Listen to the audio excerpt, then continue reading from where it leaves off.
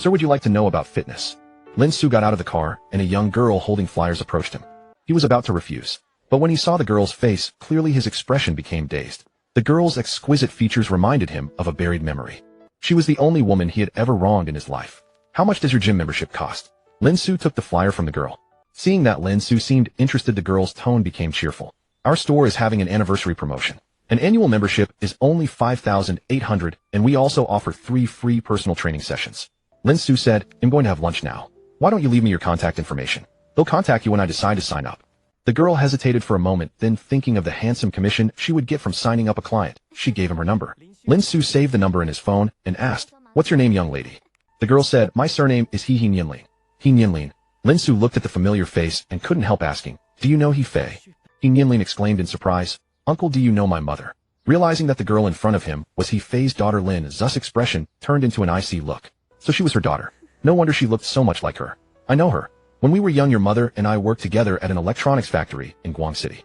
As he spoke, Lin Xu's thoughts drifted back. When he met He Fei, she had just turned 17, as delicate as a flower. Lin Xu was only 19 then. They were assigned to the same production line, and being from the same hometown, they quickly became familiar.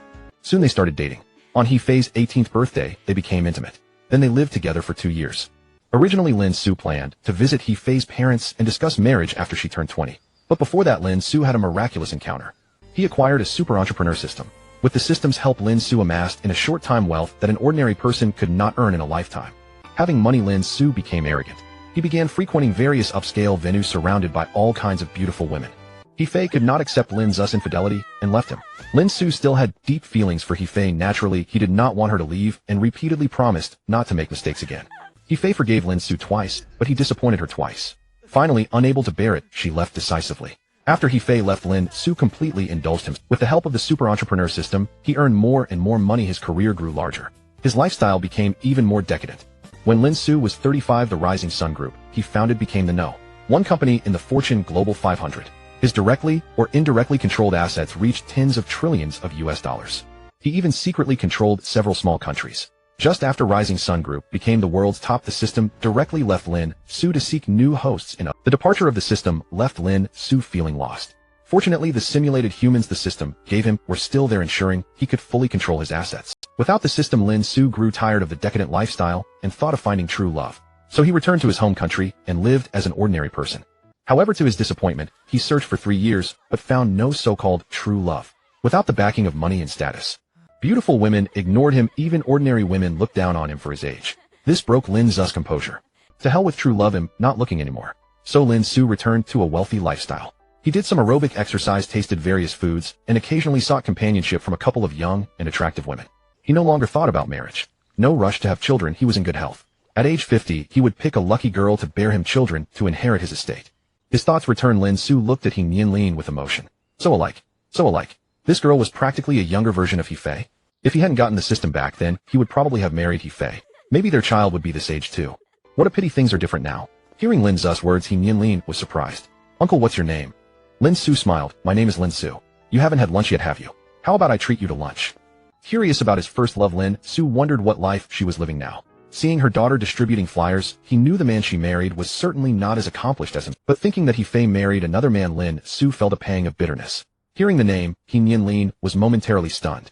Although she had never seen her father, she clearly knew his name, and she knew that her father had let her mother down. This gave He Nianlin deep resentment toward Lin Xu since childhood. No need, He Nianlin sneered coldly. "I don't want to have lunch with a womanizer like you." Sensing the change in He Nianlin's attitude, Lin Xu's face showed embarrassment. "I didn't expect your mother would still mention me."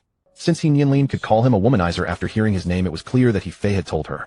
Lin Xu asked, "How is your mother now?" A sneer appeared on He Nianlin's face. "My mother's well-being is none of your concern." Seeing her attitude, Lin Xu said nothing more. He was not the type to force himself on someone who was cold. Today he came to Xinyuan restaurant for lunch and unexpectedly ran into He Fei's daughter. After all, she was the daughter of his first love. Seeing her stirred up deep, buried memories of He Fei. In truth, Lin Xu had feelings for He Fei, but after making money, he couldn't resist the temptations of the outside world. He had not married or had children all these years because he still couldn't forget He Fei. But Lin Xu also knew it was impossible to get back together after all. He had hurt her too deeply. So all these years he never thought of seeking her. Giving He Nianlin a deep look, Lin Xu turned to leave. Just as he reached the entrance of Xinyuan restaurant, a strange feeling. Why would He Fei tell her daughter about him? And judging by the girl's age, she should just be starting college. If counting the time of pregnancy, wouldn't it coincide with when he and He Fei broke up? Could that girl be his daughter? At this possibility, Lin Xu's heart began to race. He lost all appetite for lunch, turned around, and walked back toward Nianlin. After just a few steps, Lin Xu stopped again. Given Nianlin's attitude towards him just now, even if he asked, she might not tell him. With this thought, Lin Xu took out his phone and made a call. Lin He helped me investigate 2 people. He'll send you their information. Lin He was the first simulated human awarded to Lin Xu by the system. He now serves as Lin Xu's assistant. The simulated humans given by the system are almost indistinguishable from real people. Male and female simulated humans can marry and have children, allowing their lineage to continue. The one constant is their absolute loyalty to Lin Xu and any descendants of his bloodline. Of course, there are limitations. The total number of simulated humans cannot exceed 100,000. Once that number is reached, they cannot continue to reproduce. Although the existence of these simulated humans defies reality, since the system appeared, one shouldn't dwell on what's realistic. Lin He said respectfully, "Yes, boss." Originally, these simulated humans addressed Lin Xu as master, but Lin Xu found that title too embarrassing. So he instructed them to call him boss. After sending Nianlin and He Fei's information to Lin Xu drove back to the Imperial Dragon Royal Manor. This is a private estate covering 120 acres. Lin Xu had paid a great price to obtain the land from the Haidu city government to build this ultra-luxurious private estate. The estate contains 1 main building and 8 auxiliary buildings. Additionally, there are facilities such as a golf course, helicopter pad, artificial lake, and indoor basketball court. For such a large private estate, the maintenance staff and security alone number over 400. The annual maintenance cost is at least 100 million yuan. As Lin Xu just parked the car, the estate's butler Lin Jiu quickly approached to open the car door. Like Lin Jiu is also a simulated human. Among the 400-plus people in the Imperial Dragon Royal Manor, 200 simulated humans reside there. As for why not use all simulated humans, Lin Xu felt that being surrounded by NPCs would be a bit lonely. The respectful demeanor of real people gave him a sense of achievement. However, except for the names Lin He through Lin Jiu, which Lin Xu personally named the names of other simulated humans, are random. The system awarded Lin Xu 100,000 simulated humans distributed all over the world, helping him control his wealth. Whenever a simulated human dies, they actively reproduce to maintain the population of 100,000. The accumulation of wealth has always been bloody. Over the years, to expand the company, many simulated humans have died. This has led to the emergence of many new generations of simulated humans. They need time to grow from infants to adults. Lin Xu purchased an island overseas to cultivate new generations of simulated humans. After all, these simulated humans are the fundamental guarantee that Lin Xu's wealth can be passed down forever. Welcome home, boss. Lin Jiu opened the car door, respectfully guarding Lin Xu as he got out. Lin Xu nodded slightly, arranged for the kitchen to serve the dishes. "I've been out for a while, and am a bit hungry." "Yes, boss," Lin Jiu quickly replied.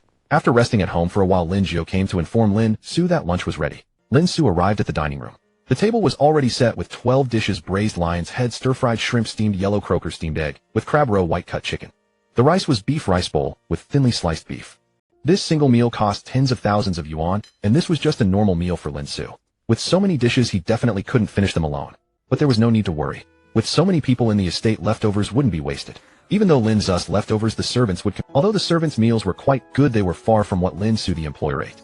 They didn't get top-tier ingredients or top chefs. After lunch, Lin Xu took a nap. Upon waking, he asked Lin Jiu to arrange a professional full-body relaxing massage. After the system left, Lin Xu handed all his work to the simulated human Lin San, giving him full authority. Now he is a genuine. After relaxing, Lin Xu dragged his personal bodyguard Lin Air to play billiards. Although Lin Air's billiard skills far surpassed Lin Xu's, he had never once beaten Lin Xu. As for the reason, everyone knows. After playing billiards for a while, Lin He arrived with a document folder. "Boss, this is the information you requested." Lin Xu tossed the cue to Lin Air, then took the documents from Lin He. After reading the documents, Lin Xu's face showed surprise. He Fei has never married all these years, and she has a pair of twin children, a boy and a girl. He Xiaoyang, He Nianlin. Lin Xu repeated the 2 names, then turned to Lin He with some excitement. "Do you think He Fei still has? If not, why would she give the children such names?" Lin Xu's given names Xu and Xiaoyang Sunrise have almost the same meaning, and Nianlin Nian likely refers to Lin Xu's Lin. Lin He smiled and said, "Boss, you are so outstanding, it's only natural that Madam would think of you." Lin Xu laughed. "You make a good point." Lin Air arranged to get the DNA of He Xiaoyang and He Nianlin. "Do a paternity test with me as soon as possible." Lin Air immediately replied, "Yes, boss." After Lin He and Lin Air left, Lin Xu paced excitedly in the villa. Although the paternity test hadn't been done, he was sure in his heart that He Xiaoyang and He Nianlin were his children, especially with He Zhaoyang's photo in the documents, whose appearance was quite similar to Lin Xu. All signs pointed to He Fei's twins being his. What excited Lin Xu most was that He Fei was still unmarried, meaning they still had a chance to be together. After all, they had the bond of children. Given He Fei's soft-hearted nature, as long as the two children were willing to acknowledge him as their father, there was a chance to win her back. After wandering for so many years, Lin Xu had grown tired of his current life and no longer wanted to live in loneliness. He longed for a wife and children by his side. Over the years, Lin Xu had thought about marriage but had never met a woman he wanted to marry. But He Fei was different from other women. She was his first love, his white moonlight girl. In fact, Lin Xu had long regretted separating from He Fei, regretted the hurtful things he did that hurt her. Now he still had a chance to make amends, and Lin Xu felt his life had color again. At 7:30 in the evening, Nianlin returned to her dormitory at He University of Foreign Studies, weary from the day's exertions. Despite the fatigue of handing out flyers all day, she felt a quiet sense of fulfillment. In addition to her 100 yuan part-time wage, she had secured a client for an annual membership, earning a commission of 300 yuan. That day she had made 400 yuan, and Nianlin was quite content with this daily income. If she could earn this much again tomorrow, she wouldn't need her mother to send her living expenses for them. Her roommate Wang Shuang noticed her return and asked with a smile, "Nianlin, you're back. Was your part-time job exhausting?" Nianlin replied with a smile, "It was okay. This time was much better than last week's waitressing job. I made 400 yuan today." Over a month had passed since the semester began, and the roommates had grown fairly familiar with one another. However, Nianlin only got along well with Wang Shuang. She rarely interacted with the other two. "That much?" Wang Shuang immediately asked, "Is the gym still hiring for part-timers? I'd like to find a gig too." Seeing the daily income of 400 yuan, Wang Shuang was tempted. Her family's financial situation was also average. Her parents gave her 2,000 yuan each month for living expenses. But Wang Shuang felt that wasn't enough to cover her needs. Nianlin said, "I'm not sure. If you really want to go, I can ask about it for you." Wang Shuang nodded eagerly. "Yes, please ask for me." Nianlin contacted the senior student who had introduced her to the part-time job and soon got a definite answer. The senior said, "It's fine. She told me to bring you along tomorrow." Wang Shuang beamed. "That's great, Nianlin. Remember to call me when you go tomorrow." Nianlin nodded. "Let's talk later. I've been standing all day and feel sticky all over. I'm going to take a shower first." Wang Shuang quickly said, "Sure, go ahead." When Nianlin returned from her shower, the other two roommates had not yet come back. But Nianlin didn't care about that. She greeted Wang Shuang briefly, then climbed into her bed to call her mother He Fei. Perhaps because she had grown up in a single-parent family, Nianlin was very attached to her mother. Ever since she started university, she called He Fei every evening. The call connected quickly. He Fei's face appeared on the video screen. Although she was 39 years old, she showed no signs of aging. Heaven seemed to favor her, refusing to let the years leave their marks. "Nianlin, have you already showered?" Nianlin smiled. "Yes, I was all sticky after my part-time job, so I took a bath." He Fei said with concern, "I told you not to do part-time work. I can afford to support you and your brother." She ran a stall at Gaoyang Night Market in Xing City, selling leggings, socks, and other items. Perhaps because she had been doing it for a long time, her stall business was quite good. Most months, she earned over 10,000 yuan, sometimes even reaching around 15,000. But her living expenses were also high. She gave each of her two children 1,800 yuan per month plus over 2,000 yuan, including daily expenses and social obligations. Even when she spent frugally, He Fei needed to earn at least 8,000 yuan a month. Moreover, when she bought the apartment in Xing City, she had borrowed a considerable amount from her parents and younger brother, which she hadn't yet repaid. Now He Fei had saved less than 50,000 yuan for emergencies. Nianlin gave a sweet smile. "I don't want you to be so tired, Mom. Do you know how much I earned today from my part-time job?" Speaking of this, Nianlin grew excited. Earning 400 yuan in one day was no less than what her mother made from a night at the mall. He Fei asked with a smile, "How much did you earn?" Nianlin replied proudly, "I made 400. Adding my previous part-time jobs, I've already earned 1,100 this month." He Fei praised her. "That's amazing. When I was your age, I couldn't earn that much." After chatting with her mother for a while, Nianlin thought of meeting Lin Xu today, and her mood darkened. "Mom, I met my father today." Hearing her daughter's words, He Fei's expression changed. "Who did you say you met?" "He said his name is Lin Xu, and he used to work with you at the electronics factory in Guang City." Nianlin didn't hide anything. She told He Fei about her encounter with Lin Xu. Hearing Lin Xu's name from her daughter, He Fei's mind rang with a buzzing sound, and her expression turned dazed. Lin Xu was her first love, the father of her two children, and the only man she had ever been intimate with. But it was also this man she had once deeply loved who had broken her heart. He Fei still remembered the day she left dragging her luggage. A fine drizzle fell from the sky, the rain chilling her to the bone. Yet how could the cold of her body compare to the pain in her heart? He Fei couldn't even remember how she had made the lonely journey back to Xing City from Guang City alone. After returning, she felt it was only when her parents took her to the hospital that they discovered she was pregnant. When they learned of the despicable things Lin Xu had done, they were so furious they immediately grabbed weapons and wanted to go to Guang City to teach him a lesson. It was He Fei, still weak from illness, who stopped them. Her parents urged her to abort the child, but He Fei couldn't bear to, and after learning it was twins, she became even more. At her earnest pleading, He Fei's parents could only reluctantly agree to let her give birth to the two children. After all, parents can never truly go against their own children. He Fei decided not to tell Lin Xu about the pregnancy, nor did she want any further connection with him. She had thought she would never cross paths, but unexpectedly after 19 years, she heard news of Lin Xu from her daughter's lips. Mom, are you okay? Seeing He Fei lost in thought, Nianlin grew worried. He Fei snapped back to reality and forced a smile. I'm fine, Nianlin. I just didn't expect you to run into him in Haida City. Is he doing well? Even though Lin Xu had deeply hurt her, He Fei couldn't bring herself to hate him. Sometimes she felt she was a hopeless romantic. Even though Lin Xu had gone behind her back with other women when she named their children, she unconsciously left traces of him. I think he's doing quite well, Nianlin said, recalling Lin Xu's appearance today with a hint of resentment. He drove a luxury car, wore an expensive watch, and seemed to be heading to a high-end restaurant for dinner. He had never thought about how hard her mother's life had been all these years. He Fei asked, does he know you're his daughter?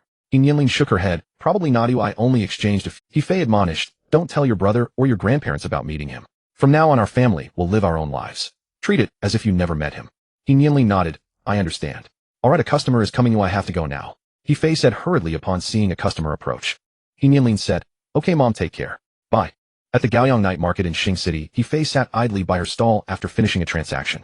News of Lin Xu, which she had heard from her daughter, shattered the tranquility she had maintained for years. She had thought that after so many years she had forgotten him. Yet Lin Xu's reappearance made He Fei realize how indelible those unforgettable experiences truly were. But no matter what, the wounds inflicted by Lin Xu's repeated betrayals could never be mended. And so many years had passed. He Fei had long grown accustomed to being alone and had no desire for Lin Xu to re-enter her life. Just then a man who appeared to be in his 40s approached her stall. The man carried 2 boxes of marinated duck. He was the owner of a braised food stall at the Gaoyang night market. He Fei, what are you daydreaming about? He waved a hand before her face. Snapping back to reality, He Fei smiled. Brother Lu, what brings you here today? It's the weekend, my son is watching the stall, so I took the chance to bring you some duck to try. Lu Jun handed the 2 boxes to He Fei. She quickly waved her hands. Thank you, Brother Lu, but you work hard for your money. You should sell these instead.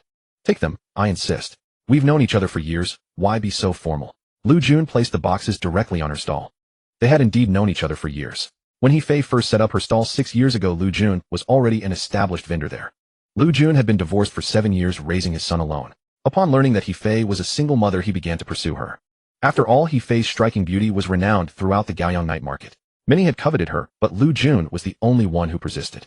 Seeing Lu Jun's insistence, He Fei could no longer refuse. Thank you, Brother Lu. She took the duck and then pulled out a pair of new shoes from under the stall. Brother Lu, this is a new style I just received. These shoes are perfect for a middle schooler, and they're just the right size for your dong-dong. Take them for him. Lu Jun sighed helplessly. Every time I bring you something, you find a way to repay me.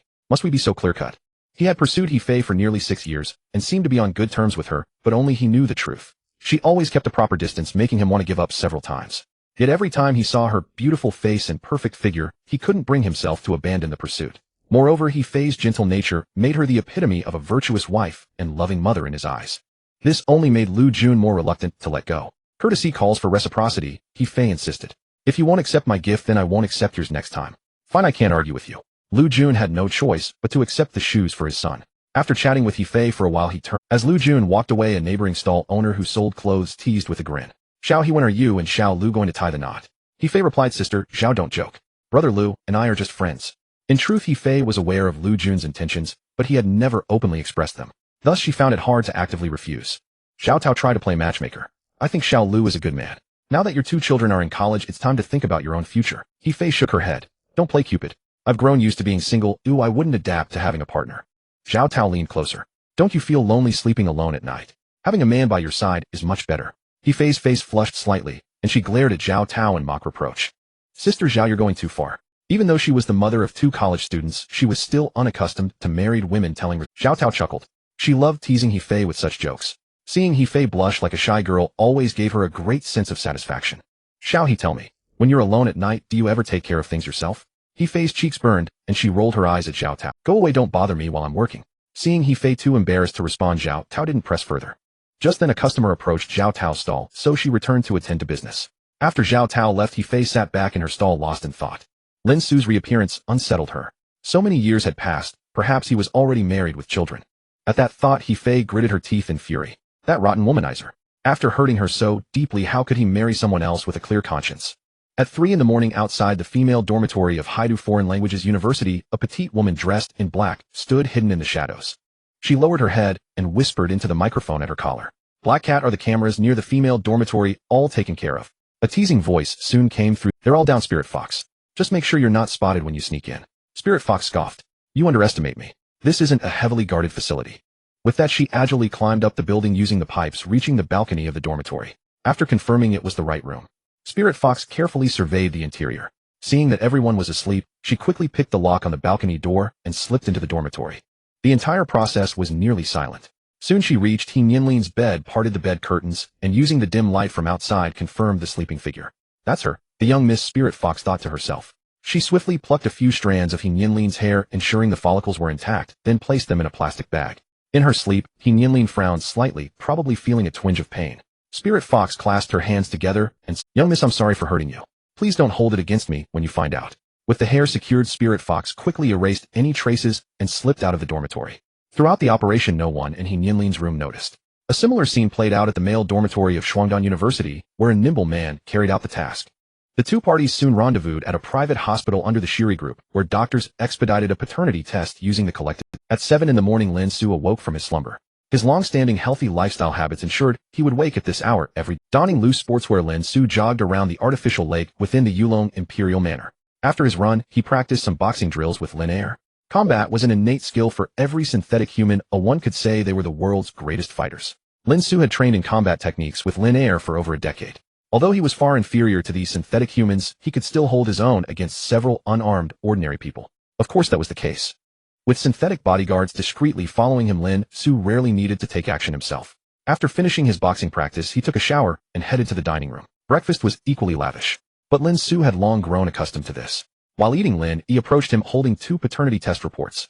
"Boss, the paternity tests are complete. Miss He Nianlin and Master He Xiaoyang are indeed your children." Lin Xu eagerly took the reports, and upon seeing the confirmed father-child relationship, he burst into joyful laughter. "I never expected that Lin Xu would have children, and a pair of twins at that. This is truly a delightful surprise." Lin Yi smiled and congratulated him. "Congratulations, boss, for finding the young master and young lady." After the initial elation, Lin Xu felt conflicted. Should he go to He Fei first, or should he acknowledge the children? After all, it was he who had wronged He Fei in the first place. Lin Xu felt he should inform He Fei first, and then acknowledge the children.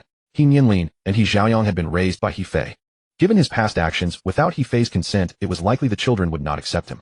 With this thought, Lin Xu said to Lin Yi, "I want to go back to Xing City to see He Fei. Arrange the flight to Xing City for tomorrow." As a tycoon worth tens of trillions of dollars, Lin Xu owned 2 luxurious private jets in the country. However, Lin Xu rarely flew. Although airplanes were the fastest mode of transport, they were also the most unsafe. Once an airplane crash occurred, survival was virtually impossible. Lin Xu had not yet enjoyed life to its fullest. He was very cautious about his own safety. Whenever possible, Lin Xu avoided flying even on his private jet. But upon learning that He Fei had borne him 2 children, he could no longer be so cautious. He wanted to see He Fei as soon as possible and acknowledge the children. Lin Yi promptly agreed, "Yes, boss." Xing City, as the capital of Nan Province, had the greatest advantage of significantly lower housing prices compared to other provincial capitals.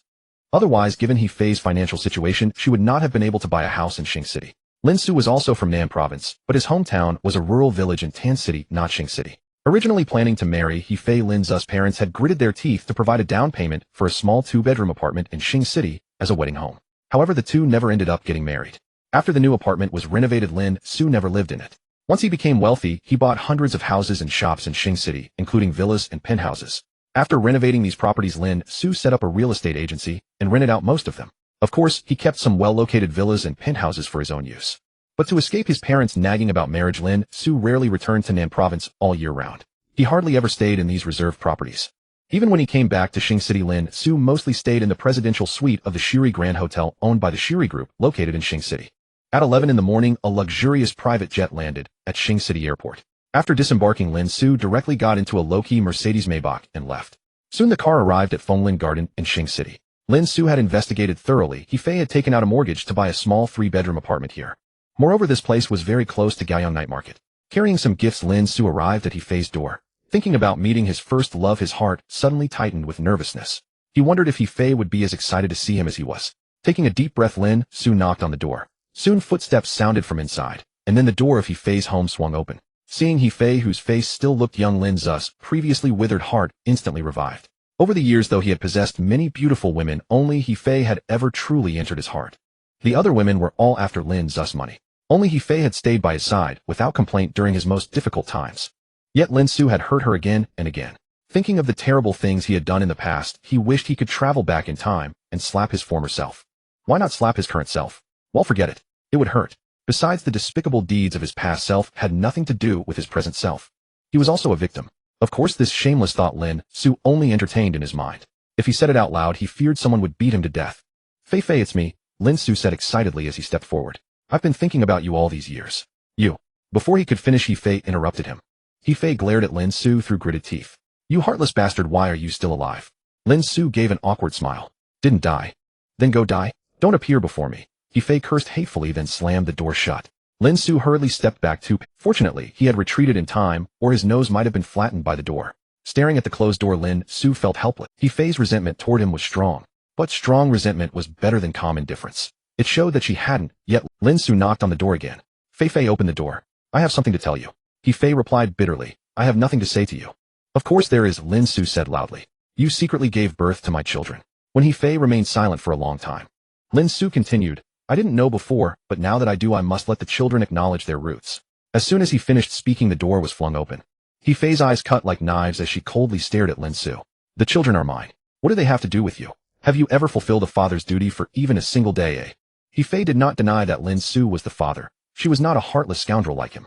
Lin Xu defended himself. That's because if I had known you had given birth to my 2 children, I would certainly have fulfilled a father's duty. He Fei sneered. Ha, you're ridiculous. If it weren't for your own infidelity, would I have kept the pregnancy from you, eh? You just say you didn't know, and try to shirk responsibility. I see that after all these years you're still as irresponsible as ever. Lin Xu raised his finger and swore. Fei Fei, if I ever take another woman besides you, may I cease to be a man. He Fei was angered by Lin Xu's shamelessness. Lin Xu, do you think he'll believe that? I gave you chances before, but in the end you still went behind my back with other women. Lin Xu raised his finger and swore. Fei Fei, if I ever take another woman besides you, may I cease to be a man. For any man, losing his manhood was the most solemn oath in the world. Lin Xu was genuinely repentant this time. He Fei said coldly, too late. I have no feelings for you anymore. Lin Xu, if you have any guilt toward me, then don't appear before me or the children. Lin Xu would not agree. Fei Fei, I know it's hard for you to forgive me, but I am also the father of Nianlin and Xiaoyang. I don't expect you to forgive me, but please let me fulfill my duties as a father. He Fei said harshly, no need. Xiaoyang and Nianlin don't need a father, and you're not qualified to have them call you dad. Go now. Don't disturb the life of our family of 3 anymore. Watching the door close once more, Lin Xu did not ask He Fei to open it again this time. He placed the gift by the entrance and left. Since he had hit a dead end with He Fei, Lin Xu decided to start with the 2 children. Once he had cultivated a bond with them, perhaps He Fei would be able to accept him again. Listening to the sound of Lin Xu's departure, He Fei slumped weakly against the door, sliding to the floor as tears streamed involuntarily down her face. She hated herself for being so bewitched by Lin Xu, still unable to forget him after all these years. That man had betrayed her time and again back then. Yet 19 years had passed, and seeing him again still made her heart flutter. Lin Xu went downstairs and returned to the car. He said to Lin Air, who was in the passenger seat, Lin Air, arranged for a few female bodyguards to protect He Fei around the clock. Make sure she doesn't notice. If she ever encounters any danger, protect her safety at all costs. Lin Air nodded solemnly. Yes, boss. I'll arrange for people to protect me. Lin Xu hesitated for a moment, and then instructed, also keep an eye on any men who appear around her. Inform me immediately if anything happens. In truth, Lin Xu trusted He Fei in this regard. Otherwise, she wouldn't have remained single all these years after separating from him. But He Fei was beautiful, now carrying the allure of a mature woman, and it was inevitable that some men would have their eyes on her. Lin Xu thought it best to be cautious. Rest assured, boss. Lin Air made a slashing motion across his throat with his hand. If anyone dares to covet madam, I'll have them quietly eliminated. Lin Xu shot Lin Air a displeased glare. Don't bring the habits you developed abroad back to our country. Unless necessary, avoid physical elimination as much as possible. Lin Air looked regretful. Understood, boss. Lin Xu leaned back in his seat, gently closing his eyes. Let's go. Head straight to the airport. When we return to Haida City, I want to meet my son first. Lin Air then instructed the android driver to proceed. Although the androids each had their own personalities, they remained absolutely loyal to Lin Xu. Thus, all the drivers and bodyguards around Lin Xu were androids rewarded by the system. After all, they would never betray him under any circumstances. Shuangdan University was one of the top institutions in the Dragon Kingdom. Students who gained admission here must have had outstanding academic records in high school. He Chaoyang, leveraging his status as a Shuangdan University student, had found a very decent tutoring job. From Monday to Friday, whenever he had free time in the evening, he would tutor that student for 1 hour. On Saturdays and Sundays, he tutored for 3 hours each day. In total, he taught 11 hours a week, earning 200 yuan per hour. That meant He Chaoyang could earn 2,200 yuan a week. For a university freshman, this income was indeed quite impressive. He Chaoyang was quite satisfied with it. With this part-time income, he and his sister no longer needed their mother's money for living expenses, which would ease her burden a little. It was past 9 in the evening. After finishing his tutoring session, He Chaoyang took the bus back to school. Just as he reached the campus gate, he heard someone calling his name. Chaoyang. Looking at his son who bore a striking resemblance to his younger self, Lin Xu's eyes glimmered with excitement. How gratifying it was to see his son take after his father. Who are you? He Chaoyang asked, puzzled as he studied Lin Xu. He didn't recall knowing this person. Lin Xu stepped forward. I'm Lin Xu. I ran into Nianlin by chance yesterday, and today, I went back to Star City to see your mother. Having been admitted to Shuangdan University, He Chaoyang was naturally intelligent. From Lin Xu's words alone, he guessed the identity of this man. What do you want from me? He Chaoyang stared at Lin Xu's face, so similar to his own, a dull ache in his chest. Growing up without a father had subjected him, and he Nianlin to many injustices. As a result, He Chaoyang had often gotten into fights with peers his age, once even leaving someone bloodied. To prevent him from being expelled, He Fei had nearly knelt and begged at all these accumulated grievances made He Chaoyang resent Lin Xu even more. Lin Xu said with a remorseful expression, I didn't know your mother had given birth to you and your sister. Now that I know, I want to make it up to you. Make it up, eh? He Chaoyang sneered, his eyes reddening. How can you compensate for all the hardships we've endured over the years? Lin Xu opened his mouth, but found no words. He truly couldn't make up for the lost childhoods of his children. Seeing Lin Xu speechless, He Chaoyang said bitterly, since you abandoned us back, then why come looking for us now? Lin Xu hurriedly explained, Chaoyang, I failed to resist the temptations outside and hurt your mother back then. But I never intended to abandon you. As soon as I learned of your existence, I came looking for you immediately. I know you won't forgive me easily, but please give me a chance to make amends. He Chaoyang clenched his fists and said coldly, no need. I'm already an adult. I can take care of my mother in them. Watching He Chaoyang's stubborn retreating figure, Lin Xu let out an almost imperceptible sigh. He knew it was impossible for the children to accept him immediately. After all, he had been absent for 18 years of their lives. Winning them over would have to be a gradual process. Walking back to the dormitory, He Chaoyang's emotions remained unsettled. He harbored immense resentment toward Lin Xu, the father he had never met, and would not easily forgive him. Before reaching the dormitory, He Chaoyang's phone rang. Seeing it was his girlfriend Luo Xuejuan, a smile crept onto his face. Xuejuan, I just finished tutoring and am back at school. The two had been classmates from elementary school through high school, practically childhood. Luo Xuejuan asked with concern, are you tired from tutoring? No, it's quite easy. His girlfriend's care warmed. They had only gotten together after the college entrance exams, but having been classmates for over a decade, their bond was deeper than that of most newly formed couples. That's good. Luo Xuejuan hesitated. Chaoyang, could you lend me some money? Sure, He Chaoyang readily agreed. How much do you need? But I don't have much money on hand. Luo Xuejuan said, can you lend me 5,000? I accidentally broke my phone screen and want to get a new one. He Chaoyang frowned. Just replacing a phone screen shouldn't cost 5,000, right? No, Luo Xuejuan replied. I've been using this phone for over a year and I want to get a new. He Chaoyang asked, what phone do you want? Luo Xuejuan's voice carried excitement. The latest Fruit phone model just came out. Ooh, I want to buy a Fruit 17. He Chaoyang tried to talk her out of it. Isn't that unnecessary? The cheapest Fruit 17 costs over 6,000. You could just get one for around 2,000. Xuejuan, your parents work hard to earn money. We're still students, we don't need such an expensive phone. Luo Xuejuan's tone grew. I know my parents work hard, which is why I didn't ask them to buy it for me. Stop lecturing me. Just tell me, will you lend me the money or not? He Chaoyang said helplessly, I only have about 3,000 on me. It's too late today. I'll ask my students' parents tomorrow if they can advance me some money. Out of the 3,000, 2,000 were from He Chaoyang's summer job, and the rest was his living allowance from home. Luo Xuejuan said delightedly, thanks babe. I'll come visit you at your school next weekend. Although both were attending university in Haidu City, they were at different schools. Luo Xuejuan had only managed to get into Haidu Normal University, and that was with He Chaoyang's constant tutoring. After hanging up, He Chaoyang felt a bit drained. He had only been tutoring for 2 weeks, and wasn't sure if the parents would be willing to advance him money. But the thought of his girlfriend coming to see him next weekend stirred a certain warmth in He Chaoyang. Not long after they got together, they had tasted the forbidden fruit, and he had become quite addicted to that experience.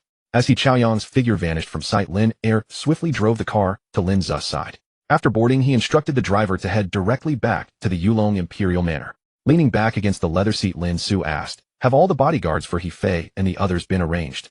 Lin Air turned around and replied, everything has been taken care of. The madam and the eldest daughter have been assigned 4 male and 4 female bodyguards each. The eldest son has 2 female and 6 male bodyguards. Lin Xu instructed, don't let them notice for now. Just ensure their safety discreetly. They'll go see my daughter tomorrow. Have the bodyguards inform me when she's available. Lin Air nodded. Understood, boss. Lin Xu said no more, always confident in Lin Air and the others' abilities. Upon returning to the Yulong Imperial Manor, Lin Xu summoned Lin E. Lin E purchase and renovate a house near Shuangdan University and another near Haidu University of Foreign Languages. Put the properties directly under Chaoyang and Nianlin's names.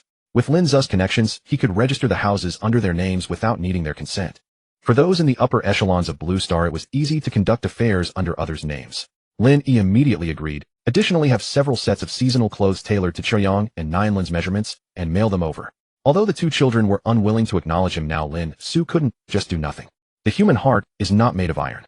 As long as he treated them sincerely, Lin Xu believed that one day they would accept him. Linny asked, should I inform the eldest son and daughter that the clothes are from you?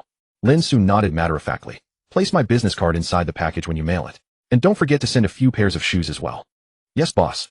Lin Yi quickly jotted down the instructions. After having Lin Yi arrange for his bathwater to be drawn, Lin Xu sank wearily onto the sofa. Shuttling between Xing City and Haidu City today had drained a considerable amount of his energy. At Haidu University of Foreign Languages, after the fourth morning class, he, Nianlin, and Wang Shuang left the classroom to head to the cafeteria. Suddenly, a male student caught up from behind. He was tall and handsome, with a Rolex watch on his wrist. Nianlin, let's have lunch together, and he'll tell you about our class scholarship application. He, Nianlin, smiled politely. Thank you, class monitor, but I don't need to apply for the scholarship. It's better to leave it for classmates who need it more. Although her family still owed a considerable debt, He, Nianlin, felt they weren't truly impoverished. She could earn money through part-time jobs, and He Qiaoyang had mentioned finding a tutor. CS Sun urged, don't refuse so quickly. Our class has 3 scholarship slots, but only 2 applicants. If you don't apply, the slot will go to waste. Wang Shuang also chimed in. Nianlin, maybe you should apply. I see you working part-time on weekends, and it looks tough. He, Nianlin, shook her head. No need. I'm doing part-time work mainly to develop myself. In truth, He, Nianlin, didn't lack for monthly living expenses. Her mother gave her 180 yuan, and her uncle, He Jun, occasionally sent her some pocket money. Moreover, she mostly ate at the school cafeteria, so her monthly expenses were minimal. The scholarship was a national grant for needy students, and He, Nianlin, felt it would be dishonest to apply. She couldn't bring herself to take advantage like that. Seeing this, CS Sun said, since you don't want the scholarship, how about applying for a work? I checked with the counselor. The library has a few part-time librarian positions available. He, Nianlin, was tempted. But I have classes during the day and part-time work on weekend. CS Sun smiled. The librarian shifts are usually from 7 to 1030 p.m., which won't interfere with your daytime schedule. He, Nianlin, said, class monitor, let me treat you to lunch, and you can tell me more about the library job. CS Sun was delighted. Sure, let's eat at the cafeteria. He, Nianlin, suggested. How about the Backgate restaurant? I've heard Hojie Shiguang there is quite good. CS Sun thought for a moment. All right. As the 3 of them reached the Backgate, He, Nianlin, spotted Lin Xu standing not far away. Sister Shuang, take the class monitor there first. I have something to attend to. Wang Shuang followed He Nianlin's gaze and saw Lin Xu. Her curiosity instantly piqued. Lin Xu didn't look like an ordinary man, and Wang Shuang wondered what his relationship with Nianlin was. Okay, well, go ahead and grab seats. CS Sun eyed Lin Xu warily. The man seemed rather wealthy. As a rich second generation himself, he knew all about wealthy men keeping female college students. He, Nianlin, was the girl he had his eye on, and he would never allow some older man to taint her. But since they were only classmates, CS Sun couldn't directly ask about their relationship. After his daughter's 2 classmates had left, Lin Xu walked over to her with a gentle smile. Nianlin, it's noon. Let's have lunch together. He, Nianlin, replied coldly, no need. If you have something to say, just say it. All right. Lin Xu didn't insist. I went to see your mother and brother yesterday. He, Nianlin, lowered her eyes slightly. She hadn't heard her mother mention it during their phone call last night. Lin Xu didn't mind her attitude. I've wronged you all in the past, and I apologize. He, Nianlin, sneered. What's the use of an apology? Do you think we'll forgive you just because you say sorry? Of course not. Lin Xu shook his head. I want to pursue your mother again and make up for my past mistakes with the rest of my life. Hearing this, He, Nianlin, jerked her head up, a whirlwind of emotions flashing in her eyes. She naturally harbored resentment toward Lin Xu. Yet beyond the resentment, wasn't there also a longing for the fatherly love she had never experienced? Since meeting Lin Xu, He, Nianlin, had been distracted these past 2 days. She resented him for abandoning them, yet deep down she secretly yearned for a father. She imagined having a father's love in the future. But when she thought of the hardships her mother had endured, she felt the injustice on her mother's behalf. You want to pursue my mother again? Are you planning to hurt her once more? Lin Xu replied earnestly, of course not. I've never married all these years because I still had your mother in my heart. But I know I broke her heart before and have no right to ask for her forgiveness. I thought I would spend the rest of my life alone. Now that I know your mother hasn't remarried, and we have you and your brother. Nianlin, you and your brother will start families of your own someday. Don't you want your mother to have someone by her side for the rest of her life? Upon hearing Lin Xu's words, He, Nianlin, fell silent. She certainly did not want her mother to spend her remaining years alone, but neither did she wish for her mother to find them a stepfather. You have a history of wrongdoing. How can you guarantee you won't hurt mom again? Seeing the slight softening in his daughter's tone, Lin Xu felt a surge of hope. I can sign an agreement with you. If I ever do anything to wrong your mother in the future, you'll leave with nothing. In truth, such an agreement held little legal weight and would hardly bind someone like Lin Xu. The purpose of this agreement was merely to ease his daughter's mind. He, Nianlin, knew little about such contracts, but Lin Xu's willingness to do so made her feel his sincerity. What happens between you and my mother is none of my business, but if you hurt her again, I will never forgive you for the rest of my life. Lin Xu promised. Nianlin, rest assured, I will never harm your mother again.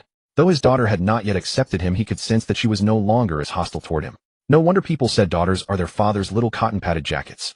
With his daughter as a breakthrough, Lin Xu believed that one day he would earn his son's acceptance and He Fei's forgiveness. Nianlin said, "My classmates are waiting for me. If there's nothing else, I'll be going now." Lin Xu quickly pulled out a personal business card. "Hey, raise my contact information. If you ever run into trouble, remember to call me." Nianlin hesitated for a moment, then finally took the card. Lin Xu said nothing more. After watching his daughter walk into the backstreet eatery restaurant, he turned and left. Backstreet eatery. Seated by a window, Wang Shuang spotted Nianlin entering the restaurant and immediately stood up, waving with a smile. "Nianlin, over here." Nianlin walked over and sat down beside Wang Shuang. "Sorry to keep you waiting." Xie smiled and waved his hand. "No worries, the place is quite crowded. We ordered, but the food hasn't arrived yet." Wang Shuang could not suppress her curiosity. "Nianlin, who was that man just now?" Xie immediately pricked up his ears. "An elder of mine." Nianlin had not yet decided to acknowledge Lin Xu as her father, so she referred to him as an elder. Seeing that Nianlin was reluctant to elaborate, Wang Shuang did not. When Xie heard Nianlin say the man was her elder, he breathed a sigh of relief. Although he believed Nianlin was not the kind of girl who would sell herself for money, he could not help but suspect that wealthy older men might have ulterior motives. After all, Nianlin was exceptionally beautiful. From the moment he first saw her, Xie knew he had fallen in love with this girl. "Nianlin, have you considered the part-time job at the Nianlin asked, "Could you tell me more about it?" Xie nodded. "The librarian's job is actually quite simple, just helping people check out and return books. When class starts this afternoon, I'll bring you an application form. Fill it out and hand it to me." Wang Shuang asked the question, "How much is the part-time salary?" Xie said, "It seems to be 18 yuan per hour, usually paid monthly. It might not be a lot of money, but it's a fairly popular position among the work-study programs on campus." Nianlin said, "That's already very good. Working at the library leaves me time to read as well." Nianlin was quite satisfied with this librarian part-time job. Wang Shuang immediately asked, "Class monitor, can I apply for the library job together with Nianlin?" Xie hesitated. "Actually, this position is quite competitive. I can't guarantee that you'll get it." In truth, Xie did not want Wang Shuang to apply because the more applicants there were, the higher the chance that Nianlin would be rejected. But since Wang Shuang was also a classmate, Xie found it hard to refuse her outright. Nianlin smiled. "Sister Shuang and I will apply together. The chances of both of us getting in should be higher than just one." Seeing that Nianlin had said so, Xie, "All right, I'll bring the application forms this afternoon.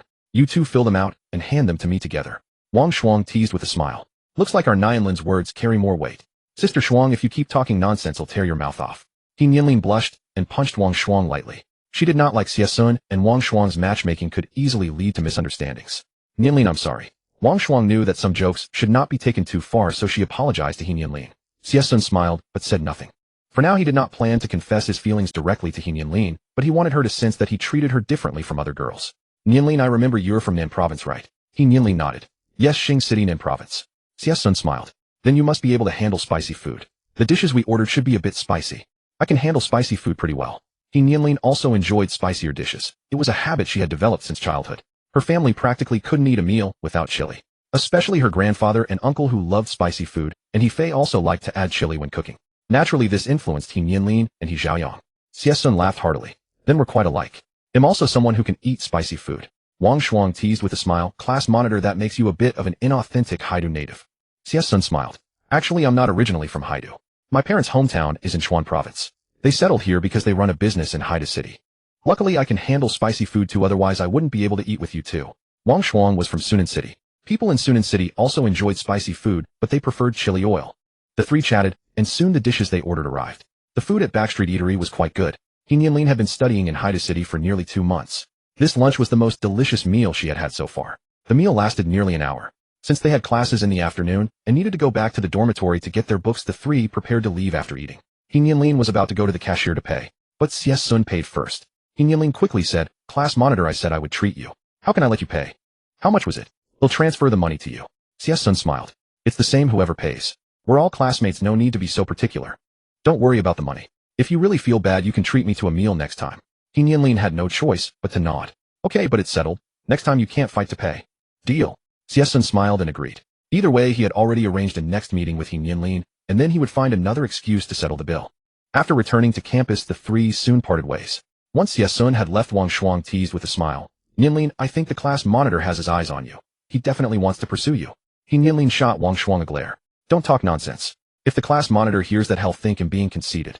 Wang Shuang wore an expression that said she saw through everything. "I'm not talking nonsense." During the meal, the class monitor's eyes were practically fixed on you. Nianlin gently pushed Wang Shuang and said seriously, "Sister Shuang, if you say that again, I'll get angry." All right, I won't say anything." By now, Wang Shuang could tell that Nianlin had no feelings for Xie. Although she thought Xie Sun was quite outstanding, knowing that Nianlin was not interested, she stopped trying to match them. Around 7 in the evening, He Chaoyang took a bus to the Jiu Jinyuan community in Haida City. This was an upscale residential. The tutoring job was for a homeowner in this community. After registering at the security booth and obtaining the homeowner's consent, he was allowed. Teacher, you're here. As He Chaoyang arrived at the house, a sweet and lovely girl opened the door for him. This girl was his student Zhou Shi, who was currently in her second year of high school. He Chaoyang smiled and nodded. Have you eaten?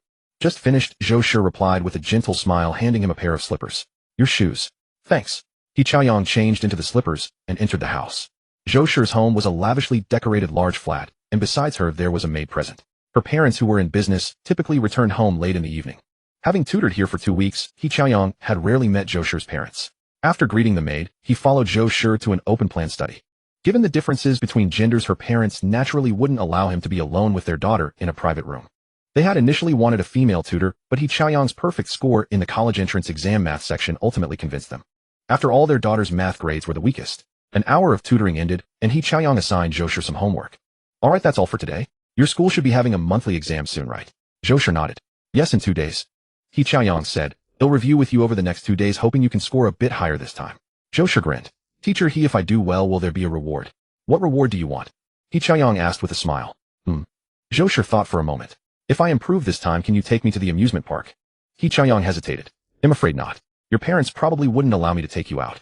Before becoming Zhou Shi's tutor, her parents, they didn't want any relationship beyond that of teacher and student, clearly guarding against any romantic involvement. After all, He Chaoyang was good-looking and academically excellent, which was quite attractive to young girls. He had no objections to this. Although Zhou Shi was very pretty, He Chaoyang only wanted to earn some tutoring fees and had no intention of anything else. He knew his place. He was well aware of the vast gap between their families. Perhaps he would never afford a house like hers in his lifetime. So during tutoring, He Chaoyang kept his role in mind and rarely discussed topics beyond studies. Zhou Shi looked at him pitifully.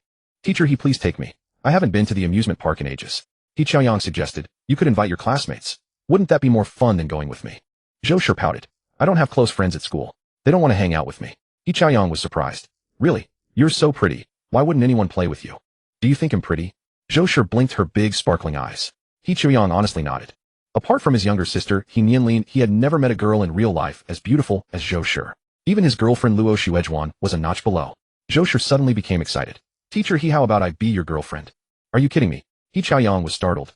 Though Zhou Shi was prettier than Luo Xuejuan, was he that shallow? When it came to love, he believed in staying true to one person. Zhou Shi looked at him seriously. I'm not joking, teacher. I like you. As a typical admirer of good looks, the handsome He Chaoyang had, when choosing a tutor, she had insisted on him because of his appearance. He Chaoyang waved his hands in panic. No. Don't like me. I already have a girlfriend. Oh. Zhou Shi was a bit upset. Aren't you just a freshman in college? How do you already have a girlfriend? He Chaoyang replied. We were high school classmates and got together after the exam. Zhou Shi slumped over the table looking dejected. Why are handsome guys always taken? He Chaoyang chuckled. Aren't there any handsome guys in your class? No, they're all ugly. She wrinkled her nose at the thought of the boys in her class. He Chaoyang couldn't help but laugh. Alright, you're still a student. Your priority is to study hard. Once you get into college, you'll find that handsome guys are everywhere. Zhou Shi abruptly sat up straight. Teacher, do you have a photo of your girlfriend on your phone? Can I see it? He Chaoyang was puzzled. What's there to see? I'm just curious about what kind of woman can make a handsome guy like you fall for her. Zhou Shi gritted her teeth. Apart from online celebrities, He Chaoyang was the only guy in real life who perfectly matched her aesthetic. Fine. He Chaoyang didn't refuse and pulled out his phone to show her the lock screen photo of Luo Xuejuan. Zhou Shi snatched the phone and scrutinized it. After a moment, she handed it back. What's the big deal? Your girlfriend looks pretty ordinary. He Chaoyang smiled, speaking with the air of an experienced person. Love is about the connection. We've been classmates since elementary school, over 10 years of emotional foundation. Well, it's getting late. I should head off. Do well on the exam in 2 days. If your results aren't good, I might lose my job. Zhou Shi made a cheering gesture. Teacher, don't worry. I won't let you lose your job. He Chaoyang let out a soft laugh. Alright, my job depends on you. I'm smart enough. No problem at all. Zhou Shi patted her not-so-prominent chest confidently. Okay, I'm off. He Chaoyang smiled, grabbed his bag, and stood up to leave. Zhou Shi quickly got up. Teacher, let me see you out. As they reached the entrance, before he could change his shoes, the door opened from the outside. A woman in a light apricot suit walked in. She had a delicate face and exuded a mature feminine charm. This was Zhou Shi's mother, Su Lingqing. Done with your tutoring, teacher? Su Lingqing was taken aback when she saw He Chaoyang about to leave, then smiled and greeted him. He Chaoyang quickly replied, Yes, Sister Qing. Su Lingqing courteously offered, Are you heading back to school? Want me to give you a ride? No, He Chaoyang waved his hand hastily. He'll just take the bus. Su Lingqing had only been polite, as she didn't genuinely intend to drive him. Alright, then be careful on your way back. He Xiaoyang waited until Su Lingqing had changed her shoes before speaking somewhat sheepishly. Sister Qing, could I possibly get an advance of 2,000 yuan? Su Lingqing was surprised. An advance? He Xiaoyang explained, a friend of mine has a birthday coming up and I want to buy her a gift. Su Lingqing nodded slightly without refusing. Alright, I'll transfer 2,000 to you on WeChat later. He Xiaoyang beamed. Thank you, Sister Qing. Su Lingqing chuckled softly. You're welcome. It's money you've earned anyway. He Xiaoyang quickly put on his own shoes. Then he'll be off, Sister Qing. Su Lingqing smiled and nodded. Zhou Shi waved at He Xiaoyang. Goodbye, teacher. Goodbye. He Xiaoyang waved back at the two, then thoughtfully closed the door behind him as he left. Su Lingqing walked inside and asked, Sure, did you understand everything teacher he taught you today? Zhou Shi replied, I understood it all. Teacher, he explains much better than the teachers at our school. Hearing her daughter say that, Su Lingqing showed a relieved smile. Then you need to study hard with teacher He so that when you take the college entrance exam you'll get into Shuangdan University, just like him. Oh, I know. Zhou Shi replied, I understood it all. Teacher, he explains much better than the teachers at our school. Hearing her daughter say that, Su Lingqing showed a relieved smile. Other with you. Zhou Shi dared not argue with her mother and could only mutter under her breath. After leaving Jeyuzhen Yuan, He Xiaoyang reached the bus stop and received the transfer from Su Lingqing. He first expressed his thanks to Su Lingqing, then accepted the 2,000 yuan advance. Looking at the balance of over 5,400 yuan in his phone, he transferred 5,000 of it to Luo Xuezhuan. Since the bus hadn't arrived yet, He Xiaoyang directly called Luo Xuezhuan via video. It took a while before the call connected. Seeing the dim environment and noisy sounds on the video, He Xiaoyang couldn't help but frown. Where are you right now? Why is it so? I am singing karaoke with my roommates, Luo Xuezhuan explained a bit flustered. He Xiaoyang asked, don't you have class tomorrow? Why are you at a KTV tonight? Luo Xuezhuan said, today is my roommate's birthday, so our dorm is celebrating together. Alright, but it's not safe for you girls to stay out late at night. Remember to get back early, He Xiaoyang advised. He wasn't the type of controlling boyfriend who had to keep tabs on his girlfriend all the time. But a young pretty girl going to a place like KTV at night really wasn't safe, and he was just worried about Luo Xuezhuan. Luo Xuezhuan laughed, it's fine. My roommate's boyfriends are here, so nothing will happen. Just be careful yourself. Don't stay out too late. He Xiaoyang didn't nag, afraid of annoying her. Luo Xuezhuan nodded repeatedly. Got it. He Xiaoyang said, you said you needed 5,000 for a new phone. I've already transferred it to you. Luo Xuezhuan beamed. Thank you, babe. I'm going to hang out with my friends now. They'll video call you when I get back. Seeing the bus pulling in, He Xiaoyang also said, okay. My bus is here. Kiss, babe. Luo Xuezhuan pursed her lips and blew kisses at He Xiaoyang on the video. He Xiaoyang smiled. Bye. At a KTV near Haidu Normal University, Luo Xuezhuan accepted the money He Xiaoyang had transferred, then turned and entered room 888. Huan, why were you on the phone so long? A slightly plump girl in the private room shouted at Luo Xuezhuan as she entered. This was her roommate Pan Na. Another roommate, Zhang Xiaomei, smiled and waved at Luo Xuezhuan. Xuezhuan, come have a drink with Master Song. He came specifically for you tonight. Zhang Xiaomei wore a knit top with a rather low neckline, her full bosom threatening to spill out. Beside her sat a young man dressed in luxury brands, smiling at Luo Xuezhuan. This was Song Xingyuan, the son of the chairman of Shengfeng Group, currently a junior at Haidu Normal University. Besides these three, the room also included Pan Na and Zhang Kaimia's boyfriends, as well as another roommate, Zhang Qin. At the moment, Zhang Qin was hogging the microphone singing. As Luo Xuezhuan walked to the center of the room, Zhang Xiaomei eagerly rose and pulled her to sit beside Song Xingyuan. Song Xingyuan raised his glass and smiled at Luo Xuezhuan. Xuezhuan, I've actually noticed you for a long time. Today I'm finally getting to know you through Mimi's birthday. Zhang Xiaomei directly shoved a glass into Luo Xuezhuan's hand.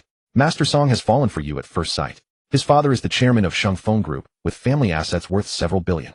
If you get together with Master Song, you'll enjoy boundless wealth and luxury. Don't forget me, your matchmaker. Pan Na chimed in. And me too, Huan.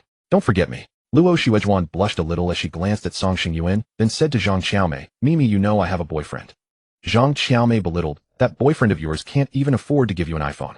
How can he compare to Master Song? She secretly exchanged a glance with Song Xingyuan. Song Xingyuan immediately pulled out a brand new iPhone. Xuezhuan, this iPhone is for you. Do you know? A girl as beautiful and lovely as you always deserves the best. Luo Xuezhuan looked at the latest iPhone before her. Though she desperately wanted it, she knew it wasn't right to accept gifts from others. Thank you, Master Song, but this is too expensive. I can't take it. He Xiaoyang had just transferred her 5,000, and with the little she had saved, she could already afford one. Moreover, she and He Xiaoyang had been together for over a decade, and she didn't want to do anything to betray him. Song Xingyuan noticed that Luo Xuezhuan's eyes couldn't leave the iPhone in his hand, and the corners of his mouth curled up slightly. He directly pressed the phone into Luo Xuezhuan's arms. Take it, it's fine. A phone means nothing to me. I don't need anything in return. Just consider it making a friend. Pan Na immediately chimed in. Huan, the phone Master Song gave you is the top-of-the-line iPhone 17, worth over 10,000. Zhang Xiaomei added, what a great phone to show off. Only Master Song is generous enough to give it to you for free. The others around also joined in urging Luo Xuezhuan to accept the phone from Song Xingyuan. Only Zhang Qin remained standing in the middle of the room singing. In the end, Luo Xuezhuan couldn't resist the temptation of the top-tier iPhone 17, and under everyone's encouragement, she accepted the phone. Song Xingyuan saw this and revealed a smirk of triumph. Come on everyone, let's drink. Xuezhuan, let's have a toast together. Song Xingyuan clinked glasses with Luo Xuezhuan while his other hand subtly slipped around her waist. Having taken an expensive gift, she felt indebted and couldn't bring herself to push him away. Having just accepted Song Xingyuan's costly gift, Luo Xuezhuan was too embarrassed to reject him now. The dormitory at Shuangdan University was a 4-person room. When He Chaoyang returned, 2 of his 3 roommates were present while the other was still studying in the library. Chaoyang, perfect timing. Get on the game, oh we need one more for a 5-stack. As soon as He Chaoyang entered the dorm, a tall, thin young man looked at him eagerly. This was He Chaoyang's roommate, Shi Qian, the head of their dormitory. Another roommate, Lu Liang, exclaimed excitedly. The teammates are 2 girls from the School of Foreign Languages. They said if we help them reach the king rank, they'll agree to a dorm mixer. Brother Yang, our happiness depends on you. Your gaming skills are amazing, you have to help us win a few more stars. Lu Liang was a bit chubby, earning him the nickname Little Fatty. Alright, give me a moment. He Chaoyang smiled in agreement, placing his backpack on the desk. Then he took out his phone and opened the King of Glory mobile game. He Chaoyang was a decent player. He could achieve provincial rankings with a few heroes by solo queuing. While not exceptional among King of Glory players, he was undoubtedly the best among the 4 in his dorm. After joining the game, He Chaoyang chose Miyamoto Musashi. It was one of his best heroes last season. He almost got a The game began. He Chaoyang farmed the jungle, secured the dragons, and ganked, setting a blistering pace. After the match ended, he earned the title of top jungler. The 2 girls from the School of Foreign Languages, impressed by He Chaoyang's skill, showered him with compliments like, wow, you're amazing. They provided ample emotional validation. This stirred a unique feeling within He Chaoyang. In the past, when he played King of Glory with Luo Xuezhuan, she would always follow him with a support hero, yet still blame him for stealing kills. Often, even when she died due to her own recklessness, she would lay the blame on him. Being praised by a girl like this was a first for him. Come on, let's keep going. Having tasted the joy of playing with girls, He Chaoyang became more proactive. After securing 3 consecutive MVPs, he noticed Shi Qian and Lu Liang staring at him with resentful expressions. Why are you looking at me like that? Lu Liang said, Brother Yang, you already have a girlfriend. Can you give me and Brother Qian a chance to shine? Shi Qian nodded in agreement. Chaoyang, pick a less powerful hero next round. He Chaoyang smiled awkwardly. Alright, I'll go with Chung Yaojin in the jungle this time, and let you 2 take the spotlight. At 10:30 p.m., another roommate, Zhong Kaiyu, who had been studying in the library, returned. He Chaoyang was about to call his girlfriend, so he handed over the jungle role. He first sent Luo Xuezhuan a message asking if she had returned. Receiving no reply after a long wait, he grabbed his change of clothes and headed to the bathroom to shower and wash his clothes. When he finished and returned, it was already 11 p.m. Seeing that Luo Xuezhuan still hadn't replied, a sense of foreboding crept into He Chaoyang's heart. He immediately called her via video. After 3 unanswered attempts, fearing it might be a network issue, he dialed her number directly. After several attempts, the call finally connected. But the person who answered wasn't Luo Xuezhuan. You're Zuejuan's boyfriend, right? I'm her roommate, Zhang Xiaomei. Your girlfriend got drunk tonight and fell asleep as soon as she got back to the dorm. Don't worry. He Chaoyang frowned. I see. Please take care of her. Ask her to call me back when she wakes up tomorrow. Zhang Xiaomei chuckled. Don't worry, well, look after your girlfriend. After hanging up, He Chaoyang still felt uneasy. However, Haidu Normal University was far away, and it was already late, leaving him with no choice but to accept the situation. That night, worry over Luo Xuezhuan kept He Chaoyang from sleeping soundly. In the morning, Lin Xu went for his usual exercise. After finishing his boxing practice with Lin Air reported a piece of news to him. Boss, the lady sets up a stall at the night market. A man selling braised food there is pursuing her. Lin Xu frowned, his expression mirroring He Chaoyang's, a testament to their father-son bond. Tell me the details. Lin Air said the man is named Lu Jun, divorced for 7 years with a 13-year-old son, Lu Dong, living with him. According to gathered information, Lu Jun began pursuing the lady shortly after she started her stall at Gaoyang Night Market. But you needn't worry, boss. The lady has always kept her distance and never accepted Lu Jun's advances. Lin Xu smirked confidently. Of course. He Fei loves me, oh why would she fall for another man? With your excellence, boss, no other man can compare. Lin Air seized the moment to flatter him. Lin Xu laughed heartily. Though he knew it was flattery, who doesn't enjoy hearing praise? Still, the thought of another man pursuing his woman irked Lin Xu. Having been with Lin Xu for 19 years, Lin Air knew exactly what his boss was thinking. Boss, should we teach Lu Jun a lesson? As Lin Xu's personal bodyguard, Lin Air preferred solving problems with force. But over the years in China, he rarely had the chance. Lin Xu shook his head. No need, he hasn't done anything excessive. If you notice anything amiss, report to me immediately. Understood, boss. Hearing this, Lin Air felt a pang of regret. Compared to the peaceful life in China, he longed for the unrestrained days abroad. Lin Xu returned to the villa and summoned Lin. I heard from Lin Air that a man at the night market is pursuing He Fei. Arrange a flight to Xing City this afternoon. Well, visit Gaoyang Night Market tonight. Lin Yi understood immediately. He knew his boss intended to assert his claim. Alright, I'll make the arrangements. After a moment's thought, Lin Xu instructed, don't tell my parents about He Fei and the kids for now. We'll inform them when the time is right. Knowing his parents, Lin Xu was certain they would rush to reunite if they learned he had children out of wedlock. Neither child had yet accepted him as their father. Lin Xu feared his parents' interference might backfire. Lin Yi grimaced, boss, perhaps you should visit the old master and madam when you return to Nan province. Other matters were easy for Lin Yi, but facing Lin Xu's parents was a daunting task. Every time Lin Xu's parents failed to persuade him to marry, they would call Lin Yi instead. Unlike Lin Xu, he couldn't ignore their calls. Caught in the middle, he felt helpless. Lin Xu chuckled, just hold on a bit longer. Once my relationship with the kids improves, you won't have to bear this pressure anymore. Lin Yi could only reluctantly agree. The next morning, He Xiaoyang rose early. He had woken up several times during the night worried about Luo Xuejuan. Glancing at his phone, he saw no messages from her, and guessed she was unable to sleep any longer. He Xiaoyang decided to go for a run. He dressed and climbed down from his bunk, but his movements inadvertently woke up Lu Liang, who slept in the adjacent bed. Younger, there's no class this morning. Why are you up so early? Lu Liang asked, still groggy. Can't sleep, so I'm going for a run. He Xiaoyang. Oh, I'm going back to sleep. Lu Liang murmured before soft snores filled the room. He Xiaoyang grabbed his toiletries, tiptoed into the bathroom to wash up, then changed his shoes and left the dormitory. When he arrived at the school track, it was just past 6 o'clock. Quite a few people were already exercising. After a brief warm-up, He Xiaoyang began to jog slowly around the track. After running for over half an hour until he was lightly perspiring, he walked 2 more laps around the track before heading to the nearby cafeteria for breakfast. At a steamed bun stall in the cafeteria, Chun Qinying bought 2 buns and was about to pay when she realized she had forgotten her meal card in her rush to leave that morning. As she stood hesitantly before the counter, a gentle voice sounded beside her. Forgot your meal card, didn't you? Breakfast is on me. Chun Qinying turned to see He Xiaoyang, her face instantly flushing crimson. Thank you. It's nothing, we're classmates after all, He Xiaoyang said with a smile. He swiped his meal card for her. Although only 2 months had passed since the semester began, He Xiaoyang had a fairly strong impression of there were few girls in the computer science major, and even fewer who were attractive. Chun Qinying was one of the rare few. If Campus Bell rankings were based on looks alone, Chun Qinying would undoubtedly be in the top 3 at Shuangdan University. Her only flaw was her rather average figure, which gave her a slightly malnourished appearance. This was understandable, however. Chun Qinying's family situation was difficult. Her mother had a weak heart and needed constant medication, and her father had broken his leg while repairing their house. She also had a younger brother in middle school. These details, leaked by her dorm mates, were known to almost everyone in the class. Let me transfer the money to you, Chun Qinying said, pulling out a phone with several cracks on its screen. He Xiaoyang waved his hand. No need, it's only 2 yuan. 2 yuan is still money, Chun Qinying insisted anxiously. You already helped me, I can't take advantage of you. If you feel bad, you can treat me to a meal sometime, He Xiaoyang said casually. He didn't actually expect her to treat him, he just felt she had a hard life and wanted to help if he could. A girl as pretty as Chun Qinying could easily make money if she were willing to compromise her principles. But her current difficult living conditions showed she was a good girl who held fast to her values. Chun Qinying hesitated for a moment before replying earnestly. Okay, I'll treat you to a meal when I get the chance. He Xiaoyang smiled and didn't think much of it. Chun Qinying looked up at him. Thank you for today. I have things to do, so I'll go first. She had taken a part-time job walking a dog and needed to be at the client's house before 8 o'clock. The client paid well, and Chun Qinying didn't want to break her promise. He Xiaoyang nodded. Okay. Watching her hurry off, he stepped forward to buy some breakfast for his roommates. When He Xiaoyang returned to the dorm after breakfast, only Zhong Kaiyu was up, already packed, and ready to head to the library. Yugai brought you some buns and steamed dumplings. Zhong Kaiyu took the breakfast with a smile. Thanks, Yanga. No need to thank me. You often bring us food too. Sometimes when He Xiaoyang and the others didn't want to go out, Zhong Kaiyu would bring meals back from the cafeteria. Perhaps lured by the aroma of Zhong Kaiyu's buns, Shiqian and Lu Liang both woke up.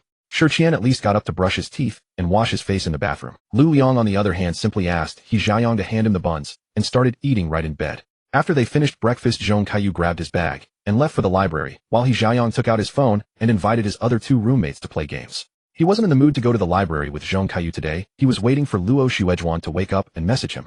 Just before noon, Luo Xuejuan finally sent a message. He Xiaoyang had just finished a game, so he immediately called her on video.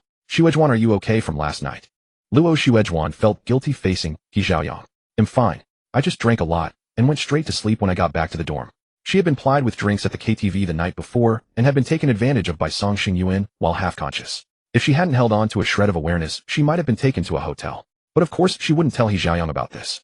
Hearing her words, He Xiaoyang felt compelled to offer some advice. You should avoid places like that in the future. If you must go, it's best to... Luo Xuejuan laughed.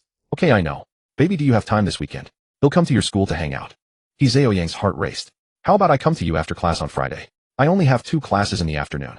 Luo Xuejuan asked, don't you have tutoring in the evening? I can take the day off, He Xiaoyang said. I should rest for a day or two each month, right? Luo Xuejuan nodded. That's fine with me, but let me know before you come. Okay. Thinking of certain things, He Xiaoyang wished it were Friday already. Luo Xuejuan said, baby, I'm going to eat now. I'm a bit hungry since I skipped breakfast. He Xiaoyang smiled and nodded. Sure, I'm about to have lunch too. After hanging up, he turned to Shiqian and Lu Liang. Guys want to go grab some food? Shiqian quickly replied, can't go. I'm about to play a game with a girl. Bring me back some shredded pork with green peppers. Lu Liang added, Yanga, I'll have stir-fried tofu with dried tofu. He Xiaoyang agreed readily. Sure, I'll bring it back for you. It was common in the male dorms to ask roommates to bring food, and as long as the relationship was decent, no one usually refused. And most male dorm mates got along well. Unlike in female dorms, where even with just 4 people they'd manage to create several group chats. However, the kind of ranking, like eldest, second, eldest, third, eldest, youngest, seen in novels and TV shows was rare. At least it didn't happen in He Xiaoyang's dorm. But Shiqian, being the oldest and the dorm leader, was generally looked up to by the others. Leaving the dorm, He Xiaoyang ran into classmates from another room who were also heading downstairs for lunch, so he joined them. Gaoyang Night Market was one of the liveliest bazaars in Xing City. As night fell, it became thronged with people. Lin Xu wandered through the crowd and arrived at He Fei's stall. Several customers were already in front of He Fei's stall. Lin Xu waited until they had finished their purchases before stepping forward and picking up a pair of socks. Boss lady, how much for these socks? 10 yuan for 3 pairs. He Fei, who had been tidying up her goods, looked up and her face instantly turned cold upon seeing Lin Xu. What are you doing here? Lin Xu smiled and said, I'm just browsing the night market. It's not like you own the place, so why can't I come? He Fei snorted coldly. Leave right now. Don't block my stall and affect my business. There's no such rule as turning away. Lin Xu casually picked up a few items from the stall. Could you tell me how much these cost? I'm not selling anything to you. He Fei snatched the items back from Lin Xu's hands. Lin Xu chuckled. Can you make money like this? He Fei glared at him. Mind your own business. These are my things and I sell to whoever I want. Lin Xu didn't take offense at her attitude. He had hurt her so deeply back then now a little coldness was nothing in comparison. Just as Lin Xu was about to say something, 2 more customers approached He Fei's stall. He stepped aside so as not to disturb her business. He walked around the stall and sat down on He Fei's chair. Watching her busy herself with the customers, Lin Xu felt a sense of peace settle in his heart. How wonderful. He still had a chance to win back his former lover. This time he would never let He Fei leave him again. After finishing a few transactions, He Fei noticed Lin Xu sitting in her chair and her expression grew even colder. Get up and get out of here. Even though seeing Lin Xu again made her heart flutter, He Fei couldn't bring herself to forgive him. If she could forgive so easily, the pain and injustice she had endured over the past 19 years would have been for nothing. Lin Xu stood up and said shamelessly, I'm not leaving. He Fei took a deep breath. Lin Xu, don't push me. I'm not sure what I might do. Sensing the icy aura around her, Lin Xu worried that he might have pressed her too far. Alright, I'll go. Don't be angry. He Fei watched him carefully as he backed away to the pavement, then left with a lingering glance over his shoulder. Only after Lin Xu's figure disappeared did He Fei collapse into her chair like a deflated balloon. She buried her face in her hands. Zhao Tao, who ran the neighboring stall, was curious about the man and his relationship with He Fei. But seeing how upset He Fei was, she didn't dare ask. After leaving He Fei, Lin Xu didn't head straight home from Gaoyang Night Market. Instead, he went to Lu Jun's braised snack stall. His purpose in coming to Xing City was to deal with his rival, so he naturally wanted to meet the man who had pursued He Fei for 6 years. Boss, give me half a kilo of duck necks. Lu Jun, seeing a customer, smiled and picked up a plastic-lined bowl. Half a kilo of duck necks, right? Lin Xu nodded slightly. Half a kilo of duck necks, and add some of the other items to make it 200 yuan worth in total. Sure thing. 200 yuan was a big order, so Lu Jun quickly weighed out the braised goods. Lin Xu stood in front of the stall and asked, your business must be doing well, right? Lu Jun smiled. It's okay. It's enough to support the family. Lin Xu watched as Lu Jun deftly chopped the duck necks. How long have you been setting up here? Lu Jun looked up and sighed. Almost 10 years now. Lin Xu said casually, the mother of my children has also been running a stall here for 6 years. Lu Jun was surprised. No way. I know pretty much every stall owner in this market. How come I've never seen you before? The mother of my children, is He Fei the one selling socks? Lin Xu pointed in He Fei's direction. Lu Jun was so startled, he nearly cut his finger. Who did you say is the mother of your children? Lin Xu laughed. He Fei. Don't you know her, boss? I know her. Lu Jun's heart raced. How could He Fei suddenly have a man? Lin Xu took note of Lu Jun's reaction, hoping that this news would make him back off. Lu Jun quickly weighed out 200 yuan worth of duck goods. Lin Xu scanned the QR code to pay. As he left, he said with a smile, oh, by the way, my name is Lin Xu. He'll come again for your braised snacks. Watching Lin Xu walk away, Lu Jun felt a turmoil of emotions. The woman he had pursued for 6 years suddenly had a husband. How could He Fei have a husband out of the blue? And when Lin Xu introduced himself, he hadn't said he was He Fei's husband. Seized by restlessness, Lu Jun asked the neighboring stall owner to keep an eye on his stand and went to find He Fei. He Fei had cried for a while, but quickly wiped away her tears when a customer came by. She wouldn't let that bastard Lin Xu affect her ability to earn money. After making 2 sales, she managed to compose herself and even smiled at the next customer. Just then Lu Jun came running over. He Fei, a man named Lin Xu, came to my stall and said he's the father of your children. Despite cursing Lin Xu in her heart, He Fei didn't deny it. Yes, he is the father of Xiaoyang and Nianlin. He's come to try to get back together with me. He Fei was well aware of Lu Jun's feelings, and she seized this opportunity to dash his hopes. So will you take him back? Lu Jun stared intently at He Fei, hoping for a negative answer. She said, maybe. If I ever want to find a partner in the future, it will only be the biological father of Xiaoyang and Nianlin. Although she would never forgive Lin Xu, she didn't mind using him as a shield. After all he had wronged her, she felt no guilt whatsoever. Watching Lu Jun walk away in despair, He Fei could only silently apologize. Over the past 6 years, she had made her rejection abundantly clear. She had never strung him along nor sought any benefit from him. Every gift he gave her, she had reciprocated with something of equal value, so he had never been at a loss.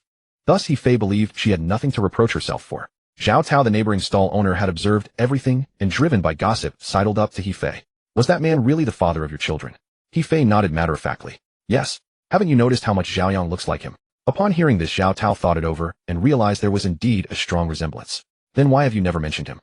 He Fei replied calmly, we've been apart for a long time. Why bring him up? Zhao Tao asked curiously, what made you two separate? He Fei rolled her eyes.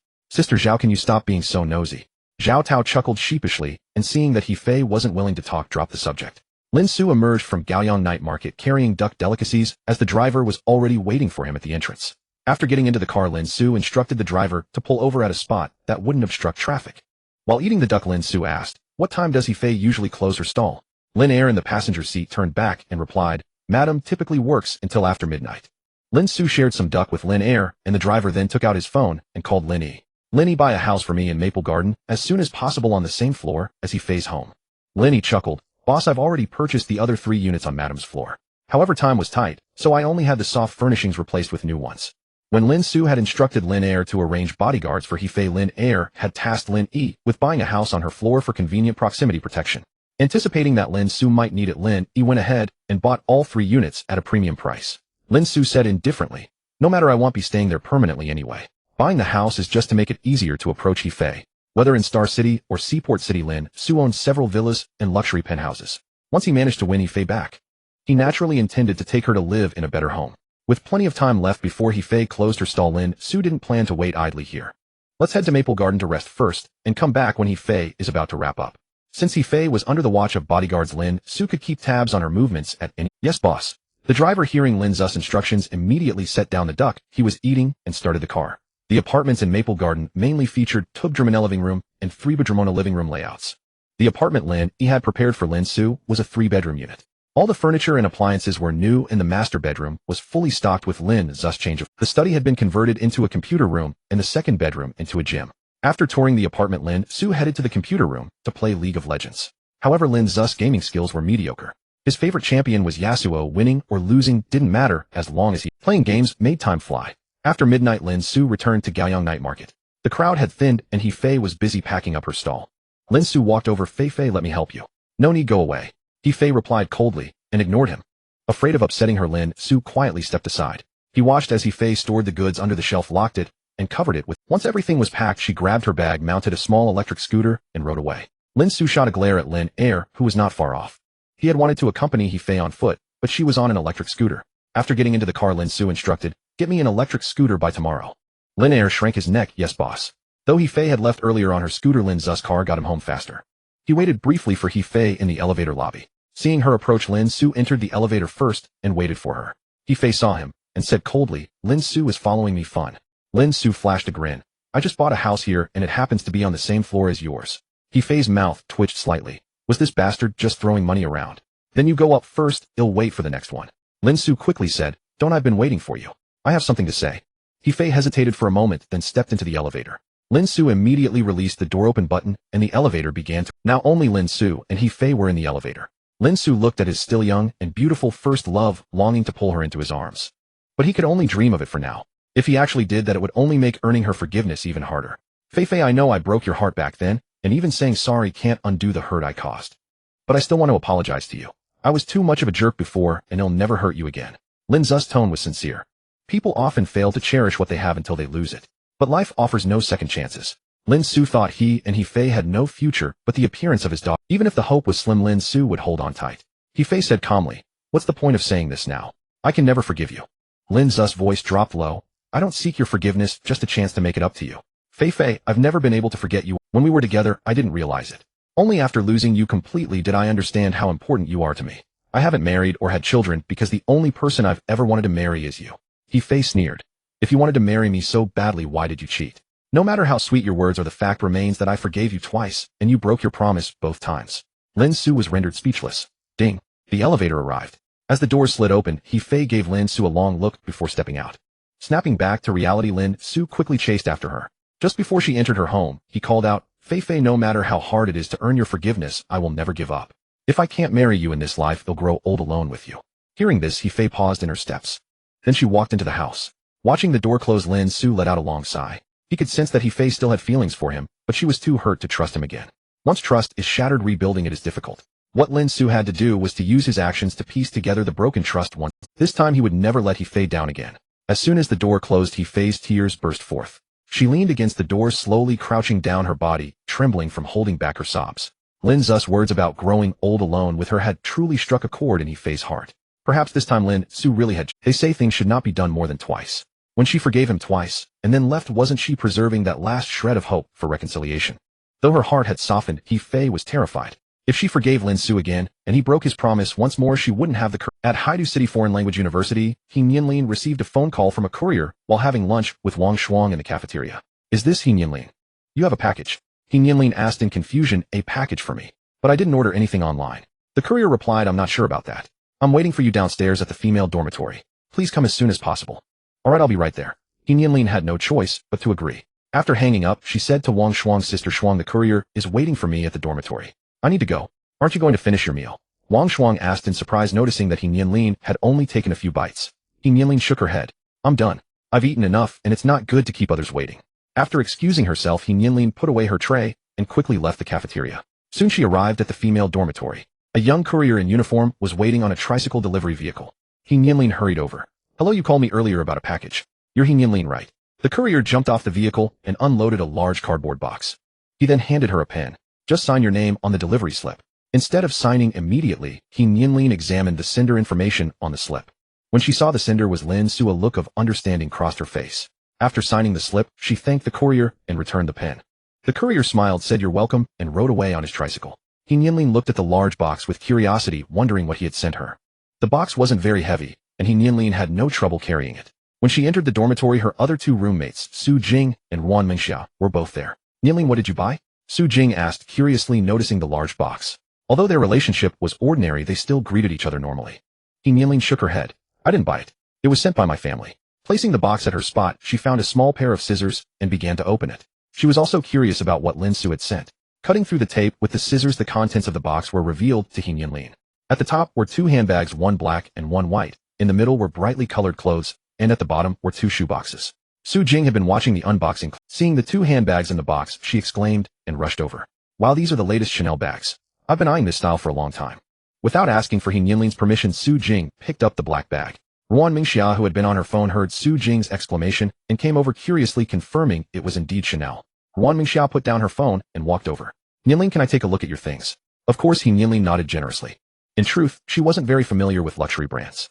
If Su Jing hadn't mentioned it, she wouldn't have known these were Chanel. Wan Mingxia picked up the white Chanel bag, examined it, and said confidently, this is authentic. Her family was well off, and she had bought many luxury brand bags herself, so she could tell whether it was genuine. Putting the bag down, she picked up the clothes from the box and examined them carefully. The clothes bore no visible brand, but the design was exquisite, the fabric superb, and the stitching delicate. Every detail was flawless. This was clearly high-end private tailoring.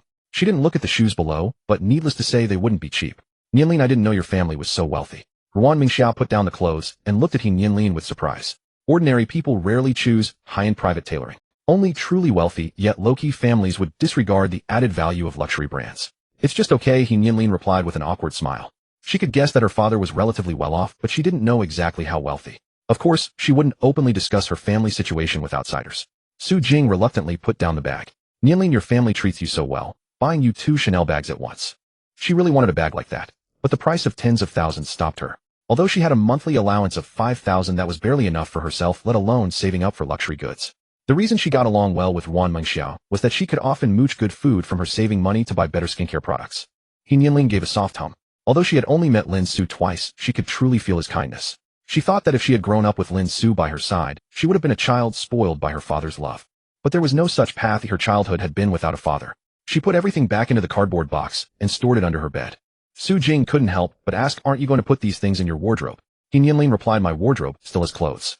I'll keep them in the box for now. These were all gifts from Lin Xu, but she hadn't decided whether to accept them. And even if she did, she would first need to ask He Fei. He Fei had worked hard to raise them, and Nianlin had to consider her mother's feelings. Just then Wang Shuang returned from lunch. However, as soon as she entered the dormitory, Su Jing enthusiastically pulled her outside. Wang Shuang, let's go talk outside. Huh? About what? Wang Shuang felt puzzled, wondering why Su Jing, who usually ignored her, had suddenly become so warm. Su Jing said, I'll tell you when we're outside. They reached the end of the corridor. Su Jing asked eagerly, do you know what Nianlin's family does? Wang Shuang shook her head. Not really. Nianlin never told me about her family. Really? Su Jing was skeptical. You're so close to her, and she didn't tell you. Wang Shuang said, seriously, I really don't know. Then she asked curiously, why are you suddenly asking about Nianlin's family? Su Jing said enviously, you have no idea. Her family bought her 2 Chanel bags. As for the high-end private tailoring, Su Jing knew nothing about it, as she only saw the expensive handbags. Wang Shuang was astonished. Are you sure? Why would her family buy her such expensive bags? Absolutely certain. Su Jing affirmed. Xiaoxiao personally checked and confirmed they are authentic. And Xiaoxiao's family is a shareholder of the Julian Group with assets worth several billion. Her word can't be wrong. Hearing this, Wang Shuang's expression became complicated. She had always thought He Nianlin came from an ordinary family, just like her. After 2 classes ended in the afternoon, He Nianlin asked Wang Shuang to take her books back to the dormitory, and she found a spot to call He Fei. When He Fei saw her daughter calling, she, Nianlin, is there something on your mind? He Nianlin didn't beat around the bush. Mom, Dad sent me a package today, some very expensive clothes and shoes. He Fei paused for a moment, then said, since he sent them to you, just keep them. No matter what, he is still your father. You don't need to feel burdened accepting what he gives you. Hearing her mother's words, He Nianlin felt puzzled. Mom, have you forgiven Dad? He Fei shook her head slightly. No, I haven't. He Nianlin asked in confusion. Then why do you want me to accept his things? He Fei sighed. Nianlin, the grudges between your father and me don't have to be your burden. I never told him before, and he didn't know you two existed, so he never got to be a proper father. If he had known about you, I'm sure he would have loved you just as much as I do. In truth, He Fei felt a sense of guilt toward her son and daughter. She had secretly given birth to 2 children without Lin Xu's knowledge, which was an irresponsible act, and she had even left them with a childhood that would take a lifetime to heal. Throughout He Chaoyang and He Nianlin's upbringing, He Fei never spoke ill of Lin Xu in front of them. But their maternal grandparents often said many negative things about Lin Xu. Coupled with the grievances He Chaoyang and He Nianlin suffered from growing up without a father, they naturally harbored resentment toward Lin. In the past, He Fei had let it be when Lin Xu was unaware, but now that he had come looking for them, she didn't want her children to hate him. After all, she had given birth to them out of love, never intending to use them as tools to avenge herself against Lin Xu. He Nianlin was deeply moved. But Dad treated you so badly before. I don't want you to be sad. Don't think that way. He Fei spoke gently. Mom won't be sad just because you have a good relationship with your father. On the contrary, he'll be happy that more people love you. You and Xiaoyang have always been sensible, but often the more sensible a person is, the more grievances they hold inside. Nianlin, I hope that when you make choices, you listen to the truest voice in your heart. Live for yourself and never compromise your own happiness because of others. During that phone call, He Fei spoke a great deal to He Nianlin. She wanted her children to have a better life, not one consumed by hatred for their biological father. With He Fei's persistent guidance, He Nianlin's mindset began to shift. Though she still harbored resentment toward Lin Xu as her father, she was willing to try to accept him. And as her perspective changed, the invisible weight that had been pressing on her heart suddenly lifted. He Nianlin's state of mind grew. After hanging up with her daughter, He Fei thought that since Lin Xu had sent something to his daughter, he would surely have sent something to his son as well. So she sent a message to He Chaoyang asking him to call her after class. He Chaoyang, who was in class, saw He Fei's message and quickly typed a reply, okay. In college, teachers are not as strict as those in college. Learning largely depends on self-discipline. Often, even if students skip class, some teachers pretend not to notice. To win a scholarship, He Chaoyang naturally wouldn't skip class.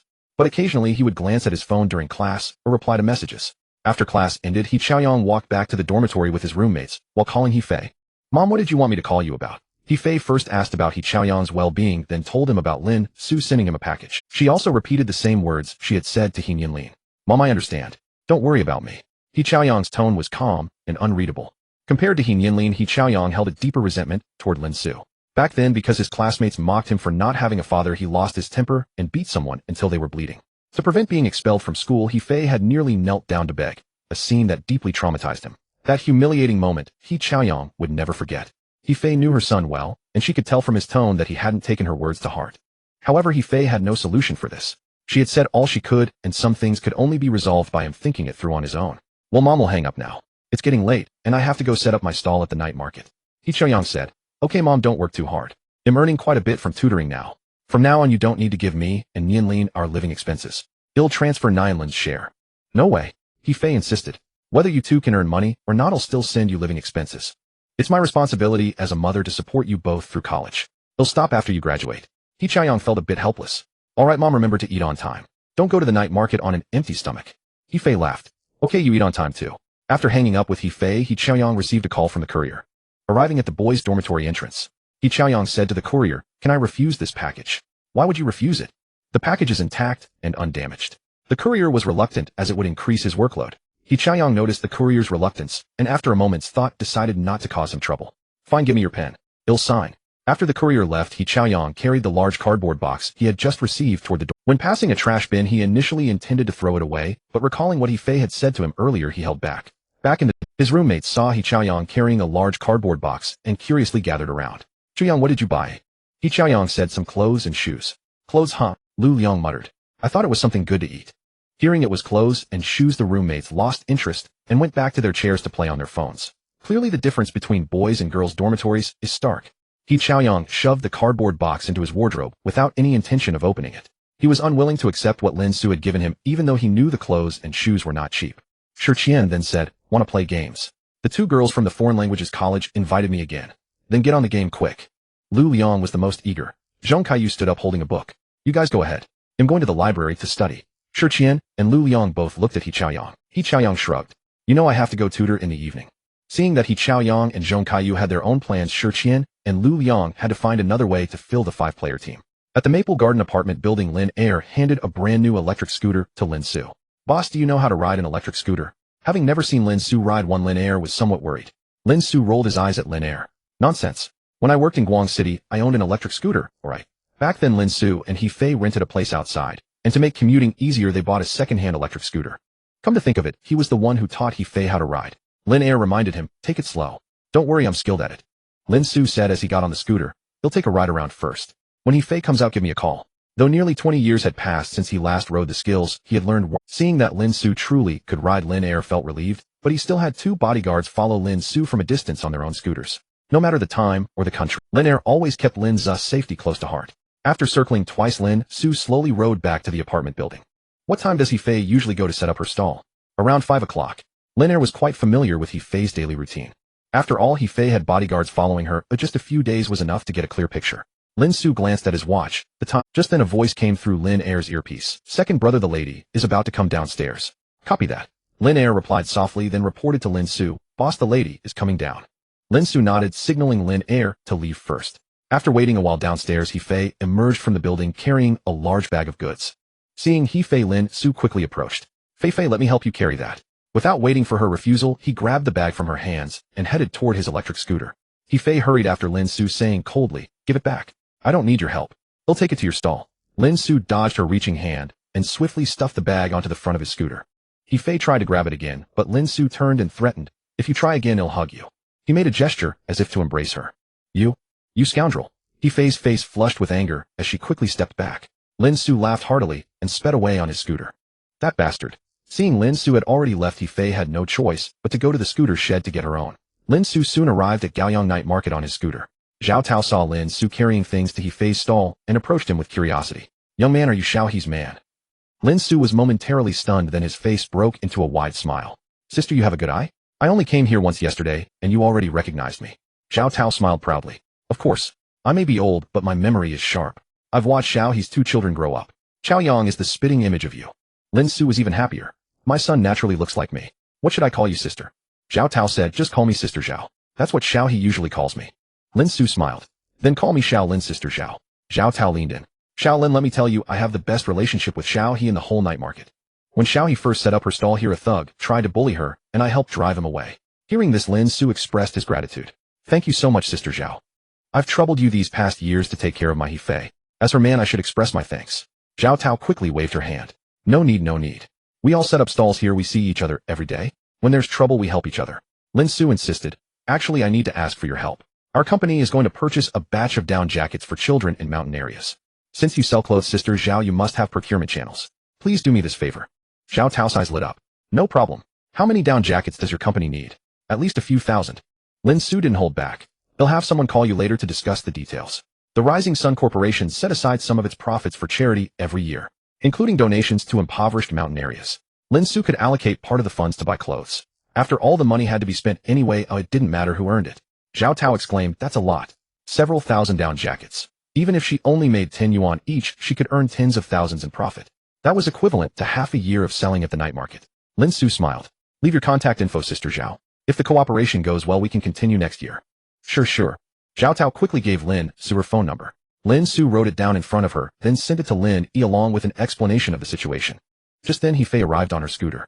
Lin Xu let Zhao Tao go back to her business. He didn't need to tell her anything. Driven by profit, a shrewd person like Zhao Tao would surely speak well of him to He Fei. "Lin Xu, don't interfere in my affairs from now on," He Fei warned sternly as she came up to him. Lin Xu replied indifferently, I know. He would let her say what she wanted, but he certainly wouldn't listen. After all, chasing a woman required a thick skin. You couldn't just obey her every word. Of course, that was only if the woman didn't dislike you, otherwise everything would be futile, and she might even report you for harassment. He Fei snorted coldly and began setting up her goods on the shelves. This time Lin Xu didn't step in to help. Some things had to be taken step by step, slow and steady. Was standing on the road behind the stall. Lin Xu sat on his scooter watching He Fei work. Though she knew he was there, she couldn't drive him away.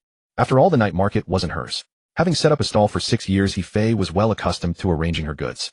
In less than 10 minutes, everything was in place. With few customers in the night market, yet He Fei could only sit on a chair, trying not to look at Lin Xu. After sitting for a while, Lin Xu grew bored. Looking at the stall to He Fei's left, which sold phone accessories, he wondered if he should get a stall. So Lin Xu walked over to the stall owner. Brother, is this stall for transfer? The phone accessory seller was a young man who looked he was surprised by Lin Xu's question. Sorry, I'm not planning to transfer it. At Yangfan night market, selling phone accessories and screen protectors earned him a casual 10 to 20,000 a month. That income was far better than working outside. Lin Xu didn't give up. How about this? Name a price as long as it's not too outrageous. The screen protector guy thought for a moment. If you can give me 200,000, I'll transfer the stall to you. That price was much higher than the normal transfer fee, but he wasn't keen on transferring anyway. He said the high price to discourage Lin Xu. Lin Xu bargained. How about 150,000? If you agree, we'll go to the night market management right now. The guy asked, what business are you planning to do? Same as yours. Lin Xu couldn't be bothered to think of another business. He wasn't doing it for the money anyway. The guy said, 180,000, and he'll give you my remaining stock and the supply channels. If it works for you, fine. If not, forget it. All right. Lin Xu agreed readily. Such a small amount wasn't worth haggling over. The guy, seeing Lin Xu accept, didn't go back on his word. He called the night market management, and they went to the office to sign the transfer contract. Lin Xu transferred the money on the spot. Then they returned to the stall, and the guy gave Lin Xu the price list and supply channels. Finally, he explained the selling prices, and after confirming, Lin Xu had no issues left on his scooter. In less than 2 hours, Lin Xu had become a phone accessory vendor. Though He Fei ignored Lin Xu, she had been secretly watching his every move. She had no idea what he was discussing with the phone screen protector vendor, and the noisy night market made it impossible to hear. It wasn't until she saw the vendor leave and Lin Xu sit down behind the stall that she realized he had bought the neighboring booth. That reckless man was wasting money again. Did he not know how hard it was to earn money these days? Feeling He Fei's gaze upon him, Lin Xu turned and smiled, waving at her. Fei were neighbors now. He Fei snorted loudly and turned away, refusing to engage. Just then a couple approached Lin Xu's stall, picking out a pair of couple-themed phone cases. Boss, how much for this case? Lin Xu smiled. 50 yuan a pair. Since it's my first day setting up here, I'll give you 20% off. The couple's eyes lit up. Well, take it. Where can we scan to pay it? The screen protector vendor's payment code had been taken away, and Lin Xu, having just bought the booth temporarily, hadn't prepared his own. He initially intended to take out his phone for the couple to pay, but upon seeing He Fei nearby, a thought struck him. Just scan the code at the stall next to mine. Lin Xu pointed toward He Fei. Hearing this, the young man from the couple walked over to He Fei's stall and paid by scanning the code. After paying, the young man said to He Fei, Madam, the payment for the phone case has been made. He Fei couldn't vent her anger at a customer, but once the couple left, she stormed over to Lin Xu. Don't tell people to scan my payment code for things you sell. Lin Xu chuckled. I just took over this spot and haven't set up a code yet. Let me borrow yours for now. He Fei refused outright. No, my payment code is not for lending. They'll give you 40 yuan in cash later. Don't be so stingy. Just let me borrow it for tonight. Lin Xu was eager to forge a connection with He Fei. I said no. He Fei showed no leniency. Figure it out yourself. Lin Xu spread his hands. I can't think of any other way. If you want take the money, you'll have to give it away for free. My money is all saved for Zhao Yang and Nianlin. As their mother, can you bear to see it given away to strangers? You? He Fei was furious. Though she knew Lin Xu was being deliberately unreasonable, the thought of her own money going to strangers. Years of experience had taught her just how hard it was to earn money now. You can apply for a payment code on WeChat and Alipay. Save the image, and there's a print shop nearby that can print. Lin Xu gave a faint smile. Sorry, I don't know how. Then give it away for free. I don't care. He Fei shot him a hateful glare and turned back to her own stall. Watching He Fei storm off, a sly grin crept across Lin Xu's face. He called out loudly to passers-by, phone cases for sale. 20% off today. Soon a crowd of customers gathered. Boss, is everything 20% off today? Lin Xu smiled. Yes, everything is 20%. Quickly someone picked out a pair of earphones. After quoting the price, Lin Xu directed them to scan the code at He Fei's stall. He Fei was annoyed by Lin Xu's behavior and wanted to tell the customers not to scan her code. But in the end she couldn't bring herself to do it. Perhaps it was the allure of the 20% discount or the crowd around Lin Xu's stall that attracted curious onlookers. That night his business was booming. Some people even asked him to apply screen protectors, but Lin Xu had never done it before and struggled at first. After ruining a few protectors, he gradually got the hang of it. When a customer complained about his poor skills, Lin Xu tossed them a screen protector and said, "If you think you can do." A few confident souls actually took the protector and tried applying it themselves. Two of them did a decent job, and Lin Xu gave. He Fei watched helplessly as Lin Xu's customers kept coming to her to pay, and she could no longer tell which income was hers. Zhao Tao asked her husband to mind the stall, while she came over to chat with He Fei, hoping to put in a good word for Lin Xu. Thanks to Lin Xu, she had just landed a big order of 3,000 down jackets. At her wholesale price, she could make 12 yuan per jacket. With such a large order, she could negotiate a lower price with the factory, easily earning over 100,000 yuan. Having received such a huge favor from Lin Xu, Zhao Tao was eager to help mend things between him and He Fei. "Xiao He, why is your husband setting up a stall next to you?" He Fei looked embarrassed. "Sister Zhao, don't say that. He's nothing to me." Zhao Tao laughed it off. "Close enough, close enough. After all, Xiao Lin is the father of your children." He Fei didn't argue. Just thinking about how much money Lin Xu had wasted to buy the neighboring stall made her blood boil. "That bastard is just throwing money away," He Fei muttered through gritted teeth. Zhao Tao smiled. "I think Xiao Lin cares a lot about you. No wonder you've never remarried. All these. If I had a man this good, I'd definitely want to hold on tight."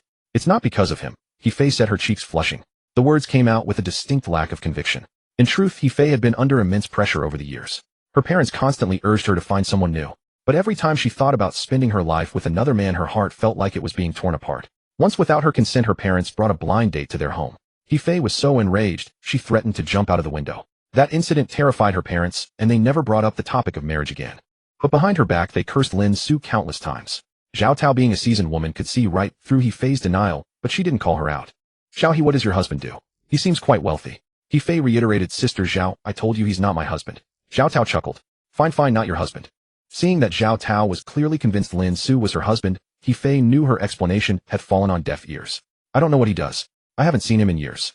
When He Fei left, Lin Xu hadn't started his business yet. She only knew that he had made money through stock trading back then.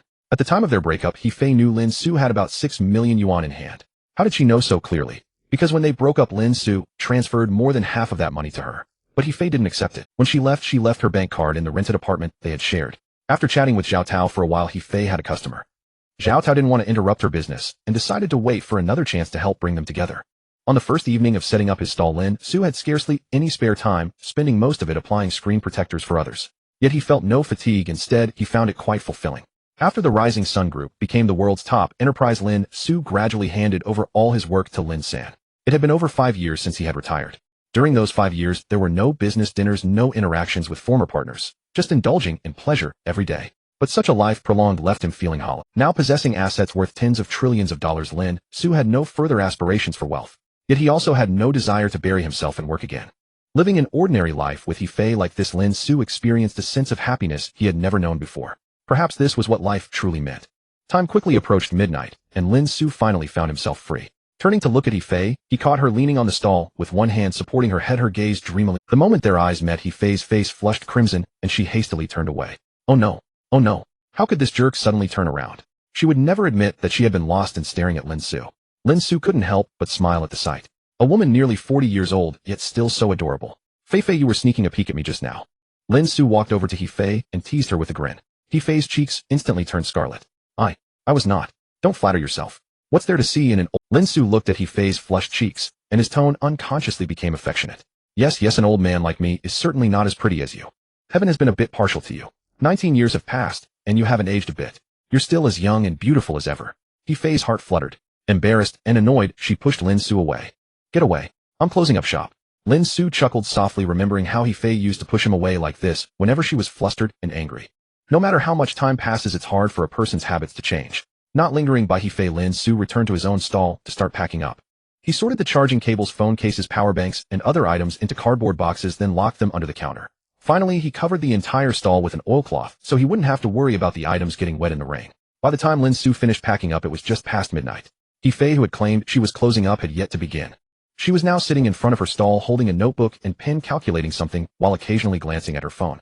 Lin Xu leaned against his own stall quietly watching He Fei. Perhaps sensing his gaze, He Fei suddenly turned around and shot Lin Xu a fierce glare. Faced with that utterly harmless look, Lin Xu immediately glared back in provocation. Seeing how shameless Lin Xu was, He Fei had no choice but to give up. She lowered her head and continued tallying her accounts. After finishing, she picked up her phone and walked over to Lin Xu. Open your Tengxin payment code, and I'll transfer the money you earned today. Sure. Lin Xu took out his phone and opened Tengxin for He Fei to scan. He Fei scanned Lin Xu's phone, but instead of a payment code, it was a friend request QR code. She was displeased. I told you to open the payment code, not to add you as a friend. Lin Xu grinned. Same thing. After you add me as a friend, you can still transfer the money. He Fei shot him a glare before finally adding him as a friend. Your earnings today are 1,125. I'll transfer it to you now. Lin Xu smiled. Thanks. How about I treat you to dinner? Tomorrow noon, what do you— No thanks. He Fei refused bluntly. That won't do, Lin Xu insisted firmly. I'm a man who always repays a favor. You helped me out a lot tonight. If I don't do something for you, I'll never feel at ease. He Fei couldn't help but sneer. You're a heartless man. How could you ever feel uneasy? How am I heartless? Lin Xu was offended. He Fei stated the facts. If you had a heart, would you have the nerve to hurt someone who loved you with all her heart? Back then she had given her whole heart to this jerk. She scrimped and saved, denying herself food and clothing just to save money for their future marriage and children. Lin Xu complained that the factory cafeteria was terrible, and He Fei, not wanting him to eat unhealthy takeout, would come home after work to cook for him. Sometimes she craved fruit, but couldn't bear to spend money, yet she would unhesitatingly buy anything Lin Xu wanted. Thinking of all that, He Fei suddenly felt an urge to strangle. Lin Xu was left speechless. You're right. I was indeed heartless in the past. Back then I got a little money and became arrogant, completely ignoring your feelings, and I wronged you time and again. He Fei wanted to scold Lin Xu, but seeing his remorseful look, she couldn't bring herself to do it. Instead, she even found excuses. This jerk, apart from being a bit of a flirt, had always treated her well, especially by spending generously on her. The fruits and snacks she couldn't bear to buy herself, Lin Xu would often bring home for her. Every month, when he got his salary, he would take her to buy clothes. When he proposed, he spent several months' wages to buy her a large diamond ring, a symbol of love. That ring was still treasured by He Fei. If Lin Xu hadn't been so good to her back, then how could she still be unable to let him go even now? Forget it. The past is in the past. I don't want to bring it up anymore. I've already transferred the money to you. Collect it yourself. With that, He Fei returned to her stall to start packing up. Lin Xu let out a soft sigh. He would rather He Fei scold him harshly than see her treat him so calmly. The calmer she was, the harder it would be to win her back. But Lin Xu would not be defeated by these setbacks. As he had told He Fei, he would rather grow old with her in solitude than give up on her again. After all, they already had a child, and his wealth could be smoothly passed down in the future. After He Fei finished packing up, Lin Xu accompanied her home. On the way back, they exchanged no words. Not that Lin Xu didn't want to, but he knew he couldn't be too impatient. He parked his electric bike in the community's bike shed and followed He Fei into the building. Reaching the elevator, He Fei entered first. Seeing Lin Xu follow her into the elevator this time, He Fei didn't refuse to share the ride. When they got off the elevator, He Fei said, "Wait a moment. Let me get the gifts you brought earlier and give them back to you." Her son and daughter could accept things from Lin Xu, but He Fei didn't want to take anything from him. She had no relationship with him now. Lin Xu quickly said, "No, please. Those are gifts I specially bought for you. I hope you'll keep them." Giving you a gift isn't an apology, it's a man wanting to treat the woman he loves well. He Fei's hand paused as she reached for the door. Then she opened it, walked inside, and closed the door behind her. A smile spread across Lin Xu's face. Although He Fei hadn't said she accepted them, Lin Xu knew she had tacitly agreed to keep his gifts. Time flew by, and it was already Friday. He Chaoyang had asked Su Lingxing for leave yesterday, telling her he would rest for the day. After finishing his afternoon classes, he took a bus to Haidu Normal University. There weren't many people on the bus. He Chaoyang found a seat by the window at the back and sat down. He sent Luo Xuezhuan a message to let her know he was on his way. Then he checked the balance on his phone. He only had a little over 300 yuan left. Thinking about the dinner and the hotel stay later, he figured that amount might not be enough. So he sent a message to He Nianlin. "My dear sister, are you busy?" He Nianlin replied quickly. "You are being so syrupy, so you must be asking for something. I owe my life to my parents, but my sister truly knows me. Spit it out. What's up? I want to borrow some money from you. 500 is enough." He Nianlin was surprised. "Didn't you earn 2,000 from your summer job? Why are you asking me?" He Chaoyang replied, "It's already spent. I'm going to Normal University to see your sister-in-law, and am a bit short on cash." He never expected Luo Xuezhuan to pay back the 5,000 he had lent her. After all, she was his girlfriend. He planned to propose to her after graduation. He Nianlin sent a contemptuous emoji. "You're such a jerk, spending your sister's money to take your girlfriend to a hotel. Take it easy, He Chaoyang. Don't make me an aunt before you even graduate." With the internet so widespread nowadays, young people rarely know little about matters between men. Though He Nianlin had never been in a relationship, she had seen plenty of explicit TV dramas. Not to mention the countless web novels she had. The risque plots written by female authors sometimes left her feeling parched. He Chaoyang replied with 3 mischievous grin emojis. "Aren't you happy to be an aunt? They'll have your sister-in-law give birth to a few kids for you to take care of." He Nianlin replied with 3 angry emojis. Go to hell. I'm not lending you money. No, I'm sorry. When I get married, I'll set a separate table, just for you. He Chaoyang quickly apologized before the money was true. He Nianlin replied with an arrogant emoji. You're not completely heartless. I won't chat with you anymore. I'm still in class. He Chaoyang responded. Okay, don't forget to transfer the money. He Nianlin sent a series of eye-roll emojis, then transferred 1,000 yuan to He Chaoyang. Remember to pay me back double. He Chaoyang claimed the money immediately. Don't worry, when have I ever failed you? They'll pay you back triple when I have the cash. After ending the conversation with He Nianlin, he saw that Luo Xuezhuan hadn't replied yet, but he wasn't too concerned. Luo Xuezhuan had 4 classes that afternoon, so she was probably in class and couldn't respond. He arrived at Haidu Normal University at 5 in the afternoon. He Chaoyang didn't know which classroom Luo Xuezhuan was in, so he waited for her downstairs at her dormitory. After standing there for a while, a cheerful voice suddenly reached his ears. He Chaoyang, what are you doing here? He Chaoyang looked toward the voice and saw a girl in an oatmeal-colored sweater staring at him with bright big. The girl was tall with a delicate face and sparkling eyes. It's you, Shenrong. I'm waiting for someone. I heard you also got into Haidu Normal University. I've been to your campus many times, but I never ran into you until today. Shenrong walked over to He Chaoyang with a poised demeanor. You're waiting for Xuezhuan, aren't you? He Chaoyang was a bit surprised. How did you know? Shenrong smiled. You two were dating in high school. Everyone in the class knew.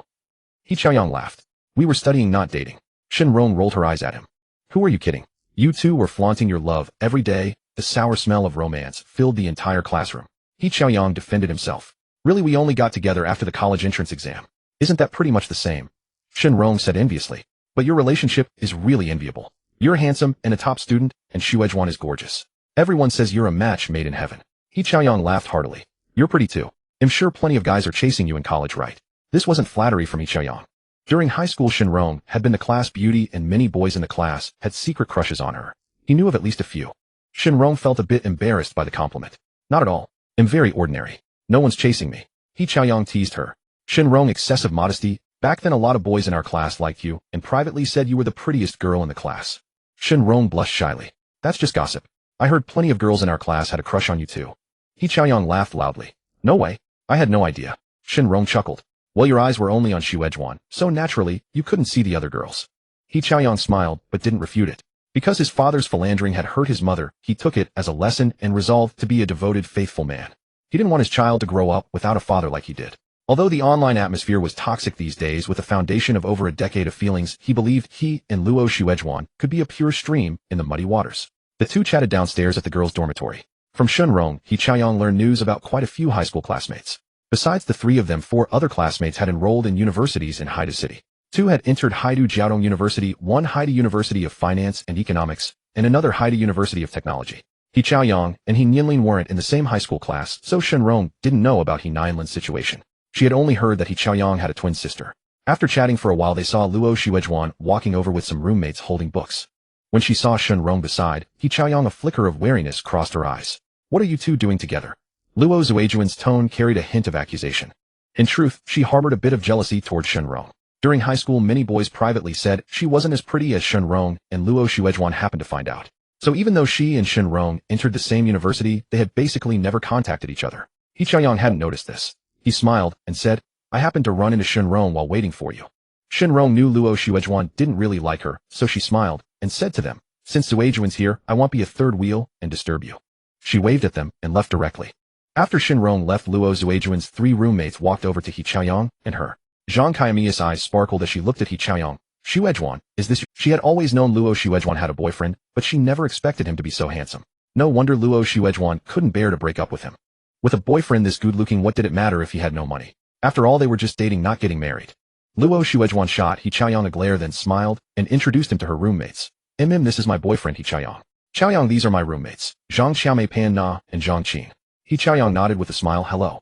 Pan Na merely gave a faint nod as she looked down on a poor boy like He Chaoyang. A strange smile flickered across Zhang Qing's face, but she quickly restrained it. Zhang Xiaomei was very enthusiastic. Handsome, do you remember me? We talked a few days ago. I answered the phone when you called Xuezhuan that night. Hearing this, Luo Xuezhuan's expression turned a little awkward. Song Xingyuan had been sending her messages on Tengxuan these past few days, but Luo Xuezhuan pretended not to see them. She had been taken advantage of quite a bit that night, and the lingering unease in her heart made her worry that He Chaoyang might find out. Thanks for last time. Let me treat you to dinner. He Chaoyang didn't notice anything amiss and invited Zhang Xiaomei and the others. In college, it was common for a boyfriend to treat his girlfriend's roommates to a meal, a widespread and popular ritual. Zhang Xiaomei was about to agree when Luo Xuezhuan, let's do it another time. They already have plans with their boyfriends today. Luo Xuezhuan didn't want He Chaoyang to interact with her roommates lest they accidentally let something slip. Zhang Xiaomei gave Luo Xuezhuan a deep look, then turned to He Chaoyang with a smile. Right, another time. Zhang Qin and I are free, but Pan Na is meeting her boyfriend tonight. He Chaoyang nodded slightly. Then it'll have to be next time. He'll have Xuezhuan let you know in advance. No problem, Zhang Xiaomei said with a smile. How about we exchange contact info? If you can't reach Xuezhuan, you can find me.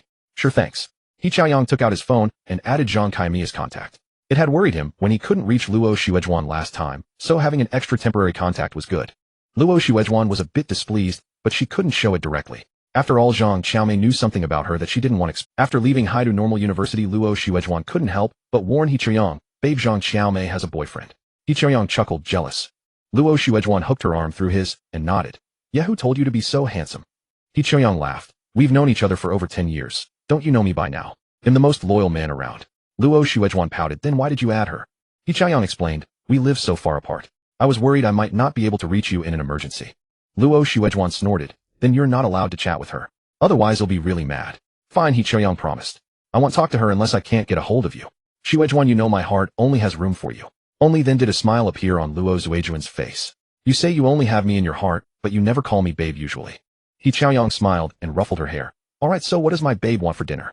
Luo Xuezhuan thought for a moment. Let's go for barbecue. My roommate said there's a new place. It's a bit pricey though, over 200 per person. No problem, I still have money. Despite the pinch, He Chaoyang put on a generous front. Luo Xuezhuan giggled. You're the best, babe. They hailed a taxi at the school gate and soon arrived at the barbecue place she mentioned. The restaurant was nicely decorated and quite crowded. He Chaoyang spent 588 on a couple's set meal. A waiter led them to a table by the window. Soon the food from the set meal arrived. He Chaoyang drizzled a bit of oil on the grill paper, then picked up a slice of beef and started cooking it. Seeing that the barbecue would take a while, Luo Xuezhuan pulled out her phone to scroll through videos. He Chaoyang noticed the smartphone in her hand and asked, is that a new phone you bought? Huh? Luo Xuezhuan tensed up. Yeah. Afraid He Chaoyang would see through her, she instinctively wanted to hide the phone, but forced herself to stop. The more she acted guilty, the easier it would be to slip up. He Chaoyang asked casually, how much did it cost? Over 8,000. Luo Xuezhuan didn't dare say the phone actually cost over 10,000, or He Chaoyang would definitely get suspicious. He Chaoyang glanced at her phone a couple more times and let out an almost imperceptible sigh. But he didn't say anything more. Once the beef was cooked, he put it on her plate. Eat first. This slice is done. Seeing that He Chaoyang didn't press further, Luo Xuezhuan breathed a sigh of relief. Although the barbecue place was expensive, the set meal had generous portions and taste. They were halfway through the meal when a young man walked over. Xuezhuan, what a coincidence. Didn't expect to run into you here. Luo Xuezhuan looked up and saw Song Xingyuan, her face instantly changing color, her heart pounding so hard it felt like it would leap out of her throat. You? What are you doing here? Song Xingyuan smiled. I came to eat. Noticing Luo Xuezhuan's strange reaction to this man, He Chaoyang frowned slightly. Xuezhuan, who is this? Luo Xuezhuan forced herself to stay calm. This is Senior Song Xingyuan from our school. He's the vice president of the student council. Song Xingyuan gave He Chaoyang a faint smile. You must be Xuezhuan's boyfriend. I hear you're a top student at Shuangdan University. Not knowing the situation, He Chaoyang still nodded in greeting. Hello. Song Xingyuan said, is this enough for you too? If not, I'll have the waiter bring more. Oh, I forgot to mention, I count this place with a He Chaoyang waved his hand. No need, thanks. The set meal is plenty for 2 people. Alright then, enjoy your meal. I won't disturb your sweet couple time. With that, Song Xingyuan left, but not before giving He Chaoyang a meaningful smile. Luo Xuezhuan's heart finally settled after he was gone. At that moment, she deeply regretted accepting the phone Song Xingyuan had given her that night. Now she was caught in a fire. He Chaoyang stared at her. Why do I feel like you're afraid of that Song Xingyuan guy? Did he bully you? If Luo Xuezhuan had truly been wronged, he would risk his life to get justice for her. Luo Xuezhuan's heart, which had just calmed, raced again. No, he didn't bully me. She dared not tell He Chaoyang the truth. If he found out that she had let another man take advantage of her for a phone, their relationship would be over. He Chaoyang was still suspicious, but I could see you were nervous around him. Luo Xuezhuan said, I want to join the student council for experience, and Senior Song is the vice president. He decides whether I can get in, so I get nervous when I see him. Desperation really did bring out her potential. Luo Xuezhuan felt her mind had never been sharper. I see. He Chaoyang continued grilling the meat. Luo Xuezhuan stole a few glances at him, but his expression was calm, and she couldn't tell if he believed her explanation. Although her heart still raced with unease, Luo Xuezhuan couldn't show any guilt. As long as He Chaoyang had no solid proof, she would never admit to having done anything wrong. Stepping out of the barbecue restaurant, He Chaoyang suggested, it's still early, let's go watch a movie. For most couples on a date, the typical routine was dining, shopping, watching a movie, and finally heading to a hotel. Luo Xuezhuan clung to He Chaoyang's arm, acting coy. Baby, let's just go straight to the hotel. I haven't seen you in so long. She dared not wander outside, now fearing another encounter with Song Xingyuan might give her a heart attack. Hearing this, He Zhaoyang's heart burned with anticipation. Alright, there's a hotel just ahead. Luo Xuezhuan quickly said, let's walk a bit farther. I ate too much just now, and the walk will help digest the food. He Zhaoyang naturally had no objections taking Luo Xuezhuan's hand and strolling down the street. Luo Xuezhuan casually observed her surroundings, relieved not to see Song Xingyuan appear. She suspected Song Xingyuan had come looking for her today. It seems she should avoid bringing Zhaoyang here in the future. Visiting him at Shuangdan University would be safer. After walking slowly for half an hour, they spotted a decent hotel. Zhaoyang, let's stay here tonight, she said. After walking so long, Luo Xuezhuan was exhausted. He Zhaoyang nodded, also feeling tired. They checked in with practiced ease and entered the room. No sooner had the door closed than they were locked in an embrace, eventually tumbling onto the bed. Just as He Zhaoyang was about to proceed further, Luo Xuezhuan panted, baby, go take a shower first. He Zhaoyang smiled and kissed her on the lips. Want to join me? Luo Xuezhuan replied shyly, no way. He didn't insist, releasing her and quickly heading into the bathroom. Luo Xuezhuan sat up and turned on the TV. She had just taken out her phone and played for a moment when Song Xingyuan's call came through. Startled, Luo Xuezhuan quickly hung up. Cautiously glancing at the bathroom to ensure He Zhaoyang hadn't heard the ringtone, she breathed a sigh of relief. But then Song Xing, fearing he wouldn't give up, Luo Xuezhuan reluctantly answered. Why do you keep calling? She demanded angrily. Though seething inside, she dared not raise her voice. Song Xingyuan chuckled, because I miss you. Luo Xuezhuan said coldly, don't push it. He'll just give you back your phone. Song Xingyuan replied, do you think I care about a phone? Come out of the hotel now, I'm waiting downstairs. Impossible. Luo Xuezhuan refused flatly. Song Xingyuan threatened directly, if you don't want your boyfriend to find out about us, come out now. Otherwise he'll come find you in the hotel. Coincidentally, I have photos of you drunk that night. Luo Xuezhuan wished she could stab Song Xingyuan. She hadn't expected him to have. How am I supposed to explain this to my boyfriend? He'll find out. Song Xingyuan said cheerfully, that's your problem. Figure it out. And remember to tell your boyfriend you can't stay with him tonight. Staring at the hung-up phone, Luo Xuezhuan furiously pounded a pillow. Finally, she resignedly accepted reality. Putting on her discarded coat and taking a deep breath, she approached the bathroom door. Baby, I just got a call from my parents. They suddenly came to see me at school. I have to go back right now. Huh? Why so sudden? He Zhaoyang opened the bathroom door, and Luo Xuezhuan apologized. I don't know either. They didn't even tell me in advance. He Zhaoyang quickly said, wait for me, I'll walk you back to school. No, Luo Xuezhuan refused hastily. They don't know we're dating yet. It'll be awkward if they see it. Seeing He Zhaoyang about to protest, Luo Xuezhuan cupped his face and kissed him. I'm sorry, baby. He'll make it up to you once my Watching Luo Xuezhuan hurry away, He Zhaoyang opened his mouth to speak. He felt something was off about her today, and recalling the man they'd encountered at the restaurant, a foreboding unease crept into his heart. Luo Xuezhuan rushed out of the hotel and saw Song Xingyuan standing by a white Audi waving at her. Song Xingyuan, what exactly do you want? As she hissed through clenched teeth. Song Xingyuan pointed to the passenger seat. Get in first. Fearing He Zhaoyang might spot her if she lingered, Luo Xuezhuan reluctantly complied. Soon the white Audi drove away from the hotel. Luo Xuezhuan was wearing black fleece-lined stockings that accentuated her shape. Song Xingyuan reached out and touched her. Luo Xuezhuan jerked away, shouting furiously, keep your hands to yourself. Song Xingyuan said calmly, fine, turn around right now and go find your boyfriend at the hotel. Luo Xuezhuan felt deeply wronged. How had a moment of greed spiraled into this? Seeing that he really intended to turn back, she resentfully moved her leg closer. Song Xingyuan placed his hand on her thigh with satisfaction. Don't worry, as long as you behave, I'll never let your boyfriend find out. Luo Xuezhuan suppressed her disgust and asked, what will it take for you to let me go? Simple, sleep with me. Song Xingyuan revealed his true intentions. Luo Xuezhuan was both furious and terrified. Impossible. I will never betray my... Song Xingyuan sneered, oh. Then whose leg am I touching right now? Luo Xuezhuan was struck speechless. After a long pause, she begged, Senior, I'll give you back your phone. Please have mercy and let me go. My boyfriend and I have been together for over 10 years. How can you bear to tear us apart? Song Xingyuan laughed. Who said I want to tear you? It's not like you're a virgin. One night won't hurt, and your boyfriend will never know. Tears streamed down Luo Xuezhuan's face. No, if he finds out, he'll never want me again. Song Xingyuan coaxed. As long as I keep quiet, and you keep quiet, how would he ever find out? Afterward, I'll even give you 100,000. How about that? Aren't you jealous of your roommate's designer bags? With that money you can buy your own. Song Xingyuan didn't care about the money. What thrilled him was the excitement of poaching another. Luo Xuezhuan's sobbing faltered, and her tone softened. You really want to tell my boyfriend? Song Xingyuan beamed. Trust me, I won't say a word. No, still no. Luo Xuezhuan shook her head. I don't trust you. You'll probably take photos and blackmail me. Song Xingyuan immediately vowed, absolutely not. I'm actually worried you'll cling to me after breaking up with him. Luo Xuezhuan wavered. I need to think about it. Fine, take your time. I'm in no rush.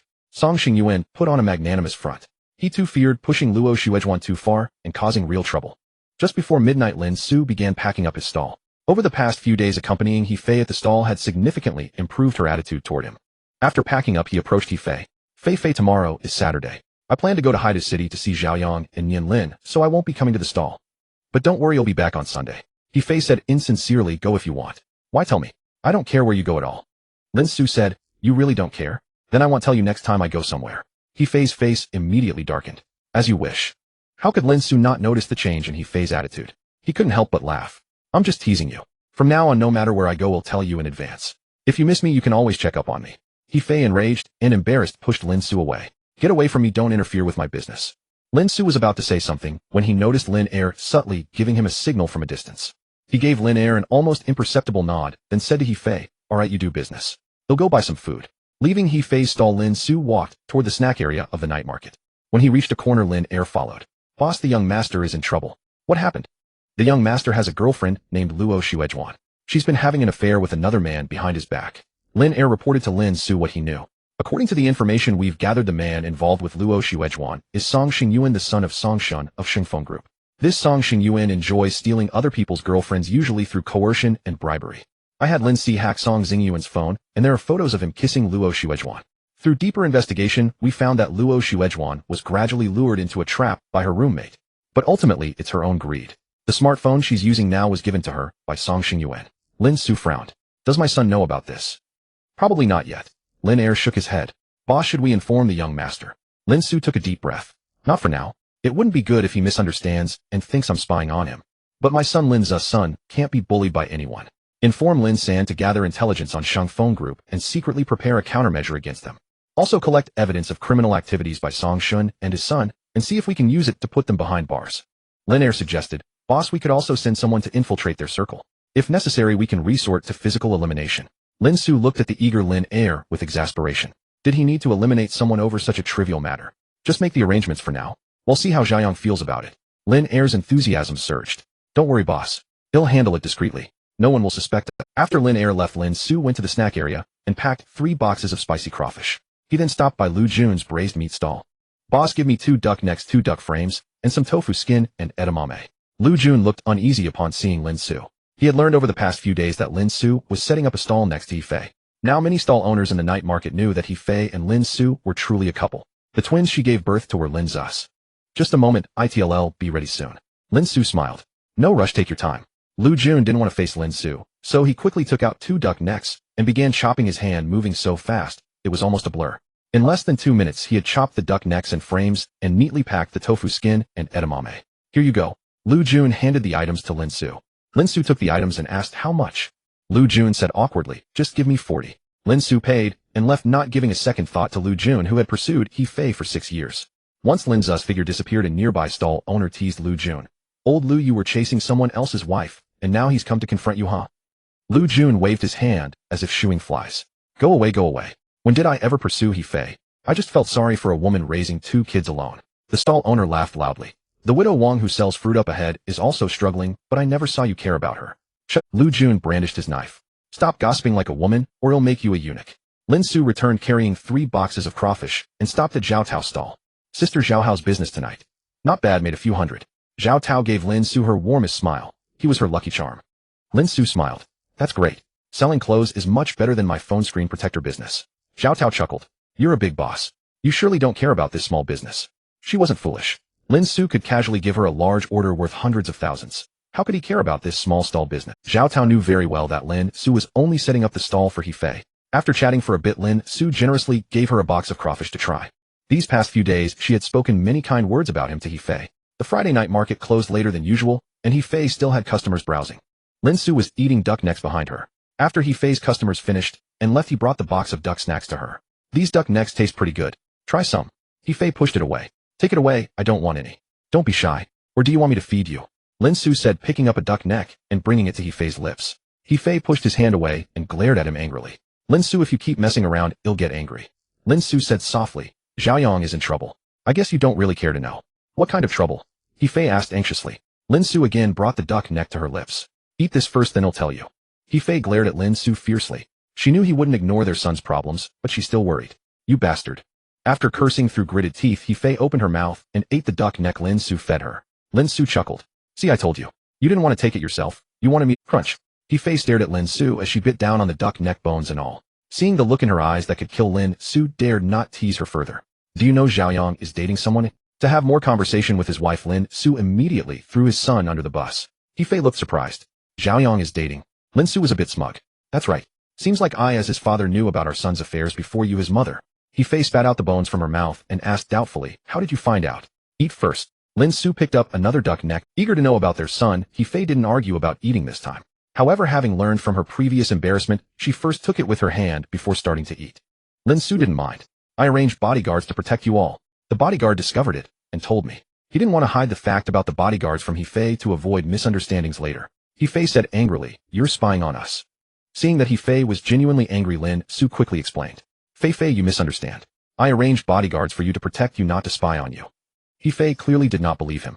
If it wasn't surveillance, then how did you know about Xiaoyang's situation? Anyone would feel their privacy invaded if they knew a group of strangers were watching them. Lin Xu said, the bodyguards had to report to their superiors when they found out Xiaoyang was in trouble. I would be willing to let you take charge of these bodyguards yourselves, but would you accept that now? He Fei said coldly, withdraw all the bodyguards. We don't need them. Lin Xu replied firmly, no. Fei, over the years I've made too many enemies in business. Many people want me dead. If they find out about our relationship, they would use these people stop at nothing. Do you want Xiaoyang and Nianlin to get hurt?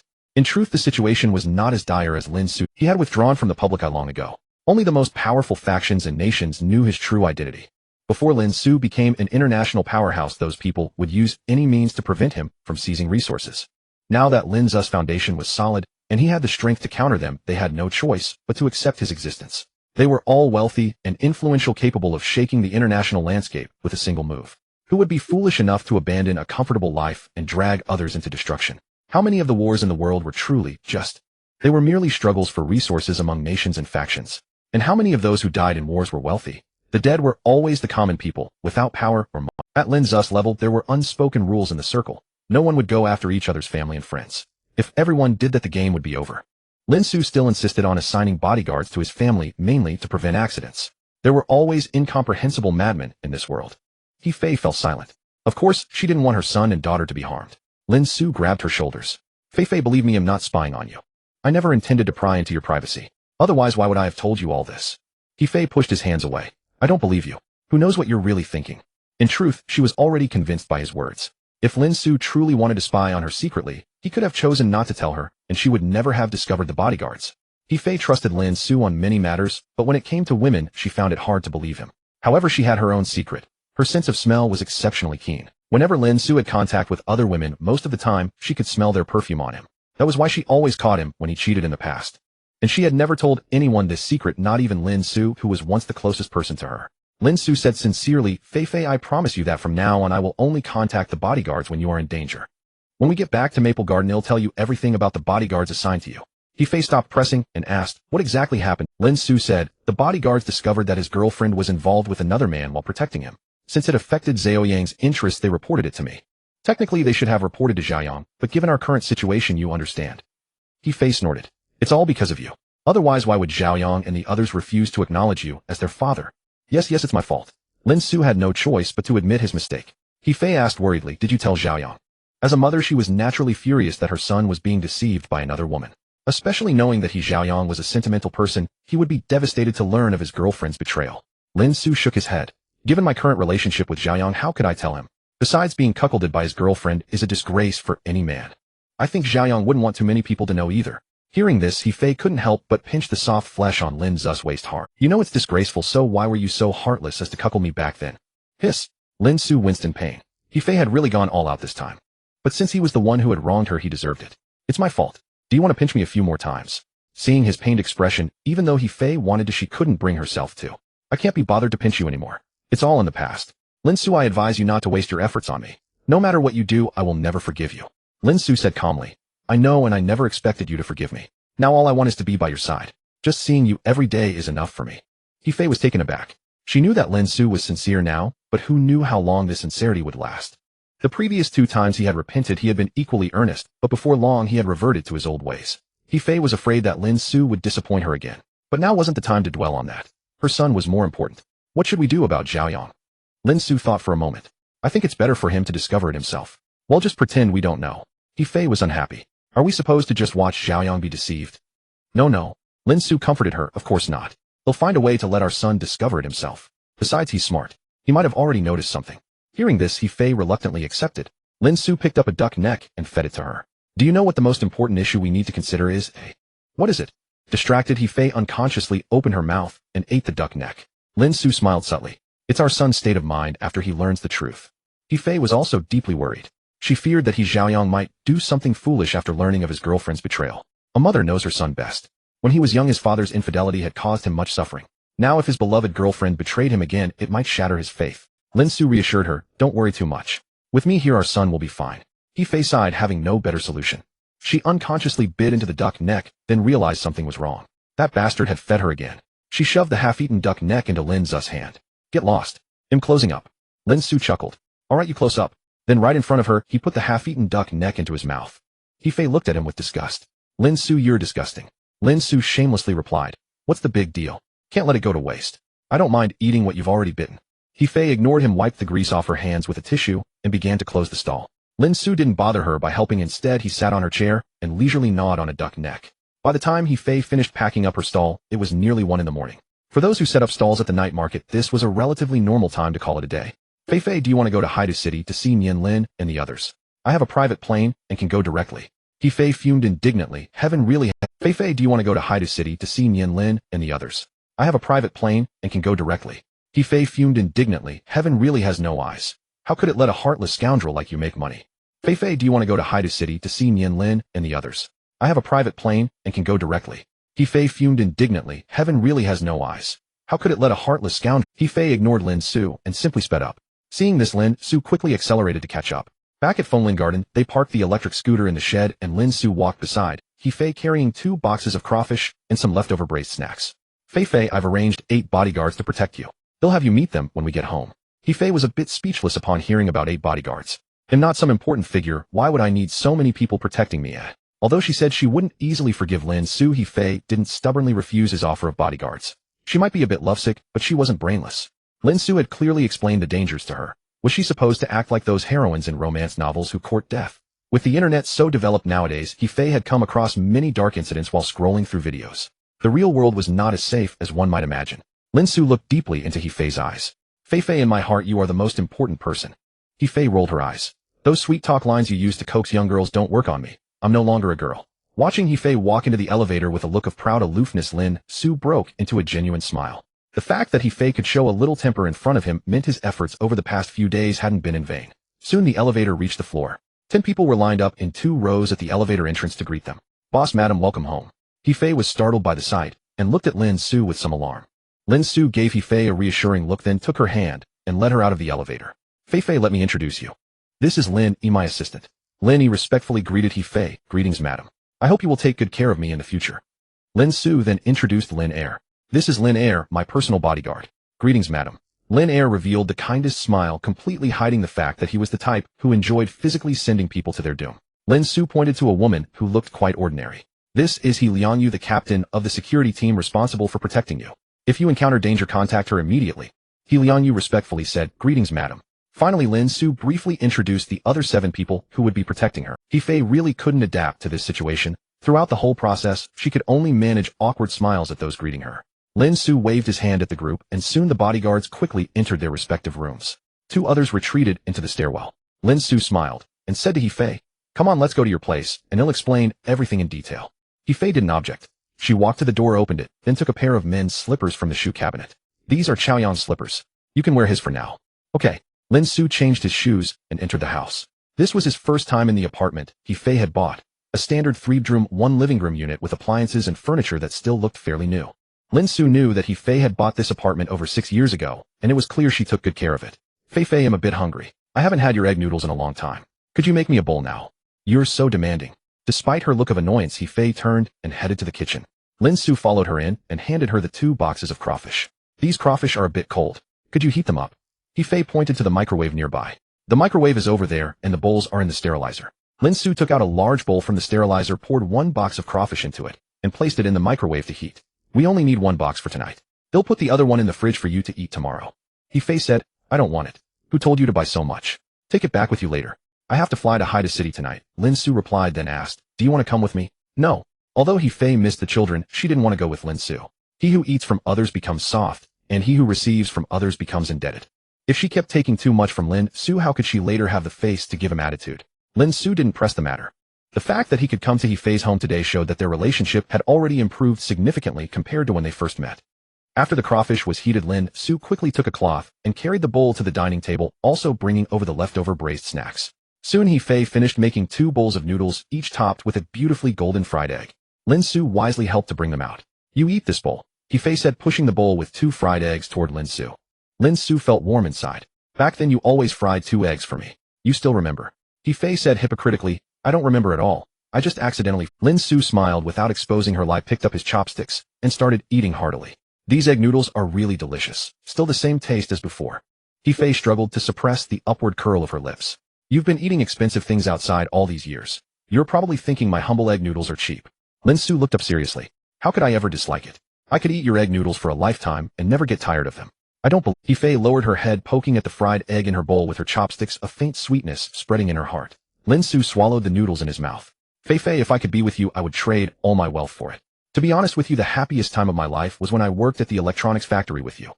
Although I didn't have much money back then, I had a girl who loved me wholeheartedly by my side. Fei, give me another chance. I promise I'll be devoted to you from now on." Any clear-headed person listening to these words would definitely scoff at Lin Xu. But He Fei of all people took them to heart. Maybe this time Lin Xu had truly repented and would faithfully stay by her side from now on. Maybe she should forgive him one last time. In the end, He Fei couldn't make that decision. She didn't know if she should trust Lin Xu. "Stop talking, the noodles will get cold and won't taste good."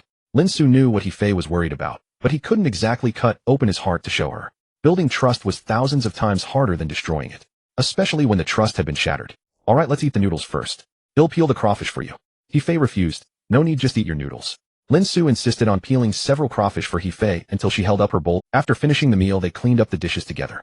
Lin Xu explained the bodyguard situation to her in detail and handed her a necklace-shaped GPS locator and alarm. Although there were bodyguards following discreetly in case of any unexpected incident, they could quickly track He Fei's whereabouts. Most importantly, He Fei could actively alert the bodyguards through the device if she encountered danger. After informing He Fei of all this and giving her the contact information of Lin Yi and Lin Air, Lin Xu left He Fei's apartment. He still had to make it to Xing City Airport that night to take his private plane back to Haida City. When Lin Xu woke up the next day, it was already past 8 in the morning. Although he had not slept many hours, he appeared full of energy. Perhaps it was because he would see his daughter again today. After breakfast at the Yulong Royal Manor, Lin Xu asked Lin Air to find out where Nianlin was. Soon Lin Air came back to report. "Boss, the young lady is handing out flyers to attract customers at the Quantum Force Field Gym today. That's the place where you first met her. Her roommate Wang Shuang is handing out flyers with her." Lin Xu nodded slightly. "Have the kitchen make 2 cups of milk tea and pack them up. They'll bring them for my daughter and her." Last night he had asked He Fei about the children's preferences and learned that Nianlin liked milk tea. But then again, most girls probably. "All right, boss." Lin Air turned and walked into the kitchen. On the streets near the Quantum Force Field Gym, Nianlin and Wang Shuang were distributing the gym's flyers to passers. When someone showed interest, they would give a detailed introduction. Suddenly Wang Shuang tugged at Nianlin. "Hey Nianlin, look. Isn't that the elder you met by the back gate of our school last time?" Nianlin quickly turned her head and saw Lin Xu walking toward her with a smile. "Nianlin doing part-time work again today? Since it's the weekend and I have nothing else to do." Nianlin looked at Lin Xu with a complicated expression. Although she was willing to accept him as her father, she had only met him twice. How could she easily accept him emotionally? Lin Xu handed the milk tea to Nianlin and Wang Shuang. "Your mother said you like milk tea, so I specially brought it for you." Thank you. Nianlin did not refuse. She took the milk tea from Lin Xu and handed 1 cup to Wang Shuang beside her. Wang Shuang quickly said, "Thank you, uncle." She was not sure about the relationship between Nianlin and this man, but since Lin Xu looked quite old, she called him uncle. Besides, Nianlin had said he was her elder. "You're welcome." Lin Xu waved his hand with a smile, and then said to Nianlin, "Nianlin, can we talk over there?" Nianlin nodded and walked to the side with Lin Xu. Noticing that Nianlin was not wearing the clothes he had sent, Lin Xu asked with concern, "Don't the clothes I sent fit you?" Nianlin quickly shook her head. No, I just think the clothes I'm wearing now are fine." Lin Xu said, "I don't know what you like. If there's anything you want, just tell me. I'm your father, don't be shy with me." Nianlin nodded. Thank you. Dad." The word dad came out very softly, clearly because she was embarrassed to say it. Nevertheless, Lin Xu heard it. With a beaming smile, he said, "How about having lunch with your dad later? At the Xunyuan restaurant up ahead?" Nianlin hesitated. "But I still have my friend." Lin Xu laughed. "Bring your friend along. Are you afraid your dad can't afford it?" Nianlin smiled sheepishly. "Then I'll go talk to her first." Lin Xu nodded with a smile. "Go ahead." As soon as Nianlin reached Wang Shuang, before she could speak, Wang Shuang exclaimed excitedly, "Nianlin, try this milk tea. It's so delicious." "Really? Let me try?" Nianlin inserted the straw into the cup and took a gentle sip. As soon as the milk tea entered her mouth, her eyes lit up. This milk tea was better than any she had ever tasted, and it had none of that artificial flavoring. He Nianlin picked up the cup to look at it, but there was no brand name on it. I wonder where this milk tea was bought. Wang Shuang immediately said, ask your elder where he got it. He Nianlin then remembered the reason she had come over. Sister Shuang, that's my father. He invited us to eat at the Xinyuan restaurant. What? Wang Shuang was taken aback. He's your father. It seems like you two aren't very close. He Nianlin's expression turned awkward. My family situation is complicated. I grew up with my mother. Wang Shuang assumed that He Nianlin's parents were divorced. She didn't feel comfortable asking about it. These days the divorce rate was higher than the marriage rate. When she was in high school, several classmates in her class had parents who divorced. I heard the Xinyuan restaurant is quite expensive. Won't that be too much of a burden on your father? He Nianlin smiled reassuringly. Don't worry, my father is pretty wealthy. You don't need to worry about him going broke. Over the past few nights when talking on the phone with her mother, He Fei had told He Nianlin quite a bit about Lin Xu. Mainly because He Nianlin was curious about Lin Xu as her father. Previously, He Fei had been unwilling to talk about it, but now that Lin Xu had come looking for them, she no longer hesitated to tell her daughter about these matters. And He Nianlin also learned that Lin Xu had bought a house in Maple Grove Garden and had been running a street stall next to He Fei's.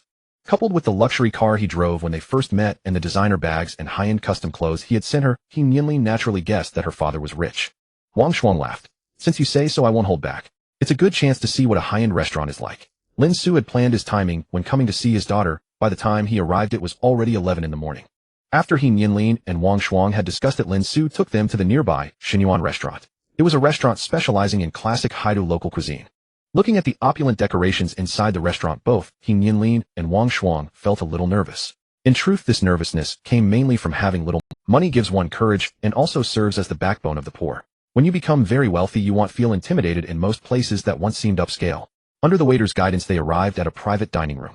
Lin Xu handed the menu to He Nianlin and Wang Shuang. Take a look at what you'd like to eat. Order whatever you want. Don't be shy with me. He Nianlin and Wang Shuang took the menu and glanced at it. When they saw that even the cheapest dish cost over 100 yuan, they were startled and immediately handed the menu back. These dishes are so expensive. You order. All right. Lin Xu took the menu and asked, are there any foods you don't eat? Wang Shuang quickly said, I can eat anything. He Nianlin said, apart from not eating cilantro, I have no other restrictions. Lin Xu smiled. Just like your mother. She doesn't eat cilantro either. He Nianlin pursed her lips. What about you? Lin Xu chuckled. I don't like it either. He Nianlin nodded. That was good. The whole family didn't eat cilantro. She had heard that Hautuinia cordata also tasted terrible, but she had never tried it and didn't know if she could stand it. Lin Xu opened the menu and said to the waiter, I'll have your signature braised pork crystal shrimpin. After ordering 6 dishes, He Nianlin quickly said, that should be enough. Too much, and we won't finish it. All right, we can add more if it's not enough. Hearing his daughter's words, Lin Xu ordered some drinks and then returned the menu to the waiter. As the waiter left, Lin Xu inquired, is university life tough? He Nianlin shook her head slightly. It's fine. The coursework is much lighter than in high school. That's good, Lin Xu said with a gentle gaze. Besides studying, you should also find your own interests and direction. Life is short. Only a few decades, so you must do what you truly love.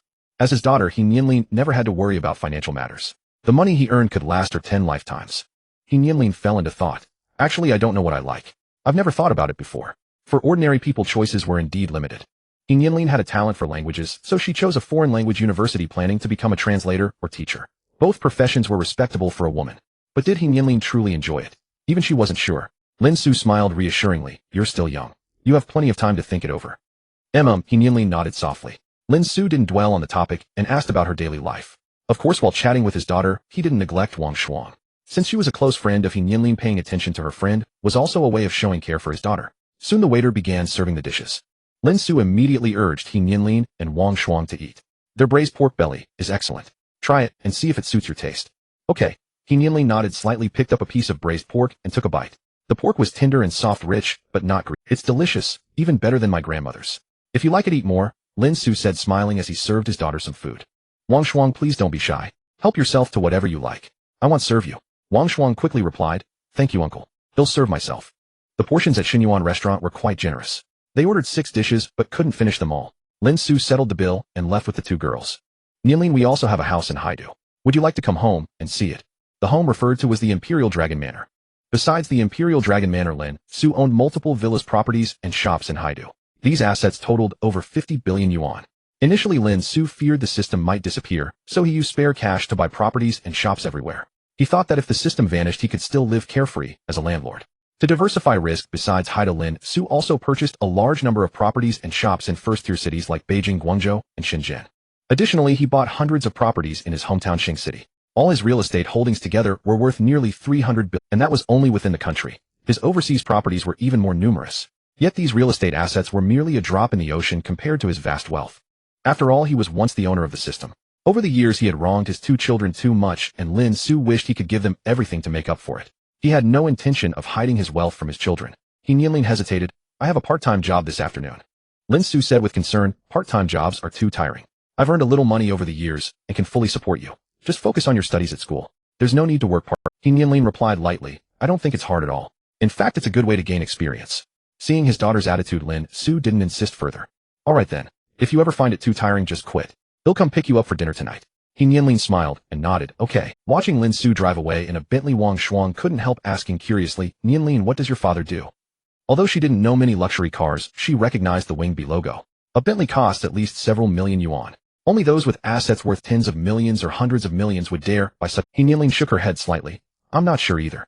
I don't see my father often. She didn't want to discuss family matters with others. After all, saying too much would bring no benefit and only invite gossip. Seeing Nianlin reluctant to talk, Wang Shuang dropped the subject. Suddenly she remembered something. Nianlin, I forgot to ask your father where he bought the milk tea he gave us. Nianlin smiled. It's fine. We can ask him tonight. Back at the Imperial Dragon Manor, Lin Xu summoned his assistants Lin Yi and Lin Xiu. Lin Yi, prepare 3 bank cards in the names of He Fei, my son, and my daughter. Transfer 1 billion yuan in cash to each card first, then transfer 100 million yuan as monthly allowance from now on. For Lin Xu, money was never an issue. When Wanda Group's chairman Lin Jian gave his son 500 million as startup capital, Lin Xu was far wealthier than Lin Jian. Giving his wife and children 1 billion in pocket money seemed perfectly reasonable. Lin Yi nodded, yes boss. Lin Xu asked, how is the house purchase near Chaoyang and Nianlin's university going? Lin Yi replied, the houses have been bought. They are currently undergoing renovation and will be ready within a month. That's good, Lin Xu instructed. Try to renovate according to their preferences. I understand. Lin Yi had already considered this. The simulation humans had a team of psychological analysts who could deduce others' personalities from their behavior and traits. Regarding He Chaoyang and He Nianlin's preferences, these analysts could guess with high accuracy. After giving instructions to Lin Yi, Lin Xu turned to Lin Xiu. Lin Xiu will bring my daughter home for dinner tonight. Make sure the evening meal is well arranged. Lin Xiu agreed, yes boss. Lin Xu said, shall probably stay overnight. Are the rooms I asked you to prepare ready? Lin Xiu replied, yes, the rooms for the young master and young lady are on the 3rd floor. Lin Xu nodded slightly. Lin Xiu didn't mention a room for He Fei because Lin Xu had told him not to prepare one. He didn't want to sleep separately from his wife. After Lin Yi and Lin Xiu left, just as Lin Xu was about to rest, he received a call from his mother. Lin Xu rubbed his temples. After hesitating a moment, he answered the phone. The big boss Lin finally deigns to answer my call. I thought you no longer recognized. Before he could speak, a sarcastic voice came through. Lin Xu gave an awkward laugh. I wouldn't dare. Chen Yunlian continued with sarcasm. You dare to avoid your own parents. What else wouldn't you dare? Lin Xu was left. During the May Day holiday this year, his father and mother brought a blind date to Haidu to catch him. Upon hearing this, Lin Xu flew abroad that very day. This angered the old couple so much that they ignored him for months, even threatening to disown him. Later, his elder brother and sister-in-law helped pacify them. Chen Yunlian didn't dwell on the matter. Your uncle's 80th birthday is next month. You must come back. Alright, I'll definitely be there. When Lin Xu was young, his uncle had been very kind to him. It would be unthinkable not to attend his 80th birthday. Although the relatives close to the family had all become wealthy thanks to Lin Xu, kinship couldn't be measured by money. After a few words, Chen Yunlian brought up Lin Xu's marriage again. Lin Xu, you're 41 this year. When will you stop worrying us? Your father and I are old. We could go at any time. We don't ask for anything else now. Just hope you'll get married and have children soon so we can rest in peace. Lin Xu quickly said, Mom, don't say that. With our family's resources, you and Dad will live a long and healthy life. Over the years, he had assembled a top medical team and arranged biannual checkups for the family. His parents were now in excellent health, and even his 93-year-old grandmother was robust. Chen Yunlian said crossly, I'm talking about marriage now. Stop changing this. Lin Xu, when will you get married? To stop his mother's nagging, Lin Xu decided to give a hint. I have a woman in mind. Once I win her over, I'll marry for sure. You're not fooling me. Chen Yunlian sounded skeptical. Lin Xu said, how would I dare fool you? Mom, just wait. He'll give. Chen Yunlian wanted to ask more, but Lin Xu quickly said, I have things to do. He'll talk to you later. He'll come back for uncle's birth. Without waiting for his mother to ramble on, Lin Xu hung up hastily. At 5 o'clock in the afternoon, Lin Xu drove his Bentley to pick up his daughter. Nianlin invited Wang Shuang. Sister Shuang, why don't you join us for dinner? Wang Shuang quickly shook her head. No, Nianlin, you go ahead with your father. I have things to do later. Having already mooched a meal at noon, though she felt it would be impolite to do so again in the evening. Seeing Wang Shuang's insistence, Nianlin did not press further. Alright, I'll let the senior know. Could you collect my part-time wages for me? Wang Shuang smiled and made an okay gesture. No problem. After bidding farewell to Wang Shuang, Lin Xu drove Nianlin toward the Yulong Imperial Manor. Sitting in the passenger seat, Nianlin asked, Dad, how are things progressing with Mom? Lin Xu chuckled, pretty well. Though your mother hasn't forgiven me yet, I'm certain she's still. Hearing this, Nianlin felt delighted. If her mother could forgive her father, she too would no longer harbor resentment toward him. Lin Xu drove slowly along the road. Since it was rush hour, the journey that normally took half an hour stretched to over an hour. Despite his wealth and influence, he was powerless in this situation, unless he chose to travel by helicopter. The Yulong Imperial Manor had a helicopter, but Lin Xu rarely opted for this mode of transport. For any airborne vehicle, an accident almost certainly meant death. Even though the probability was extremely low, Lin Xu was unwilling to take even the slightest risk. Moreover, there was no helipad near He Nianlin's part-time workplace. As the car approached the Yulong Imperial Manor, He Nianlin couldn't help asking, "Where are we going for dinner?" Lin Xu smiled, "Don't rush, we'll be there soon." 5 minutes later, the car arrived at the gate of the Yulong Imperial Manor. Peering through the window at the luxurious estate, He Nianlin's eyes widened in astonishment. "Where is this?" Lin Xu dropped the mystery. "This is the Yulong Imperial Manor, and it's our home." "Ah." He Nianlin was stunned. "Our home." Though she had sensed her father was quite wealthy, this seemed exceedingly extravagant. Owning such a magnificent villa estate in the land-scarce Hedo city was simply incredible. Lin Xu drove for several minutes from the manor gate to the front of the villa. "Nianlin, we're here. Let's get out." "Oh, okay." Still dazed, she fumbled with her seatbelt. At that moment, Lin Xu's assistant Lin Yi and the manor's butler Lin Jiu opened the doors for Lin Xu and He Nianlin respectively. Lin Jiu smiled. "Welcome home, young miss." Hearing Lin Jiu's address, He Nianlin felt a bit flustered. Then Lin Xu walked over and extended his hand. Nianlin, seeing her father's gentle smile, He Nianlin felt reassured. She took his hand and stepped out of the car. A red carpet stretched from the car to the villa entrance, flanked by many uniformed servants. As they saw He Nianlin alight, they bowed in unison. "Welcome home, young miss." This welcome ceremony, arranged by Lin Jiu, demonstrated the importance they placed on the new this. He Nianlin looked at Lin Xu helplessly. Lin Xu comforted her softly. "Don't be afraid. They are all servants of the estate, specially here to welcome you. Come, let me take you inside." He Nianlin's mind went blank, and she followed Lin Xu into the villa in a daze. Lin Xu led He Nianlin along the red carpet into the villa. The resplendent interior decoration stunned He Nianlin once again. Having grown up in an ordinary environment, she had never seen such a beautiful and luxurious house. Knowing his daughter needed time to adjust, Lin Xu said to Lin Jiu, "Tell the kitchen to serve dinner a bit later." Lin Jiu acknowledged and went to arrange it. Lin Xu smiled at He Nianlin. "Nianlin, let me show you around first, and we'll take a look at your room." He Nianlin nodded in a daze. "Okay." The main villa of the Yulong Imperial Manor had 6 floors in total. The 2 basement levels housed an indoor swimming pool, a home theater, a gym.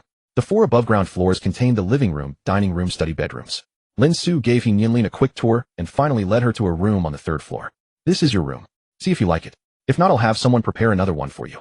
He Nianlin gazed at the spacious suite. Against the wall in the center stood a beautiful princess bed. Various adorable plush toys were arranged around the room. Opposite the princess bed was a large screen TV. Near the balcony stood an exquisite desk with a large screen computer on it. There was also a spacious bathroom and washroom with a large bathtub for soaking. Stepping out of the bathroom led to a huge walk. The closet was filled with the latest seasonal clothes, many limited edition handbags, and exquisite jewelry. Next to the closet was a dressing room with a vanity table covered in high-end skincare products. Seeing so many beautiful clothes, He Nianlin couldn't help asking Lin Xu, "Are all these clothes for me?" Lin Xu nodded with a smile. "This is your room, eat everything inside, but I'm not sure of your measurements. If these clothes and shoes don't fit, I'll have them replaced." He Nianlin felt as if she were dreaming, "But there are so many clothes. I couldn't wear them all in a year." Lin Xu chuckled. "That's fine. Just pick the styles you like. They'll be replaced every season anyway." These clothes were custom made, and since the designer used virtual simulations, the actual cost wasn't as high as one might imagine. "That's so wasteful." Hearing this, He Nianlin felt it was incredibly extravagant. Lin Xu said, "It won't go to waste. Unworn clothes are handled by professionals. For instance, they can be sold as second-hand, given to servants in the villa who need them, or donated." He Nianlin asked curiously, "And what about worn clothes?" Lin Xu replied, "Worn clothes involve privacy issues, so they are usually destroyed directly. Our family isn't short of money. There's no need to give away used items." He Nianlin was secretly amazed. So this was how lavishly the wealthy lived. Lin Xu showed her around the room. "So do you like this room?" He Nianlin nodded. "Yes, I love it very much." How could she not adore such a beautiful room? Staying here made her feel like a princess from a noble family. "Glad you like it." Lin Xu glanced at his watch. "You must be hungry. Let's go eat." "Okay." He Nianlin agreed and followed him downstairs in the elevator. Leading his daughter downstairs, Lin Xu introduced Lin Yi and the others to her. "Nianlin, this is my assistant Lin Yi. You can call. This is my bodyguard Lin Air. Call him Uncle Air. And this is the estate's butler Lin Jiu. Call him Uncle Jiu." He Nianlin greeted them. "Uncle E, Uncle Air, Uncle Jiu." The 3 immediately responded, "Greetings, young miss." He Nianlin smiled awkwardly at them. She was unaccustomed to being addressed as young miss, but felt too embarrassed to voice it. Lin Xu smiled at He Nianlin. "Come, let's go to the dining hall for dinner." She replied, following him to the villa's dining room.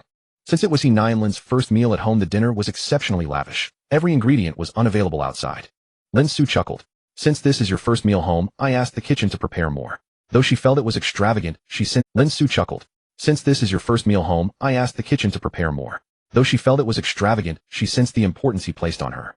A sweet warmth filled He Nianlin's heart. Is this what it feels like to be cherished by a father? Lin Xu invited her to sit, and picked up his chopsticks to serve her some food. Nianlin eat up. At home there's no need to stand on ceremony. Okay, thank you, Dad. She took her chopsticks and tasted the food. The finest ingredients combined with masterful culinary skills created an unparalleled delicacy, even better than the restaurants. Lin Xu asked, how does it taste? It's delicious. A joyful smile spread across He Nianlin's face. Lin Xu smiled gently. If it's good, eat more. Try every dish and tell the kitchen to prepare whichever you like often. Okay, He Nianlin nodded. After a few bites, she suddenly noticed something amiss. Don't Uncle E, Uncle Air, and Uncle Gio come to eat? Lin Xu explained they dine in another hall. It's only us two here. When he first acquired Lin E and the others from the system, he had invited them to share meals many times. But Lin E and the others, mindful of their status, steadfastly refused to dine with their master. Persuasion was futile, so he had to let them be. Over the years, Lin Xu had grown accustomed. Oh, He Nianlin gasped. But just the two of us can't possibly finish all these. Her frugal habits cultivated since childhood made her feel distressed at the thought of so much waste.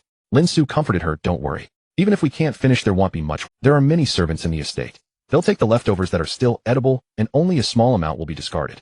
The ingredients we eat are the finest in the world, and the chef's skill is top-notch. These dishes are eagerly sought after. In this world there is much injustice. The elite enjoy abundant material and spiritual fulfillment, while countless at the bottom struggle even for basic sustenance. The leftovers from Lin Xu's table are a delicacy many ordinary people could never taste. Though He Nianlin felt uneasy about serving others leftovers, she conceded it was better than wasting. During the meal, Lin Xu kept serving her. He let her sample each of the 24 dishes and noted her favorites. After trying them all, her stomach was already full. She had never been a big eater, and tonight she had eaten far more than usual. Dad, no more. I'm full. Lin Xu asked, are you really full? I see you've only eaten a little. This is your home too. Don't be shy about eating more. He Nianlin waved her hands earnestly. I'm truly full, though I can't eat another bite. Lin Xu put down his chopsticks. All right then. They'll have the kitchen prepare other delicacies for you tomorrow. Lin Xu stood up smiling. Come, let me show you around the estate and help you digest. She rose. Lin Xu stood up smiling. Come, let me show you around the estate and help you digest. She rose as well. Lin Xu led He Nianlin through the estate, introducing the Imperial Dragon Royal Manor. Though night had fallen, the entire estate was brilliantly illuminated by street lamps. The 120-acre manor was vast. They strolled near the villa until tired, then rested in a pavilion by the artificial lake. Leaning on the railing to enjoy the breeze, He Nianlin turned to Lin Xu. Dad, how big is this estate? He smiled. About 120 acres. She nodded, calculating silently. 1 acre is approximately 667 square meters. A 120 acres would be about 800 square meters. The Imperial Dragon Royal Manor was comparable to the entire Maple Forest Garden residential area in Star City. Yet it stood in the heart of Haidu, a land of premium prices. From this glimpse, He Nianlin could scarcely imagine her father's wealth. Dad, how did you earn so much money? She was intensely curious. After all, he had once been an ordinary person working in a factory in Guang City alongside her mother. Lin Xu said, I have a knack for finance. My first fortune came from the stock market. Later I started a business, and Sunrise Group was founded by me. The system could predict stock trends with over 99% accuracy through big data. After founding Sunrise Group, whenever the company needed funds, Lin Xu would harvest profits from the stock and futures markets. Over the years, he was never a puppet of the system. Under the system's guidance, he had genuinely developed the ability to make a company the world's best. He Nianlin's eyes widened. You mean the Sunrise Group that ranks first among the Fortune Global 500? Sunrise Group was the world's largest diversified enterprise. It spanned finance, energy, mining, transportation, real estate, pharmaceuticals, electronics, AI, aerospace, and more, controlling assets worth $8 trillion. Moreover, the company was unlisted, and the identities of its many shareholders were shrouded in mystery. Lin Xu nodded with a smile. Though the chairman is now Lin San, I am the actual controller of the enterprise. Among the numerous shareholders, Lin Xu held 80 of the shares. The remaining 20 were held by other top powers, and Lin Xu also held small stakes in those organizations. They cross-held shares to safeguard mutual interests. In truth, Lin Xu's real wealth was managed under another company, Huashu Capital, which was entirely his, currently headed by Lin Lu. Almost no one outside knew that Huashu Capital belonged to Lin Xu. Hearing her father's admission, He Nianlin was utterly stunned. She knew he was wealthy, but never imagined to such an extent. Had she truly become a princess of a wealthy dynasty? The father and daughter strolled around the estate for a while, but in the latter half, He Nianlin had completely lost her mind to the scenery. Returning to the villa, Lin Jiu introduced 2 maids to He Nianlin. Miss, these are Chunlan and Xiaju. They live in the servants' quarters on the basement floor. From now on, if you need anything at home, just instruct them directly.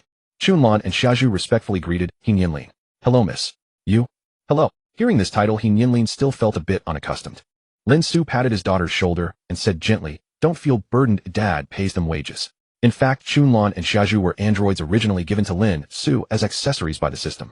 However, each android had its own preferences and personality.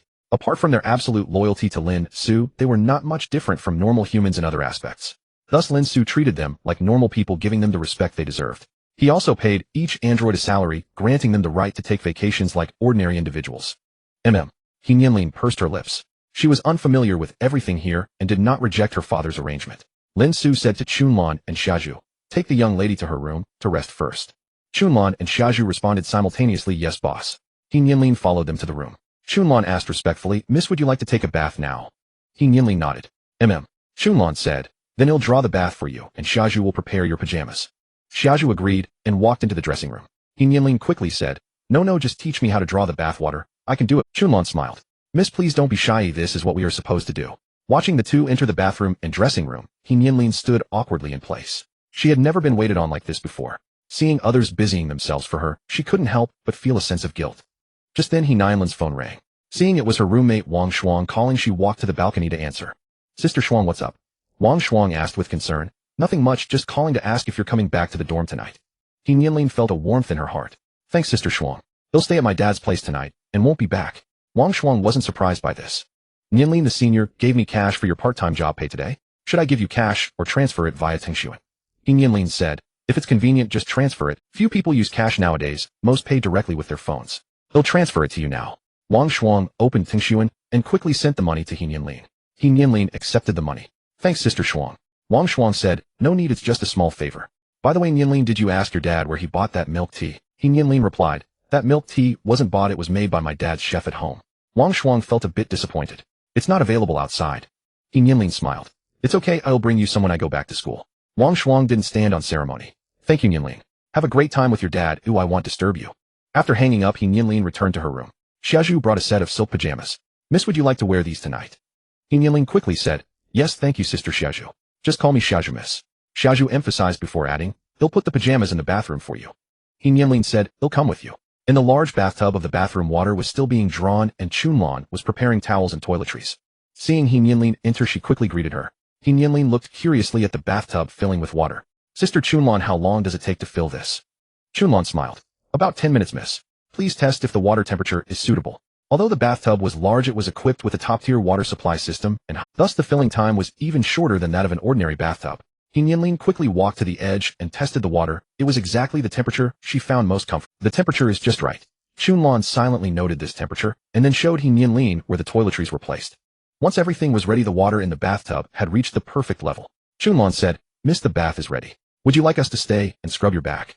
He Nianlin's face flushed instantly, and she quickly waved her hands. No, I can manage by myself. Chunlan smiled. Very well, miss. Xiaozhu and I will wait outside the room. If you need anything, just press the call button. After Chunlan and Xiaozhu left, He Nianlin undressed and stepped into the bathtub. Feeling her body enveloped by the warm water, she still had a surreal dreamlike sensation. Just a few days ago, she was a pitiful girl without a father. Now she had suddenly become the young lady of a wealthy family. How whimsical fate could be. After He Nianlin finished her bath, rinsed off, and changed into her pajamas, Chunlan and Xiaozhu came in to clean the tub and took away her clothes for wash. After cleaning the bathroom, Xiaozhu taught He Nianlin how to use skincare products to care for her skin. Usually, He Nianlin would do a simple skincare routine after her bath, but the products here were far more luxurious than what she used before. A single bottle of lotion here was worth more than the skincare products she had used for years. After He Nianlin finished her skincare, Chunlan brought several latest model smartphones and handed them to her. Miss, the boss said your phone is a bit old, so he asked me to give you these. He Nianlin exclaimed, how can I possibly use so many? Chunlan smiled. The boss said you can try them all and use whichever you like. All right, thank you, Sister Chunlan. Looking at these phones, each worth tens of thousands, He Nianlin once again felt the extravagance of her father.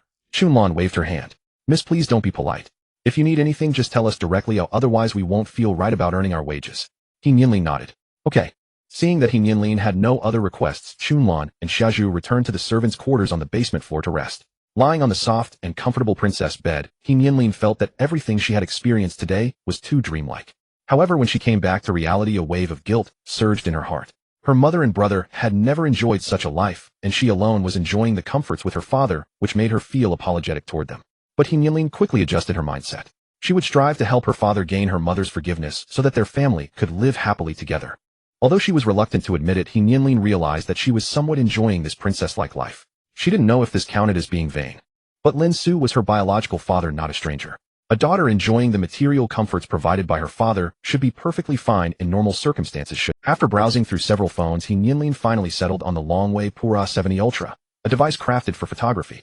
He Nianlin loved snapping photos in her spare time, and this Longwei phone perfectly captured her heart. After transferring her old SIM card and data to the new device, she took numerous selfies. Gazing at the crystal-clear images, a satisfied smile rippled in her eyes. Yet these were all private boudoir photos. She created a hidden album on the phone to store them safely. Noticing the time was getting late, she dialed He Fei for a video call. The call connected after a wait. He Fei's figure soon appeared on the screen. He Nianlin giggled. "Mom, guess where I am right now?" "You're at your father's place," He Fei deduced, instantly spotting the lavish decorations in the background. They had no relatives in Hedo City, and He Fei knew her daughter wouldn't stay at someone else's home. "Yeah, that's right," He Nianlin exclaimed excitedly. "Mom, you can't imagine how luxurious Dad's place is. He lives in a massive estate covering 120 acres, and the whole estate belongs to him."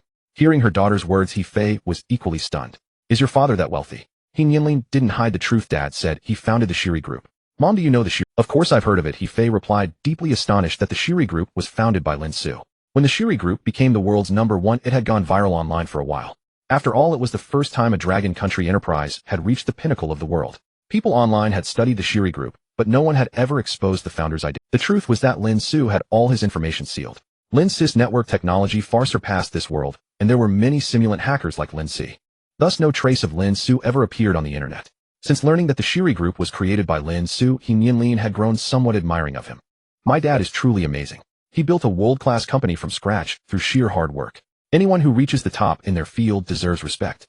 He Fei pursed her lips, also astonished that Lin Xu could be so capable, making it feel surreal. When they were together, she never noticed that man had such abilities. Yet the facts were undeniable. The mother and daughter chatted for about 10 minutes before He Fei ended the video call due to a business matter. Lin Xu's wealth had nothing to do with her. He Fei felt more secure spending money she earned herself. The next day, He Nianlin slept until 8 o'clock. After washing up and going downstairs, Lin Xu was waiting for her to have breakfast together. Today's breakfast was even more sumptuous than usual. Having missed out on his children for so many years, Lin Xu wanted to make it up to them. When they were almost done eating, he asked Nianlin, "Have you gotten your driver's license?" He Nianlin shook her head. "Not yet.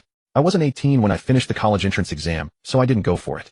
Lin Xu said, "I'll arrange a driver for you. You can learn to drive with them when you have time. Also, we'll sign you up for a driving school. Once you get your license, I'll buy you a car." He Nianlin quickly waved her hands. No, I'm still studying. Why would I need a car?" Lin Xu smiled. "Whether you need it or not, it's good to have a car ready." "All right then," He Nianlin didn't refuse further. Lin Xu then took out a bank card and a bank manager's business card, handing them to He Nianlin. "Nianlin, this card is in your name. It has some pocket money from your father. From now on the 1st of every month, they'll have someone transfer your allowance to this card. The password is your birthday 070809. If you're not comfortable with it, you can contact the bank manager to change it."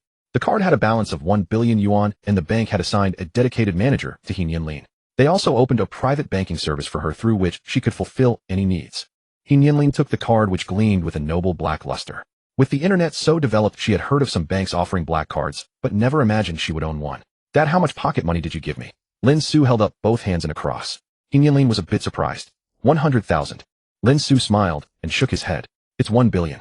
You know your dad has a little money." He Nianlin stared at him in shock. Giving 1 billion as pocket money was simply "Isn't that too much?" Lin Xu said, "Not at all. Our family earns more than 1 billion every day now. We have so much money that we can't spend it all. Help your dad spend a bit more. If it's not enough, just tell me, and he'll transfer more." Hearing this, He Nianlin was at a loss for words. How could 1 billion in pocket money ever be insufficient? She couldn't spend that much in a lifetime. After breakfast, Lin Xu took He Nianlin to the garage to pick a car. The Yulong Imperial Manor had a dedicated garage filled with all kinds of luxury cars. "Nianlin, take a look and pick whichever you like. He'll assign a driver for you later, so the car will always be ready for your daily trips." The dazzling array of luxury cars made He Nianlin's head spin. "Dad, why do you have so many cars at home?" Lin Xu chuckled. "Better to have them and not need them. Besides, we don't lack the money. Except for limited editions, the servants in the villa could drive the other cars when they went out. That was one of Lin Xu's perks for them." After browsing the garage, He Nianlin finally chose a Maybach under Lin Xu's advice. In terms of ride comfort, the Maybach was among the best. Lin Xu himself drove a Maybach most often. Since he had nothing to do in the morning, he picked a BMW and taught He Nianlin how to drive. Driving was something that seemed difficult to the uninitiated, but easy once learned. He Nianlin had a knack for it. Under Lin Xu's guidance, she could slowly drive along the estate's road. Since he had to go to Xing City in the afternoon, Lin Xu headed to the Hedo City airport after lunch. Unaccustomed to staying alone in the estate, Nianlin asked her dedicated driver Tao Lei to drive her to school. Before leaving, she had the chef prepare a few cups of milk tea and some small cakes to bring to school. Not far from He Fei Foreign Studies University, Nianlin asked Tao Lei to Tao Jie just drop me off here. Nianlin didn't want to show off too much at school and attract too much attention. Tao Lei nodded. Yes, miss. He'll stay nearby. Please contact me anytime you need the car. Nianlin said, okay Tao Jie, I'm off now. Miss, let me open the door for you, Tao Lei said as she hurriedly got out to open the door. After bidding farewell to Tao Lei, Nianlin carried the milk tea and small cakes into He Fei Foreign Studies University. Nianlin returned to the dormitory carrying milk tea and small cakes. She was somewhat surprised to see Su Jing and Wan Mingxia also in the dormitory. These two usually didn't return until late on weekends. Nianlin, why didn't you come back last night? Su Jing said warmly upon seeing Nianlin return. Ever since she learned that Nianlin's family was wealthy, her attitude toward her had changed. Nianlin was a bit unaccustomed to Su Jing's enthusiasm. I slept at home last night. Su Jing asked in surprise. I remember you're from Nanxing. Did you go back to Nanxing yesterday? No. Nianlin shook her head. My father is in Haida City now. Unwilling to talk more about family matters, she quickly distributed the milk tea and small cakes she had brought to the few people in the dormitory. Wang Shuang happily took the milk tea. After drinking the milk tea your uncle brought yesterday, I've been craving it ever since. Nianlin smiled and said, this small cake is also delicious. You can eat it together with the milk tea. Thank you, Nianlin. Wang Shuang cared about nothing else. Her eyes only showed desire for the food. Wan Mingxia tasted the milk tea Nianlin had brought and a hint of surprise flashed in her eyes. This milk tea had no artificial flavors or colors, and its taste was excellent. Nianlin, where did you buy this milk tea? Wang Shuang said with pride, this was made by Nianlin's family chef. There's no such good milk tea sold outside. Nianlin was her good friend, and her relationship with Nianlin was much better than that of the other two. Wan Mingxia nodded, slightly thinking of asking her family chef to try making this kind of. Su Jing wasn't very interested in the milk tea or small cakes. She leaned in close to Nianlin and asked, Nianlin, can you do me a favor? What favor? Nianlin asked. Su Jing said, it's just that I have a class reunion next week. Can you lend me your Chanel bag? Sure, I'll lend you the black one. Between the two bags, Nianlin preferred the white one. Anyway, she had no intention of using the black one, so lending it to someone else didn't matter. Su Jing said happily, thank you, Nianlin. You're so kind. Wan Mingxia lowered her eyes slightly. Seeing Su Jing fawning over Nianlin, she recalled that Su Jing had acted the same way toward her at the beginning of the semester. This made Wan Mingxia feel an indescribable emotion. Wang Shuang also secretly rolled her eyes and muttered under her breath, snob. Su Jing, immersed in joy, didn't hear it. On Sunday at 5 in the afternoon, He Fei finished dinner and went out to set up a stall at the night market. After closing the door, she heard no movement from the adjacent room, and a feeling of disappointment inevitably flashed through her heart. It had only been a day since she last saw that jerk, yet it felt like a long time had passed. She went downstairs to the electric scooter shed. When He Fei saw Lin Xu smiling at her, the feeling of loss instantly vanished. Lin Xu teased with a grin, Fei, did you miss me after a day? He Fei suppressed the slight upward curl of her lips. What's there to miss about a jerk like you? I'm annoyed that you stick by me every day. Well, you'll have plenty to be annoyed about for the rest of your life. Lin Xu laughed heartily. He Fei gave a light snort, ignored him, and pushed her electric scooter out of the shed. Watching He Fei ride away, Lin Xu quickly mounted his own scooter and followed. In the Gaoyang night market, there were 3 stalls selling phone accessories, but Lin Xu's business was due to his prime stall location and his willingness to negotiate. Lin Xu wasn't setting up the stall to make money, as long as the price offered by customers didn't result in a loss, he would basically sell. After applying a screen protector for a customer, and with no other customers around, Lin Xu prepared to go find He Fei to nurture their relationship. Turning around, he saw a man sitting on He Fei's chair chatting with her, and they were laughing and talking cheerfully. The sight made Lin Xu frown involuntarily. Though his heart was burning with jealousy, Lin Xu forced himself to suppress his displeasure and walked over. When he got closer and saw that the man was a somewhat greasy-looking fat guy, those emotions suddenly disappeared. Given He Fei's taste, she wouldn't be interested in such a man. Fei, how's business tonight? Lin Xu walked over to He Fei, deliberately acting intimate with her. He Fei gently pushed Lin Xu away. Go mind your own business. Don't come over here. At this, the fat man sitting on He Fei's chair. Sis, who is this? Lin Xu was startled by the address. This fat guy was actually He Fei's younger brother. No way. According to the information Lin He had investigated, He Fei's younger brother was a handsome young man. Could he be He Fei's cousin? He Fei looked a bit guilty. This is the stall owner next door who sells phone accessories. He just started setting up at Gaoyang night market recently. As she spoke, she secretly winked at Lin Xu, signaling him to leave first, and she would explain later. She dared not introduce Lin Xu to her family right now, otherwise, given her brother's impulsive nature, he would probably beat Lin Xu up. If the two got into a conflict, He Fei really didn't know whose side she would take. He Jun looked at Lin Xu suspiciously. He had noticed the intimate address this man used for his sister. Hello, I'm He Fei's younger brother, He Jun. What's your name, buddy? Although he knew of Lin Xu's existence, he had never met him. Before the two were about to meet each other's families, Lin Xu had obtained a system and made a fortune only to be caught cheating by He Fei. The plan to meet the families naturally fell through. Seeing that this person was indeed He Fei's biological brother, Lin Xu felt surprised, but quickly extended his hand. Hello, brother-in-law. I am Lin Xu, the biological father of Xiaoyang and Nianlin. Although he knew that telling He Jun was not a good choice, Lin Xu did not shirk his responsibility. The mistakes he made back then had to be faced now. He Jun was stunned for a moment, then quickly realized. So it's you, you bastard. You bullied my sister back then, and now you dare to come find her again. If I don't beat you to death today, I'll take your surname. With that, he threw a fierce punch at Lin Xu. Lin Xu stood still and took the blow without flinching. He Fei saw blood trickling from Lin Xu's mouth. Furious, she quickly grabbed He Jun, who was about to strike again. He Jun, what are you doing? Can't we talk it out? Why do you have to resort to violence? If you really hurt him, do you want to get yourself locked up, oi? He Jun struggled against He Fei while glaring fiercely at Lin Xu. Just let me go. This guy dared to treat you like that back then. Today I'm going to get even for you. Lin Xu wiped the blood from his mouth and said, Fei, let him go. I let you down back then. It's only right that I take a beating from your brother now. He Fei glared at Lin Xu. Don't make things worse. Go back to your own stall. Then she said to He Jun, there are so many people in this night market. Do you want your sister to be a laughingstock? He Jun looked at the people gradually gathering around. Reluctantly, he glared at Lin Xu and then backed off. Get lost. Don't come near my sister again. He Fei quickly signaled Lin Xu with her eyes. Seeing this, Lin Xu had no choice but to return to his own stall temporarily. After all, he didn't want to be made a spectacle of either. After Lin Xu left, He Jun was still simmering with resentment, sitting down with a huff. Sis, why did you stop me just now? Can't you let go of him even after all these years? He Fei retorted irritably. If I hadn't stopped you, would you have beaten him to a pulp? Then you'd be in jail, and how would that be easy? But have you ever thought about how mom and dad would cope? With that, He Fei poked He Jun's forehead in frustration, as if disappointed in his lack of maturity. You're no longer a child. From now on, can you think about the consequences before you act? Stop being so impulsive. I know. Although He Jun was much taller and broader than He Fei, he still cowered under her scolding. This was the so-called bloodline dominance between siblings. He Fei's expression turned stern as she warned, don't mention Lin Xu and me to mom and dad. I don't want them to worry. He Jun looked at his sister with a pang of distress. Sis, you're not thinking of getting back together with him, are you? He hurt you so badly back then. Please don't be foolish. He Fei said half-heartedly, what are you imagining? Lin Xu and I are history. Hearing this, He Jun finally relaxed. I'm glad you think that way. When you came back from Guang City that year, you were in such a terrible state that mom and dad were terrified. If you choose to be with him again, I'm afraid they'd be furious enough to die. He Fei bit her lip, a dull ache in her heart. Even if she could forgive Lin Xu's mistakes, getting back together would not be easy. No matter how much she still liked him, she couldn't disregard her parents' feelings for his sake. Alright, stop it. You rarely come to see me. Why the sudden visit today? He Jun suddenly became a little shy. Well, there's something I'd like your advice on. Seeing her younger brother's expression, He Fei's interest was piqued. Don't tell me you found a girlfriend. He Jun said sheepishly, not, but I really like her, and I feel like she might like me too. He Fei's curiosity burned fiercely. So the blockhead has finally woken up. Tell me everything about this girl. He Jun said, she's the cousin of a female co-worker in my workshop. She works as a clerk in a small company. I've met her a few times. She has a gentle personality and looks just my type. He Jun worked as a team leader in a car factory, earning about 7,000 yuan a month.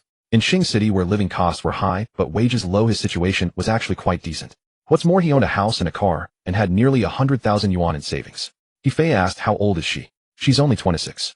When it came to age, He Jun still felt a bit embarrassed. He was now 34, a full 8 years older than the girl. Given his decent circumstances, He Jun should have been married long ago. Though he had been in 2 relationships before, both had ended in failure. The first lasted 5 years. They had reached the stage of discussing marriage, but the bride price negotiations fell through. The girl's family insisted on 380,000 yuan, refusing to budge. He Jun's parents had spent almost all their savings buying houses for He Jun and He Fei, so there was no way they could come up with such a huge bride price. The second relationship lasted nearly 3 years.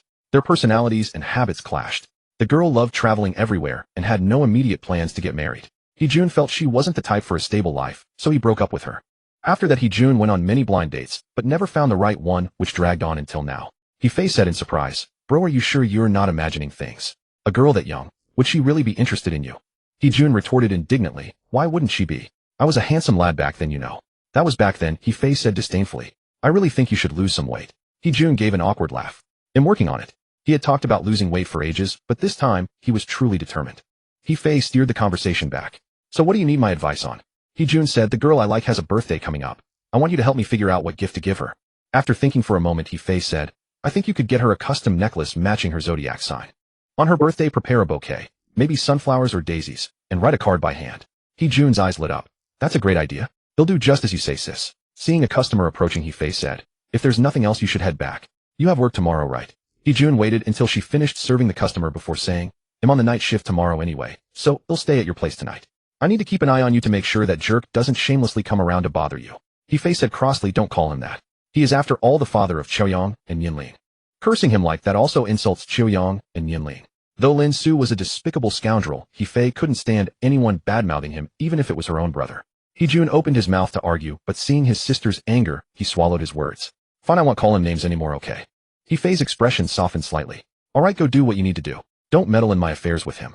Focus on losing weight and win that girl over. Mom and Dad have been longing for grandchildren. Though He Fei's parents already had grandchildren from a daughter were different from those from a son. No matter how much they doted on He Qiuyang and He Nianlin, when the time came their property would still be left to He Jun's children. He Fei understood this clearly, but she didn't think her parents were wrong. After all, their parents' old age care would mostly fall on He Jun, with her only helping out occasionally. He Jun was about to say something else, but He Fei cut him off. Even if you stay here tonight, can you stay here every night? He Jun was convinced by her reasoning. Could he really watch over his sister forever? Alright, sis'll go now. If that person still bothers you, call me, and it'll teach him a lesson. He Fei's voice grew tender. Thank you, brother. I know you truly care about me. But I'm almost 40 now. I know what I'm doing, and I can handle the consequences. What I wish for most now is to see you get married soon and find your own happiness. He Jun nodded. I understand, sis. He Fei stepped forward to straighten his clothes. Go home early, drive slowly, and text me when you arrive. He Jun smiled. Okay, sis, I'm off. He Fei reminded him again. He Jun remembered not to tell Mom and Dad. It wouldn't be good if they got sick from anger. I know I won't tell them. He Jun waved at He Fei, then glanced at Lin Xu not far away before turning and walking away from the night market. After He Jun left, He Fei abandoned her stall and rushed to Lin Xu's side with concern. Lin Xu, are you badly hurt? Lin Xu smiled. Are you worried about me? He Fei glared at him disapprovingly. At a time like this, you're still joking around. Lin Xu gazed at her with deep affection.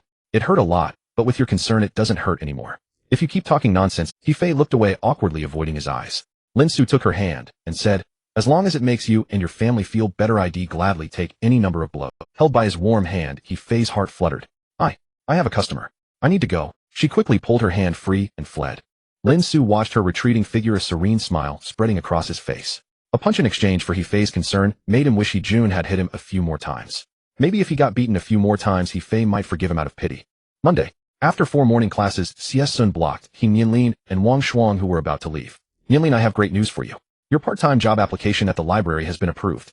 If you're free tonight, you can go to the library and report to teacher Shi Guoqing. Wang Shuang quickly asked class monitor, what about me? Sun apologized, sorry, the library only has a limited number of positions. You weren't selected. Originally, He Nianlin hadn't been selected either.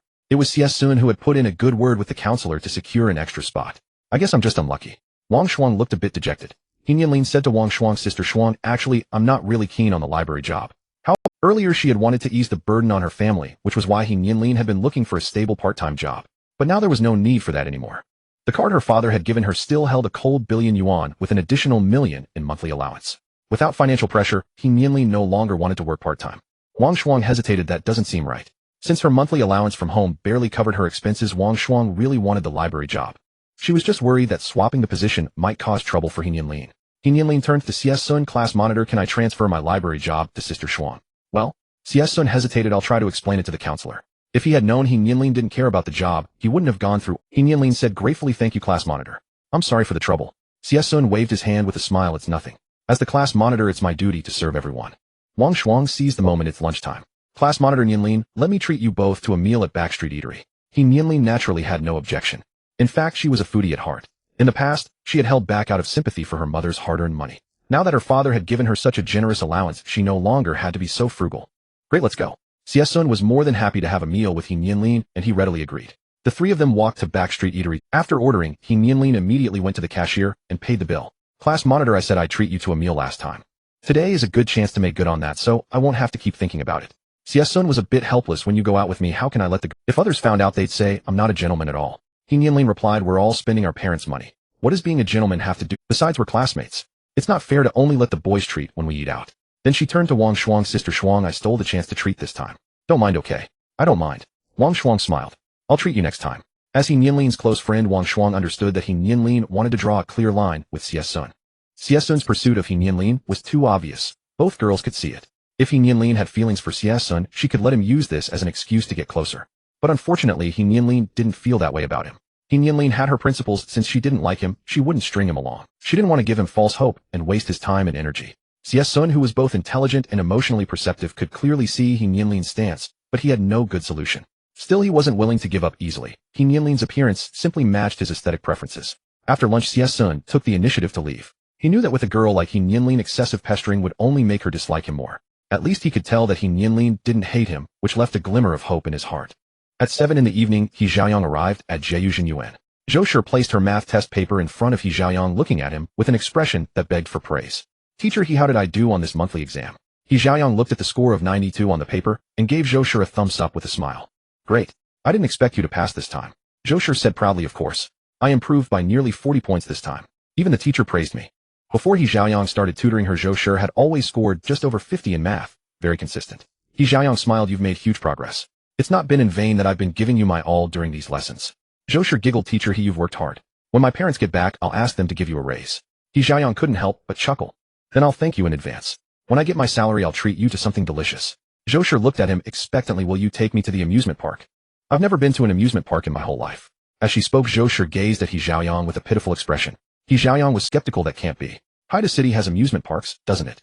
Really? I'm not lying. Zhou Shi wore an expression that said she wasn't fibbing. My parents are too busy with work to take me. He Xiaoyang felt a pang of sympathy. He sensed that even children from wealthy families like Zhou Shi could be pitiful. His own family wasn't rich, but he and He Nianlin had been to amusement parks many times. Thinking about this, He Xiaoyang's heart softened. If you can get your parents' permission, I'll take you to the amusement park. No matter what, principles couldn't be compromised. Zhou Shi's parents had hired him to tutor her. Taking her to an amusement park would be inappropriate. Great. Zhou Shi's eyes twinkled. I'm afraid you might go back on your word, so let's pinky swear. With that, she held out her hand and stared fixedly at He Xiaoyang. He Xiaoyang found it amusing. Are you a child? Do you still believe in pinky swears? Zhou Shi said nothing, just stubbornly kept her hand. All right, you win. He Xiaoyang sighed helplessly and linked pinkies with Zhou Shi. Only then did Zhou Shi smile in satisfaction. Teacher, we've agreed. You'll take me to the amusement park this weekend. He Xiaoyang insisted. We'll talk after your parents agree. Zhou Shi said confidently, I did so well on this monthly exam. My parents will definitely agree. Just then, He Xiaoyang's phone rang.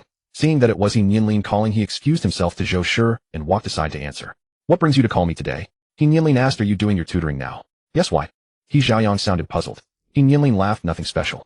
I just thought I'd come pick you up later. Aren't you happy to hear that? He Xiaoyang thought she was joking, so he said, if you come pick me up tonight, I'll call you big sister. He Nianlin was amused. What a great... You said it. Send me your location, and I'll come get you now. Sensing the seriousness in her tone, He Xiaoyang was startled. Don't mess around. How can you get here from so far away? The distance between them was over 30 kilometers. Given Haida City's traffic, even driving would take nearly an hour. He Nianlin said, don't worry about that. Just send me your location. I'm already on my way. All right, I'll send it to you. Hearing that, He Xiaoyang had no choice but to send her his location. Luckily, it was still early, so he wasn't too worried about He Nianlin.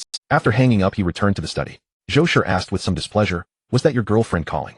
Although she was not so deeply in love with He Xiaoyang that she couldn't live without him, Zhou Shi still felt a twinge of jealousy toward his girlfriend. He Xiaoyang shook his head. No, it was my sister. Upon hearing that it wasn't his girlfriend, Zhou Shi's mood instantly brightened. You have a sister? How old is she? He Xiaoyang ignored Zhou Shi and instead picked up her books. Let's not waste time chatting. Well, start the lesson first. The 1-hour tutoring session passed quickly. He Xiaoyang assigned homework to Zhou Shi and prepared to leave. Just then, He Nianlin sent a message saying she was almost there. Zhou Shi saw He Xiaoyang to the door. Teacher, don't forget to take me to the amusement park this weekend. He Xiaoyang replied. As long as you can convince your parents, I'll definitely take you there. Leaving Jeyuzhen Yuan, He Xiaoyang waited at the entrance for a while. Soon a black Maybach pulled up in front of him. Little brother, I'm here. He Nianlin stuck her head out of the car and called out cheerfully to He Xiaoyang.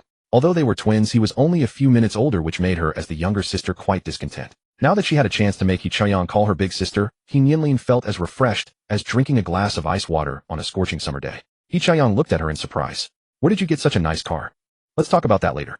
First, call me big sister. He Nianlin didn't care about anything else. She didn't want He Xiaoyang to weasel out of his promise. He Xiaoyang cleared his throat. Nianlin, it's getting late. Just take me back to school first. At that moment, Tao Lei had already gotten out of the car and approached He Xiaoyang. She said respectfully, Young master, I am Tao Lei, the young lattice driver and bodyguard. He Xiaoyang looked at Tao Lei with suspicion and uncertainty. Soon he realized that this must be someone arranged by his irresponsible father for He Nianlin. He Nianlin said to Tao Lei, Sister Tao, let He Xiaoyang get in the car first. Although she was eager to have him call her big sister, she wouldn't embarrass him in front of others. Despite the constant bickering between the siblings, their relationship was actually very close. During their school days, if He Xiaoyang, as the elder brother, hadn't protected He Nianlin, she would have suffered much more bullying. Being beautiful is an advantage for a girl, but sometimes it also attracts jealousy from others. When they first entered junior high, He Nianlin almost got bullied by other girls at school. Fortunately, He Nianlin wasn't one to suffer in silence. She immediately used the summon brother technique. Seeing that He Nianlin had a brother to protect her, and wasn't an easy target. The girl who wanted to bully her backed off. Yes, young lady, Tao Lei acknowledged, and then opened the rear door for He Chaoyang. As He Nianlin's personal bodyguard, Tao Lei was absolutely loyal to Lin Xu and followed only He Nianlin's orders. Only when He Nianlin's wishes were not violated would she heed the instructions of other family members. He Chaoyang thanked Tao Lei before getting into the car. Tao Lei closed the door and ran to the driver's seat, quickly driving away from Jieyu Jinyuan. At the intersection inside a red BMW, Su Lingxing watched with surprise as He Chaoyang got into the Maybach. Little teacher, he even had a luxury car picking him up, whether it was from his family or something else. However, Su Lingxing didn't dwell on it too much. After all, He Chaoyang was just a freshman in college, hardly worth her serious attention. Sitting comfortably in the Maybach, He Chaoyang curiously looked around the interior. It was his first time in such a top-tier luxury car. He Nianlin couldn't help but smirk secretly at his dazzled expression. If you saw Dad's villa estate, you'd be even more astonished, she thought. After a while, He Chaoyang withdrew his curious gaze. Tell me what's going on. He Nianlin said unhurriedly. First call me big sister. A man of honor shouldn't go back on name your terms, but calling you big sister is out of the question. If he called her that, where would his pride be? He Nianlin glared at him angrily. Why are you so dishonest? You promised, and now you're breaking your word. He Chaoyang leaned back. Anything else is fine, but calling you big sister is off the table. Seeing him being so stubborn, He Nianlin had no way to force him. How boring. I went out of my way to pick you up, and this is how you repay me. He Chaoyang looked at her sideways. How are you sure you didn't come just to show off? As twins born of the same mother, and having lived together for 18 years, He Chaoyang knew He Nianlin all too well. His sister always wanted to get the upper hand over him. During high school, to score higher than him on exams, she would use the excuse of pre-exam relaxation to lure him out to play while she secretly studied at her best friend's house. But he had long seen through her scheme. While he pretended to go out, he actually went to review with Luo Xuejuan. That's how he always managed to score better than He Nianlin. The truth was, while He Nianlin was secretly working hard, he worked even harder. Every night before bed, he would study an extra hour longer than she did. He Nianlin never noticed. She thought He Chaoyang was just more gifted academically, and after each exam, she would be so upset that she ate half a bowl less of rice. How can you as an older brother think so badly of your sister? He Nianlin retorted with a guilty conscience. I was worried you'd be uncomfortable taking the bus, so I went to all this trouble to pick you up. He Chaoyang, you've broken my heart. She covered her chest and feigned a pained expression. He Chaoyang wasn't fooled. Stop acting. Naza acts better than you. He Nianlin snorted and returned to normal. One day you'll anger me to death. He Chaoyang sat up straight and asked seriously, does Mom know you accepted his things? Of course. Mom encouraged me to accept Dad. He Nianlin naturally knew who he referred to. I've already told Mom about visiting Dad's place and the pocket money he gave me. Hearing He Nianlin call him Dad so affectionately, He Chaoyang felt a surge of anger. He hurt Mom so deeply, and you've already forgiven him this quickly. And you call him Dad so warmly. He Nianlin said leisurely. What's wrong with calling him Dad? Do you know how much pocket money he gave me? How much could it be, yo? He Chaoyang said dismissively. No matter how much pocket money he gave, could it ever make up for all the years of neglect? He Nianlin declared firmly, 1 billion. In today's money-driven society, 1 billion placed before most people would turn their conscience inside out. Lin Xu was He Nianlin's biological father after all, and with the support of her mother, He Fei, her already fragile mental defenses shattered instantly under the weight of that billion. If forced to choose between that billion and her mother, He Nianlin would have unhesitatingly chosen He Fei.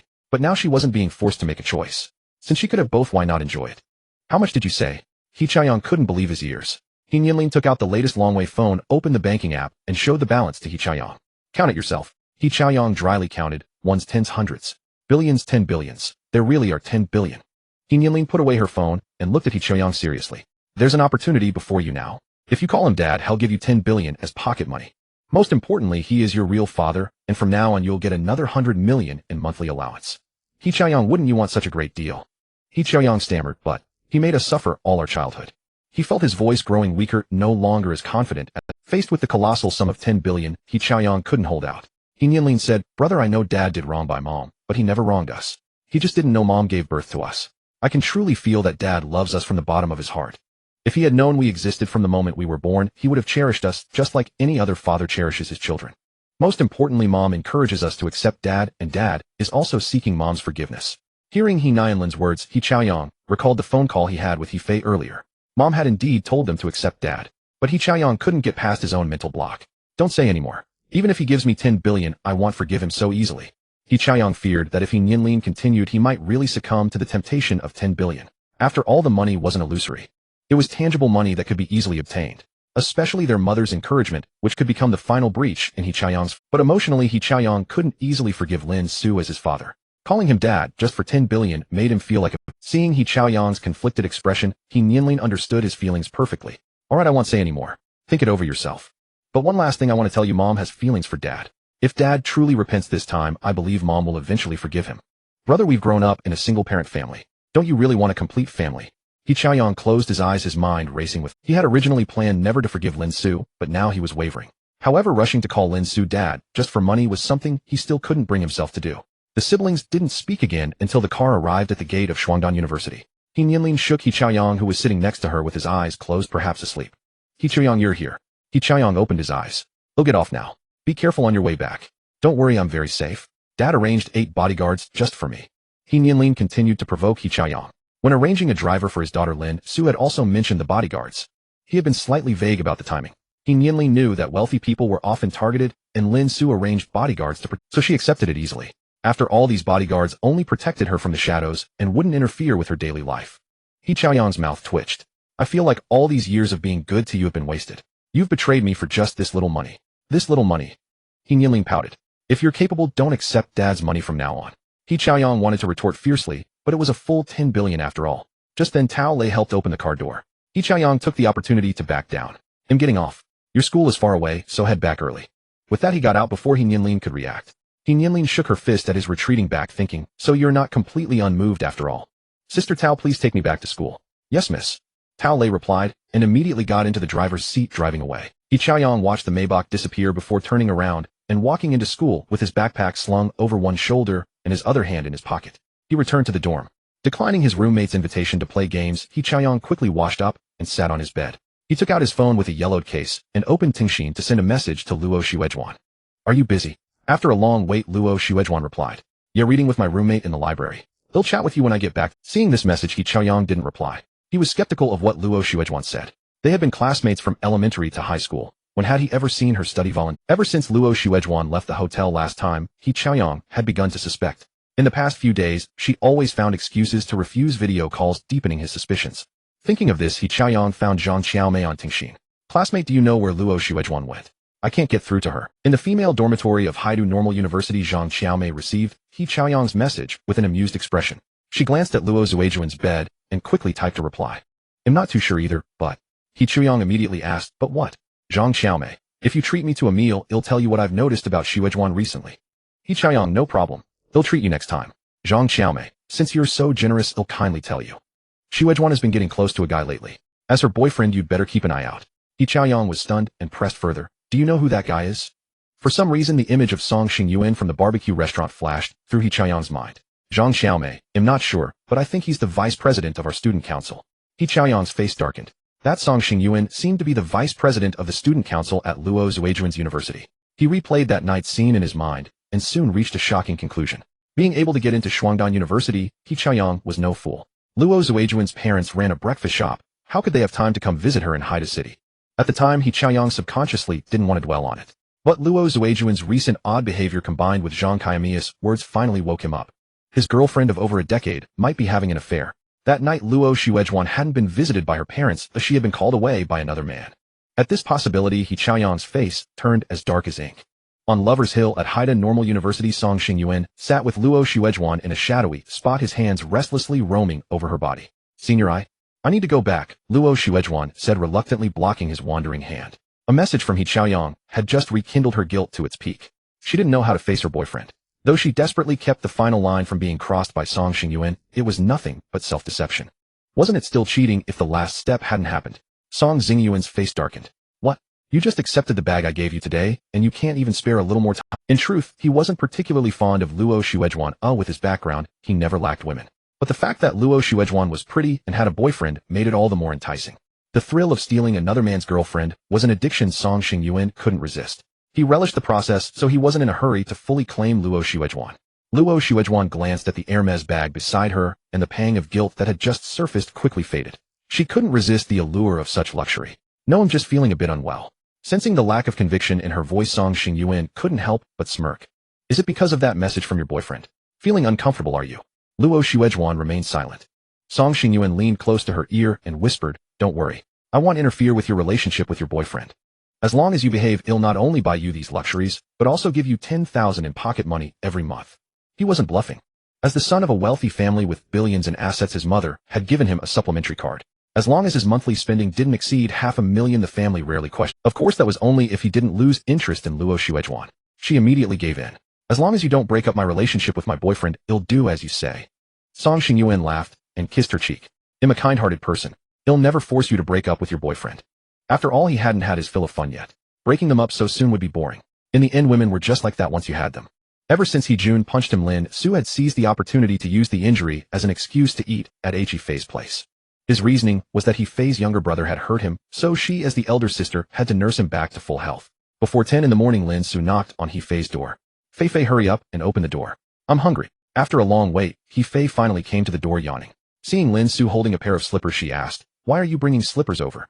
Lin Xu grinned.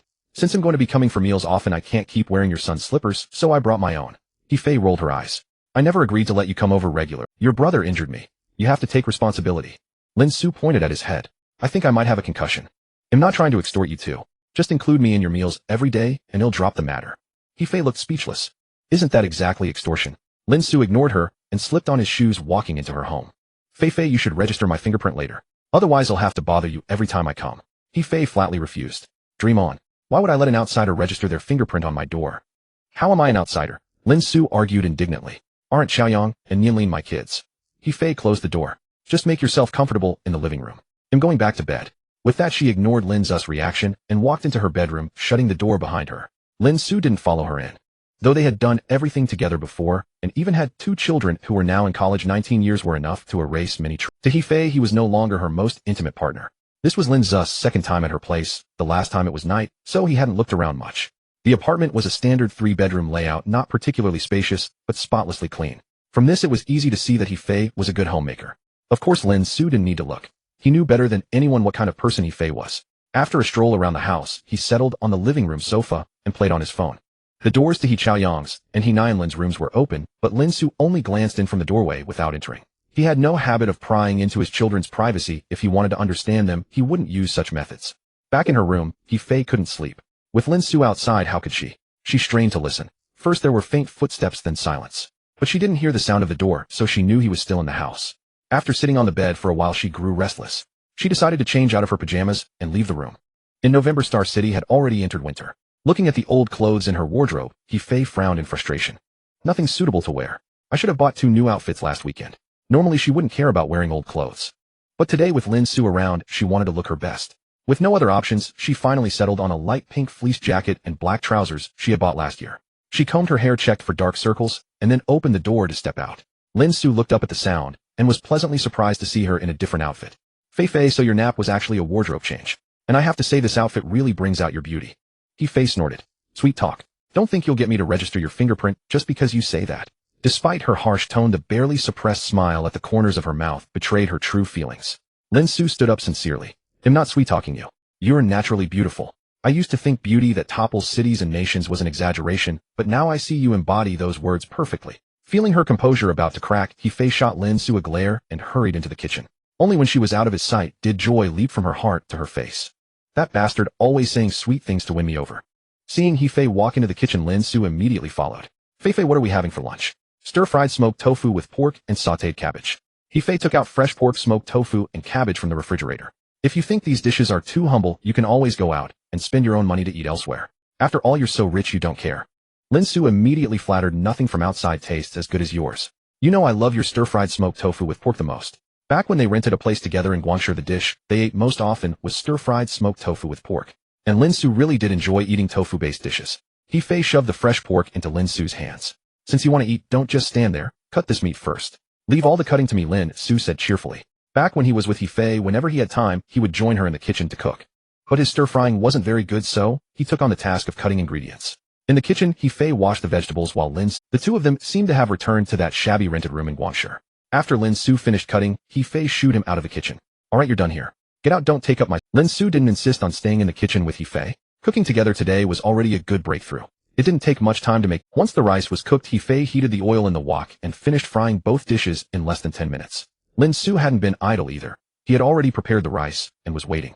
He also had Lin Yi prepare 2 glasses of freshly squeezed juice, which were delivered while He Fei was cooking. Fei, you've worked hard." When He Fei came out of the kitchen, Lin Xu quickly handed her a pair of chopsticks. He Fei took the chopsticks and sat down across from Lin Xu, looking at the juice in front of her with a hint of confusion. Where did you get this fresh orange juice? Lin Xu smiled. I had Lin Yi bring it over. It's freshly squeezed from oranges. He Fei pursed her lips. You sure know how to order people around. Lin Xu said matter-of-factly. Lin Yi is an assistant I hired. It's only right for him to serve me. Lin Xu would never tell anyone about the system. Only when his life came to an end would he hand over the inheritance crystal given by the system to his successor. Similar to some cultivation novels. The inheritance crystal required blood recognition, and each generation had only one. Only those with Lin Xu's bloodline could gain the recognition of the inheritance crystal, thereby earning the absolute loyalty of all androids. This ensured that Lin Xu's wealth would not fall into outsiders' hands. Hearing Lin Xu's words, He Fei said nothing more and took a sip of the fresh orange juice. A sweet, refreshing taste instantly filled her mouth, along with the lively texture unique to fresh oranges. He Fei put down the glass and couldn't help saying, you rich people sure know how to enjoy yourselves. These fresh oranges aren't cheap, are they? Lin Xu chuckled. Not bad. This is juice squeezed from Qinhuang navel oranges, about 1,000 yuan per caddy. You're using such expensive oranges to make juice. Hearing the price, He Fei didn't know what to say. That one sip she just took must have cost over 100 yuan. Ordinary people would never dare to eat such things. Was this bastard always so extravagant in his life? Lin Xu smiled. It's nothing, just small change. Fei, I brought you some oranges. You can eat 1 or 2 when you're free. He Fei refused without a second thought.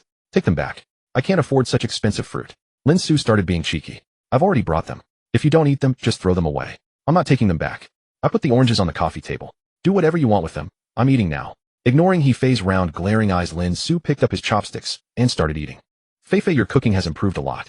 This stir-fried smoked tofu with pork tastes even better than before. Lin Xu meant every word of this. He Fei's stir-fried smoked tofu with pork was indeed delicious, even rivaling dishes made by professional chefs. It's alright, He Fei said with a hint of pride. I actually wanted to open a restaurant before, but I couldn't handle it alone. Lin Xu gave her a thumbs up. My wife is amazing, graceful in the living room and skilled in the kitchen. Who's your wife? He Fei blushed and glared at Lin Xu. Say that again and I'll kick you out. Despite her verbal threat, the word wife made her heart flutter like a startled deer. Lin Xu grinned at He Fei and then buried himself in eating. That lunch was the cheapest meal he had had in years, yet it was also the happy. He even ate 3 full bowls of rice. Patting his stuffed stomach, Lin Xu let out a burp. Fei, your cooking is so good. I wish I could eat your food every day. He Fei rolled her eyes. Dream on, you unfaithful bastard. You're lucky I cooked you a meal at all. I stir-fried the dishes today, so washing the dishes is your job. Lin Xu immediately put on a pained expression. You know, washing dishes is the thing I hate most. Washing dishes and hanging laundry. Those were the 2 chores Lin Xu hated most in life. Neither task was particularly tiring, but Lin Xu just found them deeply annoying. He Fei crossed her arms, looking as calm as a fisherman sitting securely on the bank. You don't have to wash them, but then don't come over for dinner tonight. How you think you can control me? Lin Xu immediately stood up and began clearing the dishes. He Fei said with a smile, didn't you say you wouldn't be controlled? Lin Xu replied nonchalantly, I just feel like playing with water. In fact, Lin Yi had arranged for a maid here. Lin Xu could have called her to wash the dishes and clean up. But He Fei rarely wanted to mess around with him like this. If Lin Xu actually called someone over, it would waste the chance to mend their relationship. Seeing Lin Xu's stubbornness, He Fei couldn't help but burst out laughing. Lin Xu stared at her bright, beautiful smile, and his movements of clearing the dishes froze. Fei, you're so beautiful. Since reconnecting with He Fei, this was the first time he had seen her laugh so happily. He Fei immediately suppressed her smile. What are you staring at? Go wash the dishes in the kitchen.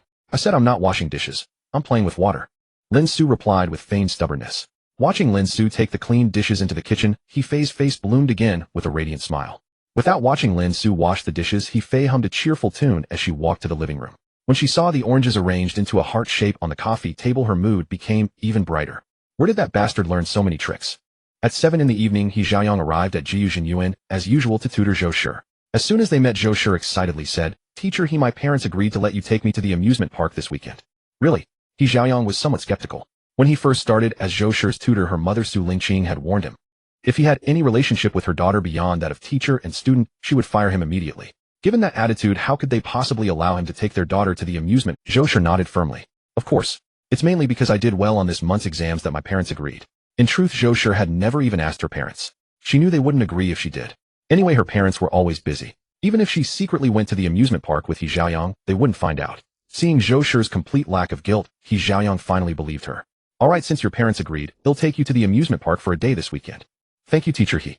Zhou Shi was about to cheer, but then remembered the nanny at home and held back.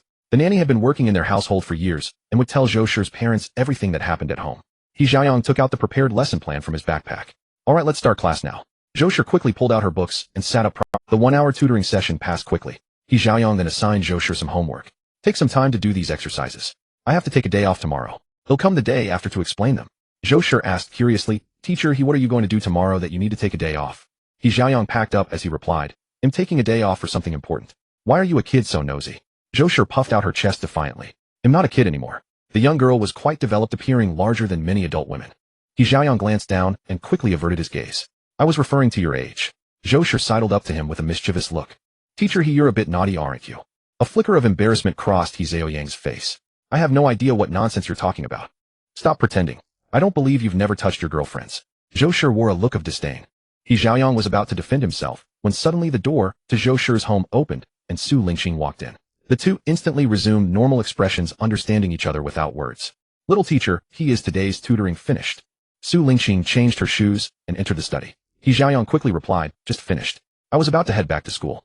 Su Lingqing said, Sure made a lot of progress in last month's exams, all thanks to you, little teacher He. Since I came home early today, let me settle last month's tutoring. He Xiaoyang said gratefully, thank you, Sister Qing. It's my pleasure. Su Lingqing took out her phone and checked the calendar. You taught for a total of 23 days last month, including 3 weekends, which adds up to 35 hours.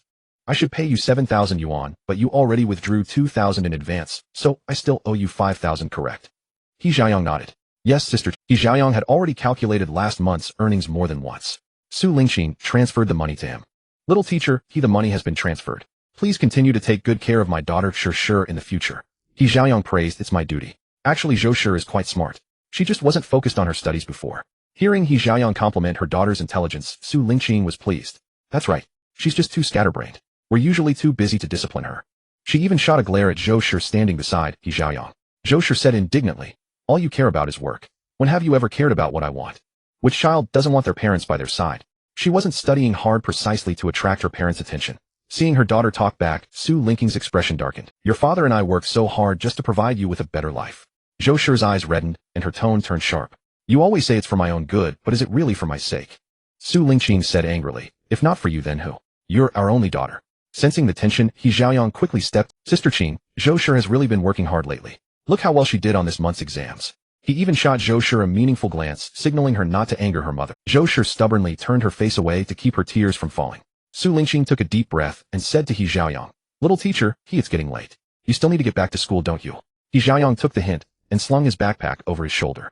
Sister Qing, he'll be going then. Then he said to Zhou Shi, remember to speak nicely to your mother. She works hard, so don't make her angry. Su Lingqing sighed at her daughter's aggrieved expression and softened her tone. Sure, see little teacher He out. He Xiaoyang quickly said there was no need, but Zhou Shi had already run to the door to change shoes. Seeing this, He Xiaoyang didn't refuse any further. By the time he had changed his shoes, Zhou Shi was already at the elevator. He Xiaoyang said to Su Lingqing, Sister Qing, I need to take a day off tomorrow for something. Su Lingqing smiled and nodded. All right. In the future, just send me a message on your phone if you need to take time off. He Xiaoyang agreed and bid her farewell. Inside the elevator, Zhou Shi remained silent. He Xiaoyang said with a smile, you just said you weren't a kid anymore, yet here you are sulking with your mother like a child. Zhou Shi said woefully, I'm just mad that every time she sees me she lectures me. Especially in front of you. It makes me lose face. He Xiaoyang laughed heartily. If you care about face, then study hard. Once your grades improve, your mother won't lecture you anymore. Based on my own experience over the years, let me tell you a very useful truth. Zhou Shi looked up curiously. What truth? He Xiaoyang said leisurely. As a student, as long as your grades are good enough, you'll have certain privileges both at home and at school. He Xiaoyang said, it was because my grades were excellent at the time while that classmate's grades were terrible. In the end I got off scot-free, but He Xiaoyang said, it was because my grades were excellent at the time while that classmate's grades were terrible. In the end I got off scot-free, but that classmate had to make a self-criticism in front of the whole school. Zhou Shi's eyes lit up instantly. Teacher He, you actually had such a glorious history. Of course, He Xiaoyang said proudly. As long as you excel academically, even your parents will look up to you. So student Zhou Shi, you must study hard. Zhou Shi nodded vigorously. Mom will definitely study hard from now on. He'll make sure my parents are utterly amazed in the next exam. The two chatted all the way until they reached the bus stop. Seeing the bus approaching, He Xiaoyang said, all right, hurry back now, or your— Zhou Shi smiled and waved. Goodbye, teacher He. Goodbye. He Xiaoyang smiled and boarded the bus. Watching the bus disappear into the distance, Zhou Shi turned and walked back into Jiuyuan Yuan. After finishing 2 professional courses in the afternoon, He Qiaoyang directly handed his textbooks to his roommate Lu Liang. Little fatty, I need to leave school for a while this afternoon. Could you take my books back to the dorm? Lu Liang took the textbooks readily. Leave it to me. Thanks. He Qiaoyang patted Lu Liang on the shoulder. I got paid for my part-time job. He'll treat you all to dinner. Lu Liang chuckled. Then he'll be looking forward to a feast. After parting ways with his roommates at the teaching building, He Qiaoyang headed out of the school. Before he reached the school gate, he saw Chun Qianying catching up to him panting. He Qiaoyang, do you have time tonight? He Qiaoyang asked with confusion. What's up? Chun Qianying's cheeks were flushed, whether from running too fast or shyness. I promised to treat you to a meal for helping me before. She had wanted to invite him much earlier, but she feared she didn't have enough money, so she saved up part-time wages for a few more days before coming. He Qiaoyang smiled. Don't worry about it. I was just joking then. Knowing that Chun Qianying's family wasn't well off, he couldn't bear to let her actually pay. Besides, he had never thought twice about that Tuyuan matter. Chun Qianying insisted anxiously. I truly want to treat you to a meal. You helped me last time, oh I wouldn't feel right not thanking you. Perhaps it's a common trait among those with low self-esteem. Whenever someone shows them kindness, they feel the need to repay it doubly. Deep down they might believe their own worth doesn't deserve such unearned goodwill. Chun Qianying was exactly that kind of person. Born into a family that favored sons over daughters, she had never been valued or unconditionally loved throughout her growth. Even though she knew she was beautiful deep inside, she carried a heavy sense of inferiority. It was this very personality that made her easy to bully. Otherwise, why would her roommates so unhesitatingly spread her situation all over the campus? Seeing Chun Qianying's eyes redden with urgency, He Qiaoyang realized she didn't want to owe him anything. Thinking of her family's circumstances, a flicker of sympathy passed through him for the girl before him. How about tomorrow noon? I have something to— Chun Qianying nodded. All right then. After bidding her farewell, He Qiaoyang left the school and took a bus to Haidu Normal University. This time, he didn't notify Luo Xuejuan in advance. Zhang Xiaomei had said that Luo Xuejuan was getting close to other guys, and He Qiaoyang decided to see for himself. Hearing is false, seeing is true. What if the truth differed from his assumptions? He Qiaoyang still couldn't believe that his girlfriend of over a decade would choose to betray him. At Haidu Normal University, Luo Xuejuan, who was in class, suddenly felt a pang of unease, as if something bad was about. Huanhuan, what's wrong? Pan Na noticed Luo Xuejuan clutching her chest with a pained expression. Luo Xuejuan shook her head. I'm fine, just feeling a bit tight in the chest. Pan Na suggested. How about we skip class and go back to the dorm to rest? Luo Xuejuan hesitated. Is that okay? Pan Na shrugged casually. What's the big deal? It's not a major anyway. Mimi and Zhangqin already cut class. Oh, stop hesitating. I don't want to attend either, so we'll skip with you. Without waiting for Luo Xuejuan's consent, Pan Na grabbed her and sneaked out of the classroom while the teacher wasn't looking. They dashed out of the teaching building. Pan Na, looking at the panting Luo Xuejuan, laughed. So how's your first time skipping class? Luo Xuejuan took a deep breath and nodded. Yeah, I feel my chest isn't tight anymore since leaving the classroom. See, I told you to skip before, but you never dared. Now you find it fun, right? Pan Na spoke with the air of a veteran. Luo Xuejuan smiled. No wonder everyone says college is the most fun time.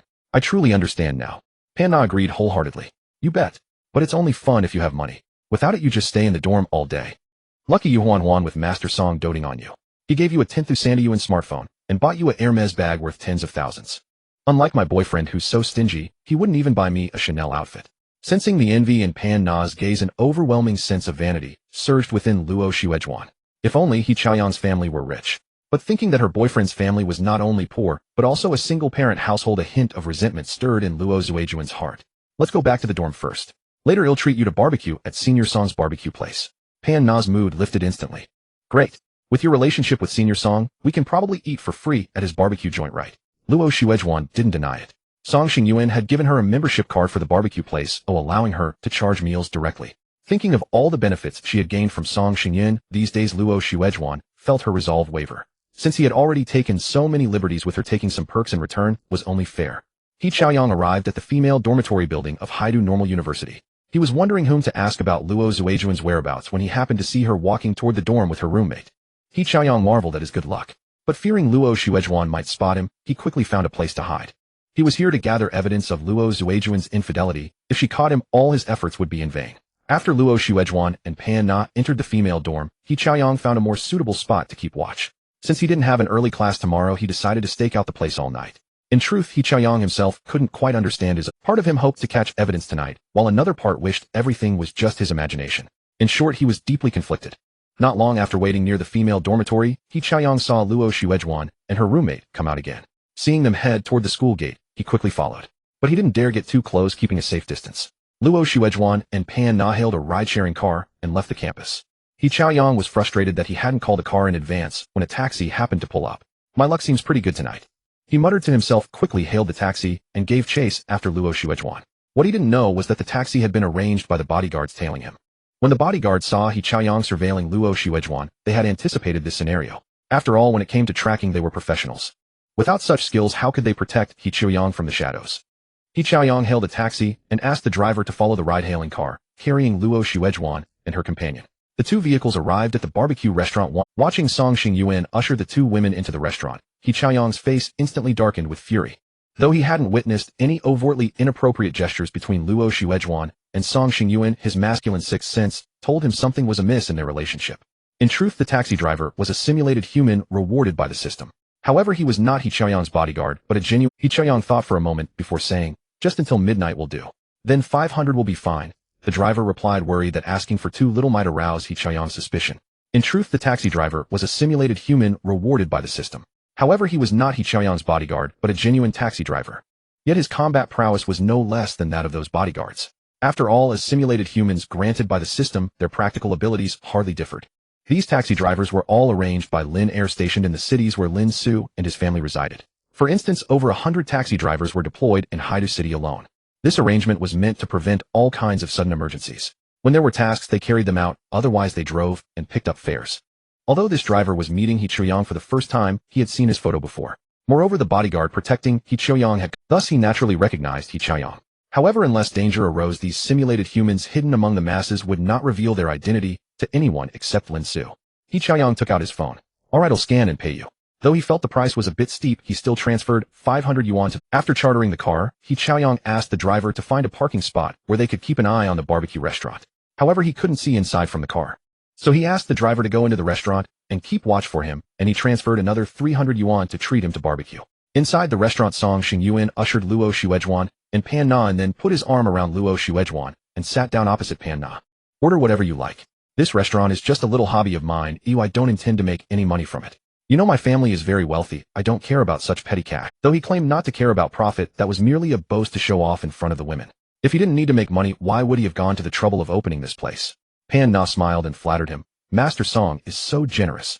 Tonight he'll just bask in Huan's glory and not hold back." Song Xingyuan laughed heartily. "Please don't be polite. My being with Xuejuan is all thanks to your matchmaking."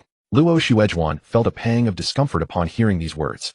She knew that her descent into this predicament was largely due to the instigation of her dormitory room, but things had already gone too far for her to turn back. Moreover, she was fully aware that Song Xingyuan was just playing with her, but once he grew tired, he would naturally discard her. Luo Xuejuan was now gambling. She bet that before Song Xingyuan got bored with her, He Chaoyang would not discover her betrayal. As long as her boyfriend remained ignorant, she could continue to happily be with him. And most importantly, she had to reap enough benefits from Song Xingyuan before he tired of her, otherwise she would have suffered a great loss.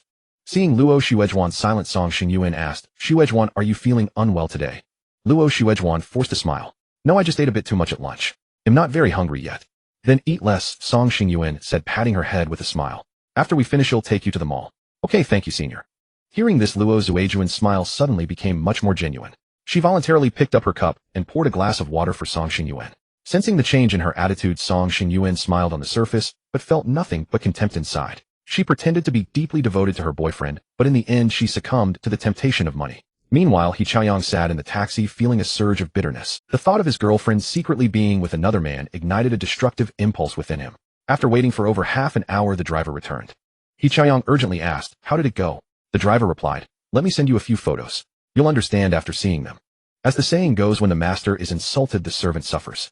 Seeing the young master's girlfriend betray him, the simulated human driver almost couldn't restrain himself from killing that adulterous couple. But this was the country, not abroad. Killing someone would make it nearly impossible to escape.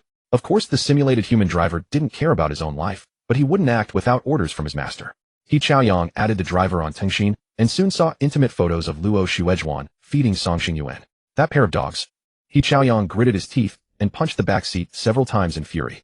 Staring at the photos of the two laughing and chatting, he twisted his face in rage, pushed open the car door, and got out. The driver quickly stopped him. "Young man, don't be impulsive. Don't ruin your future because of people like that. What man can tolerate?" He Chaoyang, eyes bloodshot, said, "Driver, don't stop me. If I don't teach that adulterous couple a harsh lesson today, what kind of man am I?" The driver hastily warned, "Beating them up won't relieve your anger. What if you get hurt? And think about your parents. They certainly wouldn't want you to sacrifice yourself for such people." Such a barbecue restaurant was full of dangers. If He Chaoyang rushed into fight, he could easily get hurt. And if he accidentally killed someone, then He Chaoyang would hardly be able to stay in Longhua. Under the driver's persuasion, He Chaoyang finally calmed down. Sacrificing himself for such a pair of dogs was truly not worth it, especially when he thought of the mother who had raised him. "Driver, you're right. I shouldn't throw myself away for a woman like that." The driver finally breathed a sigh of relief. "Actually, there are many ways to get revenge. You don't have to resort to violence." He Chaoyang took a deep breath. "Please enlighten me." The driver first gestured for He Chaoyang to get back in the car, then said, "The best revenge is to make someone lose what they cherish most." Do you know what your girlfriend cherishes most? He Chaoyang was stunned for a moment, then shook his head. I used to think she cherished me most, but now I don't know. Having suffered Luo Zuejuan's betrayal, He Chaoyang no longer believed in the love between men and women. Because his father had cheated, he grew up without a father, enduring many grievances. When he grew up, he thought he had found a girlfriend who truly loved him, only to discover that the so-called sincerity was all a lie. He Chaoyang felt his life was truly ridiculous. The driver consoled him, "Don't be too sad. Your girlfriend's betrayal shows she is blind, as she will regret it in the future." He Chaoyang said bitterly, "I still don't understand why she cheated." The driver helped him analyze. Women cheat for a few reasons. First, she no longer loves you. In that case, she often becomes cold to force you to break up. He Chaoyang shook his head. The driver continued. Second, she doesn't want to break up with you, but seeks excitement outside. He Chaoyang frowned deeply, the thought making him feel sick. Third, she covets material things. She can get from that other man what you cannot provide. These words pierced through the fog like a... He Chaoyang recalled the new phone Luo Xuejuan had bought recently. Could she really have spent over 8,000 yuan on it? To verify his conjecture, He Chaoyang picked up his phone and sent a message to Zhang Qiaomei via Tingxuan. "Classmate, I want to ask you something. Do you know how much Xuejuan paid for that fruit phone of hers?" Zhang Qiaomei quickly replied, "Why are you suddenly asking this?" He Chaoyang responded, "I'm worried she might have taken out an online loan to buy the phone, so I wanted to ask you about it." Zhang Qiaomei said, "I don't know if she took out a loan, but the official price for her phone is 18,000 yuan. By the way, she recently got a Hermes bag worth over 30,000 yuan, claiming it was a gift from a close friend." Upon seeing these messages, He Chaoyang instantly understood the reason for Luo Zuejuan's infidelity. All for such trivial things, he couldn't help but sneer. So it turned out that in the face of material wealth, feelings were truly worthless. If she knew he had a very wealthy father, would she regret it so much that her intestines would turn green in the future? After waiting in the taxi for a while, He Chaoyang saw Song Xingyuan holding Luo Zuejuan's hand as they walked out of the barbecue restaurant. Though he had harbored a sliver of doubt about the photo the driver had taken at this moment, he was utterly disheartened. "Driver, please take me back to Shuangdan University." The driver was a bit surprised. "Aren't you going to catch them in the act?" He Chaoyang took a deep breath and said, "No, otherwise I'm afraid I won't be able to stop myself from beating that pair of dogs to death." Hearing this, the driver quickly drove away. As long as the young master acknowledged the boss as his father, it would be easy to take revenge on that unfaithful pair. For now, it was best not to let the young master suffer any more shocks. After the taxi driver dropped him off at the gate of Shuangdan University, He Chaoyang got out of the car. He had initially thought of calling his roommate to accompany him for a drink, but after hesitating for a while, he didn't make the call. Betrayed by his girlfriend. He didn't want to be seen in such a pathetic state. But thinking about his girlfriend's betrayal, the heart-wrenching pain and suffocating frustration were unbearable. So he found a nearby barbecue restaurant to drink. The bodyguards watching from a distance felt sorry for their young master. However, Lin Xu had given them orders. As long as He Chaoyang wasn't in danger, they didn't need to report his affairs. Thus the bodyguards could only watch helplessly. Before his barbecue even arrived, He Chaoyang had already finished 2 bottles of beer. Apart from a bloated stomach, he felt no trace of intoxication. "Boss lady, please change my beer to baijiu," He Chaoyang called out to the owner who was taking orders. The owner came over and asked, "Young man, what kind of baijiu would you like?" "Just bring me the one that sells best here." He Chaoyang had never drunk baijiu before and wasn't familiar with it. The owner smiled and said, "Then I'll bring you Nianlin. That's the most popular baijiu in our shop." "Fine," He Chaoyang agreed without objection. After all, he just wanted to get drunk tonight. The brand of baijiu didn't matter at all. Soon the owner brought the baijiu along with a small 1 liang transparent plastic cup. The owner also served the grilled barbecue. He Chaoyang ate a few bites of the barbecue before starting to drink the baijiu. Knowing that baijiu has a high alcohol content, he didn't dare to gulp it down like beer. He took a small sip. A pungent bitter taste filled his mouth, feeling like a ball of fire burning from his throat down to his stomach. He Chaoyang frowned deeply. He hadn't expected baijiu to taste so awful. He really couldn't understand why so many people liked it. After a while, he felt a warmth spreading from his stomach through his entire body. The anger, pain, and humiliation brought on by Luo Zuejuan's betrayal also eased slightly. So this is what it means to drown one's sorrows in wine, he mused. He Chaoyang couldn't help but let out a bitter laugh. Seeing that drinking was indeed effective, he took a big gulp. Perhaps because he drank too hastily, he was choked into a fit of coughing, even forcing tears from his eyes. The barbecue restaurant owner happened to pass by He Chaoyang. "Young man, is this your first time drinking baijiu?" He Chaoyang nodded. The owner smiled. "That's not how you drink baijiu. You should take small sips, let the liquid linger on your tongue for a moment, and then let it slide slowly down your throat." He Chaoyang followed the owner's advice and took a small sip. Although it was still pungent at first, after swallowing the baijiu, he could soon detect a hint of sweetness. He Chaoyang was quite surprised. "Thank you for the advice, boss. So this is how you're supposed to drink baijiu to truly taste it." The owner smiled faintly and went back to his work. He Chaoyang continued drinking the baijiu, and before he knew it, he had downed 3 cups. By then he was beginning to feel a bit tipsy. Just as he was about to pour himself another drink, a commotion broke out outside the barbecue restaurant. He Chaoyang looked up and saw Chun Qianying being blocked by 2 young men with earrings. He couldn't hear what they were saying from a distance, but he could clearly see the fear on Chun Qianying's face. Since she was a classmate, He Chaoyang naturally couldn't stand by and watch her be bullied. Besides, he was full of pent-up anger today and was itching for a fight, so he stood up and quickly walked out. When he got closer, he realized the two men were blocking Chun Qianying, demanding her Tingshu in contact. "You two ugly bastards, don't you have any self-awareness, blocking a girl and demanding her contact info?" Hearing He Chaoyang's words, the two young thugs turned around and roared angrily, "Are you looking for trouble?" Chun Qianying, seeing He Chaoyang suddenly appear, felt as if she had seen a light in the darkness. Taking advantage of the thugs turning around, she quickly ran over to He Chaoyang's side. He Chaoyang gave her a reassuring look. Then he provocatively faced the two thugs. "What if I am looking for trouble? Are you two cowards going to hit me? FCK your mother." One of the thugs roared and swung a punch at He Chaoyang. Having been in fights since childhood, He Chaoyang had a wealth of practical combat experience. The moment the thug threw his punch, He Chaoyang struck, first landing a fierce kick to the thug's stomach. Then before the other thug could react, he punched him hard in the face and followed up with a powerful kick to his stomach. In an instant, the two thugs who had been blocking Chun Qianying were kicked to the ground by He Chaoyang, writhing and groaning in pain. Seeing the fight, the barbecue owner hurried over to advise He Chaoyang. "Young man, please don't fight anymore.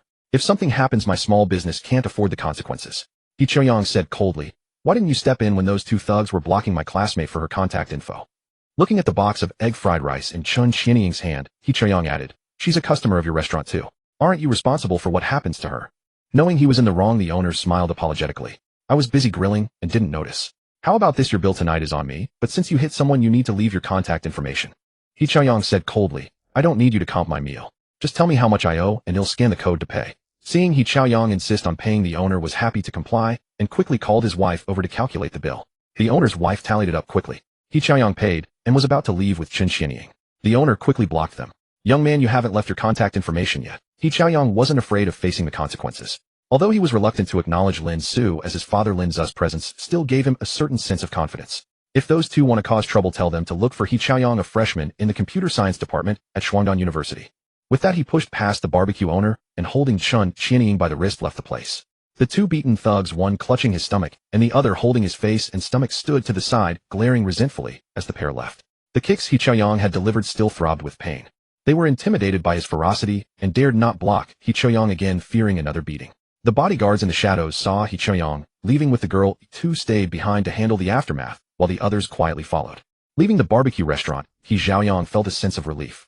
The brief scuffle had invigorated him, allowing the pent-up frustration to dissipate.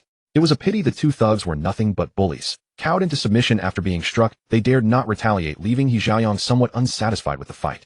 Though impulsive, He Chaoyang had weighed the consequences. Foremost, he had acted in the spirit of righteous intervention. Secondly, he did not pursue the pair after they fell. He ceased once they were down. Crucially, he knew that if any trouble arose, Lin Xu would not stand idly by.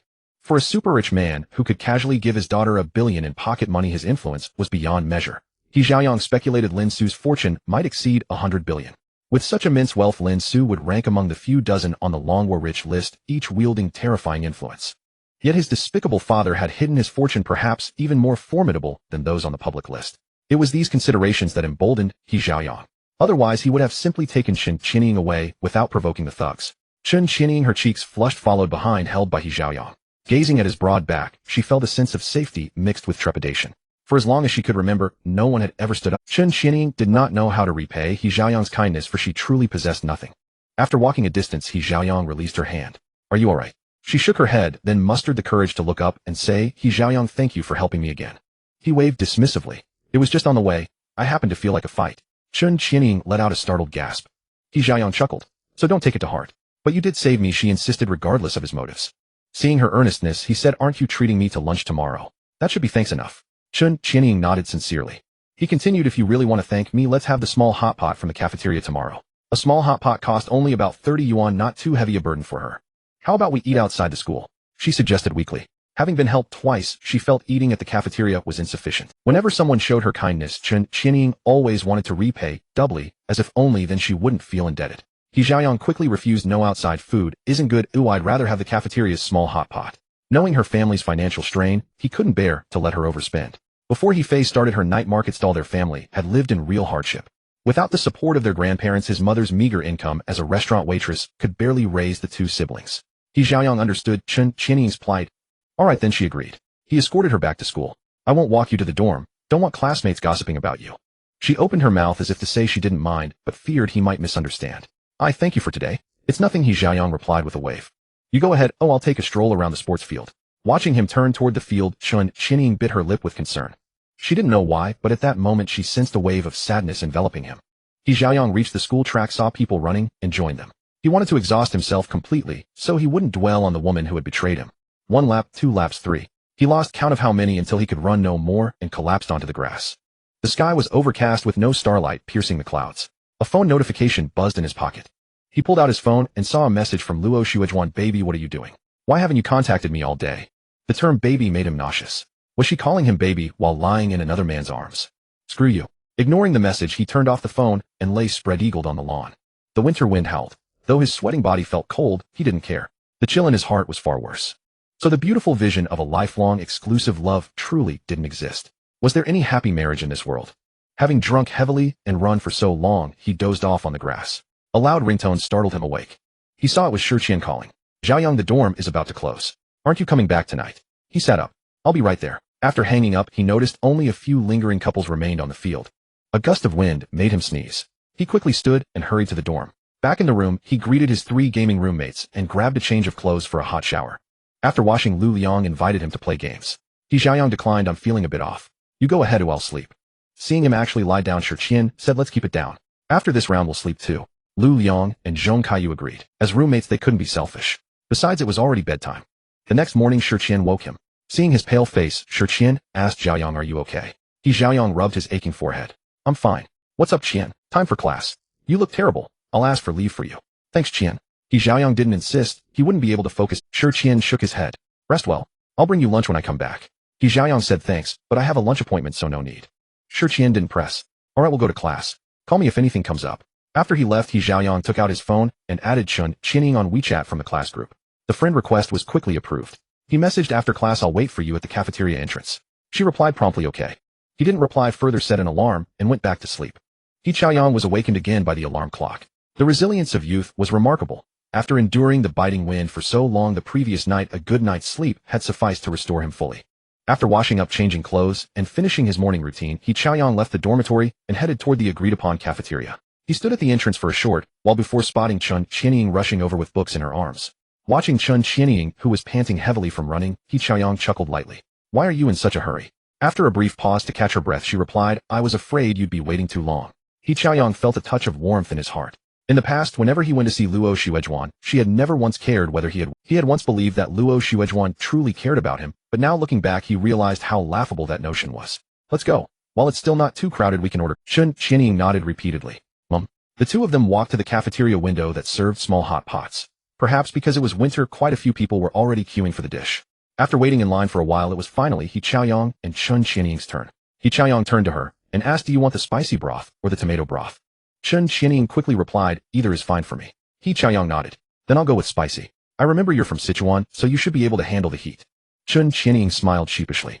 Originally, the cafeteria's small hot pot was meant for one person, but considering Chun Qianying's financial situation, He Xiaoyang ordered only one portion. His intention in having this meal with her was to help her stop feeling indebted to him. Whether he was full or not didn't matter. Besides, his appetite wasn't particularly good today. They ordered a spicy small hot pot, which came with a fixed set of ingredients. The price was only 30 yuan, yet the portion turned out to be surprisingly generous. When it was time to pay, Chun Qianying, fearing that He Xiaoyang would cover the bill, swiped her card first. He Xiaoyang couldn't help but smile. In this day and age, girls like Chun Qianying were truly rare. Among the many women who go out with men, those who voluntarily pay are few and far between. At the very least, Luo Xuejuan had never done such a thing. After swiping the card, the two of them carried their items to a table equipped with a small induction cooker to enjoy the hot. He Xiaoyang said with a smile, come to think of it, this is the first time I've had hot pot in the school cafeteria. At this moment, there was no trace of the sorrow he had shown yesterday, as if the betrayal of his girlfriend had been completely set aside overnight. Chun Qianying murmured, I've never eaten here before either. It wasn't that she didn't like hot pot, it was that she simply couldn't afford it. Although she earned a decent amount from part-time jobs, and had recently received a portion of her financial aid, she sent most of it to her parents. Her mother was ill and needed medication, her father had a disabled leg, and she had a younger brother in middle school. Her parents had originally not wanted her to attend university, they urged her to marry a wealthy man early to ease the family's burden. But Chun Qianying refused. She knew that if she followed her parents' advice and married, her entire life would be ruined. To gain their consent to attend school, she had to promise to send them 2,000 yuan every month as living expenses. As for her tuition, she took out a student loan. Her parents certainly wouldn't pay for it. He Xiaoyang was aware of Chun Qianying's situation, and to avoid making her uncomfortable, he didn't dwell on the topic. What kind of part-time jobs do you usually do? Chun Qianying replied, quite a few. Handing out flyers, working as a waitress, walking dogs, doing promotions at the mall. He Qiaoyang asked curiously, why not find a tutoring job? With your status as a student at Shuangdan University, it should be easy to get one. Chun Qianying seemed reluctant to. She had once tutored a middle school student, but after only 2 days the student's father made an improper proposition. Chun Qianying refused and was subsequently dismissed. In fact, she had encountered similar situations several times while working part-time. Being beautiful is indeed an advantage for a girl. But being beautiful without a background can often be a disaster. This was one of the reasons Chun Qianying avoided tutoring in wealthy households, and she deliberately dressed down to appear less attractive. Seeing that Chun Qianying was unwilling to elaborate, He Qiaoyang stopped pressing. Just then the hot pot was ready, so he immediately invited her to start eating. Noticing that she was too shy to help herself, He Qiaoyang picked up a pair of serving chopsticks and placed the cooked meat into her bowl. After they finished the small hot pot, He Qiaoyang and Chun Qianying parted ways at the cafeteria entrance. Although Chun Qianying was very pretty, He Qiaoyang had no intention of pursuing her at the moment. To avoid any misunderstandings, it was better to refrain from such caring gestures. The betrayal by Luo Xuejuan had shattered his belief in love. If a girlfriend with whom he had shared more than 10 years of feelings could betray him, what hope was there for other women with whom he had no deep emotional bond? Time passed quickly, and it was Friday. After lunch at He Fei's place, Lin Xu took the initiative to call his daughter. Nianlin, Dad is coming back to Haida City today. Do you want to? Nianlin readily agreed. Sure, I'll come home after class this afternoon. Now that she had accepted her father, she wanted to spend more time with Lin Xu. Lin Xu said happily, I'll have the chef at home prepare more of your favorite dishes. We'll have dinner together tonight. After hanging up, he went, He Fei, I won't be setting up the stall today. I've made plans to have dinner with Nianlin tonight. He Fei put on an air of indifference. Why are you telling me? I'm not your keeper. I can't control you.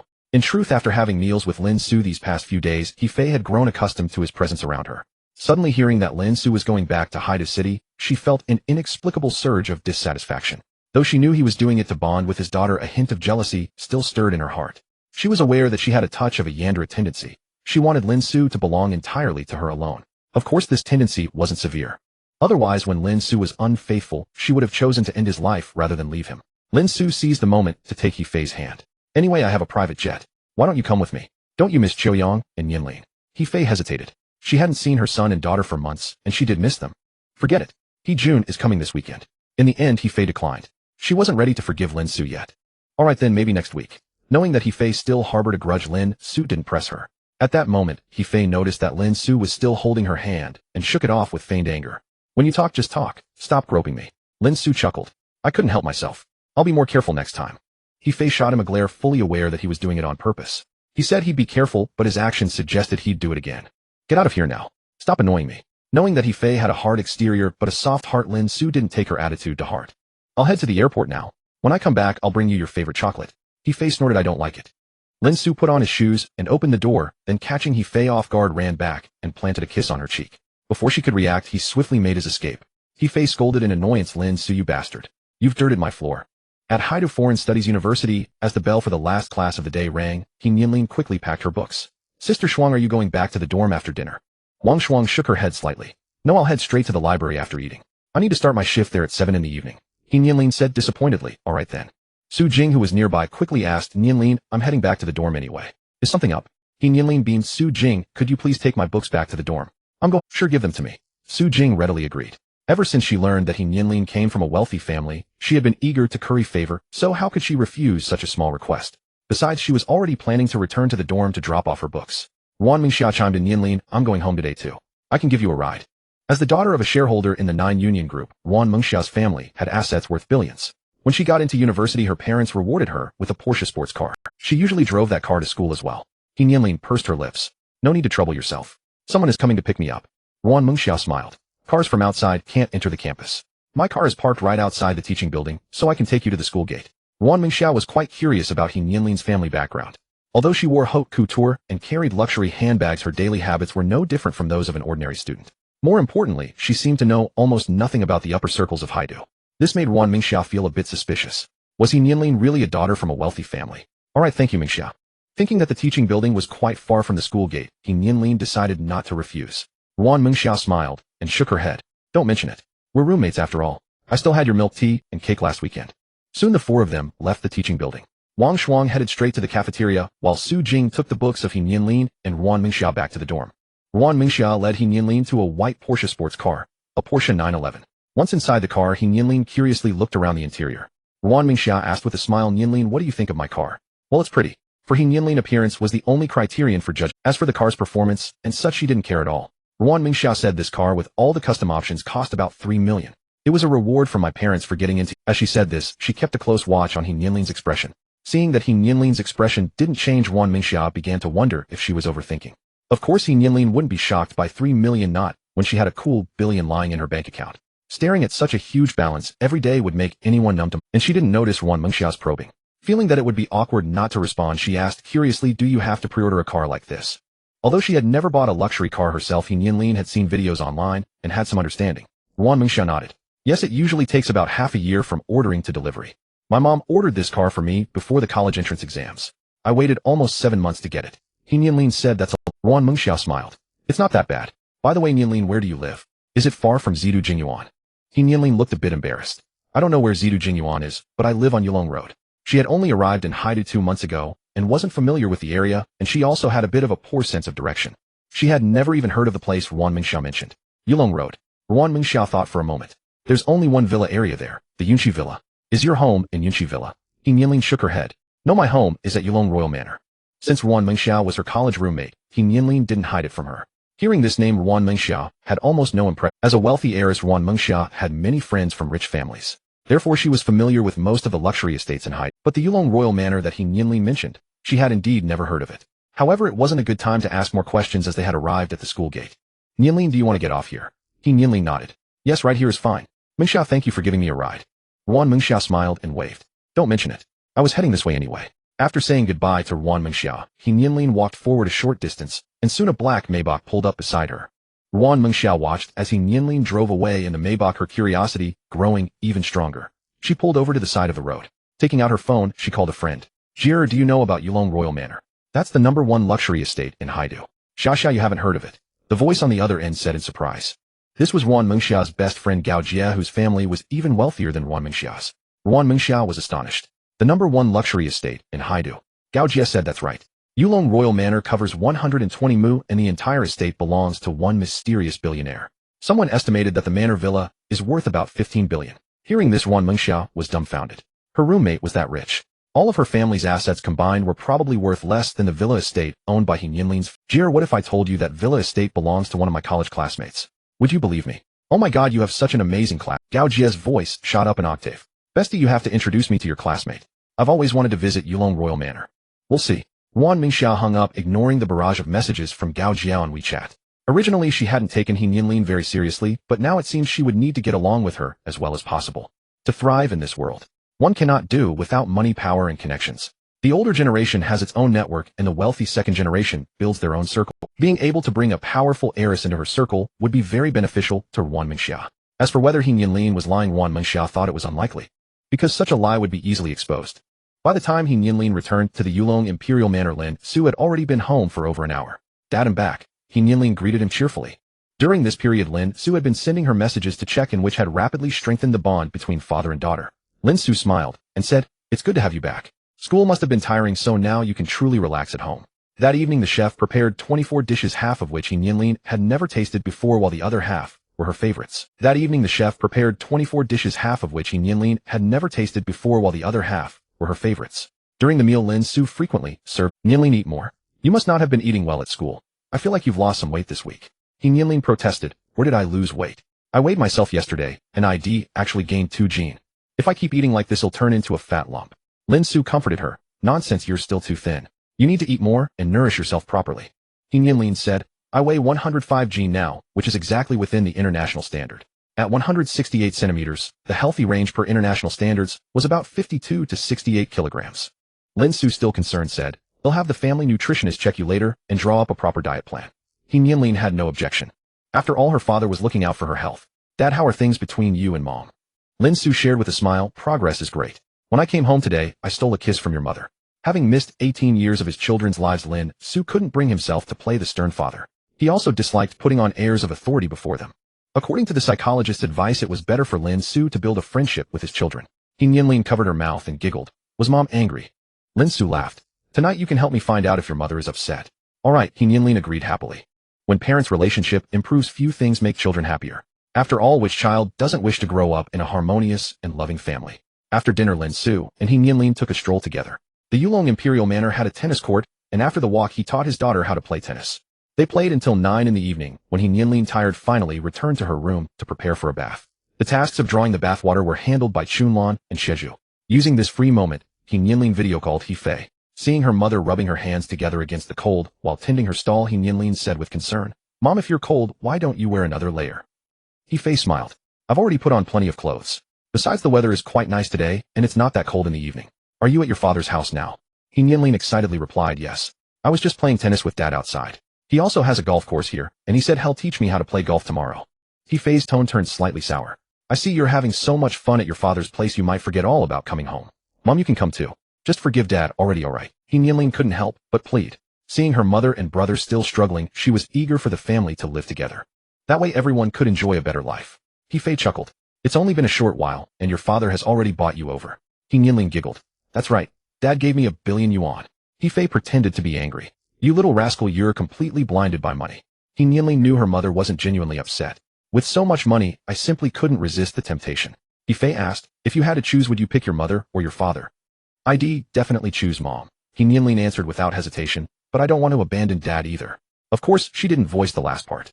A biological father who is wealthy and kind to you. Which child would be willing to deny such a relationship? He Nianlin certainly didn't think she was that aloof. Hearing her daughter's answer, He Fei felt deeply gratified. "Alright, a customer is coming, I have to go." He Nianlin quickly said, "Wait." He Fei asked, puzzled, "What else?" He Nianlin grinned. "Dad asked me to find out from you. Are you mad that he kissed you today?" He Fei's face instantly flushed crimson. That bastard, how could he discuss such things with their daughter? "You little brat, you're learning all the wrong things. When you come home for winter break, just wait and see how I'll punish you." He Nianlin laughed so hard, she doubled over. "Mom, why is your face so red?" He Fei growled. "If you keep talking nonsense, I won't let you through the door when you come back." I won't ask anymore. Go attend to your business." He Nianlin didn't dare push too far, truly angering her mother would be After hanging up the video call, He Nianlin rolled around joyfully on the sofa. Judging from her mother's reaction, she didn't seem that upset about Dad's sneaky kiss. Life was becoming more and more hopeful. Just then Shezhu came to inform He Nianlin that her bath was ready. "Okay, thank you." He Nianlin sat up from the sofa a little sheepishly. Shezhu smiled. "You're too kind, young miss. It's our duty." He Nianlin entered the bathroom. After Chunlan and Shezhu left, she undressed and stepped into the tub to soak. Wrapped in the warm water, she couldn't help but let out a contented sigh. No wonder everyone loved money. The life of the wealthy was truly luxurious. After her bath, Shezhu taught He Nianlin how to care for her skin and also gave her a few tips on makeup. Before going to bed, He Nianlin took her phone to He Chaoyang's room, recorded a video showing every corner of it, and sent it to him. "He Chaoyang, see what your room looks like. Dad prepared it especially for you. As soon as you accept him, you can move into this luxurious place." Soon He Chaoyang video called her. "He Nianlin, I have a question." He Nianlin returned to her own room. "What question?" "Are all girls so materialistic?" He Chaoyang asked directly. There was no need to beat around the bush with his sister. He Nianlin rolled her eyes. "What do you mean all girls are materialistic? Don't you like living a good life too?" He Chaoyang snapped. "Don't change the subject. Just answer the question." He Nianlin thought for a moment and replied, "Material things are the foundation that determines the quality of life. Everyone wants to live better. But while material goods are important to me, it depends on what they're compared to. Compared to the wealth I have now, I'd rather my family be healthy and happy every day." Hearing his sister's answer, He Chaoyang felt he understood what He Nianlin meant. Compared to him as a boyfriend, material things were clearly more important to Luo Xuezhuan. Even if Luo Xuezhuan hadn't betrayed him, yet as long as He Chaoyang couldn't provide a better material life in the future, the outcome was obvious. Seeing He Chaoyang like this, He Nianlin asked with concern, "He Chaoyang, did something upset you?" "No, I'm hanging up." He Chaoyang replied perfunctorily and ended the call. He Nianlin puffed out her cheeks. Could it be that He Chaoyang had a fight with his girlfriend? On Saturday morning at 9 o'clock, He Chaoyang arrived at the entrance of Haida City Amusement Park by bus. "Teacher, you're finally here. I've been waiting for you for over half an hour." Zhou complained upon seeing He Chaoyang. He replied, "I took the bus and subway. You came directly by taxi, so of course you're faster." "Fine," Zhou pouted. "I should have just picked you up from school." He Chaoyang ignored her complaints. "Did you buy the tickets? You said you'd pay since I'm accompanying you." Zhou muttered under her breath, "Since when does a guy make a girl pay when they go out together?" He Chaoyang overheard her. "Then I'll leave." He made as if to turn and walk away. Zhou quickly grabbed his arm and coaxed, "Teacher, I was wrong. I already bought." He Chaoyang pulled his arm free and said, "Next time be smarter. Don't forget who's in charge." As he strode toward the ticket gate, Zhou made a face at his back. They soon entered the amusement park. Since it was the weekend, the park was quite crowded. He Chaoyang had been here once before with Luo Xuezhuan, so he was somewhat familiar with the place. "What do you want to ride?" Zhou excitedly said, "I want to ride the roller coaster, the drop tower, the pirate ship." Hearing all these thrilling rides, He Chaoyang's heart skipped a beat. "Those rides aren't fun. I think bumper cars are better." Zhou leaned in mischievously. Teacher, here, you scared? Ridiculous. He Chuyang bluffed. Me scared?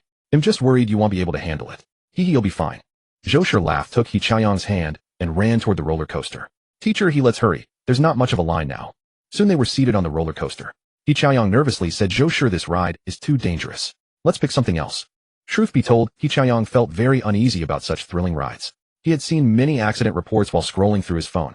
Although the probability of an accident was minuscule, who could guarantee it wouldn't happen to them? The best way to avoid the risk was not to ride. After all, it wasn't something he absolutely had to do. Zhou quickly grabbed his hand.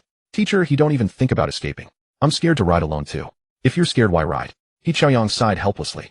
Zhou looked at him with pitiful eyes. I feel so stifled at home all the time. Teacher, just play with me, okay? He Chaoyang was most vulnerable to a girl's pleading. Alright. Stop looking at me like that. He'll ride with you once. Zhou cheered. Teacher, I love you. The moment she said that, the other passengers and staff on the roller coaster cast strange looks at the two of them. Teacher, student, were teachers these days so lacking in morals? He Chaoyang noticed this and wished he could find a hole to. Zhou, don't call me teacher, he in public. Zhou, completely unbothered by the stares, giggled. What should I call you then? He Chaoyang shrugged. Whatever you like, as long as it's not teacher he. Then he'll call you brother Chuyang. She uttered the last two words in a sweet, coquettish tone. He Chaoyang got goosebumps all over. Can you not be so syrupy? Zhou said in a soft, whiny voice. No, I want to. Brother Chuyang, brother Chuyang. He Chaoyang had no time to deal with her now, as the roller coaster had started moving. Zhou stopped her playful antics and grew tense. She gripped He Chaoyang's hand tightly, and her palms began to sweat. Soon the roller coaster reached its peak. Without giving anyone a moment to react, it plunged downward at breakneck speed. Zhou He Chaoyang didn't scream, but he felt his entire body go limp and weak. The ride lasted only a few minutes, but to him it felt longer than several lifetimes. The sensation of being completely out of control made his heart float in the air. Only when the roller coaster came to a stop did he feel alive again. Zhou exclaimed excitedly, Brother Chuyang, let's go again. This roller coaster is so thrilling. He Chaoyang waved his hand weakly. If you want to ride, go ahead. I'm not doing it again. Seeing his state, Zhou didn't insist. There were plenty of other fun rides ahead. After getting off the roller coaster, He Chaoyang quickly, when he had gone to the amusement park with Luo Xuejuan and He Nianlin before, no one had wanted to ride such thrilling attractions. Honestly, this was He Chaoyang's first time. Now he felt much safer with his feet on solid ground. Haidu City's amusement park was huge, and He Chaoyang spent the whole day there with. Unable to resist her coaxing, he ended up accompanying Zhou on quite a few thrilling rides. After getting used to it, he found as they left the amusement park, He Chaoyang said, Alright, we've had our fun. Take a taxi back yourself, or your parents will find out, and there'll be trouble. Zhou grinned sheepishly. Brother Chaoyang, did you guess that my parents didn't approve of me going out with you? He Chaoyang shot her a glance. Do you think I'm an idiot? If your parents knew that. Zhou looked at him with gratitude. Brother Chaoyang, I knew you liked me. You still came out with me, even knowing my parents didn't agree. He Chaoyang said disdainfully, don't flatter yourself. I just felt sorry for you because you've never been to an amusement park. Zhou huffed, I'll flatter myself if I want. And you're so dense. If you made me your girlfriend, you'd not only have a beautiful wife, but also save yourself 20 years of hard work. And my parents' only daughter. Then I'd be yours, and all my family's wealth would be yours too. He Chaoyang found it both funny and exasperating. You're such a filial daughter to your parents. Zhou said matter-of-factly, well, they're always saying they work hard just for me. He Chaoyang chuckled. Your parents would be heartbroken if they knew their daughter thought that way. Zhou snorted. They wouldn't. Brother Chaoyang, thank you for spending the day with me. Let me treat you to dinner. I know a great hot pot place. He Chaoyang asked, aren't you afraid your parents will find out you're out with me? Zhou said calmly, they have social engagements on weekends, they want no one with you. I already told them I'm going to hang out with my best friend. Even if I'm late, it's fine. He Chaoyang thought that since he had nothing to do at school, anyway, he agreed. Alright, I'll go with you for hot pot. Zhou cheered. Great. He'll call a taxi. Soon a ride-hailing car arrived, and the two got in, heading to the hot pot place Zhou had mentioned. Huawei Commercial Plaza. This property belongs to the Huawei Group. The group's main business is chain supermarkets with over 1,000 stores across Longhua. It has also built Huawei commercial plazas in many second-tier cities and above. The reason for mentioning this group is that its chairman is Lin Xu, who has a younger brother named Lin Xu. Huawei Group is a typical family business with 80% of its shares held by the Lin family. As chairman, Lin Xu owns 35% of Huawei Group. Lin Xu's sister Lin Xia and her husband Jiang Ming hold 20% of Huawei Group. Their parents Lin Weigua and Chun Yunlian each hold 5%. Other relatives collectively hold 10%. As the one who led the family to prosperity, Lin Xu also received a symbolic 5% of the shares. The remaining 20% is in the hands of some partners. Lin Xu's eldest brother Lin Hui is quite capable. His contribution accounts for half of Huawei Group's current scale. Of course, Lin Xu also provided considerable help. Whenever the group faced a shortage of funds during development apart from bank loans, the rest was lent by Lin Xu. After Lin Xu became wealthy, many relatives came to him, hoping he would lead them to prosperity. Unwilling to place them in his own company, he had his brother Lin Hui take the lead in establishing Huawei Supermarket. This was also Lin Xu's way of doing his duty to the family. If any relatives remained insatiably greedy, Lin Xu would not hesitate to show them no mercy. Wealth stirs the heart. Of course there were greedy relatives in between. However, before Lin Xu could personally deal with them, Lin Hui had already resolved the issue. Lin Xu's elder brother and elder sister were both good people. They had always been grateful to Lin Xu and never felt that he had given them too little, even though he was richer than them. Around 6 in the evening, Zhou Shi and He Chaoyang took a car to Huahui Commercial Plaza. Brother Chaoyang, the hot pot restaurant I told you about, is on the 5th floor of this mall. He Chaoyang smiled. Then I'll have to see just how delicious this hot pot you speak of really is. Zhou Shi said confidently, you won't be disappointed. The two soon arrived at Guoshour. It seemed the food here was truly excellent. They had to wait in line for a table. If I'd known it would be so crowded, would have come earlier, Zhou Shi complained, seeing several numbers ahead of theirs. He Chaoyang remained calm. Let's just wait patiently. We have nothing else to do tonight anyway. As soon as he finished speaking, He Chaoyang suddenly froze. A couple was walking hand in hand, laughing and chatting, soon arriving at the entrance of the hot pot restaurant.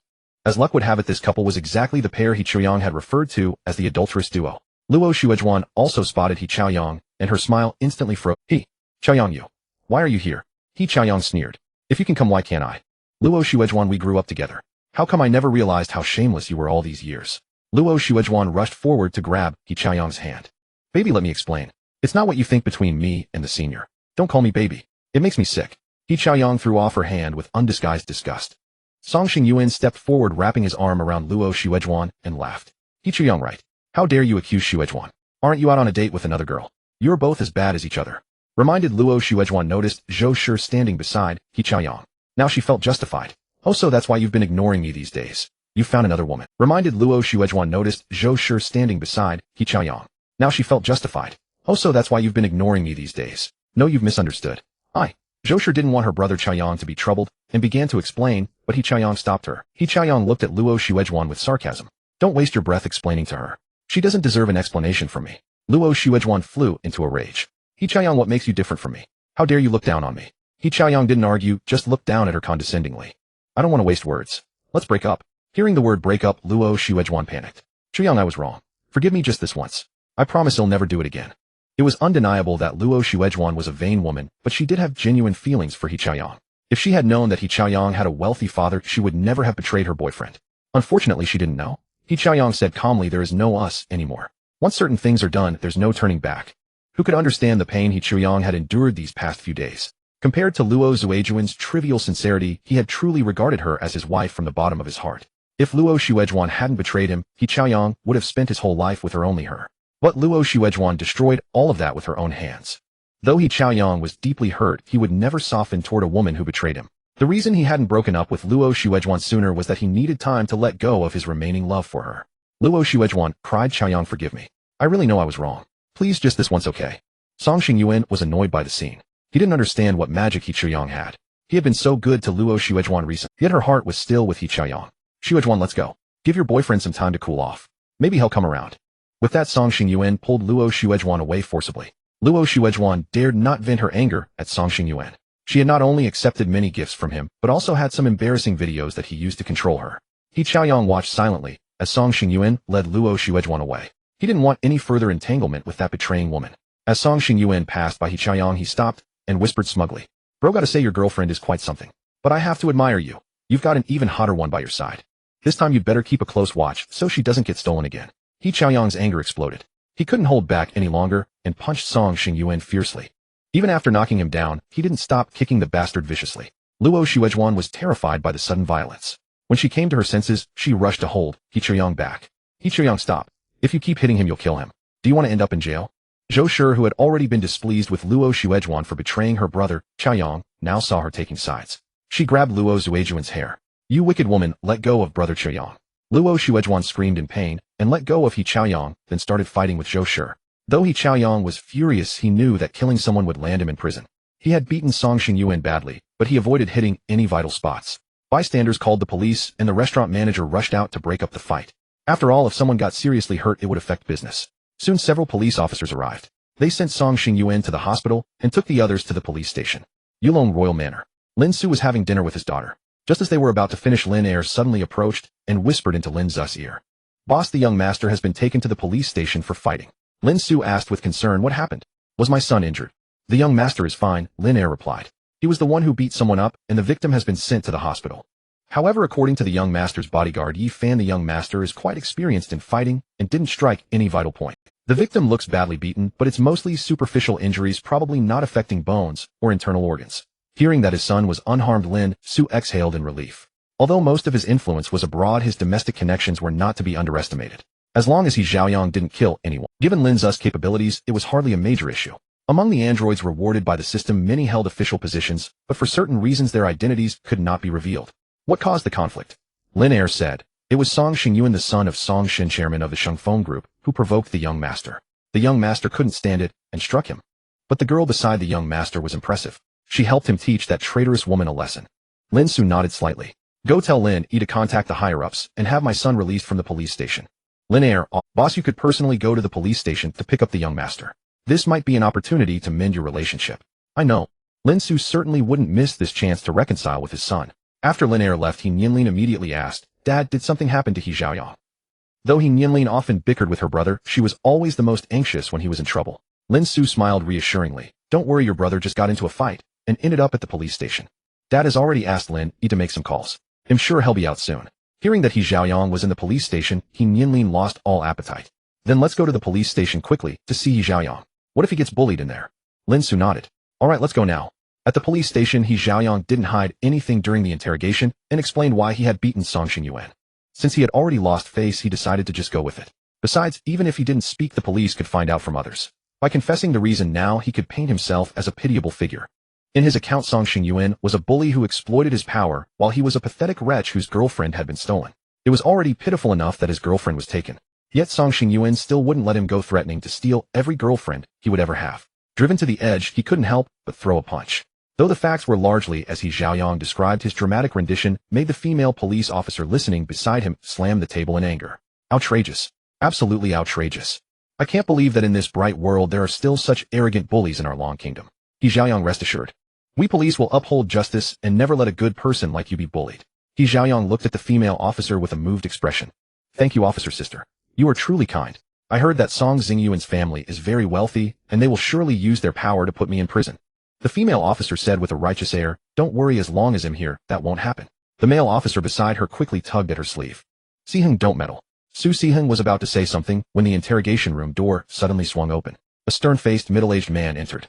The male officer immediately stood up to greet him. Director Su. Su Siheng asked in surprise, Dad, why are you here? Su Tongwei's face darkened.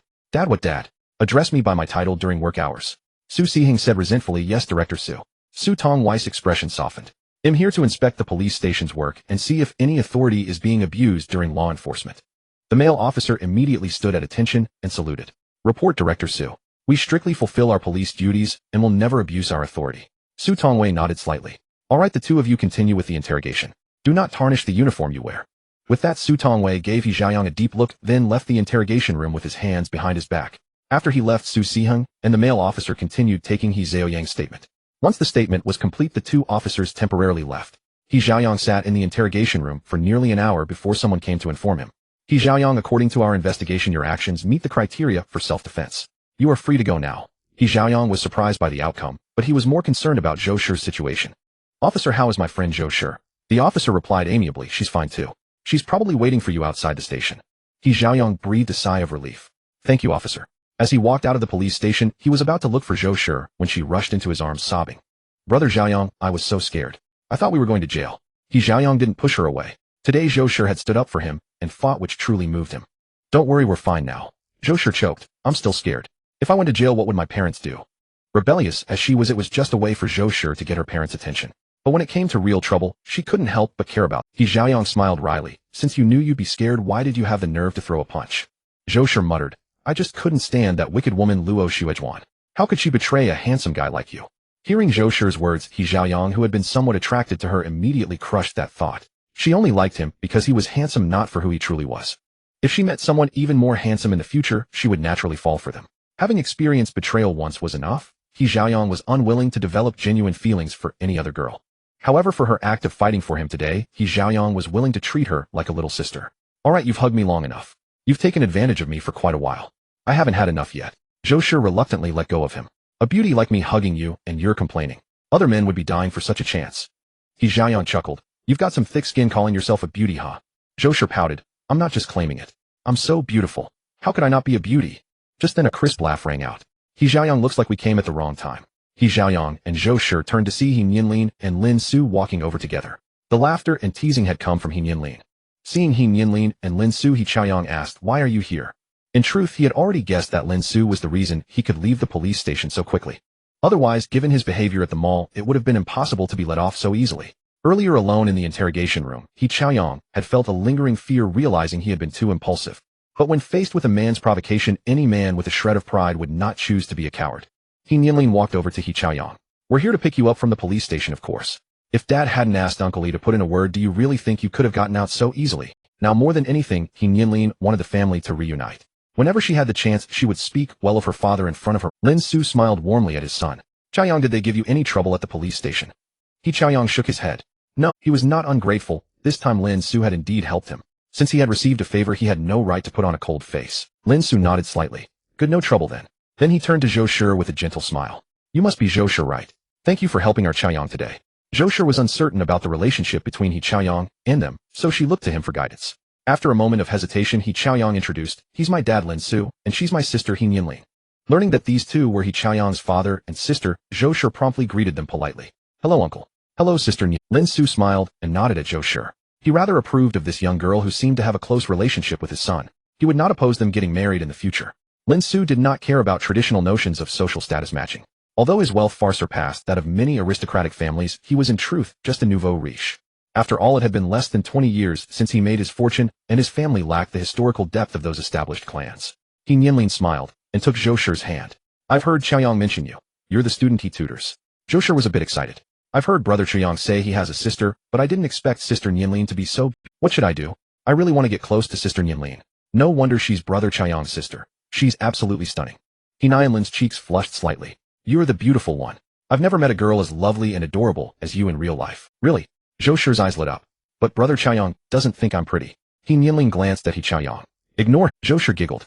"I think so too." He Xiaoyang stood by speechless. "You two girls can chat all you want, but why do you have to gossip about me? And the worst part is you do it right in front of me." Lin Xu chuckled. "All right, let's not stand at the police station entrance. Let's get in the car." The car they came in today was a custom stretched Lincoln, which was even more comfortable than a Maybach. However, Lin Xu usually preferred to keep a low profile, so he rarely drove this stretched Lincoln. Of course, he also owned a stretched Rolls-Royce. Rolls-Royce had a bigger reputation than Lincoln, but since they were picking someone up from the police station, there was no need to be too flashy. Sitting in the luxurious stretched Lincoln, Zhou Shi curiously examined the interior, occasionally letting out exclamations of wonder. Although her family was well off, she had never ridden in such a lavish car. "Uncle, how much did this car cost?" Lin Xu smiled. "Not too much. I got it for just over 10 million. For the wealthy, 10 million was not considered expensive, let alone someone as immensely rich as Lin Xu. Zhou Shi was not particularly surprised by the price. Her father's car was also worth over 1 million. Besides, there were cars worth tens of millions, or even hundreds of millions online. He Xiaoyang sat in the car with mixed emotions. Emotionally, he found it hard to accept Lin Xu as his father, but his Botus reaction was honest. The moment he stepped into the stretched Lincoln, He Xiaoyang knew he had already succumbed. The title of young master of a wealthy family. Who wouldn't be tempted by that? Lin Xu took out 2 insulated lunchboxes and opened them, revealing the food prepared by his chef. "You probably haven't had dinner yet, so I had the chef make something for you." He Nianlin helped set the food on a small table in the car. Although it was hastily prepared, there were still 6 dishes. Lin Xu apologized to Zhou Shi. "Zhou Shi, I would have liked to take you to a restaurant, but it's too late today. He'll make it up to you another time." Zhou Shi quickly replied, "It's fine, uncle. These dishes are wonderful. I'm already drooling from the aroma." He Nianlin handed chopsticks to Zhou Shi and He Xiaoyang. "Eat up before it gets cold." "Thank you, sister Nianlin." Zhou Shi did not stand on ceremony. She took the chopsticks and began eating happily. He Xiaoyang, on the other hand, felt a bit awkward. Although he and Lin Xu were father and son, their current relationship was still somewhat strained. Lin Xu said warmly, "Xiaoyang, go ahead and eat. Tomorrow I'll have the chef prepare a proper meal for you." "Thank you." He Xiaoyang no longer held back and took the chopsticks from He Nianlin to start eating. By the time they finished, the car had arrived at Jieyu Jinyuan. Zhou Shi got out of the car and waved goodbye with a smile. "Goodbye, uncle. Goodbye, sister Nianlin. Goodbye, brother Xiaoyang." The 3 of them smiled and waved back, waiting until she entered the residential complex before telling the driver to leave. When Zhou Shi got home, it was already 11 p.m. Her father Zhou Bing and mother Su Lingxing were both sitting in the living room waiting for her. "Dad, Mom." Seeing her parents' unhappy expressions, Zhou Shi spoke with a hint of guilt. Su Lingxing frowned. "You had a day off and you went wild. Only coming back now. And your phone was unreachable. Were we supposed to call the police and report you missing?" Zhou Shi lowered her head and whispered, "My phone." She dared not reveal even a word about the fight at the police station today. Hearing this, Su Lingqing grew even angrier. If you knew your phone was dead, why didn't you come home earlier? Don't you realize how dangerous it is for a girl to be out late at night? Zhou sure knew she was in the wrong and didn't dare talk back, so she just stood there obediently taking the scolding. Zhou Bing felt a pang of sympathy seeing his daughter's aggrieved look. All right, dear. Sure is home now, you've scolded her enough. She'll know better this time. Su Lingqing, hearing her husband's words, stopped berating their daughter and turned to sit on the sofa fuming. Zhou Bing said sternly to his daughter, Sure you mustn't come home this late again, next time understand. It's dangerous for a girl to be out late. Your mother and I urge you to come home early for your own safety. Zhou sure nodded obediently. I know I won't be this late again. Zhou Bing patted his daughter's head. All right, go take a shower and get some sleep. Dad still has to coax your mom. Zhou sure stole a glance at Su Lingqing before quietly retreating to her room. After Zhou sure got off the car, only the father and his 2 children remained inside. The driver and Lin Air in the front passenger seat were separated by the partition, unable to see what was happening in the back. Sensing the awkward silence in the car, Nianlin decided to play her role as the family's little warm hearth. He Chaoyang, did you break up with Luo Xuejuan? To be honest, Nianlin had never really liked Luo Xuejuan, their former classmate. It wasn't for any particular reason, just that as a child she felt Luo Xuejuan was trying to steal her brother away. As she grew older, her impression improved somewhat. But Nianlin never expected that Luo Xuejuan, who appeared so proper on the surface, could be such a woman behind the scenes. Isn't that obvious? He Chaoyang rolled his eyes at her words. If a man cheated on you, would you still choose to stay with him? This remark made Lin Xu feel awkward. He choked on his own saliva and coughed a few times. Seeing both children turn to look at him, he gave an awkward smile. You two go ahead and chat. I just have a bit of a sore throat. Nianlin asked with concern, Dad, are you okay? It's fine, probably just a slight cold from the winter. Lin Xu explained, making up. He'll have the family doctor take a look when we get back. A faint smile curled at the corner of He Chaoyang's mouth. He had just played a small prank on his father Lin Xu, which served as a little revenge for himself. What happened to those two afterward? Lin Xu said, your ex-girlfriend was detained for 5 days for fighting. The police station will report it to her school. As for her school, whether they decide to put her on probation or expel her outright depends on their attitude. Of course, if you feel sorry for her, I can ask someone to cancel these penalties. He Chaoyang's face twitched slightly. He was certain that Lin Xu said this deliberately to retaliate for his earlier remarks. No need, and she's already my ex-girlfriend. He emphasized the words ex-girlfriend with extra force. Lin Xu gave a half smile. Oh, is that so? I thought you might still have lingering feelings for her.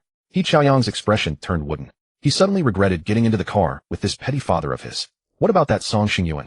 Not wanting to mention that woman Luo Xuejuan again, He Chaoyang directly changed the subject. Lin Xu didn't press further and smoothly picked up the conversation. He's still in the hospital receiving treatment, but it's only superficial injuries. You were still a bit too gentle. He Chaoyang was speechless. He didn't want to get himself into trouble because of that scumbag. Although he knew Lin Xu had considerable power, he had no concrete idea of how far that power could go. I heard that guy's family is very wealthy. Won't beating him cause you trouble? Lin Xu smiled confidently. What trouble could it cause? Even if you killed him, I could handle it. Of course, killing people is not recommended. Although I can influence the decisions of the higher-ups, if the impact is too great, they won't tolerate it. Regardless, Lin Xu hoped his family could continue living peacefully in the Dragon Kingdom. Unless necessary, there was no need to fall out with the authorities. Even though he now possessed the power to do so, there was a god in this world who could make you disappear in an instant. Most importantly, Lin Xu wanted his children to maintain a kind heart. He who does evil will eventually meet his doom. Even if there were android bodyguards protecting them at all times, there would always be oversight. The androids were indeed powerful, but they weren't cultivators with divine sense. Oh, how could they be flawless? If someone found a loophole and killed them, wouldn't it be a waste of such a fortunate rebirth? Being able to live a life above others was already a gift from heaven. Why commit heinous acts? He Chaoyang didn't understand Lin Xu's thoughts. He simply thought Lin Xu was boasting. I feel like he won't let this go after being humiliated. Lin Xu smiled reassuringly. Don't worry. That Shengfeng group is only worth about 10 billion.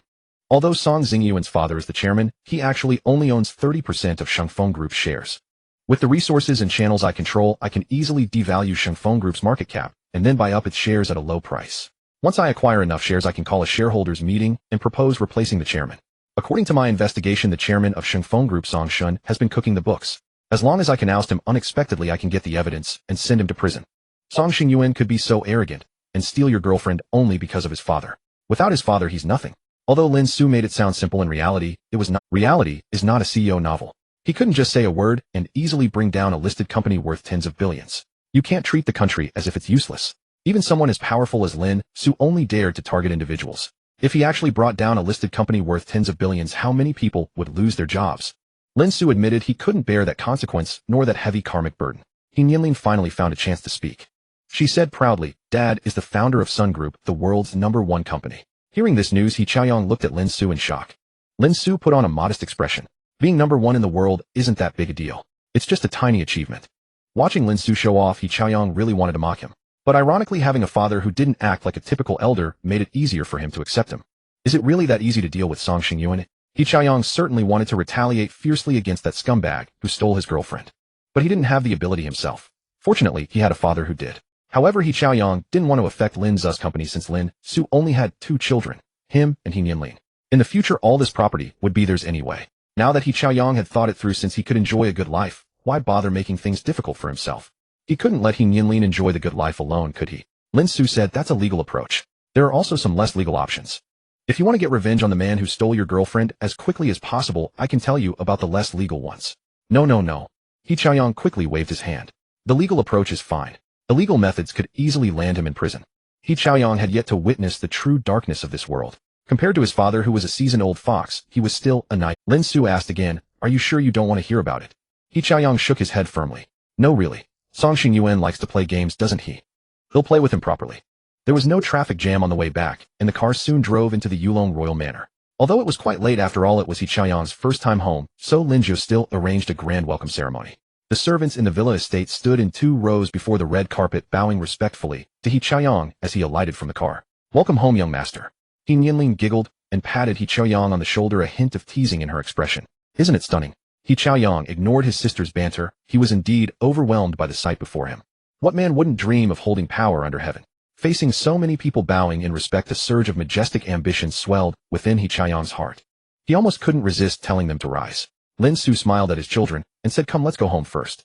He Chaoyang and He Nianlin flanked Lin Xu, walking along the red carpet toward the villa. Feeling the reverent and envious gazes of the servants on both sides, He Chaoyang couldn't help but feel that this was how a true man should live. Back inside the villa, Lin Xu introduced Lin Air and Lin Jiu to He Chaoyang. He also had Lin Jiu assign 2 servants to attend to He Chaoyang's daily Xiuju and Dongmei. After settling these matters, Lin Xu said to He Chaoyang, Chaoyang, it's late now. Get some rest, and we'll discuss everything tomorrow. He Chaoyang nodded. All right.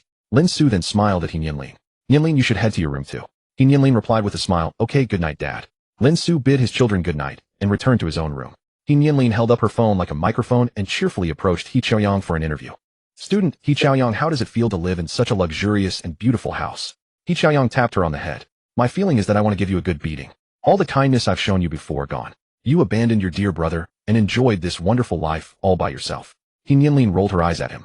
Stop it. You chose to suffer on your own. Oh, what does it have to do with me? I was going to give you a tour of the house, but now I've lost the mood. With that, He Nianlin turned and went upstairs in a huff.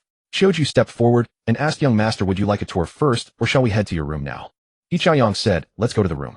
After all, the house was here to stay, and he could take his time exploring it tomorrow in broad daylight.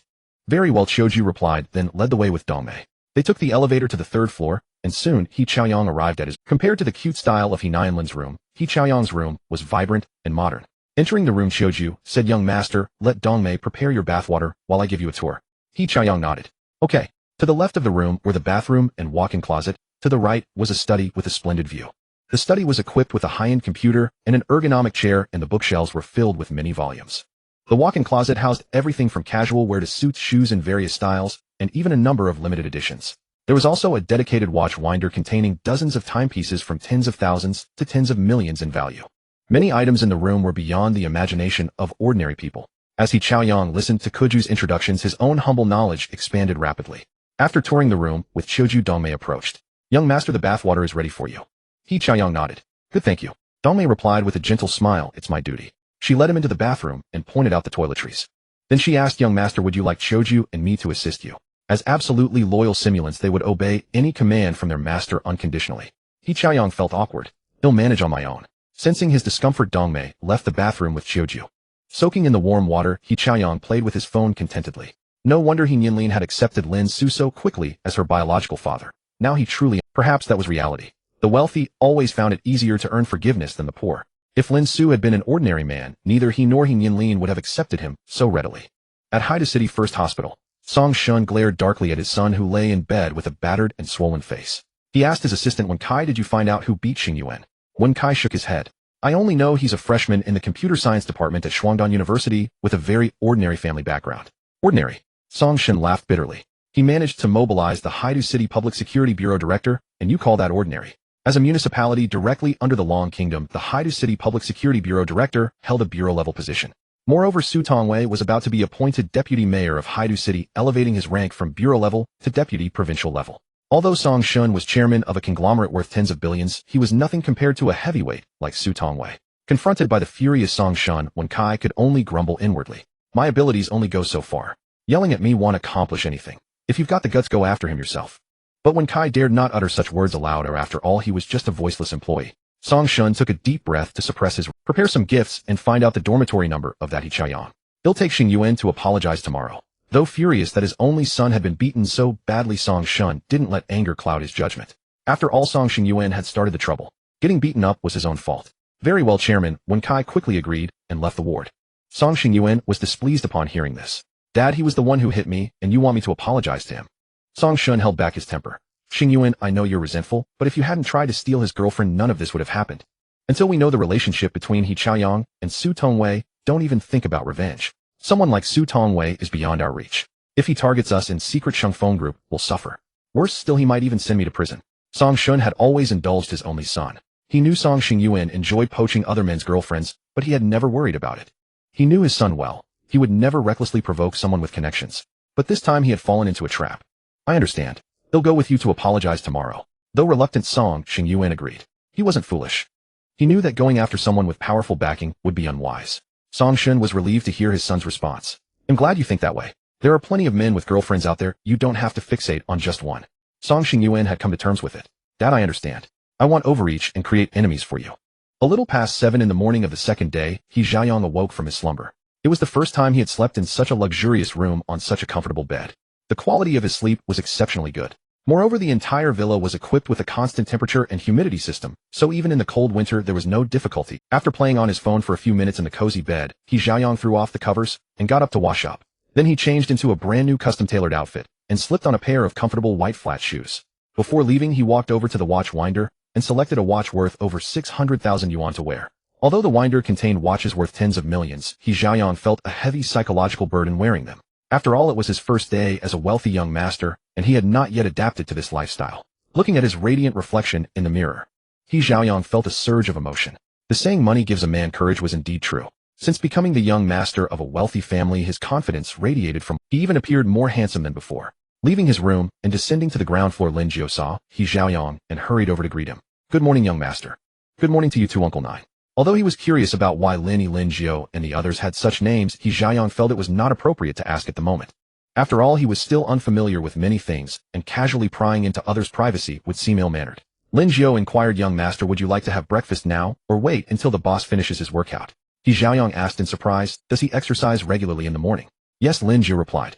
The boss is accustomed to working out for about an hour after waking up every morning. From a health perspective, life lies in movement. If you can wake up early, young master, I suggest you also exercise in the morning. He'll think about it. He Chaoyang nodded, then asked, when does my father usually finish his exercise? Since he had already moved into Lin Xu's villa, He Chaoyang no longer hesitated to call him dad. After all, Lin Xu was his biological father, not a stepfather.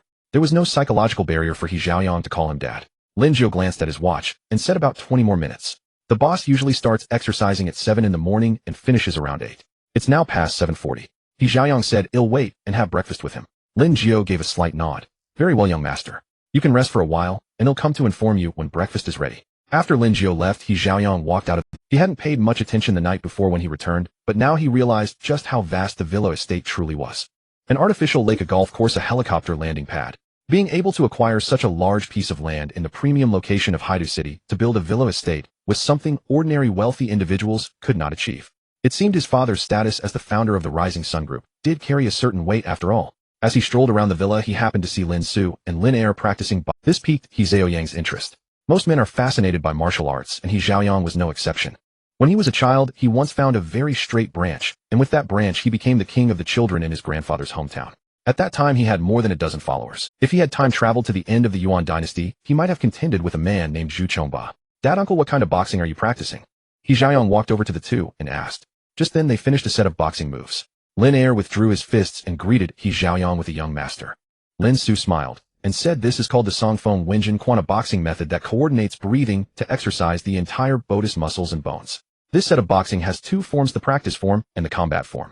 The practice form strengthens the body, enhances strength, physique, and resistance to blows. The combat form is the method of applying force and striking used to defeat an opponent in the fastest and most straightforward way. Songfeng Wenjin Quan was a system reward. Compared to boxing techniques passed down in the real world, Songfeng Wenjin Quan was more comprehensive, especially in its effects on prolonging life and improving health. He Xiaoyang looked forward to it and asked, "Can I learn it?" Lin Xu nodded. "Of course. I have arranged 8 bodyguards to protect you covertly. After breakfast, he'll introduce them to you. You can learn this boxing technique from them." He Xiaoyang naturally had no objections. Lin Xu had finished his workout, so he invited He Xiaoyang to return to the villa together. Looking at his son walking beside him, Lin Xu asked with concern, "Did you sleep well last night?" He Xiaoyang nodded. "I'm pretty well." Although he had accepted Lin Xu as his father, it would be unrealistic to say he had deep feelings for him. Without long-term companionship, even biological parents couldn't foster much affection. Not to mention He Xiaoyang, who had just accepted Lin Xu as his father. Even He Nianlin, who had spent a few days together, might not have deep feelings for Lin Xu at this point. Lin Xu of course understood this. But as a father he didn't mind. Parental love for children flows downward, often unconditional and self-sacrificing. Children's love for parents stems from dependence and admiration, and it changes with the dynamics of their relationship and the child's age. Of course, nothing is absolute. There are always parents who are not so loving toward their children or even harbor disgust for them. Father and son returned to the villa, just as He Nianlin, having just woken up, came. Seeing Lin Xu and He Xiaoyang entering together, a trace of surprise flickered across her face. When did He Xiaoyang and Dad become so close? She stole a glance at He Xiaoyang's expression, then greeted Lin Xu with her brightest smile. "Good morning, Dad." Lin Xu looked at his daughter with a gentle gaze and smiled. "Good morning, Nianlin. What time did you go to bed last night?" He Nianlin was a bit embarrassed. "A little past 1. She had a habit of playing on her phone before sleeping, always scrolling through short videos for a while before dozing off. But most young people nowadays are like that, aren't they? Almost everyone is glued to their phones. Those who can go to the bathroom without their phones are probably admired by many." Lin Xu smiled and didn't say anything preachy. "You two sit downstairs for a while. Dad will go to his room to take a shower, then come down for breakfast together." After Lin Xu took the elevator upstairs, He Nianlin crossed her arms and walked over to He Xiaoyang, sizing him up with a thought. He Xiaoyang asked, puzzled, "Why are you looking at me like that?" He Nianlin clicked her tongue. "He Xiaoyang, I never thought you were this kind of person." "What kind of person?" He Xiaoyang asked, confused. He Nianlin said disdainfully, still not admitting it. "You've been hanging around Dad since early morning, aren't you trying to curry favor with him?" He Xiaoyang gave her a look that said, "You're crazy. Why would I try to curry favor with him? What else could it be?" "For the inheritance," He Nianlin replied with an expression that said she had seen through everything. "The struggle for the persimmon is indeed brutal. On your very first day here, you've already started using unscrupulous means to compete for Dad's inheritance." He Xiaoyang rolled his eyes at He Nianlin. "Psycho." The breakfast was sumptuous with a wide variety of dishes. Lin Xu had no rule of silence at the table, so he chatted with his children. He Xiaoyang and He Nianlin had only just become heirs to a wealthy family and were unfamiliar with the circumstances of top-tier families, both domestically and internationally. Therefore, during breakfast, Lin Xu took the opportunity to impart to them many rules and general situations within the circle of the elite. After breakfast, Lin Xu handed He Xiaoyang a black card. "Xiaoyang, this is your allowance from Dad, just like your sister's 10 billion. From now on the 1st of every month, I will have someone deposit 100 million into each of your cards as your monthly allowance." Lin Xu would not show favoritism between his son and daughter. The so-called raising a son in poverty and a daughter in wealth in Lin Xu's eyes correctly meant nurturing a son's ambition and a daughter's virtue. Here, poverty and wealth have nothing to do with money. For a boy, one must cultivate his sense of responsibility, temper his perseverance, and shape him into a man of duty and ambition. For a girl, one must enrich her knowledge, give her love and a sense of security, cultivate her noble character, and make her a woman of self-respect, self-love, and inner strength. "Thank you, Dad." He Xiaoyang took the black card, its heavy yet smooth texture giving an extraordinary sensation. Thinking that this card contained 10 billion, his heart surged with excitement. Lin Xu said with a hint of emotion, "Actually, sudden wealth for young people is not a good thing. I give you both so much money because I want you to have the confidence to face anything. You can spend this money however you like, but I hope you both will stay true to your original intentions." He Xiaoyang and He Nianlin both nodded solemnly. Lin Xu did not lecture his children too much lest he annoy them. At that moment, Lin Er brought He Xiaoyang's bodyguards over and introduced them one by one. Lin Xu said, "The bodyguard captain who protects you will also be your driver and life assistant. Xiaoyang, you can go to the garage later and pick a car. From now on, let Yi Fan drive that car and follow you." He Xiaoyang nodded. "Okay, thank you, Dad." Lin Xu said, "You should practice driving with the driver often. I've also arranged for the driving school. Once your driving skills are proficient, find time to get your driver's license. It's not difficult anyway." With a dedicated driver giving unknown instruction, if they still couldn't get a license, Lin Xu would have no solution. Although he could pull strings for many things, he would not do so for getting a driver's license. People who insisted on driving without knowing how would only harm themselves and others.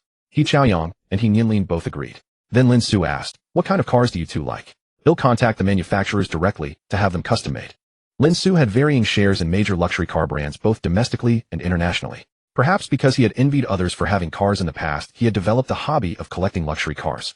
Those shares were also acquired while collecting luxury cars. Nianlin said, I like cars that look good both inside and out. Preferably something small and easy to handle. He Chaoyang was straightforward. I think Lamborghini suits me. Lin Xu thought for a moment and said, they'll have Lin Yi compile a catalog of luxury cars, and you can choose from them. He Chaoyang and He Nianlin both nodded, thinking it would be better to see them directly. Lin Xu called Lin Yi over and gave him the instructions. Then he called Lin Jiu. Lin Jiu take Nianlin and Chaoyang to familiarize themselves with the villa, and also take Chaoyang to the garage to pick a car. Lin Jiu nodded. Yes, boss. Lin Xu then looked at his children. Chaoyang Nianlin follow Lin Jiu to get to know the house. Dad is going to the study to read. Having reached the pinnacle of material pursuit, Lin Xu now focused more on spiritual fulfillment. A happy and warm family was also a form of spiritual pursuit. He Chaoyang and He Nianlin both nodded. Okay, Dad, go ahead and read. After Lin Xu went to the study, Lin Jiu began showing He Chaoyang and He Nianlin around the villa. He Nianlin had already toured the villa the previous week, so she was familiar with some areas, but many places were still unfamiliar. He Chaoyang was completely unfamiliar. It took considerable time to tour such a large villa. The entire morning was spent learning about the interior of the villa. Finally, before lunch, He Chaoyang followed Lin Jiu to the garage and selected a Rolls-Royce as his daily car. Compared to the mature and stable Maybach, he preferred the more ostentatious style of the Rolls-Royce. During lunch, Lin Xu said, I'm going back to Xing City this afternoon. He'll set up the stall with your mom tonight. You can also urge He Fei to come with me to Haida City next weekend to see you. Anyway, with the private jet, it only takes a little over 2 hours to get to Haida City. He Nianlin swallowed the food in her mouth. I want Mom to come see me too, Dad. He'll persuade Mom to come with you to Haida City next weekend. Now that He Chaoyang had accepted his father, their family's reunion was only a matter of Mom forgiving Dad. He Nianlin had longed for a complete family since childhood, and now that dream was about to come true. On that day, she would definitely take a family. He'll call Mom. He Chaoyang felt that since he had taken the money, he should have this awareness. In fact, he also knew that his mother had feelings for his father, otherwise she wouldn't have urged him to accept his father. Although He Chaoyang couldn't resist the temptation of 10 billion, his quick acceptance was largely due to He Fei's attitude. Lin Xu smiled. If you miss your mother, Dad can arrange the private jet to take you back to Xing City. He Nianlin immediately responded. If Mom doesn't come to Haida City next weekend, he'll go back to Xing City to see her.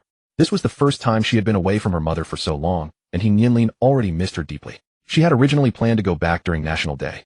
But in the end, He Nianlin couldn't bear the travel expenses. He Chaoyang didn't respond. He still had to tutor Zhou Shi on weekends. Although he no longer needed the money from tutoring now since he had agreed to help someone, he didn't want to abandon it. Before him, Zhou Shi had also hired tutors. But they had never been effective. Since He Chaoyang regarded Zhou Shi as a younger sister, he hoped she could get into a good university in the future. After lunch, Lin Xu prepared to go to the airport. Before leaving, he said to his children, Dad has to catch a flight, so I won't stay with you. This is your home. You can come back to stay whenever you want. Although we haven't spent much time together, my love for you is no less than any other father's. Lin Xu's words deeply touched He Chaoyang and He Nianlin. If it weren't for love, how could he casually give each of them 10 billion as allowance? He Chaoyang watched Lin Xu's car disappear, then turned to He Nianlin and said, he'll be leaving too. I have a tutoring session to go to. The weekend tutoring for Zhou Shi was scheduled in the afternoon from 2 p.m. to 5 p.m., totaling 3 hours. He Nianlin asked, will you come back here tonight? He Chaoyang shook his head. No, I won't. The school does dorm checks at night, and I have an early morning class on Monday. Yulong Royal Manor was quite far from Shuangdan University, and He Chaoyang didn't want to waste time commuting every day, especially given the terrible traffic conditions in Haida. If he got caught in the morning rush hour traffic, he would definitely be late for his morning class. What about you? Aren't you going back to school now? He Chaoyang asked in return. He Nianlin shook her head. There's a newly released movie I've been wanting to watch. I want to see it at home, have dinner, and then go back to school. Yulong Royal Manor naturally had a home theater, and the selection of films there was no worse than a cinema. Any newly released movie could be watched at home without the need to wait for showtimes like in a theater. Suit yourself. I'm leaving. He Chaoyang wasn't very interested in watching movies, and when he saw He Fei driving over, he prepared to leave. He Nianlin quickly called out, Wait, He Chaoyang, aren't you forgetting something? What did I forget? He Chaoyang stopped in his tracks and turned to look at her with confusion. Oomph. He Nianlin reminded him, not long ago you borrowed 1,000 yuan from me and haven't paid it back yet. He Chaoyang looked at He Nianlin with a speechless expression. You're not exactly short of money now, are you? He Nianlin put on a look of principle.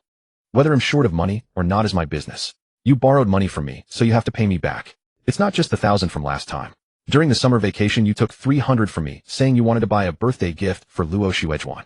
In senior year you borrowed 50 from me, because Luo Xuejuan wanted to drink bubble tea. And in elementary school you took a yuan from me saying you'd buy me a lollipop, but you ended up giving it to Luo Xuejuan. Especially that elementary school incident. He Nianlin would remember it for a lifetime. At that time, He Chaoyang gave the candy that was meant for her to Luo Xuejuan, and He Nianlin cried for a long time, her eyes swollen from crying. This was also the reason why Nianlin had not been particularly fond of Luo Xuejuan over the years. However, since she was the one He Choyang liked, Nianlin never deliberately put on a sour face whenever she saw her. It was just that she never expected Luo Xuejuan to be such a fickle and unfaithful person. No wonder she had always felt a bit uncomfortable every time she saw Luo Xuejuan before. It turned out that she wasn't a good woman. Seeing He Nianlin counting on her fingers as she recounted one after another of his unpaid debts, He Choyang quickly called for a halt. "They'll pay you back all of this money later, okay?" He Nianlin instructed. "Remember to pay back 3 times the amount." "They'll pay you back 10 times, He Choyang said generously. "They'll transfer 10,000 to you later." For him, who had just received a huge sum of 1,010,000 yuan, was just a drop in the bucket. He Nianlin grinned with satisfaction. "You said you'd pay back 10 times yourself. I didn't force you." He Choyang smiled helplessly. "Fine, I'm voluntarily paying you back 10 times. In truth, He Choyang understood that He Nianlin wasn't really talking about the money. She was taking the opportunity to remind him not to go back to his ex. Although he could now satisfy Luo Xuejuan's material needs, a woman who could betray him once could betray him again. But He Nianlin underestimated him. He Choyang, no matter how much he liked that woman, would never become a disgusting cuckold. He Nianlin said with a grin, "Since you're so generous and willing to pay back 10 times, how about I lend you another 100 million? He Choyang rolled his eyes at her. "If you want to empty my wallet, just say it directly. No need to beat around the bush." "How can that be the same?" He Nianlin said proudly. "Lending you 100 million is called it. If I just asked you for it, wouldn't that be robbery? I can't do such a shameless thing." He Choyang couldn't help but laugh. "Someone with such investment skills like you. If you don't go into finance in the future, it would be a great loss to the financial world." He Nianlin playfully stuck out her tongue. "None of your business." He Choyang glanced at his watch. "All right, I'm done arguing with you. Otherwise, you'll be late for tutoring." Watching He Choyang get into the car and drive away, He Nianlin then skipped happily to the home theater room. He Choyang sat in the Rolls-Royce and took out the long-way trifold phone that Lin Xu had given him that morning. This phone, priced at 20,000 yuan on the official website, was hard, but for people like Lin Xu, there was no need to scramble. The Shiri Group had a deep cooperation with Longwei Company. The chips used in Longwei phones were all developed and produced by the Shiri Group. Moreover, many 5G patents belonged to the Shiri Group. Although the Shiri Group did not have an independent mobile phone brand, it held shares in many domestic phone companies. Because of the Shiri Group, the domestic mobile phone market was actually a battle of titans. The market share of fruit phones in China was not that great. Because of the Shiri Group, the domestic mobile phone market was actually a battle of titans. The market share of fruit phones in China was not. It was already 2025. How could there still be people who thought foreigners were superior and that foreign goods were more premium than domestic ones? He Choyang had no mind to study the phone at the moment. He first downloaded a banking app and then bound his black card to it. Looking at the long string of zeros on the mobile banking app, He Choyang felt that this sequence of numbers had a unique beauty. Ones, tens, hundreds, thousands, 10,000s. He counted the string of numbers several times, but He Choyang still felt he couldn't quite count them clearly, even though he could get full marks in math.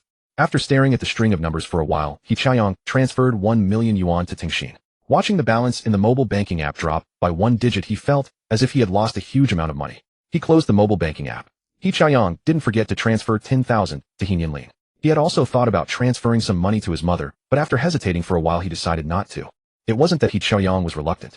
It was that he knew his father would take care of things on his mother's side, so he didn't need to worry about it. Moreover, this money was originally given to him. Even if he transferred the money to his mother, He Fei would not accept it. As for his maternal grandparents and uncle, He Choyang did not take it upon himself to send them money either. Even if he wanted to give them money, he would have to discuss it with his mother first. After all, it was a matter between the elders. As a younger generation, how could he meddle in their affairs? After closing Tingxin, He Choyang began to study the Longwei trifold phone in his hand. Sitting in the luxurious Rolls-Royce, he didn't even feel the bumps of the car on the road. Before he knew it, the car had arrived at Jiuyuan. He Choyang put away his phone and said to Yi Fan, "Brother, you just stop at the bus stop." Yi Fan turned around and said, "Young master, our car can drive directly into this neighborhood." He Choyang replied, "This neighborhood is strictly managed. Outside cars usually aren't allowed in." Having been coming here to tutor Zhou Shi for nearly a month, he was quite familiar with the. Yi Fan explained, "We're not considered an outside car. The boss owns a property in this neighborhood, and this vehicle is registered with the property management." That morning, after He Choyang had chosen the car, Yi Fan had already submitted the vehicle information to the property management of Jiuyuan through Lin Yi. Before leaving Lin, he had informed Yi Fan that the vehicle details had been entered into the property system. "My dad has a house in this neighborhood." He Choyang was astounded by the news. Yi Fan smiled and said, "The boss owns properties in many neighborhoods and Haida hundreds of them in total." He Choyang hadn't expected his father to be a landlord. "Since the car can go in, let's drive in." He wasn't foolish enough to insist on walking when he could save a few steps. The car soon entered the underground parking lot of Jiuyuan. "Which building and unit is my dad's apartment?" Yi Fan pointed. "It's on the 27th floor of building 1. Lin, he gave me the elevator card before we left. Do you want to take a look, young master?" He Choyang hesitated for a moment, but shook his head. "Forget it. I'm here to tutor. He'll see the place another time." After experiencing the Imperial Dragon Manor, He Chaoyang had lost much interest in other luxury homes. Could any of these houses be as magnificent as the Imperial Dragon Manor? He Fan didn't press further. He drove to building 3, quickly got out, and opened the door for He Chaoyang. Young master will wait for you in the car. He Chaoyang smiled, and said no need. You can wander around nearby. They'll notify you when I'm done. He Fan replied, it's fine young master. Don't worry about me. Alright then. He Chaoyang didn't insist, and headed to the elevator about to press the doorbell. Unexpectedly, he ran into Su Lingqing coming downstairs. She asked in surprise, little tutor, why are you in the underground parking lot? Seeing Su Lingqing, He Chaoyang was also taken aback. I came in by car. Sister Qing, are you home today?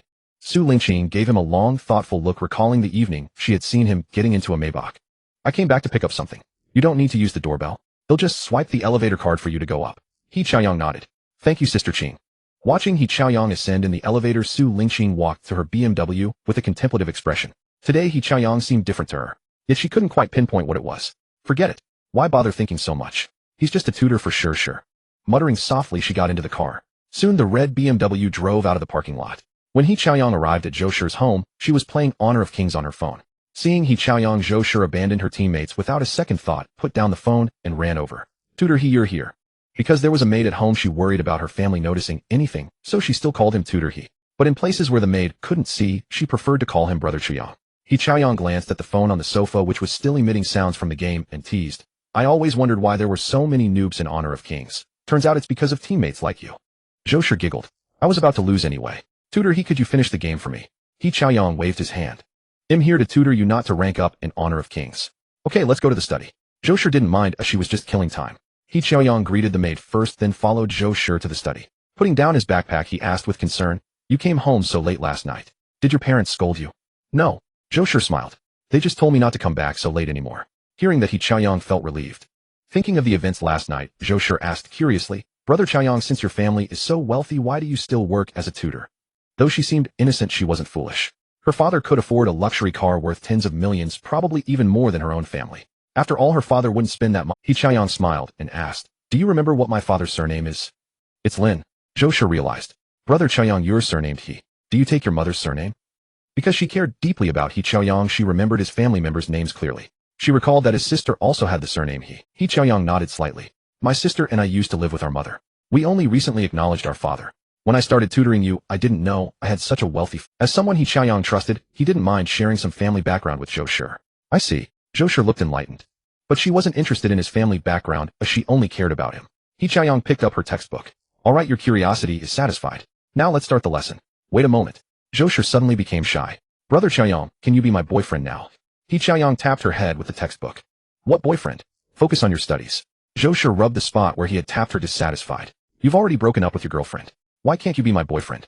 He Chaoyang said seriously, the most important thing for you now is to study. Stop thinking about nonsense. Besides, you're not even an adult yet. Do you really understand what? Of course I do. Zhou Shi replied earnestly. Brother Chaoyang, I really like you. He Chaoyang's tone softened. Zhou Shi, we haven't known each other for even a month yet. In such a short time, are you sure you know me? You say you like me just because I'm handsome. What if I become ugly one day? What if someone more handsome than me appears? How could you possibly become ugly? Zhou Shi's confidence was visibly wavering. He Chaoyang seized the opportunity. See, even you aren't sure of that. From now on, focus on your studies. If I can't improve your grades through tutoring, then I can't shamelessly continue as your tutor. Hearing this, Zhou Shi quickly said, Brother Chaoyang, he'll definitely study hard. Even though he wasn't willing to be her boyfriend now, as long as he continued tutoring her, there was still a chance. He Chaoyang put on a stern face. It's class time now. Please call me Tutor He. Yes, Tutor He. Zhou Shi immediately sat up straight. Seeing that he had managed to rein her in, He Chaoyang breathed a sigh of relief. He picked up the textbook and began explaining the lesson. Thump, thump, thump. He Fei, open the door, it's me. He Fei had just finished cooking and set the dishes on the table. Hearing the familiar knock, a delighted smile instantly lit up her face. She swiftly removed her apron and hurried to the door. Yet instead of opening it immediately, she took a deep breath and restrained her smile. Only after ensuring Lin Xu couldn't detect her expression did she open the door. Lin Xu looked at He Fei with a beaming smile. Fei, 2 days without seeing me. Did you miss? He Fei kept a straight face. What's there to miss about you? I'd rather not see your annoying self. But I missed you. Lin Xu said, going straight to the point. Upon hearing this, He Fei's impassive facade finally cracked, and a smile involuntarily tugged at the corners of her lips. Men with sweet talk are never good. Lin Xu replied calmly, that has nothing to do with me. What I said to you isn't sweet talk. It's from the heart. Fei, I brought you some chocolates. Lin Xu handed He Fei an exquisite box. These chocolates were handmade and comparable to any industrial products. I stopped liking chocolates a long time ago, He Fei lied, yet she took the box from Lin Xu anyway. Seeing her accept it, Lin Xu felt a surge of delight. It seemed He Fei was gradually accepting him. Though inwardly thrilled, he kept his composure. After all, overreacting might backfire with someone as shy as He Fei. Entering the house, Lin Xu spotted 4 freshly cooked dishes on the table: braised Crucian carp, stir-fried, dried tofu, with pork, stewed chicken, with yam, and sautéed cabbage. Fei, did you make all these dishes knowing I'd be back this afternoon? He Fei said with a hint of guilt. No, I just wanted to treat myself to a better meal and improve my life a bit. That afternoon she had received a call from her daughter, Nianlin, who mentioned that Lin Xu would return to Xing City in the afternoon. After hanging up, He Fei hummed a tune and rode her electric scooter to the nearby market. Lin Xu smiled without exposing her. Let's eat. I'm hungry now. You go serve the rice, He Fei said with a hint of tsundere. I cooked the food. Ooh, I shouldn't have to serve the rice too. Lin Xu chuckled. Alright, I'll serve the rice. During the meal, he repeatedly praised He Fei's cooking, making her smile never fade. When they were nearly done eating, He Fei finally remembered to ask about her son. I heard from Nianlin that Shuyang got into a fight and ended up at the police station. Will it leave a record? No, Lin Xu assured her. Our son acted in self-defense, so it won't leave a record. He Chaoyang's fight was merely a minor exercise of power, not touching the interests of. Even if the authorities looked into it, they would turn a blind eye. After all, Lin Xu himself represented a microcosm of the elite. He Fei felt relieved by Lin Xu's assurance. As long as her son was fine, that was all that mattered. After dinner, the two went downstairs to set up their stall. When they reached the scooter shed, Lin Xu looked up and cried out in pain, "Which bastard stole my battery?" Not far away, Lin Air, holding the battery in his hands, stared at the sky in speechless exasperation. He Fei walked over, puzzled. There's never been a battery theft in our compound. Why was yours stolen? Lin Xu put on a look of misfortune. He Fei suggested, should we call the police and check the surveillance? Lin Xu quickly said, forget it. Reporting it would mean going to the station for a statement. I'll just take the loss. I'm not short on the money for a new battery anyway. He Fei eyed him suspiciously. Did you have someone remove the battery yourself? How could that be? Lin Xu looked as innocent as a wronged martyr. Why would I take the battery off my own scooter? Who knows? He Fei grew even more skeptical. Let's go. We'll be late for the stall. Lin Xu quickly grabbed He Fei's arm and led her toward. When they reached her scooter, Lin Xu said helplessly, Fei, my battery was stolen. I'll have to ride with you to the night market. Don't you have a car? He Fei found it amusing. She now saw through his scheme. Lin Xu replied, why drive such a short distance? Gas prices are so high. Over 7 yuan per liter. He Fei didn't believe his nonsense, but she played along and handed him the scooter key. You drive. Lin Xu didn't take the key. Better you drive. I'm not a good rider. I'm afraid I might drop you. Lazy. He Fei shot him a glare, got on the scooter, and called out, hurry up. Lin Xu quickly climbed on behind her and wrapped his arms tightly around her waist. He Fei slapped his hand hard. Let go or get off. Lin Xu released his grip. Where should I hold on if I let go? I don't care where you hold on. He Fei ignored him, twisted the throttle, and sped off. Lin Xu seized the chance to hug her again. Fei, I swear I'm not doing it on purpose. Can you let go now? He Fei's tone was unreadable. Lin Xu not only didn't let go, but held on tighter. No, you're riding too fast. I'm scared. He Fei was instantly amused. Her speed was barely over 20 kilometers per hour. Scared my foot. Let go now, or I'll leave you here. Lin Xu stayed silent, refusing to let go no matter what she said. He Fei had no choice but to tolerate his arms around her waist. Soon they arrived at the night market stall. Zhao Tao saw them, and teased Xiao Lin, Xiao, here you here to do business or show off your love? Ever since Lin Xu gave her a chance to earn money, Zhao Tao had been persuading He Fei whenever she had time. She could tell that He Fei had feelings for Lin Xu, but perhaps pride and lingering resentment kept her from forgiving him. Seeing them reconcile so quickly, Zhao Tao felt her efforts had contributed. He Fei's face flushed crimson as she slapped Lin Xu's hand again. Lin Xu, let go of me now. Lin Xu grinned and obediently released his hold, stepping off the scooter. Sister Zhao, you're always here so early. Zhao Tao smiled. Nothing much to do at home. Coming early might snag an extra sale. Lin Xu chatted with Zhao Tao for a bit, then went to help He Fei set up her stall. He Fei said dismissive words, but she didn't drive him away. After all, if she had let him ride on her scooter, she couldn't really mind this small favor. After tutoring Zhou Shi, He Xiaoyang declined her invitation to stay for dinner, slung his backpack over his shoulder, and headed downstairs. Just as he stepped out of the elevator, Yi Fan had already driven the car to the elevator entrance waiting. He Xiaoyang got in and said, brother, you just dropped me back at school. Yi Fan replied, sure thing, young master. Soon the Rolls Royce left, Jieyu Jinyuan. He Xiaoyang sent a message in the dorm group chat while sitting in the car. Guys, I'm treating you to dinner tonight. Let's meet at the Ivory Tower restaurant near school. The Ivory Tower was an affordable restaurant fitting for. Although He Xiaoyang was no longer short on money, he didn't insist on taking his roommates to an upscale restaurant. It wasn't because he was unwilling. He mainly considered his roommates' comfort. All three came from ordinary families, and suddenly dining at a high-end place might make them feel out of place. Besides, He Xiaoyang himself had never been to such places and didn't know the etiquette. The dorm group chat quickly became lively. Shiqian, boss Zhao is generous. Lu Liang, bro, you're my real brother. I'm almost out of food and you're a timely. He Xiaoyang, they'll go book a table first. You guys come over soon. Shiqian and Lu Liang quickly replied with a Roger. When He Xiaoyang was almost at the Ivory Tower, Zhong Kaiyu's message finally arrived. Yanggu, I just saw the message. I'm rushing over from the library now. He Xiaoyang replied with an okay emoji. The Ivory Tower restaurant had a pleasant ambience. Their dorm had eaten there for a welcome dinner at the start of the semester. When the Rolls-Royce stopped at the entrance many diners inside, He Xiaoyang stepped out calmly. After all, he chose this Rolls-Royce as his ride for exactly this moment. As a young college freshman, He Xiaoyang didn't have the reserve of a middle-aged man. He enjoyed the surprised and envious glances.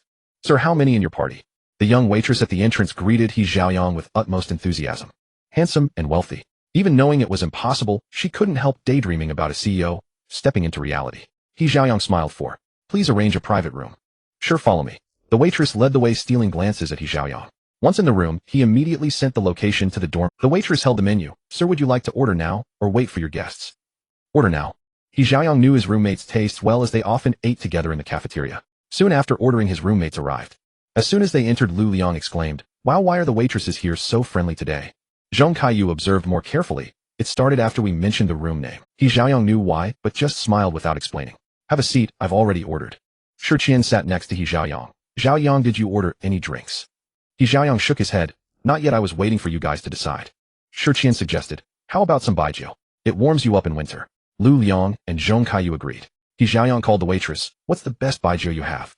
The waitress smiled. The best is 53-degree Feitian Matai, priced at 3,000. The Ivory Tower occasionally hosted university faculty, so they stocked some Matai. He Xiaoyang said calmly, bring 2 bottles first. Well, order more if needed. He had tried Nianlin at a barbecue place and found he liked baijiu, so he wanted to taste Matai. The waitress smiled. Sure. Shi Qian quickly grabbed He Xiaoyang. Xiaoyang, are you trying to break the bank? Let's just get 2 bottles of Nianlin. Lu Liang also advised Yanggu. We appreciate the gesture, but Matai isn't necessary. Zhong Kaiyu added. Yanggu, Nianlin is more enjoyable anyway. Don't waste the money. He Xiaoyang waved the waitress to bring the Matai. Then he turned to his 3 roommates. Guys, I know you're worried I'm spending too much, but it's fine. I haven't been honest with you. My family is actually quite well off. Shi Qian and the others looked doubtful. His usual habits didn't suggest a wealthy background. He Xiaoyang asked, did you see the Rolls-Royce parked downstairs when you came in? Shi Qian and Zhong Kaiyu were incredulous. Lu Liang's eyes widened. You're not saying that Rolls-Royce is yours, are you? He Xiaoyang nodded with a smile. My dad gave it to me today along with the driver. Wow. All 3 roommates gasped. Shi Qian looked He Xiaoyang up and down. Xiaoyang, you hide it better than anyone. He Xiaoyang spread his hands in a James-like gesture. I wanted to keep a low profile, but my abilities won't allow it. Lu Liang chimed in with a dramatic tone. Yanggu, I heard you don't have a son. I'd like to take care of you in your old age. He Xiaoyang patted Lu Liang's shoulder with a chuckle. If you kneel and kowtow to your godfather, I'll buy you a platinum mansion. After a few jokes, the 3 had no objections to He Xiaoyang treating. After all, who would complain about a wealthy roommate treating them to fine food and drink? Soon the waitress brought 2 bottles of Matai. Lu Liang didn't wait for He Xiaoyang to prompt him. He took the bottles from the waitress, opened them, and poured for everyone. Then he raised his glass. Thanks to Yanggu for treating us to Matai. Yanggu, as you wish, you'll drink to the bottom. Zhong Kaiyu also raised his glass. Yanggu, for such good liquor, I'll handle all the homework from now on. Shi Qian said solemnly. Xiaoyang, will take care of the dorm cleaning. He Xiaoyang raised his glass and clinked with them. We've come together from all over the country. That's fate. If you ever need anything, just say the word. The 4 lifted their glasses together. Cheers. Soon the dishes arrived, and they ate, chatted, and drank happily. No one forced anyone to drink. Everyone drank as they pleased.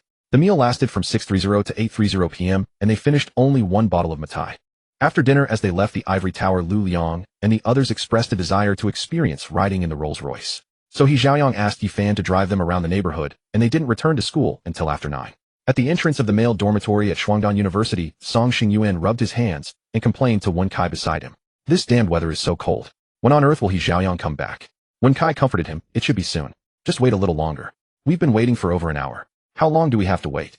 Song Xingyuan's expression was already very impatient. He was the one who got beaten, yet now he had to come and apologize. When had young Master Song ever suffered such humiliation? Song Shen said in a deep voice, Xingyuan, you are too rash. How can I feel at ease handing the Shengfeng group over to you in the future? This matter was provoked by you, and tonight no matter what you must obtain He Xiaoyang's forgiveness. During the day I went to great lengths to inquire. It appears that He Xiaoyang is connected to the top-tier aristocratic families. If he is determined to retaliate against you, I'm afraid our entire family will face utter disaster.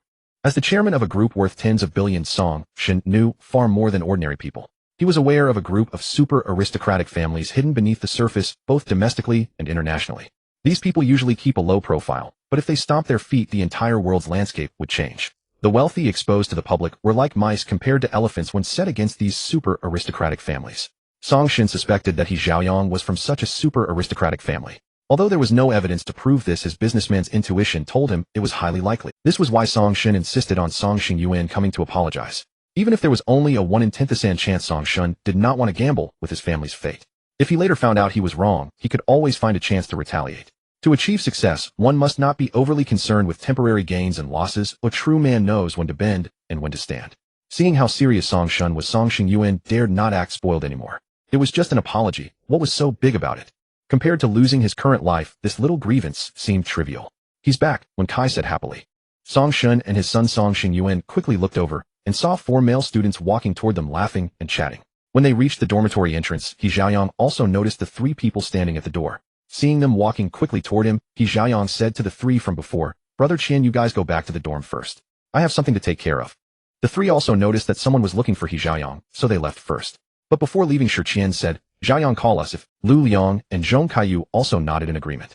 After watching He Xiaoyang's 3 roommates leave, Song Shen stepped forward to face He Xiaoyang, adopting a humble posture. "He Xiaoyang, I'm sorry to disturb you so late. I am Song Xingyuan's father, Song Shen. I have specially brought this worthless son here to apologize to you." With that, Song Shen shouted at Song Xingyuan, "You little bastard, get over here and apologize to He Xiaoyang." Song Xingyuan, knowing when to yield, walked up to He Xiaoyang and bowed 90 degrees. "He Xiaoyang, I'm sorry. I was wrong." He Xiaoyang squinted his eyes watching this scene. He hadn't expected that a big chairman like Song Shen would personally bring his son to apologize. Seeing that He Xiaoyang remained silent, Song Shen quickly handed over the gift in his hand. "He Xiaoyang, I know this gift is far from enough to make up for the emotional harm my son has caused you. Feel free to make any request. As long as I, Song Shen, can fulfill it, I will do my utmost." He Xiaoyang smiled and did not accept Song Shen's gift. "Chairman Song, logically speaking, since you, a big chairman, personally brought your son to apologize, I shouldn't dwell on it. But the enmity of taking one's wife is irreconcilable. If your wife was gradually seduced by another man and then toyed with that, well, could you forgive that?" Although he hadn't had a marriage certificate or a wedding with Luo Xuejuan, He Xiaoyang had indeed regarded her as his wife at that time. Luo Xuejuan's vanity was certainly her fault. But the truly detestable person was someone like Song Xingyuan, who thought he was superior and could toy with people's emotions at will. If He Xiaoyang chose to forgive him, where would he vent all the resentment in his heart? Was it not enough to wear a green hat? Did he also have to wear the label of a cuckold? He was not the powerless husband seen in some videos. Song Shen was also a man. Putting himself in He Xiaoyang's shoes, if someone did that to his wife, he would certainly retaliate fiercely. But now it was his son who was being retaliated against. "He Xiaoyang, it's all our fault. I promise I will keep this scoundrel in check from now on. As long as you are willing to let this matter go, I will immediately send my son abroad, and he will never appear before you again."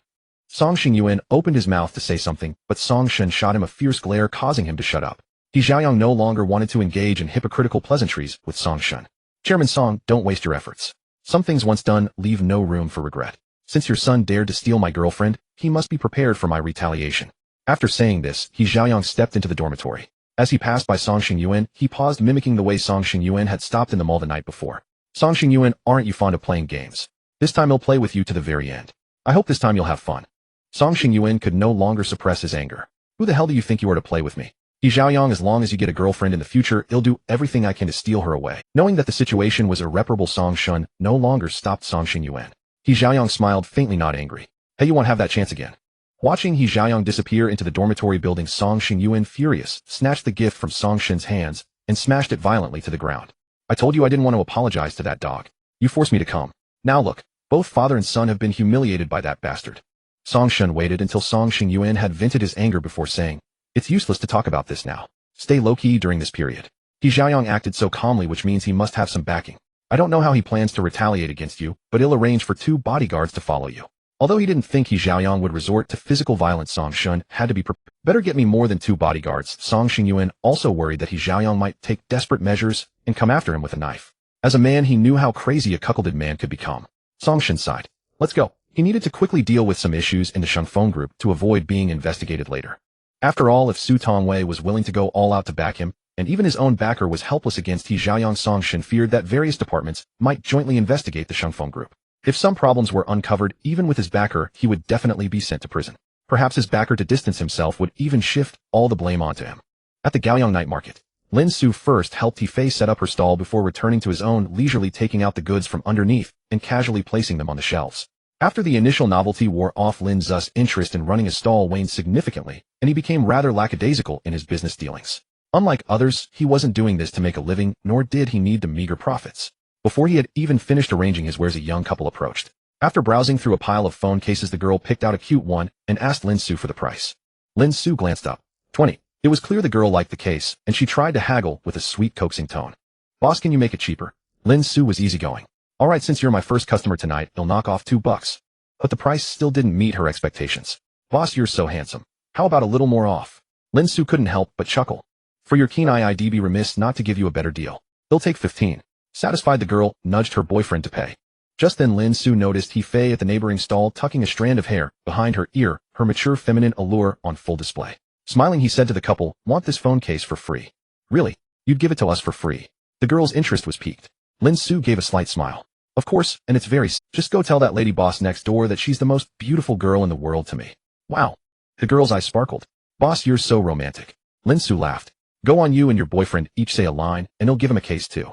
The girl eagerly dragged her boyfriend over to He Fei's stall. He Fei was sitting inside waiting for customers. Seeing the couple who had just been at Lin Xu's approach, she stood up and greeted them. What would you like? The girl said cheerfully, Madam, we're not here to buy anything. We're here to deliver a message from that boss. She pointed at Lin Xu.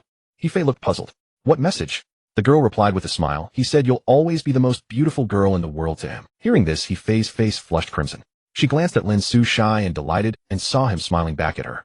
The boy added, Madam, the phone accessory boss told me to say you're the prettiest in his heart. That rascal always pulling these tricks. He Fei muttered a playful reproach, her voice tinged with sweetness. Yet the joy in her heart made her feel utterly light. The girl said admiringly, Madam, your boss is so romantic. He must really love you. The couple soon returned to Lin Xu's stall. Boss, we delivered your message, the girl said excitedly. Witnessing such an enviable romance, the girl couldn't help but beam with a knowing smile. The boy also said, Boss, I delivered mine too. Lin Xu grinned. A promise is a promise. You can each pick a phone case from my stall. Thanks, boss.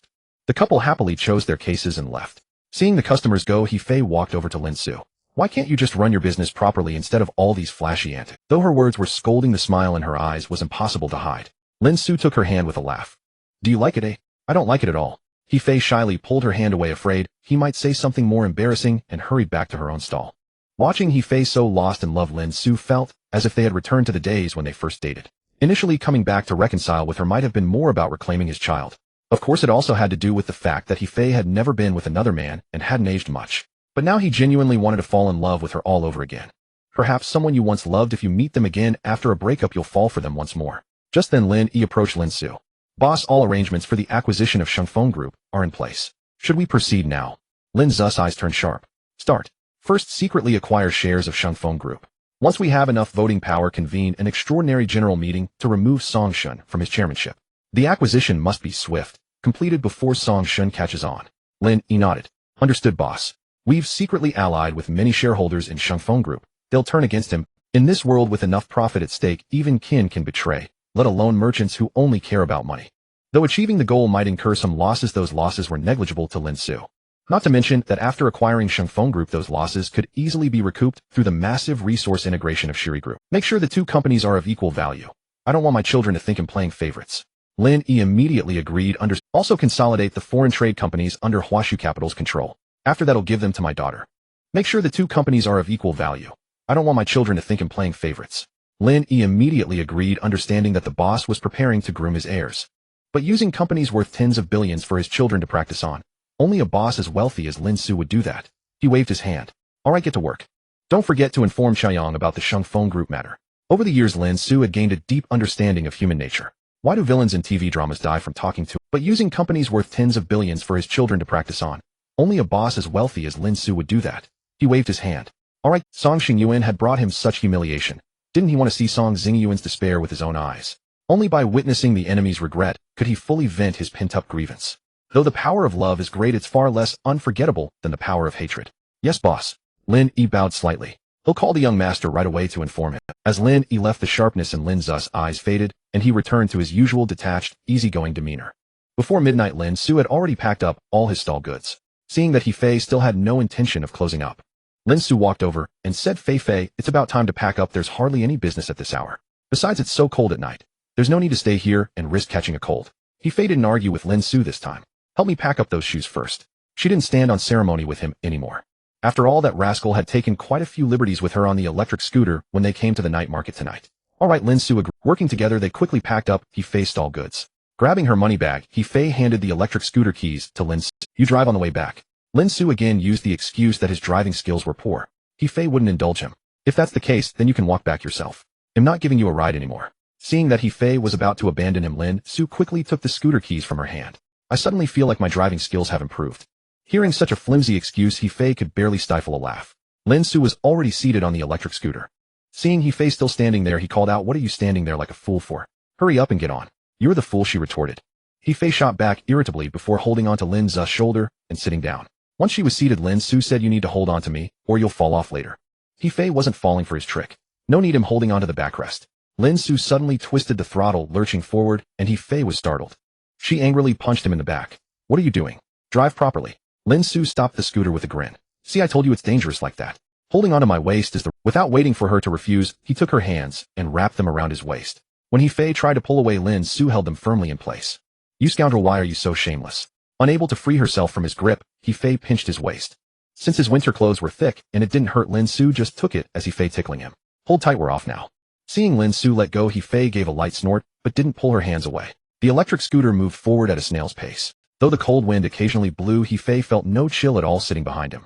Pressing her cheek against Lin Xu's warm back, her voice became exceptionally gentle. "Lin Xu, have you really been thinking about me all these years?" "Of course," Lin Xu answered without a hint of hesitation. With such a loaded question, even a moment's delay would have been a waste of his life experience. He Fei snorted skeptically. "I don't believe you. If you miss me, why didn't you come find me?" "I didn't dare to," Lin Xu said, trying to make his voice sound sorrowful. "I was afraid you might already be married." Fei, I never realized it when we were together. It was only after we truly parted that I discovered the one I've always loved in my heart is you. If I saw you married to someone else, I really don't know what meaning my life would have left. So as long as I didn't come looking for you, I could fool myself into believing you weren't married yet." He Fei said nothing. She simply told herself over and over that Lin Xu's words must be sincere. If he had known she was waiting for him all along, he would have come to her long ago. Lin Xu didn't say anything more. In truth, he understood that whether the words were true didn't matter. What mattered was that He Fei needed this explanation. An excuse she could use to convince herself to forgive Lin Xu. No matter how slow the scooter, it would eventually reach its destination. He Fei released her hold on Lin Xu and got off. "Lin Xu, I'm going up first. Keep the scooter keys. The battery is probably low, so remember to charge it for me." Lin Xu nodded. "All right, get some rest early." "You too." He Fei gave him a complicated look and went upstairs alone. Lin Xu sighed as he sat on the scooter and waved at Lin Air, who was not far away. "Boss." Lin Air quickly approached. Lin Xu got off the scooter. "Go charge the scooter." "Sure." Lin Air took the scooter and pushed it to the charging shed. Lin Xu didn't rest immediately after returning home. He took out his phone and sent a message to He Fei. Fei, I'm going for a run tomorrow morning. What would you like for lunch?" "He'll buy it from the supermarket." After a while, He Fei replied, "Buy a fish, some green sweet potato noodles, and a pack of hot pot base. We'll have hot pot for lunch tomorrow." Seeing this message, Lin Xu broke into a smile. "Sure, I'll also buy some soft tofu. Fish hot pot tastes better with soft." He Fei simply replied with one word, "Okay." Lin Xu didn't respond further, just excitedly tossed his phone onto the sofa. Though He Fei hadn't verbally forgiven him, some feelings didn't need to be spoken to be understood. The next day, Lin Xu got up at 7 as usual. He changed into his sportswear and headed out, then jogged slowly toward the nearby Huawei supermarket. The largest supermarket chain in Star City was Huawei Supermarket. After all, the headquarters of the Huawei Group was right here in Star City, leaving little room for other big supermarkets to thrive. After jogging for over half an hour, Lin Xu finally reached the supermarket. Come to think of it, after separating from He Fei, he hadn't stepped foot in a supermarket. Lin Air pushed a shopping cart behind Lin Xu, watching as his boss tossed items into the cart, like he was moving house. Snacks and fruits were thrown in, as if they were free, without even a glance at the prices. Soon one shopping cart was overflowing. Lin Air finally couldn't help but say, "Boss, are you really planning to empty the whole supermarket?" Lin Xu turned back surprised. "Have I already bought this much?" Lin Air reminded him, "You came to buy groceries." Lin Xu cleared his throat. "He'll go get the groceries first. You take the items that need weighing to get them weighed." "Okay." Lin Air agreed, and called another bodyguard to push a cart and follow Lin Xu. By the time Lin Xu finished shopping and left the supermarket, the 3 bodyguards behind him were each carrying 2 large bags. Good thing Lin Air had arranged for a car, otherwise carrying all this stuff back would have been a real hassle. It was already past 9 in the morning when he returned to Maple Garden. Lin Xu said to the 3 bodyguards, including Lin Air, "Wait for me at the entrance. I'll go home first to grab a change of clothes." Although He Fei was willing to take him back if Lin Xu didn't take the initiative to advance their relationship, it would be difficult for them to reunite. Lin Xu wanted He Fei to slowly get used to his presence at home. He quickly fetched a change of clothes from his own home, and then went to knock on He Fei's door. After waiting for a while at the door, He Fei finally opened it, wrapped in a thick cotton coat. Seeing the several bodyguards behind Lin Xu carrying numerous bags, she couldn't help but exclaim, "Lin Xu, did you haul the entire supermarket back here?" Lin Xu smiled and replied, "Not quite, I just bought you a few extra snacks and fruits." With that, he signaled the bodyguards to place the items inside He Fei's home. He Fei quickly stepped aside to let them in. Lin Air took off his shoes and walked directly on the floor, then said to the bodyguards behind him, "Just hand me the things later." He Fei hastily found a pair of slippers that once belonged to He Chaoyang. "The floor is cold, you'd better wear these." Lin Air chuckled, "Madam, I don't need shoes." He walked straight in barefoot, placed 2 bags on the coffee table, then returned to take the large bags from the other 2 bodyguards and brought them inside. After setting everything down, Lin Air left with the 2 bodyguards. Lin Xu said to He Fei, "Fei, could you get my slippers for me?" He Fei rolled her eyes. "Get them yourself. My hands are full with clothes," Lin Xu said, raising the bundle in his arms. Only then did He Fei notice the clothes he was holding. She asked, puzzled, "Why did you bring your clothes over here? To use your bathroom for?" Lin Xu took off his shoes and slipped into his son's slippers. He Fei said irritably, "Don't you have a shower at home? Why come to Mom?" Lin Xu grinned. "It's broken." Ignoring her relentless eye-rolling, he placed his clothes on the sofa. Feeling that the room temperature was barely warmer than outside, he walked over and turned on the heating. He Fei quickly said, "Why are you turning on the heater? Don't you know it uses a lot of electricity in winter?" Lin Xu replied calmly, "They'll pay the electricity bill." He Fei was about to say, "Do you have money to burn?" but then remembered that Lin Xu had given 10 billion each to Chuyang and Nianlin, so she shut her mouth. Damn it. This bastard really is rich. Staring at the several large bags of snacks on the coffee table, He Fei, who was used to thrift, began to feel a pang of regret. "You bought so many snacks. How can we finish them all?" Lin Xu smiled. "Just take your time eating them. You used to love these things, didn't you? I bought fish and hot pot base, and also some prawns to put in the hot pot at the end." Saying this, he carried the bag of ingredients into the... Coming out of the kitchen, Lin Xu said, Fei, could you get me some sandals? I want to take a shower first. I sweated a lot during my morning run, and now I feel sticky." He Fei glared at him. "I must have owed you in a past life to be tormented by you in this one." Lin Xu laughed. "He'll torment you in the next life too. You won't have the chance." He Fei found a pair of sandals and tossed them at Lin Xu's feet. "He'll have Granny Meng give you extra bowls of the forgetfulness potion." Lin Xu changed into the sandals, then took off his sportswear and thermal underwear, laying them on the sofa. Seeing him standing there in only his shorts, He Fei's face flushed. "Lin Xu, you have absolutely no shame." Lin Xu smirked. "It's not like you've never seen it before." He Fei refused to acknowledge this scoundrel and quickly turned to go prepare the fish hot pot in the kitchen. Although the heater was on, it had just started, so the room was still quite cold. Lin Xu was shivering, goosebumps covering his skin. He hurriedly grabbed his clothes and dashed toward the bathroom. Soon his voice came from the bathroom. Fei, isn't the water too hot? Aren't you afraid it'll scald your skin off?" Since the house was small, He Fei could hear him clearly from the kitchen. "Mind your own business. Can't you adjust the temperature?" Soon Lin Xu shouted again, Fei, which bottle is the shampoo?" He Fei yelled back, "Can't you see for yourself? Don't you know how to read?" Lin Xu replied loudly, "Water got in my eyes. I can't see clearly." He Fei, the orange-eared bottle. After a brief silence, Lin Xu shouted again, Fei, I forgot to bring a towel. Do you have a clean one?" He Fei fumed. "Do you think I'm your maid? You're so damn troublesome." Despite her cursing, she still went to the room to fetch a clean towel and brought it to him. Lin Xu opened the bathroom door and poked his head out. Before his smile could fully form, He Fei tossed the towel onto his head. "Don't call me again, or you can forget about showering here." Lin Xu chuckled. I won't. I'm almost done anyway." After enjoying a comfortable hot shower, Lin Xu dressed and came out of the bathroom. He searched the cabinet for a while before finding the hairdryer. After drying his hair, he went to the kitchen. Fei, need any help?" He Fei replied irritably. "By the time you showed up, I was almost... Then I'll go wash my clothes first." Lin Xu didn't dare ask He Fei to do it for him now. Although she seemed to have forgiven him, she was definitely still holding a grudge, and it might explode at any moment. Moreover, Lin Xu no longer needed He Fei to wash his clothes. With so many servants at home, He Fei didn't have to do housework like an ordinary wife. He Fei asked, "Don't you have a washing machine at home?" Lin Xu smiled faintly. "It's broken too." He Fei gave him a look of utter disbelief. "Lin Xu, is your house a junkyard? How come everything is broken?" Lin Xu replied with a straight face, "Maybe I'm just unlucky. There's always a small chance of getting a defective product with appliances." He Fei knew he was making excuses, but she didn't bother to expose him. After all, the man she loved was this shameless. Before leaving, Lin Xu asked, Fei, do you have anything to wash? He'll do it together with mine." "No."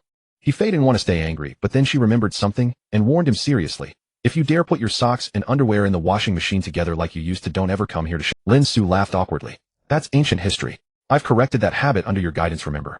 He Fei snorted. "You'd better have." At noon, Lin Xu and He Fei sat at the dining table. Before them was a simple fish hot pot accompanied by prepared sweet potato noodles and greens. There were also fresh shrimp ready to be cooked. He Fei lifted the lid of the electric cooker and said, "All right, we can start eating now." Fei, I remember you love fish bladders the most."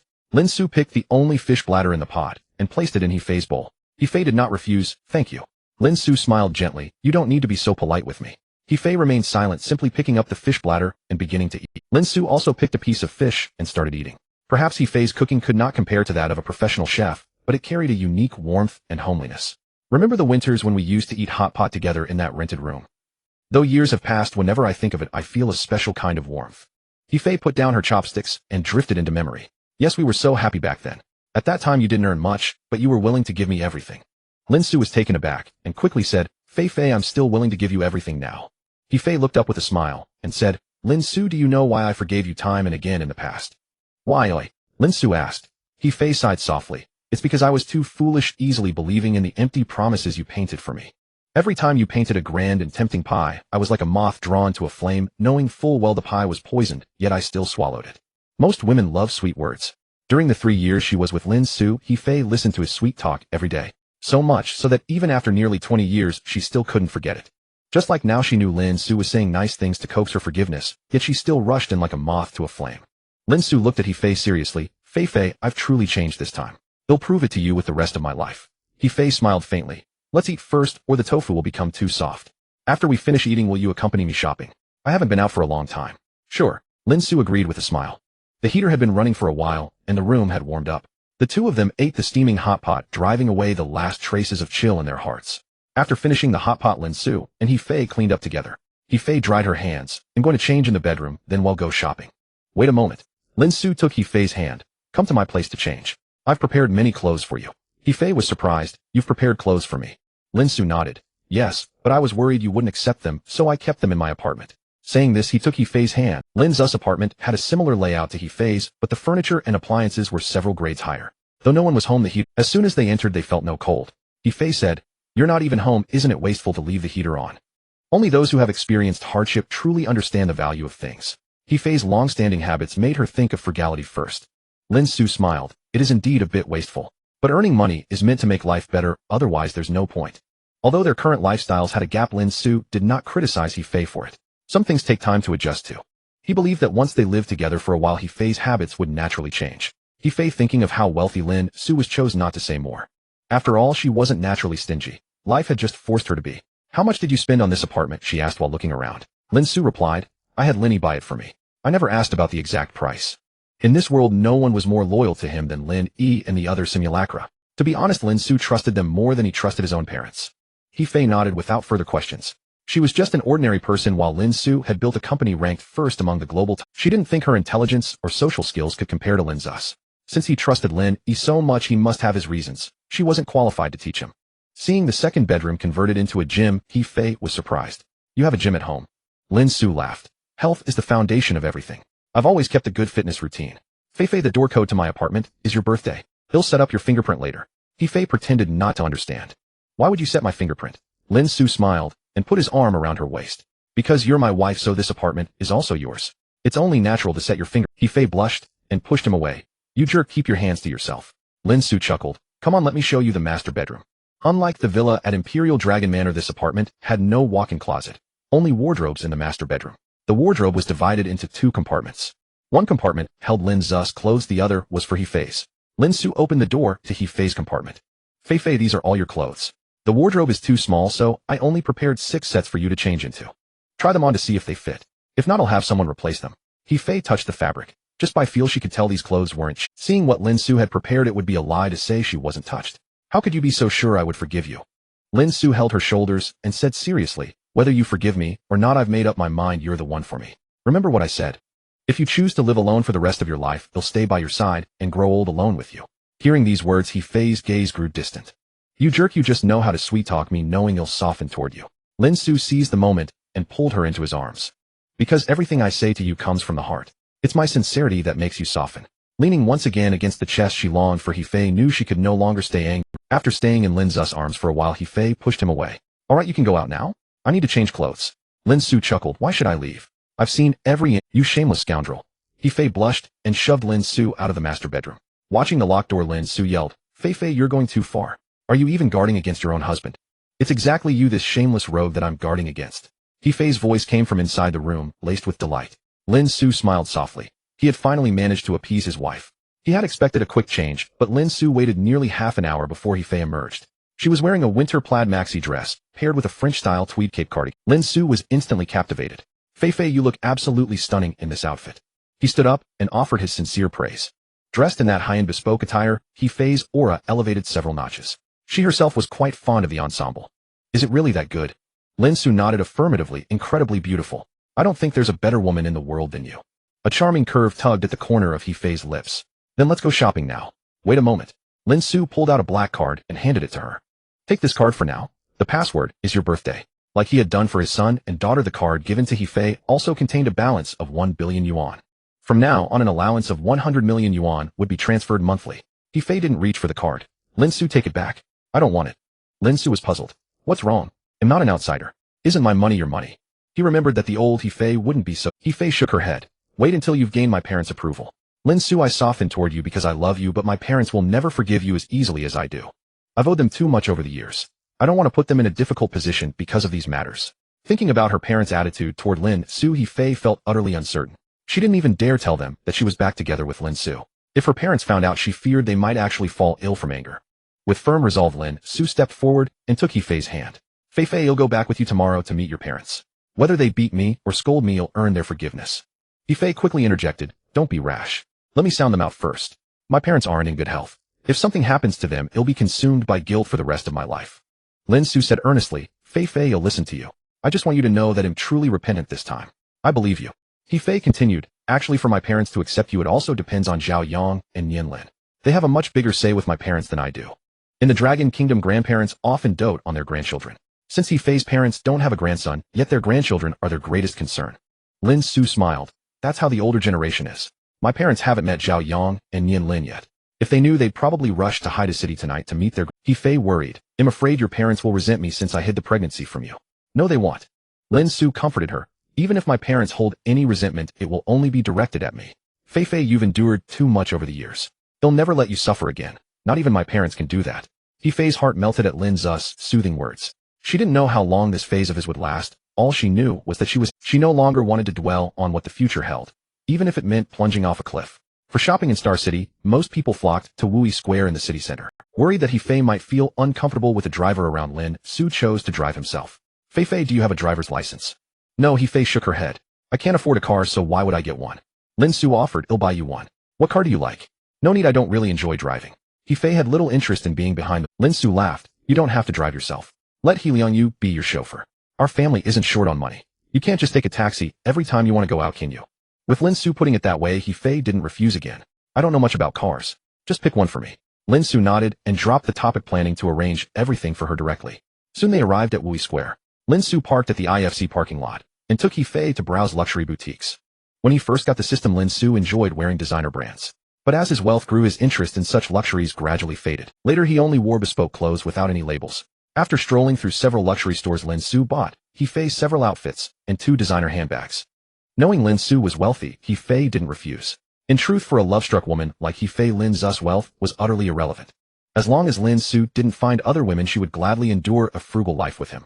If possible, she would even prefer him to be. That way he would belong to her forever, and she wouldn't have to worry about him straying. Fei, let's take a break tonight. They'll take you to a nice dinner, and then we'll catch a movie. Okay. He Fei nodded in agreement. If not for the pressure of making a living, who would want to set up a street stall in the cold wind every night? Now that the children's expenses were no longer a concern, He Fei didn't want to work so hard anymore. Most importantly, she loved strolling hand in hand with Lin Xu. That evening, Lin Xu took He Fei to an upscale Western restaurant where they enjoyed a romantic candlelit dinner. It wasn't He Fei's first time dining at a high-end restaurant.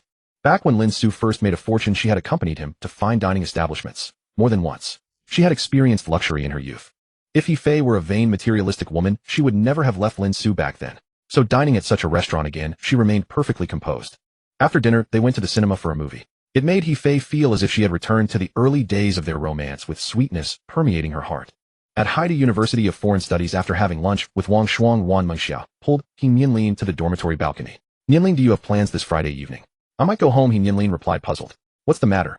Wang Mengxiao said, I have a close friend named Gao Jie, the daughter of the Star Moon Group CEO, who wants to get to know you.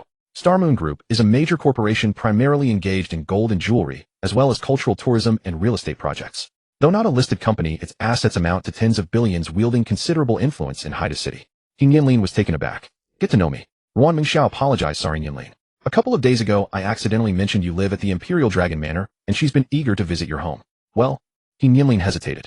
I need to ask my father first if I can bring friends home. Lately, the relationships among her dorm mates had been improving rapidly. Mainly because Wang Mengxiao and Su Jing had become warmer toward her, even treating Wang Shuang better. He Nianlin understood why, but she didn't resent it. Lin Xu had once told her that people only sincerely befriend you when you have value to be used. Friendships devoid of any benefit are rare. Ruan Mengxia smiled. Of course I'd have to ask my family too if I wanted to bring friends home. I'll call my dad, He Nianlin said. He Nianlin took out her phone. Having just become the little princess of a top-tier wealthy family, she had never interacted with rich heirs before. Coincidentally, her dorm had a wealthy girl. He Nianlin could use this to join their circle and broaden her horizons. Ruan Mengxia tactfully returned to the dorm. The call connected quickly. Dad, have you eaten? Lin Xu chuckled. Yes, your mom made her signature smoked tofu stir-fry today. Nianlin, have you eaten? He Nianlin laughed. I also had smoked tofu stir-fry at the school cafeteria for lunch. Their family shared similar tastes. Both He Xiaoyang and He Nianlin, like Lin Xu, loved bean products like smoked tofu. Lin Xu advised his daughter take time to try different cuisines. A life is about diverse experiences. If you don't want to leave campus, you can have Chunlan and the others deliver food to you. I know, He Nianlin agreed before asking, Dad, there's something I want to ask you. Lin Xu inquired, what is it? He Nianlin explained about Ruan Mengxia and the others wanting to visit their home. Lin Xu laughed. The Imperial Dragon Manor is your home. If you want to invite friends over, Dad is more than welcome. Nianlin, you can decide such things yourself in the future without asking me. Of course, Dad loves it when you call me to talk about school and life. He Nianlin giggled. Okay, Dad, just don't complain if I call too often and annoy you. Lin Xu roared with laughter. I'd be overjoyed. How could I be annoyed? You're my most precious. He Nianlin felt a warmth in her heart. Though she had only recently reunited with Lin Xu as her father, the distance between them seemed to be fading. After chatting with his daughter, Lin Xu recalled something. Nianlin, Dad has good news. Your mother has forgiven me now. He Nianlin exclaimed joyfully. Really? That's wonderful. So will Mom come with you to Haida City this weekend to see us? Lin Xu said, I haven't discussed it with her yet, but I think she wants object. Besides, you two haven't seen each other for over 2 months. She misses you all very much. Overjoyed that her parents had reconciled, He Nianlin hung up with a light heart. The family portrait she had been longing for would soon be taken. Entering the dorm, He Nianlin approached Ruan Mengxia. Xiaxia, I'm busy this weekend.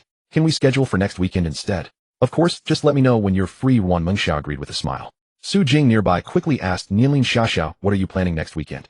Ruan Mengxia frowned slightly. Normally, she didn't mind Su Jing taking small advantages, as those things meant little to her. But one must have tact, and not meddle in everything. With Su Jing's background forcing her way into her circle, she would only bring disdain upon herself. Do we need to report to you what we're doing? Su Jing's expression froze, and she forced a smile. No, I was just curious. She dared not hold a grudge against Ruan Mengxia. In the past 2 months since enrollment, Su Jing had followed Ruan Mengxia to upscale restaurants a few times. She wouldn't spend her own money on such things, she saved it for luxury goods. He Nianlin pursed her lips and stayed silent, inwardly disliking Su Jing's snobbishness. If it were Wang Shuang, He Nianlin would gladly invite her home, but not Su Jing. Wang Shuang couldn't help but mock. Some people just can't see. She had always despised Su Jing. Early in the semester, Su Jing had subtly looked down on her, and He Nianlin for being plain. Now that she discovered He Nianlin's wealthy background, she shamelessly clung to her. This was what Wang Shuang loathed most about Su Jing. Su Jing's face turned grim, but with He Nianlin present, she dared not lash out at Wang Shuang. She still coveted He Nianlin's Chanel bag. I am going to get hot water, Su Jing said, grabbing her cup and leaving the dorm. He Nianlin advised Wang Shuang's sister Shuang, stop provoking her. We're all dorm mates after all. They would share this dorm for 4 years, and He Nianlin hoped to avoid ugly conflicts. Such taunts were meaningless. Wang Shuang pouted. I just can't stand her. But if she doesn't bother me, you'll leave her alone. Ruan Mengxia's eyes flickered. Nianlin, should I use my connections to transfer Su Jing out of our dorm?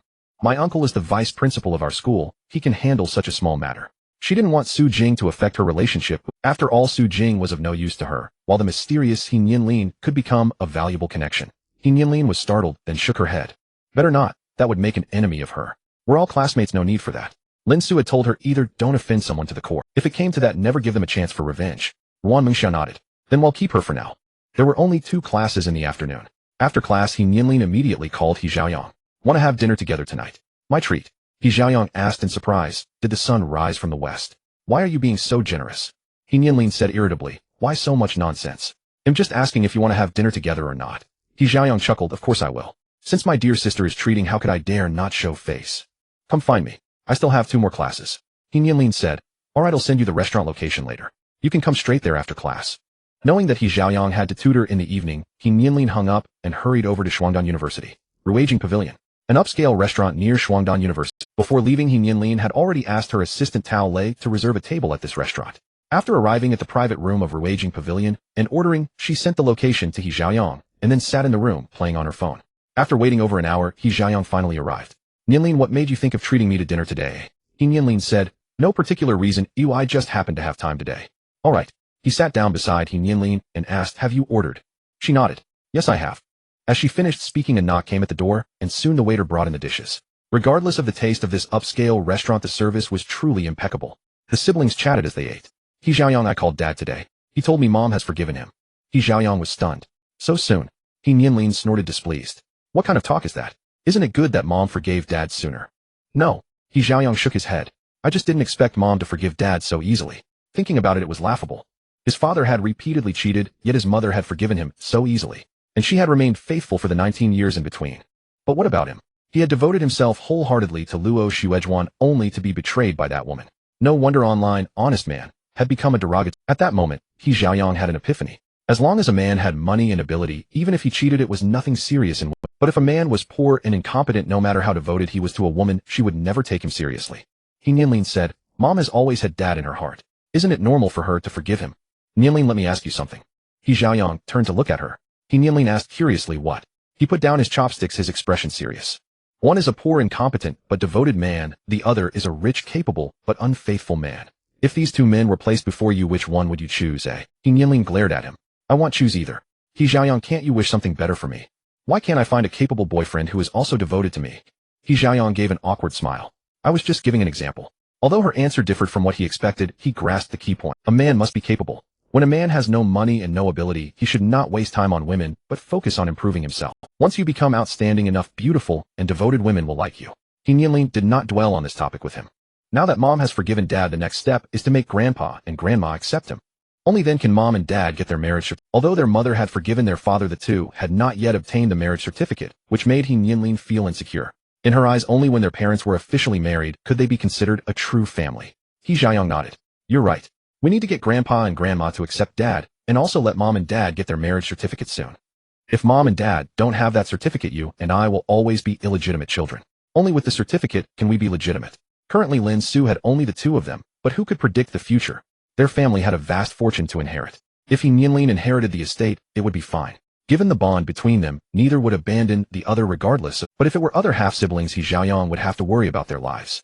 Facing assets worth at least hundreds of billions, who could guarantee that other heirs would not harbor murderous intentions toward them? He Nianlin looked at him in surprise. I feel like we're not talking about the same thing. He Xiaoyang laughed it off. Same.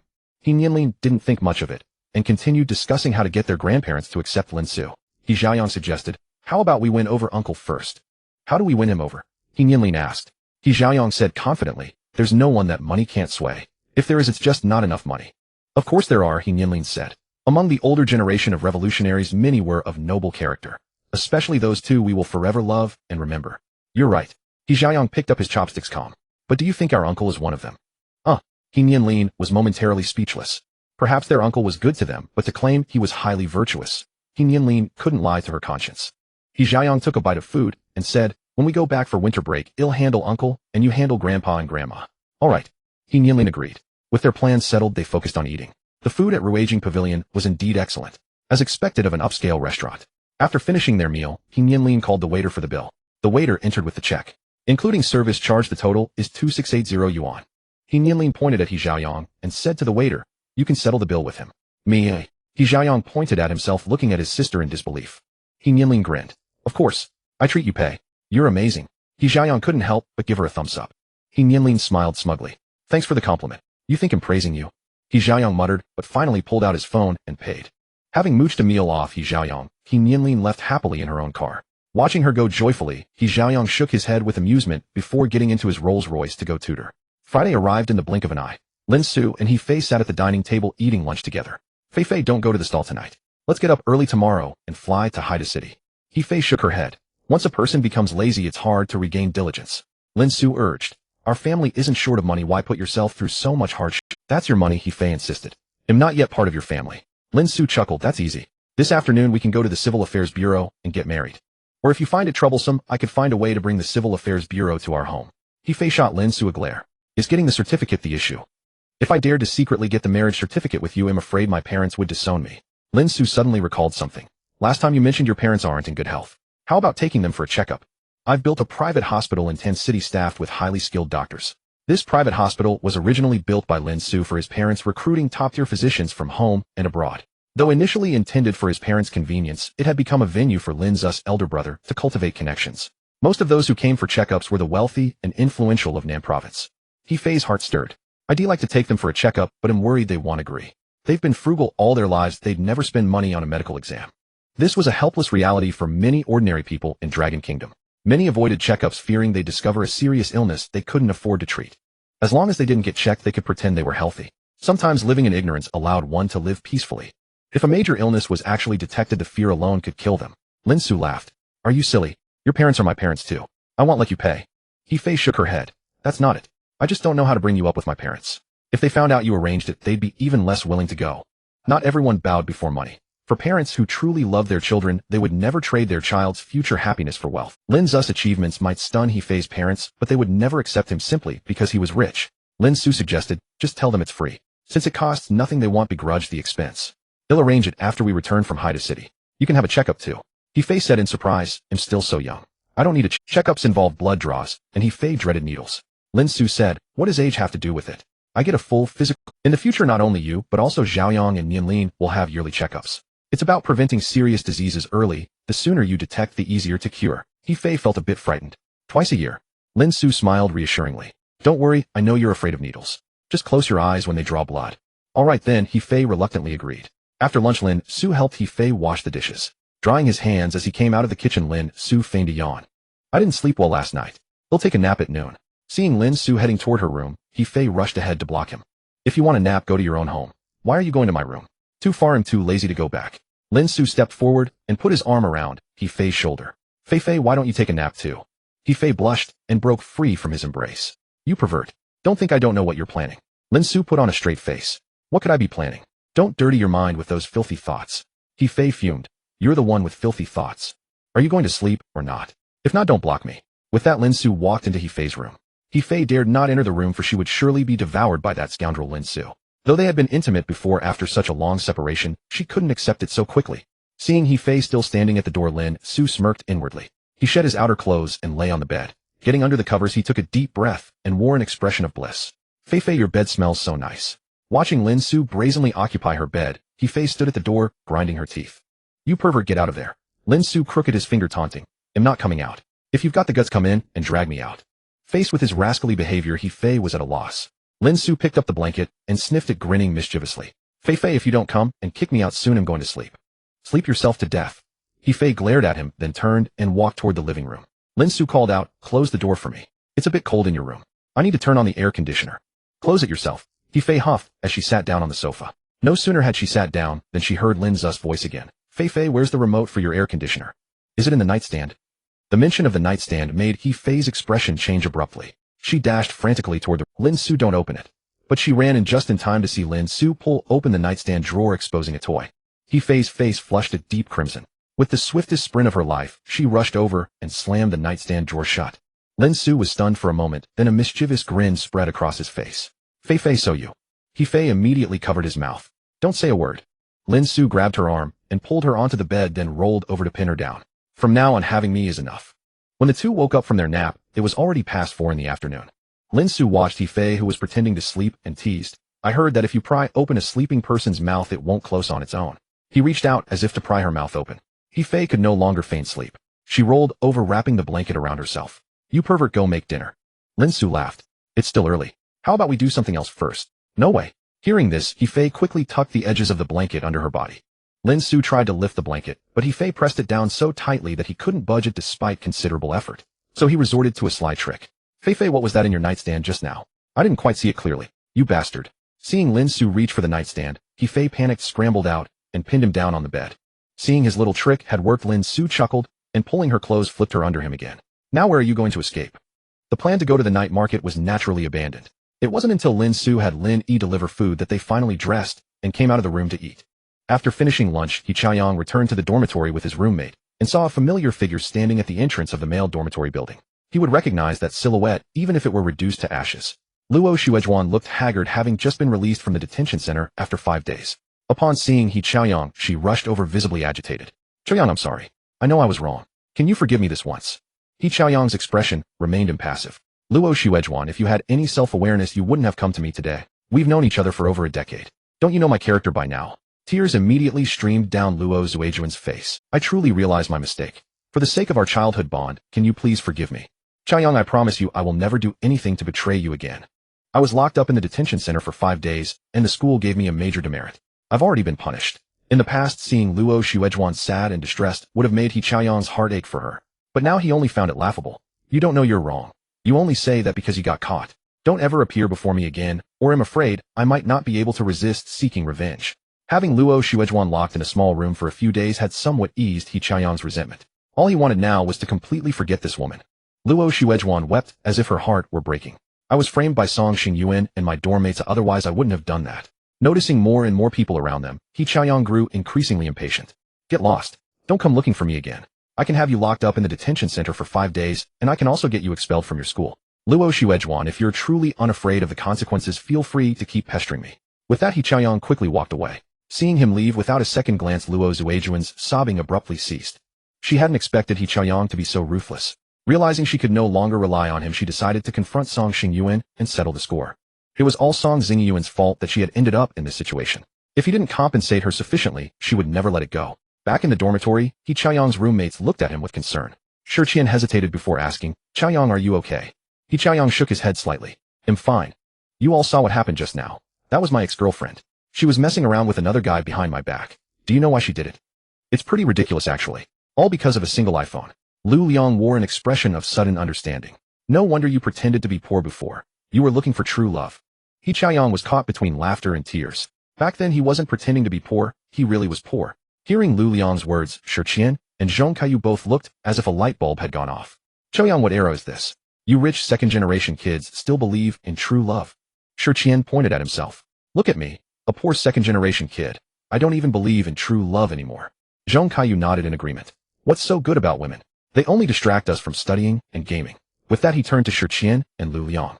Next time don't invite those two terrible girls to play games with us. I'm about to drop out of the king rank. Lu Liang couldn't help but retort, Sayu, you're one to talk about those girls. You're not much better yourself. Look at brother Yang jungling. He can carry us.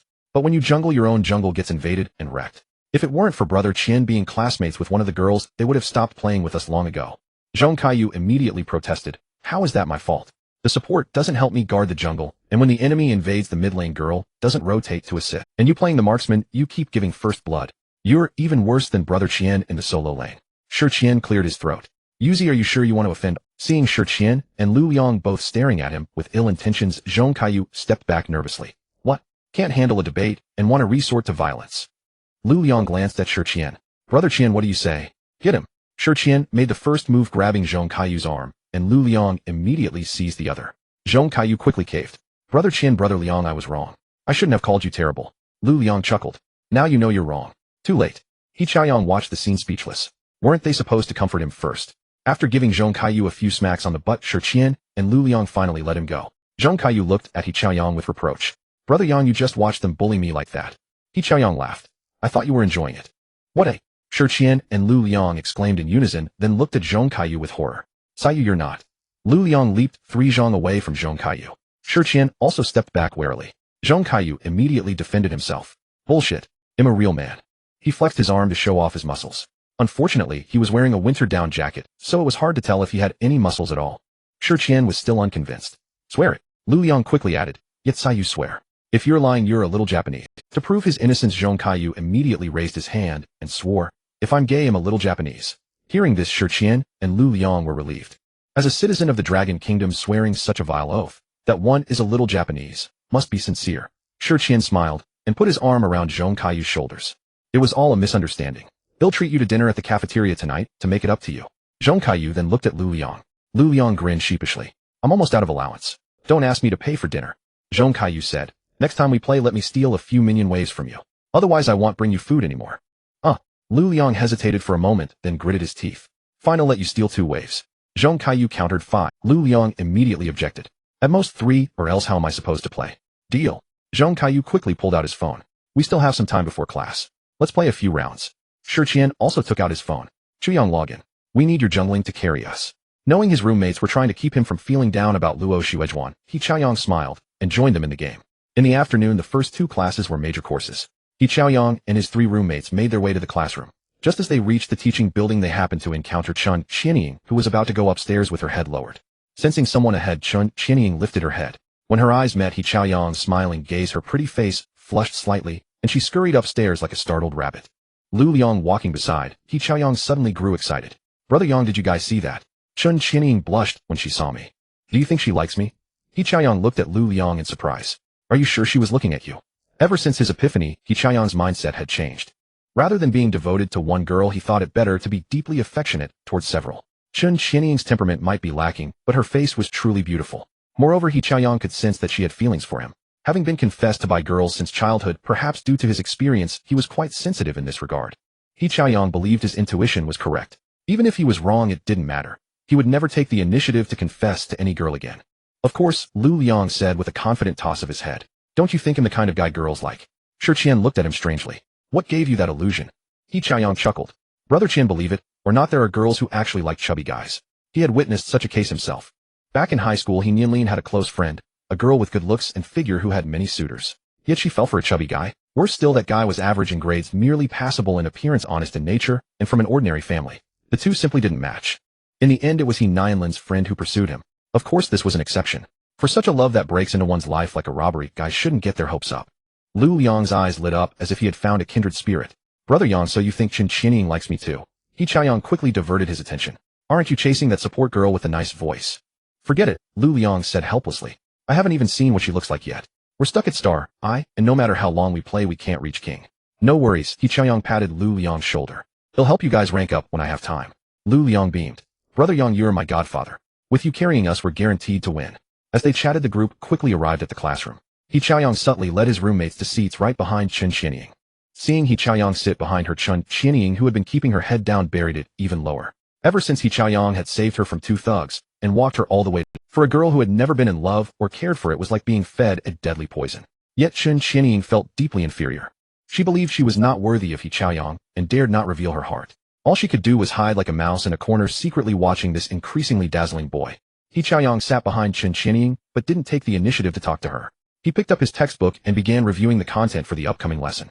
After the two major courses ended, He Chaoyang didn't greet Chun Qianying. He left the classroom with his roommates for their elective course. Compared to major courses, electives were less important. He Chaoyang wasn't as attentive in the elective as in his major courses. Brother Qian, I won't be going back to the dorm after class. Can you take my books back for me? Sure, Qian nodded. Sure. Are you going to tutor? Yeah, He Chaoyang replied. I won't be sleeping in the dorm for the next couple of days. Don't leave the door open for me at night. Sure, Qian was a bit surprised. Not sleeping in the dorm. Have you got a new girlfriend? No, He Chaoyang explained. My family has a house in Haida City. I'm going to stay there at night. Wow, Shi Qian said enviously. A house in Haida City costs a few million at least. They'll probably never afford one in my lifetime. He Chaoyang smiled. Don't sell yourself short. Once you graduate and land a job at a big tech company, work hard for a few years to reach management, and you'll be able to buy one with your annual salary. Even though He Chaoyang could offer his roommates good jobs, he would never take the initiative to help unless they asked. Shi Qian's face showed a hint of anticipation. He had chosen computer science precisely to find a good job. In today's society, ordinary people have few options to stand out. Computer science is a relatively clear and promising path. In planning to participate in the collegiate programming contest. He Chaoyang, are you interested? He Chaoyang shook his head. I'm planning to minor in management. I probably won't have the energy for these competitions. Once my coursework lightens, I'll choose an industry to start a business. If he hadn't met Lin Xu, his wealthy father, he might have become a technical expert. But now He Chaoyang's situation had changed. With so much cash in hand, he couldn't possibly spend it all on mere expenses. Keeping the money idle was a waste. He might as well use it to build a career. Even if he failed, it didn't matter. He had an ultra-rich father to back him up. Hearing He Chaoyang talk about starting a business, Shi Qian could only envy him deeply. Perhaps the achievements of his entire life would never match the starting point of a second-generation rich kid like He Chaoyang. After all, he hadn't chosen the right womb when he was born. The two elective classes quickly passed. As soon as the bell rang, the teacher who had been lecturing passionately packed up and left the classroom. College teachers rarely overran. They didn't care whether you paid attention in class. He Chaoyang packed his books and handed them to Shi Qian. Just as he was about to leave, a girl suddenly walked up to him. He Chaoyang, I'm Luo Qian from the management major. Want to go to the cafeteria for dinner tonight? Luo Qian was quite pretty, which gave her the confidence to approach him.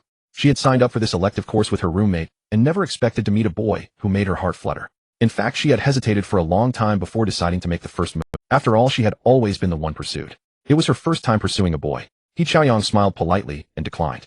Sorry, I have plans tonight. Watching He Chaoyang walk away, Luo Qian's expression turned sour. A girl chasing a guy is just a thin veil away. He Chaoyang, just wait. I don't believe I can't win you over with my beauty. Leaving the classroom, Shi Qian said enviously. Chaoyang, that Luo Qian is really pretty. Aren't you tempted? If it were him, he would have gone to dinner with her immediately. She's not my type, He Chaoyang could only say to Shi Qian. The real reason was that he now simply detested all girls surnamed Luo regardless of Luo Qian's appearance. He Chaoyang returned to Yulong Manor after finishing his tutoring session with Zhou Shi. It was already past 9 in the evening. "Young master, you're back," said Lin Xu, who was accompanied by Qiu Ju and Dong Mei at the entrance of the villa to welcome He Chaoyang. Qiu Ju and Dong Mei respectfully greeted, "Good evening, young master." He Chaoyang smiled and nodded to the two maids before turning to respond to Lin Xu. "I'm back, Uncle Jiu. Is he Nianlin at home?" Lin Xu replied, "Yes, she is. The young lady is watching a movie in the viewing. They'll go find her," He Chaoyang said, then headed toward the viewing room. Lin Xu instructed Qiu Ju and Dong Mei prepare some hot drinks and deliver them to the young master. Qiu Ju and Dong Mei quickly complied.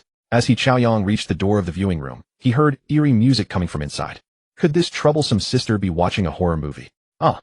A scream that pierced the heavens startled He Chaoyang as he pushed open the door. He saw He Nianlin staring wide-eyed at the doorway, while she herself was curled up in a ball at the edge of the sofa. He Chaoyang said irritably, "What are you screaming for?"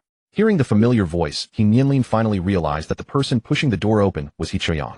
The viewing room was quite dim at the moment, and He Chaoyang stood silhouetted against the light at the doorway, so she couldn't make out who it was. "Can't you knock before opening the door? Don't you know that scaring people can cause heart attacks?" When faced with ghosts, He Nianlin would be terrified, but when facing He Chaoyang, she could be haughty and proud. He Chaoyang walked over to He Nianlin. "If you're scared, why are you watching?" He Nianlin stubbornly replied, "I'm not scared at all." "Fine, you're not scared." He Chaoyang couldn't be bothered to expose her lie and sat down beside her. "What movie are you watching?" He Nianlin's gaze shifted to the screen. "Zhou Yuan. I heard this movie is extremely terrifying. I've wanted to watch it for a long time." Suddenly a shadow flashed across the screen, and He Nianlin screamed again in fright, clutching He Chaoyang's arm tightly with both hands. Although He Chaoyang had only just started watching, he found the movie quite frightening as well. The horrific scenes combined with the spine-chilling music. "How about we switch to another movie?" "No." He Nianlin disagreed. The more scared she became, the more she wanted to watch. At that moment a knock suddenly sounded at the door, startling both siblings. He Nianlin quickly hid behind He Chaoyang. He Chaoyang picked up the remote, pressed pause, and then shouted toward the door, "Who is it?" "Young master, it's me," came Qiu Ju's voice. He Chaoyang said, "Come in." Soon Qiu Ju entered carrying a tray. "Young master, young lady, I've prepared some hot drinks for you." After setting down the items, Qiu Ju exited the viewing room. He Nianlin quickly urged He Chaoyang, "Hurry up," and started. He Chaoyang pressed the pause button again, and the eerie music resumed. Time passed without notice. As the movie ended, both siblings let out a long sigh of relief. Only then did He Chaoyang feel some pain in his arm. Seeing that He Nianlin was still clutching his arm tightly, he directly pried her hand. "My arm is probably bruised from your pinching." He Nianlin said sheepishly, "Don't be so bothered, you've got thick skin anyway. Just because I have thick skin I deserve to be pinched by you." He Chaoyang said indignantly. He Nianlin said sweetly, "Brother, don't be angry with your little sister. How about I treat you to a meal next time?" He Chaoyang shuddered. "Talk normally. Besides, I can't afford a meal you treat. It'll probably end up with me paying the bill." He Nianlin giggled. "No, I promise I'll pay next time." He Chaoyang glanced at his watch, then stood up. "Alright, it's getting late. I'm going to sleep. I'll go upstairs with you." He Nianlin quickly stood up as well. At this moment, she dared not be alone. The two took the elevator to the 3rd floor. Seeing that He Chaoyang was about to go to his own room, He Nianlin tugged at his arm, looking pitiful. "Brother, will you come sleep in my room tonight?" "What did you say?" He Chaoyang's expression was one of shock and disbelief. "He Nianlin, am your own brother?" He Nianlin's face instantly flushed red. Then she turned angry out of embarrassment. "What are you thinking? I meant you can sleep on the sofa." "Oh, I just watched a horror movie, and I'm afraid to sleep alone." "He Chaoyang, you pervert. I'm going to call Dad and tell him to break your legs." He Chaoyang sighed with relief. "I'm not sleeping on the sofa. Let Nianlin and Xiaozhu come to your room to sleep with you. What use is a brother like you?" He Nianlin angrily raised her foot to kick He Chaoyang's shin. He Chaoyang quickly dodged and said smugly, "Hell, little trash like you thinks you can kick me. You're dead." Mocked by He Chaoyang, He Nianlin was so furious that she lunged at him with clawing hands. He Chaoyang immediately ran to his own room door, opened it, slipped inside, and closed the door before He Nianlin could catch up. He Nianlin tried to push the door open, but He Chaoyang was holding it firmly from inside. So she started pounding on the door forcefully. "He Chaoyang, if you've got the guts, open this door." "I'm not opening it." "If you're so tough, smash my door down." He Chaoyang's arrogant voice came from inside the room. "You'd better never come out." After leaving that harsh remark, He Nianlin stormed off to her own room. Back in her room, He Nianlin grabbed a Peppa Pig plush toy and punched it hard several times. "He Chaoyang, just wait till I crush you." After venting some anger, He Nianlin called for Nianlin and Xiaozhu to come in and prepare her bathwater. It had to be said, human adaptability was truly remarkable. At first, having someone serve her maid, He Nianlin felt quite embarrassed. But now not much time had passed, and she was already getting used. While Nianlin and Xiaozhu were running the bathwater, He Nianlin picked up her phone and started bombarding He Chaoyang with messages. The result was that the siblings ended up fighting each other with memes on Tongxin. Soon Xiaozhu came over to inform He Nianlin. "Young lady, the bathwater is ready." "Good, I understand." He Nianlin acknowledged, stopped paying attention to He Chaoyang, put down her phone, and went to the bathroom. "Sister Nianlin, could you find a variety?" "Certainly, young lady." Nianlin quickly agreed, picked up the remote, and searched for the variety show Nianlin liked to watch. There was a TV installed directly in front of the bathtub, allowing one to comfortably soak while watching TV. Xiaozhu also brought Nianlin a glass of juice and placed some snacks nearby. After the two maids had left, Nianlin undressed and got into the bathtub to soak. Ever since moving into the Yulong Imperial Manor, Nianlin, who had never taken a bath before, instantly fell in love with the activity of bathing. As long as she stayed here, she would bathe every night. Sitting in the bathtub enveloped by warm water, Nianlin couldn't help sighing at her own lack of willpower. How much time had passed? She felt that she had already been corrupted by this luxurious life. Before 8 o'clock on Saturday morning, a discreet Maybach glided into Xing City Airport. Lin Xu, who had been waiting by the plane, quickly stepped forward to open the rear door. Lin Xu stepped out first, then extended his hand toward the car.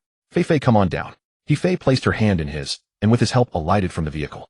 Gazing at the massive aircraft before her, a flicker of awe crossed He Fei's eyes. Humanity was truly a remarkable species, to have crafted such a wondrous device that could soar through the skies. Taking her hand, Lin Xu smiled. Let's go wellboard first. He Fei nodded and followed Lin Xu up the steps. As a man of immense wealth who reveled in luxury, Lin Xu's private jet was naturally extravagant. More than a mere mode of transport, it was a palatial airborne residence. The plane boasted a living room, a shower room, a bedroom, and even a small cinema. Had one not known it was an aircraft, they might have thought they had stepped into the presidential suite of a five-star hotel. To ensure his safety, every crew member aboard Lin Xu's private jet was a simulant utterly loyal to him. In the past, he would have two young and attractive flight attendants on board. But now, Lin Xu viewed physical allure as nothing but a skeleton wrapped in red powder. He had indulged in all that, and now having He Fei as his devoted companion was more than enough. Besides, she was an incredibly captivating woman to him. This is incredibly luxurious, He Fei exclaimed, astonished by the interior. Though it was her first time on a plane, she had seen first class. She had thought those were already opulent, but reality far exceeded her imagination. Lin Xu smiled faintly. This is nothing. Oh, it could be even more lavish, but you know I prefer to keep a low profile. He Fei rolled her eyes at him. Low profile? I doubt there's anyone more ostentatious than you in this world.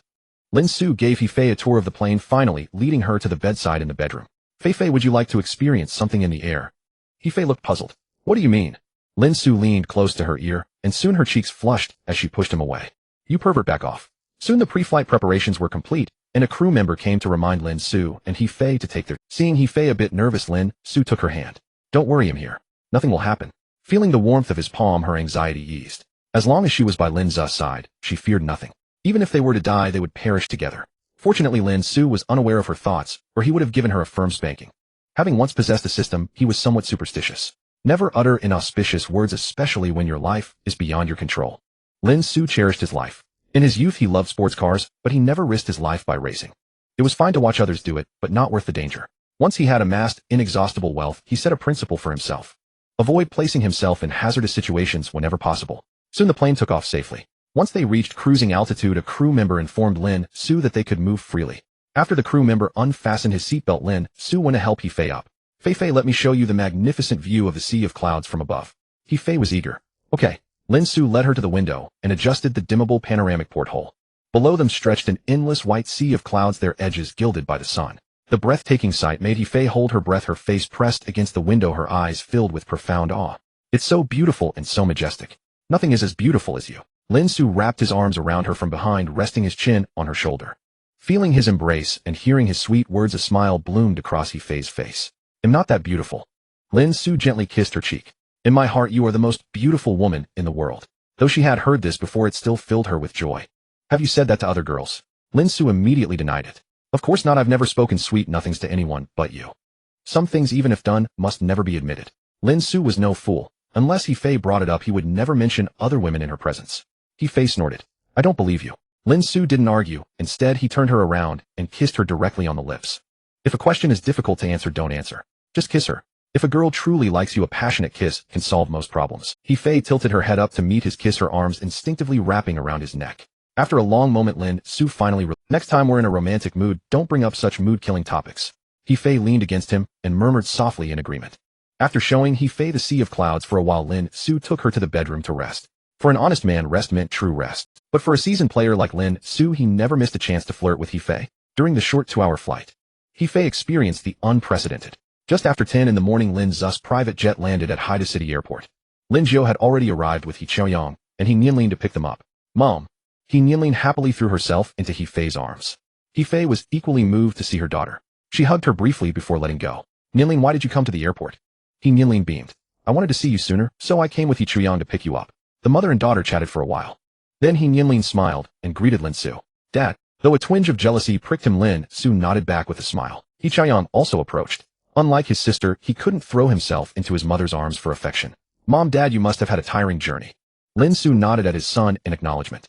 He Fei shook her head with a smile. Not at all, your father took good care of me. Chuyang, you seem to have lost some weight since I last saw you. He Chuyang looked down. I don't think so, oh, I feel like I've gained a bit. After greeting each other, both He Nianlin and He Chuyang wanted to tour the private jet. So the family boarded the plane again. Having seen the splendor of the Yulong Imperial Manor, He Chuyang and He Nianlin had developed a high tolerance for luxury. They were not overly shocked by the lavish private jet, merely exploring it with curiosity. He Chuyang in particular was fascinated. After the tour, the family left the airport in a stretch Rolls-Royce. The extended-length Rolls-Royce glided into the Yulong Imperial Manor. Peering through the car window at the opulent estate, He Fei realized that the manor was even more vast than she had imagined. Though she had already glimpsed the general scene from her daughter's video, the sight, in reality, far surpassed the digital images in its awe-inspiring grandeur. The same grand welcoming ceremony unfolded once more. Over 400 servants stood in 2 lines flanking the red carpet, shouting in the most reverent tones and, "Welcome home, madam." Lin Xu this. He Fei gasped, covering her mouth in astonishment. She had only witnessed such a spectacle in a television drama. As long as one life's vanity exists. Seeing so many people lined up to welcome her, He Fei couldn't help but feel a surge of pride. Lin Xu smiled and said, "They are welcoming you, the mistress of the house. Would you like to say a few words?" No. He Fei quickly declined. Even in her school days, she had never dared to raise her hand to speak in class, let alone address such a crowd. Lin Xu smiled, gently taking He Fei's hand. "Come, let me take you to our home." He Fei nodded softly. Lin Xu led He Fei ahead while He Chuyang and He Nianlin walked beside their parents. The family strode steadily into the villa under the envious gazes of the real servants and the reverent looks of the humanoid androids. "Fei, dinner will be a while. If you're not tired, I'll show you around the villa first." He Fei shook her head with a smile. "I'm not tired." Thus Lin Xu led He Fei on a tour of the villa with He Nianlin volunteering as the guide. As for He Chuyang, he silently followed as a background figure. They had only finished touring the first floor when Lin Xu came to notify them that lunch was ready. To welcome the arrival of the villa's mistress, the midday meal was naturally lavish. Among the dishes were many that He Fei had never tasted before. However, Lin Xu had grown tired of these delicacies.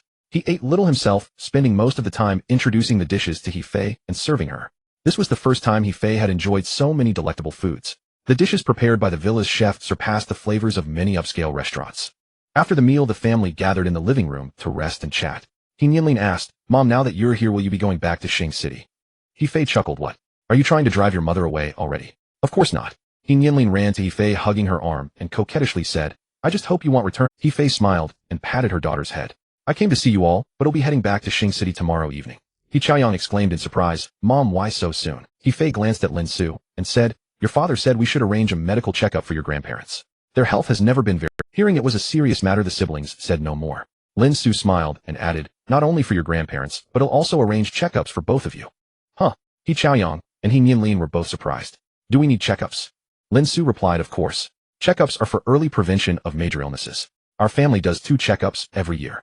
But you don't have to go back to Nan province. He'll arrange the checkups here in Haida City." Lin Xu also owned a private hospital in Haida City with doctors even more skilled than the one in Tan City. Both He Chuyang and He Nianlin agreed, knowing that Lin Xu meant well. The family chatted for a while. Then He Nianlin took out her phone, wanting to take a family portrait. Lin Xu smiled. "We have professional cameras at home. He'll have Lin Jiao bring one over for us." "Great, but let me take a few with my..." He Nianlin handed her phone to Xia Zhu.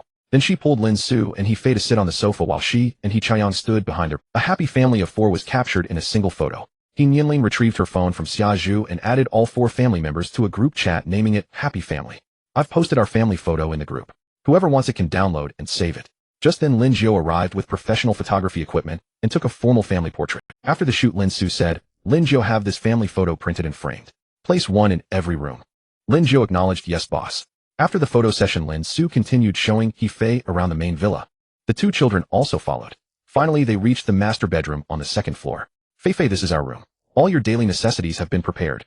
Having experienced enough shocks throughout the day, He Fei felt she had grown numb. Thus, when she saw the room she shared with Lin Xu, her expression remained relatively calm. Moreover, she had seen her daughter's room during video calls with He Nianlin, so she was mentally prepared for the luxuriousness of this room. At that moment, 2 maids approached and respectfully bowed to He Fei.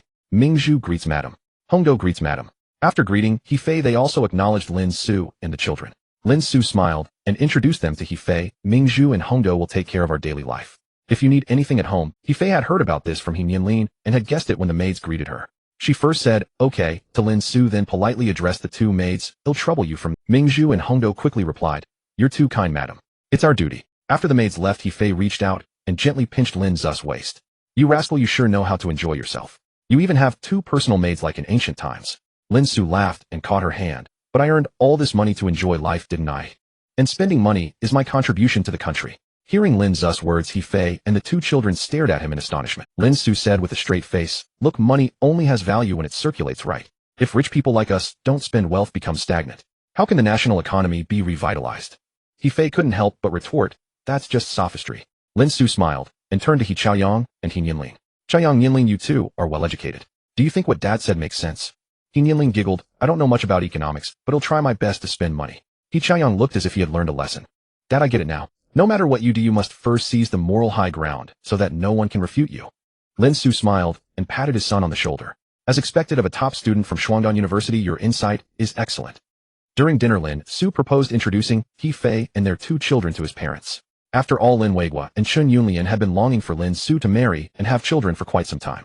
Introducing his wife and children to them sooner would also put his parents' minds at ease. He Chaoyang and He Nianlin had no objections. Meeting their biological grandparents was something they definitely wanted to do. He Fei felt a bit conflicted, wouldn't it be too soon? In truth, she was nervous, worrying that Lin Xu's parents might not like her. Even though Lin Xu had comforted her before.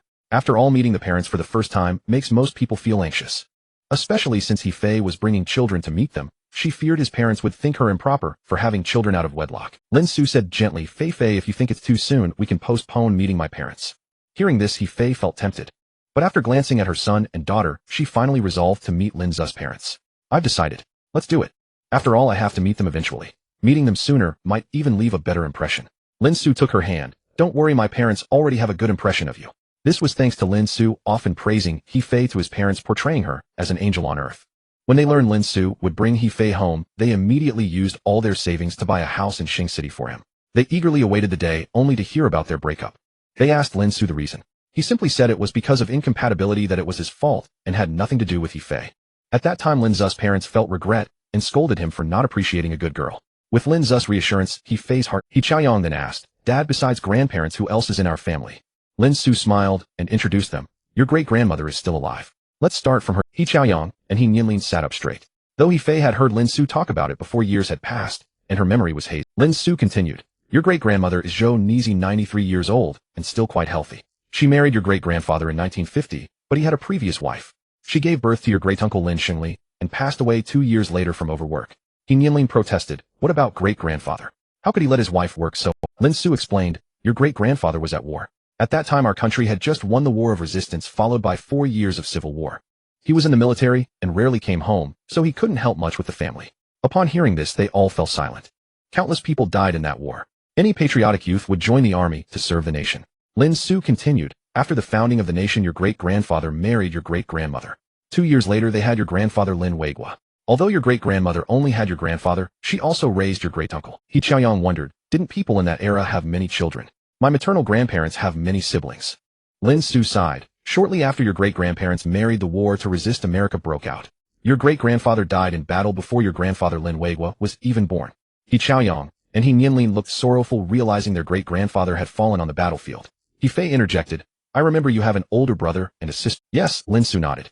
Your grandparents' first child, your uncle, is Lin Hui. He is now the chairman of Huawei Group, whose main businesses are Huawei Supermarket and Huawei Commercial Plaza. He Nianlin exclaimed, so Huawei Commercial Plaza belongs to uncle. I used to go there with friends often. Lin Xu smiled. Actually, Dad also owns 5% of Huawei Group's shares. That means we have a stake in those Huawei supermarkets and commercial plazas too. But those shares aren't worth much, based on the current valuation about 2 billion. He Chaoyang and He Nianlin exchanged glances. Indeed, that amount wasn't significant considering the siblings themselves had 2 billion in cash combined. Lin Xu said, your uncle has only one son, Lin Haoyu, who is 3 years older than you two. He's studying at Haidu Business School in Haida City. He'll introduce you sometime. He Chaoyang thought, and said, so he's our cousin. Lin Xu nodded. Right. Then since the topic came up, Lin Xu mentioned his idea of changing the children's surnames. Fei Fei ID like Chaoyang and Nianlin to take my surname. Do you agree? He Fei said matter-of-factly, you're their father. They should naturally take your surname. I wanted them to have your surname when I named them, but my parents vehemently disagreed. Hearing this, Lin Xu was deeply moved. This silly woman always thought of him. Fei Fei, thank you. He Fei replied, if you really want to thank me, just don't wrong me again. Lin Xu promised earnestly, I absolutely won't. From now on I'll only be devoted to you. Hearing his sweet words, He Fei felt happy, but also shy. She said bashfully, the children are here. Nianlin giggled overjoyed to see her parents so affectionate. Mom, should I leave with He Chaoyang? He Fei glared at her playfully. You little rascal, making fun of me, huh? I'm sorry. Nianlin apologized perfunctorily. Though He Fei agreed, Lin Xu still wanted to ask the children's opinion. Chaoyang, Nianlin, do you want to take Dad's surname? I do. Nianlin agreed readily. Growing up with her mother's surname, she had been teased by peers. Now that she had the chance to change, she was happy to take her father's surname. He Chaoyang also nodded. I have no objection. To secure his inheritance in the future, he naturally preferred his father's surname. One couldn't blame He Chaoyang for being pragmatic. If Lin Xu had no other illegitimate children, he wouldn't compete with Nianlin.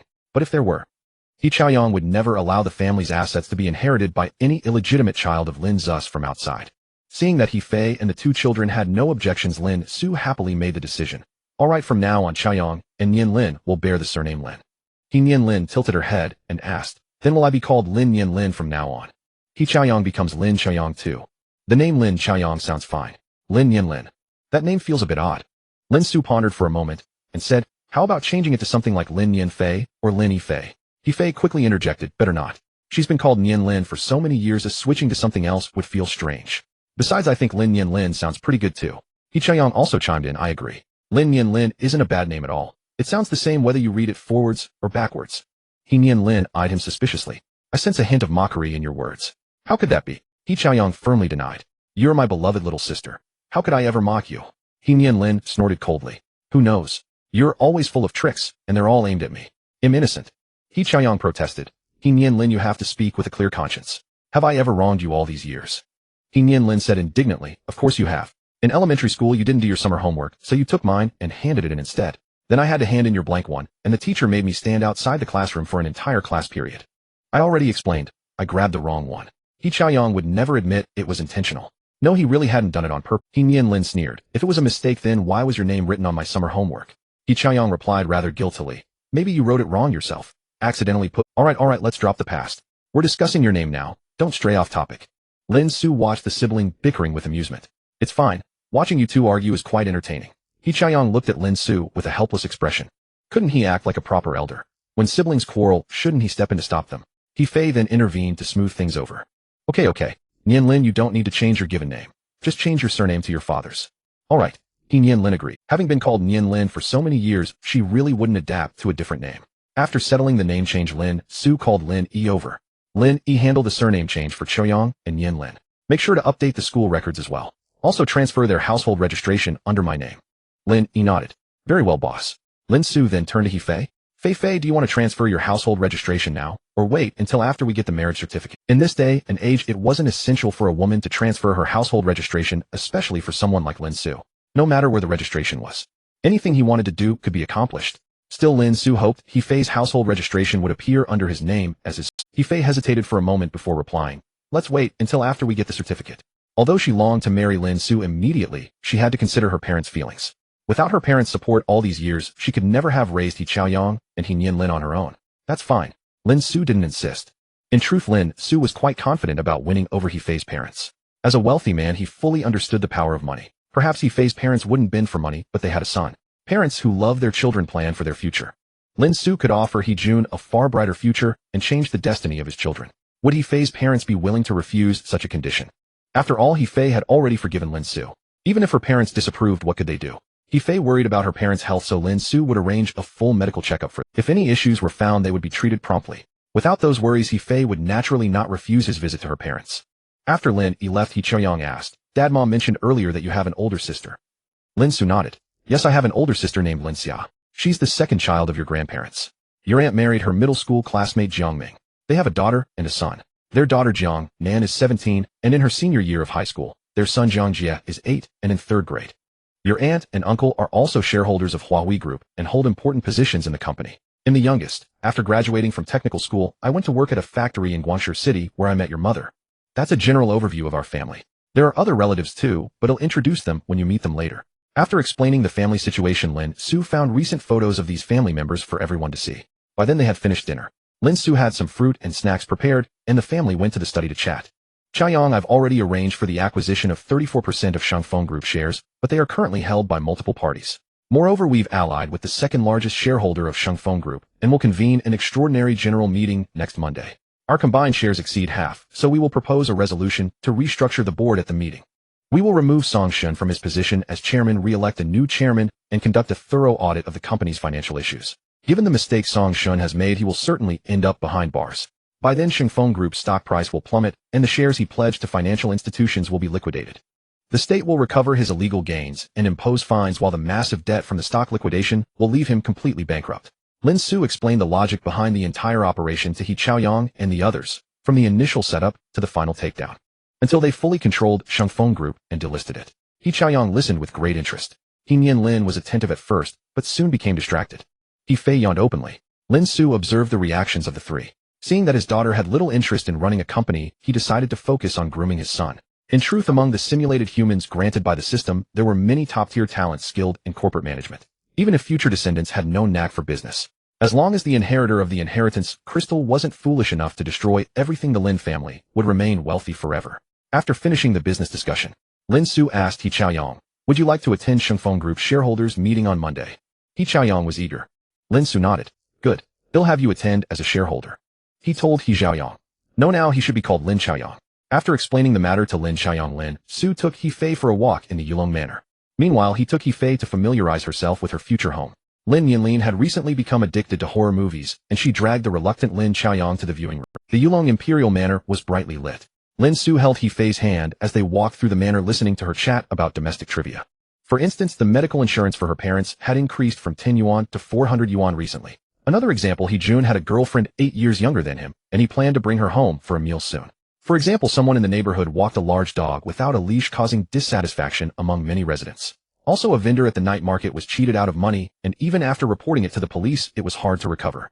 Over the years, no one had ever told Lin Xu such things. He found it quite interesting to listen to He Fei. They strolled slowly for over an hour. Lin Xu then took He Fei back to the room. He asked Mingzhu and Hongdo to prepare the bathwater, and then he pulled He Fei into a romantic bath together. Note was playing in the water like a pair of mandarin ducks. He Fei lay in Lin Xu's arms, worriedly asking, "Lin Xu, we didn't take any precautions. What if I get pregnant?" Although she said that in her heart, He Fei actually wanted to have another child with Lin Xu and raise it together. Not having raised Chaoyang and Nianlin together with Lin Xu had always been a regret in her heart. Now her body was still relatively healthy. If she didn't give birth now, she would never have another chance. Lin Xu lowered his head and gently kissed He Fei on her forehead. "If you get pregnant, just have the baby. Your man has earned so much money, how could he not afford to raise another child?" He Fei felt embarrassed, but I'm already so old, having another child would probably make people laugh at me. Who would dare? Lin Xu said domineeringly, "If anyone blind enough dares to laugh at you, make sure they never laugh again." Having snatched such a big piece of the pie from many forces, he was by no means a soft-hearted good person. Although Lin Xu had never personally laid a hand on anyone, the number of people who had died under his permission was by no means small. The reason he never acted personally, it was mainly because he was kind-hearted and couldn't bear to see people die in front of him. Of course, Lin Xu still had his principles. He had never actively harmed his own countrymen. On the contrary, the treatment of his countrymen working in his company was better than that of foreigners. Moreover, the quality of products his company produced was always better for domestic sales than for overseas. After all, he was the chosen one with the system. Lin Xu didn't care that his good treatment of his employees would make other domestic enterprises uncomfortable. He himself was originally an ordinary worker from a factory. He still had empathy for ordinary people and was willing to give them better treatment and higher quality products, because they deserved it. After all, the person Lin Xu most admired had said, "Long live the people." When He Fei heard Lin Xu's domineering words, the corners of her mouth unconsciously lifted into a charming curve. "How can you be so amazing? You can even control whether people laugh or not." Lin Xu laughed heartily. "Making others laugh is not something I can guarantee, but making them stop laughing is very easy for me." He Fei said, "Actually, I'm not afraid of being laughed at. I'm just worried that Nianlin and Chaoyang won't accept it. That is a concern." Lin Xu's face turned serious. "He'll ask them tomorrow." He didn't care about others' opinions, but he couldn't ignore the feelings of the two children. He Fei said, "Let me talk to them. After all, you only recently reunited with them." All right, Lin Xu didn't insist. For matters concerning the interests of the two children, it was better to let their mother, who had a deeper bond with them, talk to them. After all, he had only recently reunited with them. Even if Lin Chaoyang and Lin Nianlin had any private thoughts, they certainly wouldn't share them with their father Lin Xu. Instead, they could be completely open with their mother who raised them. The next morning at 7 o'clock, Lin Xu woke up. Beside him, He Fei was still sound asleep. Over the years of running a stall at the night market, He Fei had been busy almost every day until 1 or 2 in the morning before going to sleep. During the day, she would sleep until nearly noon. Lin Xu didn't wake her up. He carefully got out of bed. After changing clothes and going downstairs, he happened to run into Lin Chaoyang, who was about to go out. Chaoyang, why are you up so early? Lin Chaoyang smiled and said, I'm learning boxing from Emperor Yi. From now on, I'll get up at this time every day. Emperor Yi. Lin Xu was puzzled. Lin Chaoyang explained with a smile, it's He Fan, Dad. Haven't you read the novel Zhetian? Yi Fan is the protagonist of Zhetian. After getting familiar with Yi Fan over the past few days, Lin Chaoyang started calling him Emperor Yi. Lin Xu shook his head with a smile. I don't read much fiction. There were so many interesting things in this world. How could Lin Xu have had the heart to waste time on novels before? At first, he had also read some urban business novels. But the numerous errors in the business practices depicted in those novels made it impossible for someone with real experience like him to continue reading. Later, Lin Xu stopped reading novels altogether. However, when the game League of Legends became popular, he played it for a while out of boredom. He had originally intended to form a team for fun. But later he got into a conflict with some force, and he lost interest in setting up the team. Lin Chaoyang nodded understandingly. That makes sense. You must have been quite busy before. It was okay, Lin Xu smiled. Although the Sunrise Group was founded by him, many things were handled by androids. Usually the most Lin Xu did was sign documents. Of course, sometimes he had to participate in final negotiations. The android's abilities were indeed impeccable, but there were times when they couldn't make the final decisions. The father and son didn't talk much. One chose to go running, the other to practice boxing. Lin Xu finished his run and also practiced boxing for a while. When he returned to the room after exercising, He Fei was already awake and playing on her phone. Why are you up so early today? He Fei put down her phone and said, I went to bed early last night, so I woke up early. Lin Xu walked to the bedside with a smile. I'm going to take a shower. Want to join me? He Fei blushed and glared at Lin Xu. It's early in the morning. Can you stop thinking about those things? Lin Xu pretended to be serious and said, I was just talking about washing up. You were the one who misunderstood. Otherwise, why would there be? In your nightstand. Before Lin Xu could finish his sentence, He Fei grabbed the pillow he slept on and threw it at him fiercely. You pervert.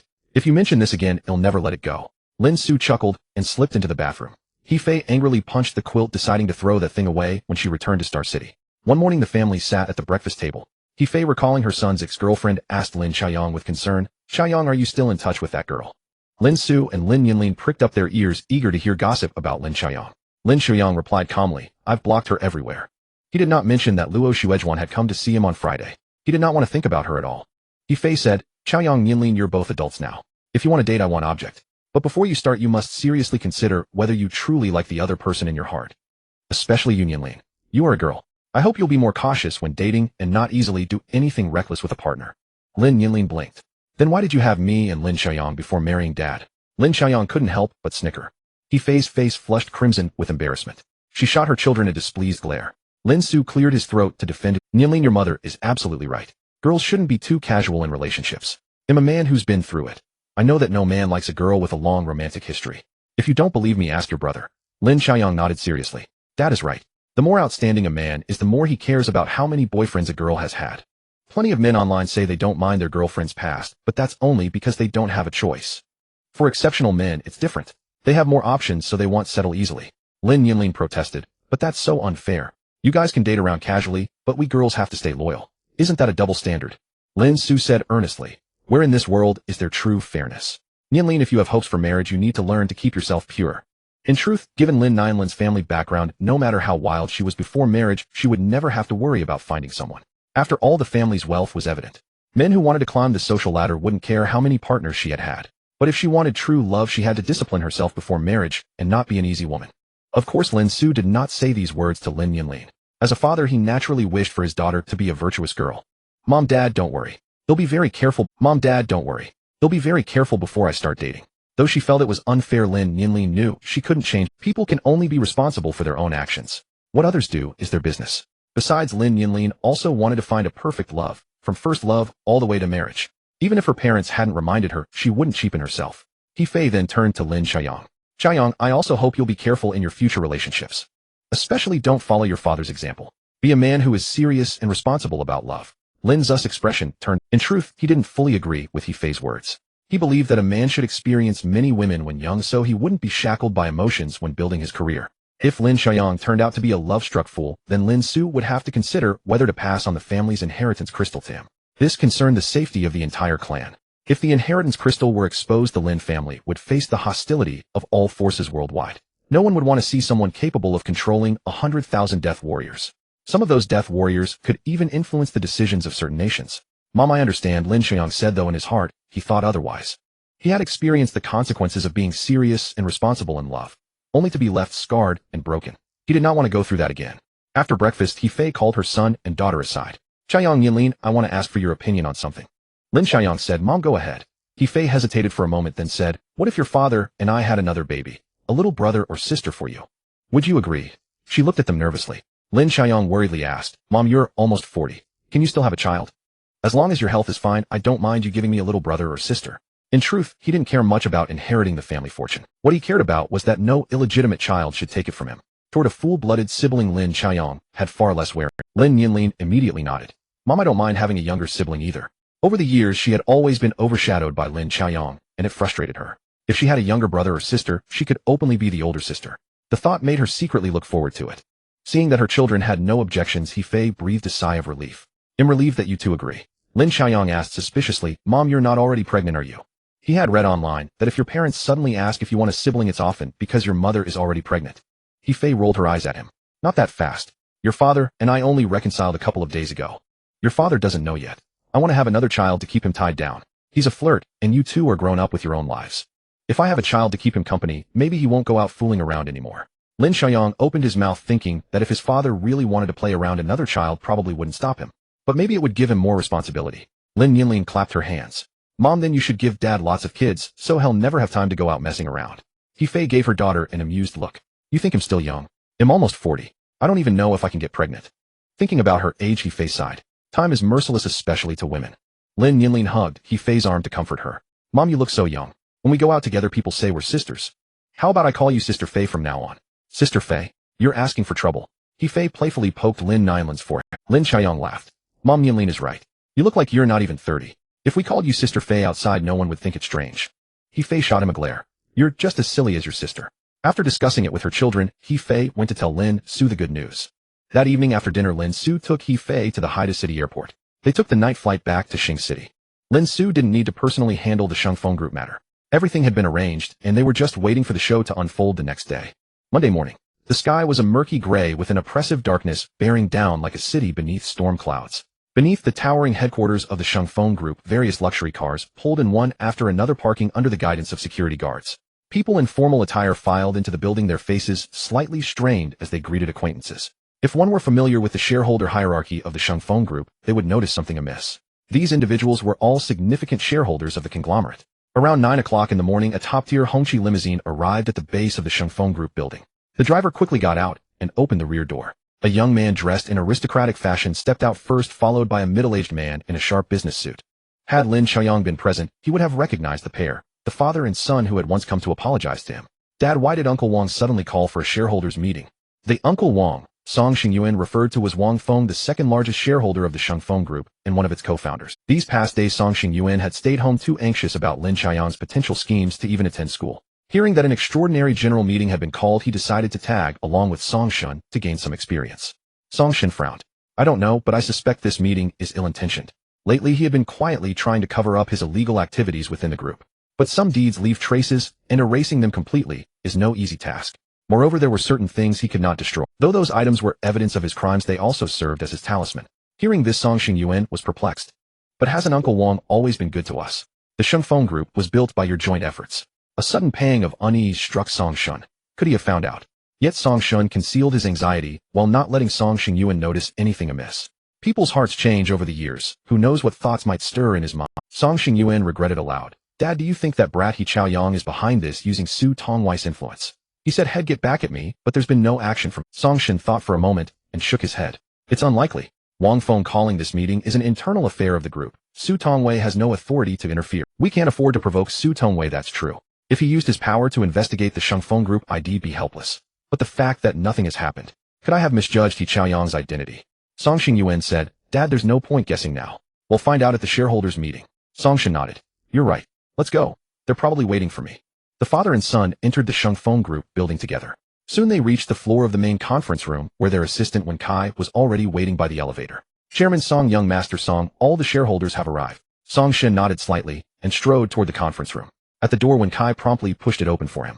Song Shun took a deep breath and walked in with a powerful dragon-like stride. Song Xingyuan and Wen Kai followed behind.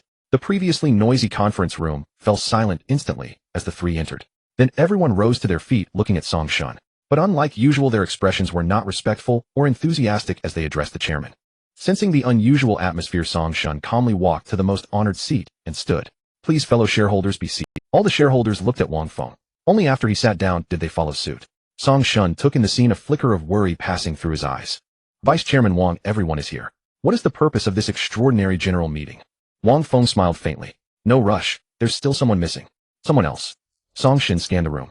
Except for those with negligible holdings, all shareholders were present. Just then the conference room door opened again. 7 people filed in through the doorway, led by a young man with a still immature face.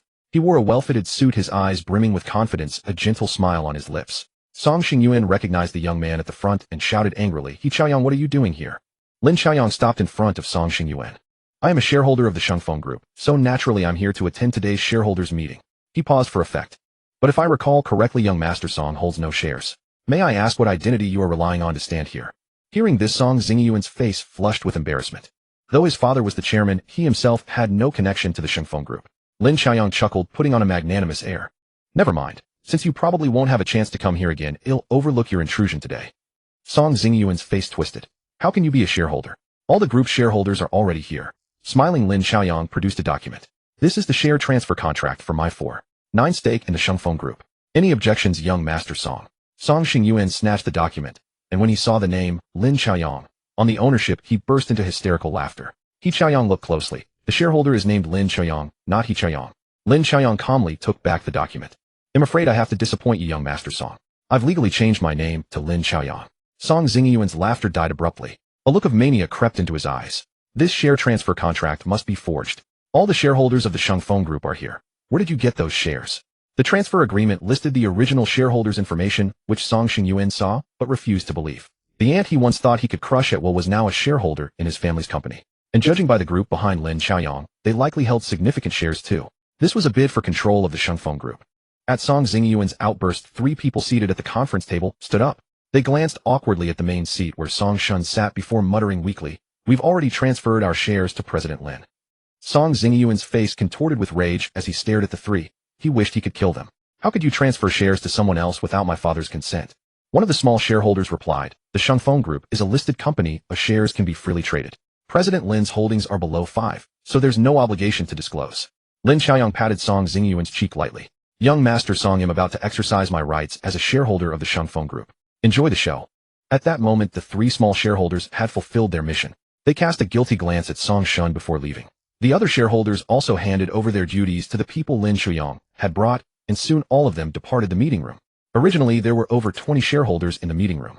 Now counting Song Shun and Wang Feng, only 9 shareholders with relatively large stakes remained. The remaining shares were mostly circulating in the stock market. Seeing this, Song Shun's face darkened like the bottom of a pot. Apart from himself, all the other shareholders were Lin Chaoyang's people. He had never expected that all the shareholders would betray him, selling off their shares behind his back. Song Xingyuan stood behind Song Shun, his bloodshot eyes fixed on Lin Chaoyang, as if ready to devour him. Only when Kai quietly stepped back, adopting an air of unconcern.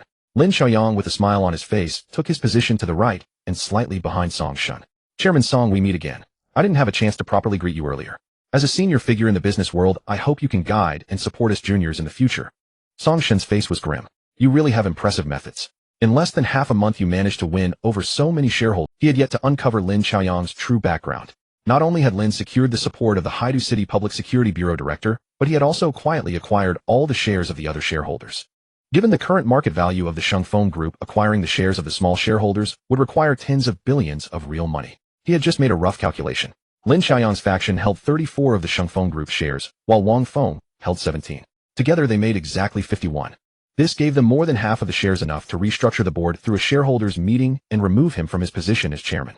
Lin Chaoyang said with a look of feigned shame, Chairman Song flatters me. I merely have a good father.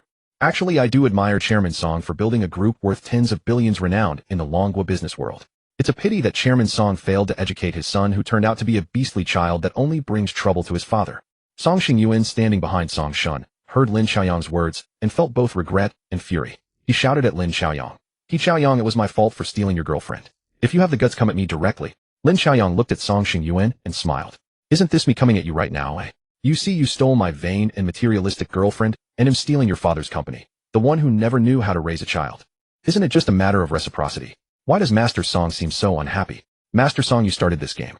I'm having a great time now, and he'll definitely play with you until the very end. Seeing Song Xingyuan's uncontrollable rage, Lin Chaoyang felt as delighted as eating ice cream in the scorching summer. Fortunately, he hadn't been swayed by his uncle's provocation. What fun would it be to simply kill the man? He wanted to strip Song Xingyuan of everything, leaving him forever groveling in the dust. He Chaiyang, fuck your mother. Song Xingyuan roared, clenching his fist, and lunged. He Fei immediately stepped in front of Lin Chaiyang to shield him. The others who had come along also quietly closed and looking ready to strike at any moment. Song Shun quickly stood up and grabbed Song Xingyuan. Xingyuan, don't act impulsively. Impulsiveness won't solve anything. After being pulled back by Song Xingyuan shot a hateful glare at Lin Chaiyang before reluctantly lowering his fist. Lin Chaiyang remained composed. Master Song, you're such a coward. You don't even have the courage to throw a punch. You. Unable to bear the provocation, Song Xingyuan tried to strike again, but Song Shun stopped him. Song Shun glared at his son. If you can't behave yourself, get out. Couldn't he see that the other side outnumbered them? Starting a fight would only put them at a disadvantage. Scolded by his father, Song Xingyuan finally calmed down. Song Shun took a deep breath and said to Lin Chaiyang, Student Lin Chaiyang, what is your purpose in coming here today? Even though Lin Chaiyang was now a shareholder of the group, in Song Shun's eyes he was nothing more than a greenhorn college student. If the other shareholders saw that Lin Chaiyang was incompetent, they might side with him. This was the only chance Song Shun saw to turn the situation around. Lin Chaiyang smiled faintly. I am here as a shareholder to attend the general meeting. As for the agenda, that depends on Vice Chairman Wang Feng's opinion. He was just an ordinary college student before. How could he understand all these business intricacies? Lin Xu had given him instruction. At today's shareholders meeting, he should observe more, learn more, and speak less.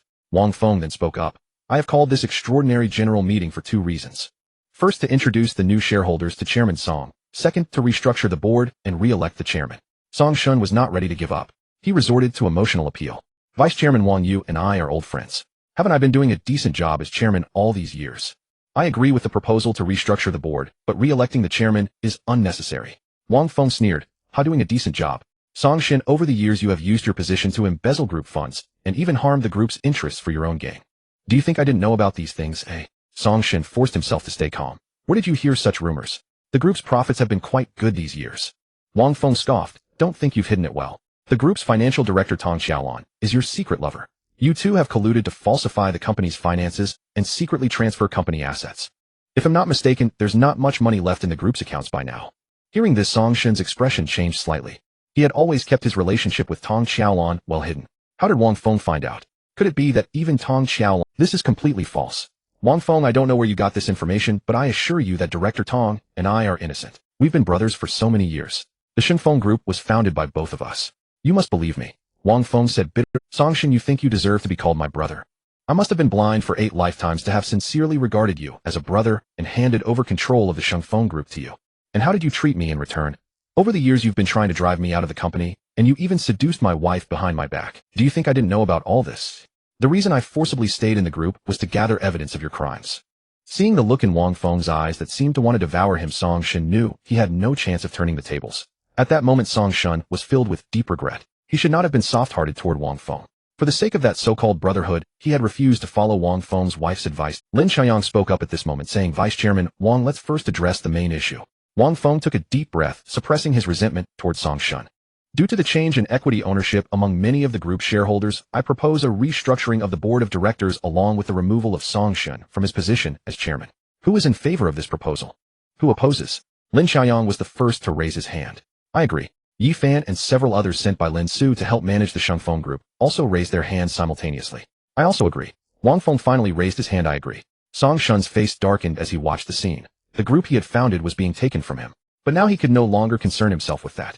He secretly contacted his driver and sent a message to his wife at home instructing her to bring the family's passports and head to the airport. To prepare for such a situation, Song Shun had long arranged an escape route. He had deposited 500 million in cash he had also secretly acquired numerous assets. If his family could flee abroad, they could still live a life of luxury. As for the mess left behind by the Shenfeng Group, it was no longer his concern. After removing Song Shun from his position, Lin Chaiyang clapped his hands with a smile, and soon the conference room door was pushed open. Several officers in police uniforms from the Economic Crime Investigation Department entered, and the leader presented his credentials and summons to Song Shun. Song Shun, correct. We are from the Haidu City Economic Crime Investigation Unit. We are hereby initiating a formal investigation into your alleged misappropriation of funds and financial fraud.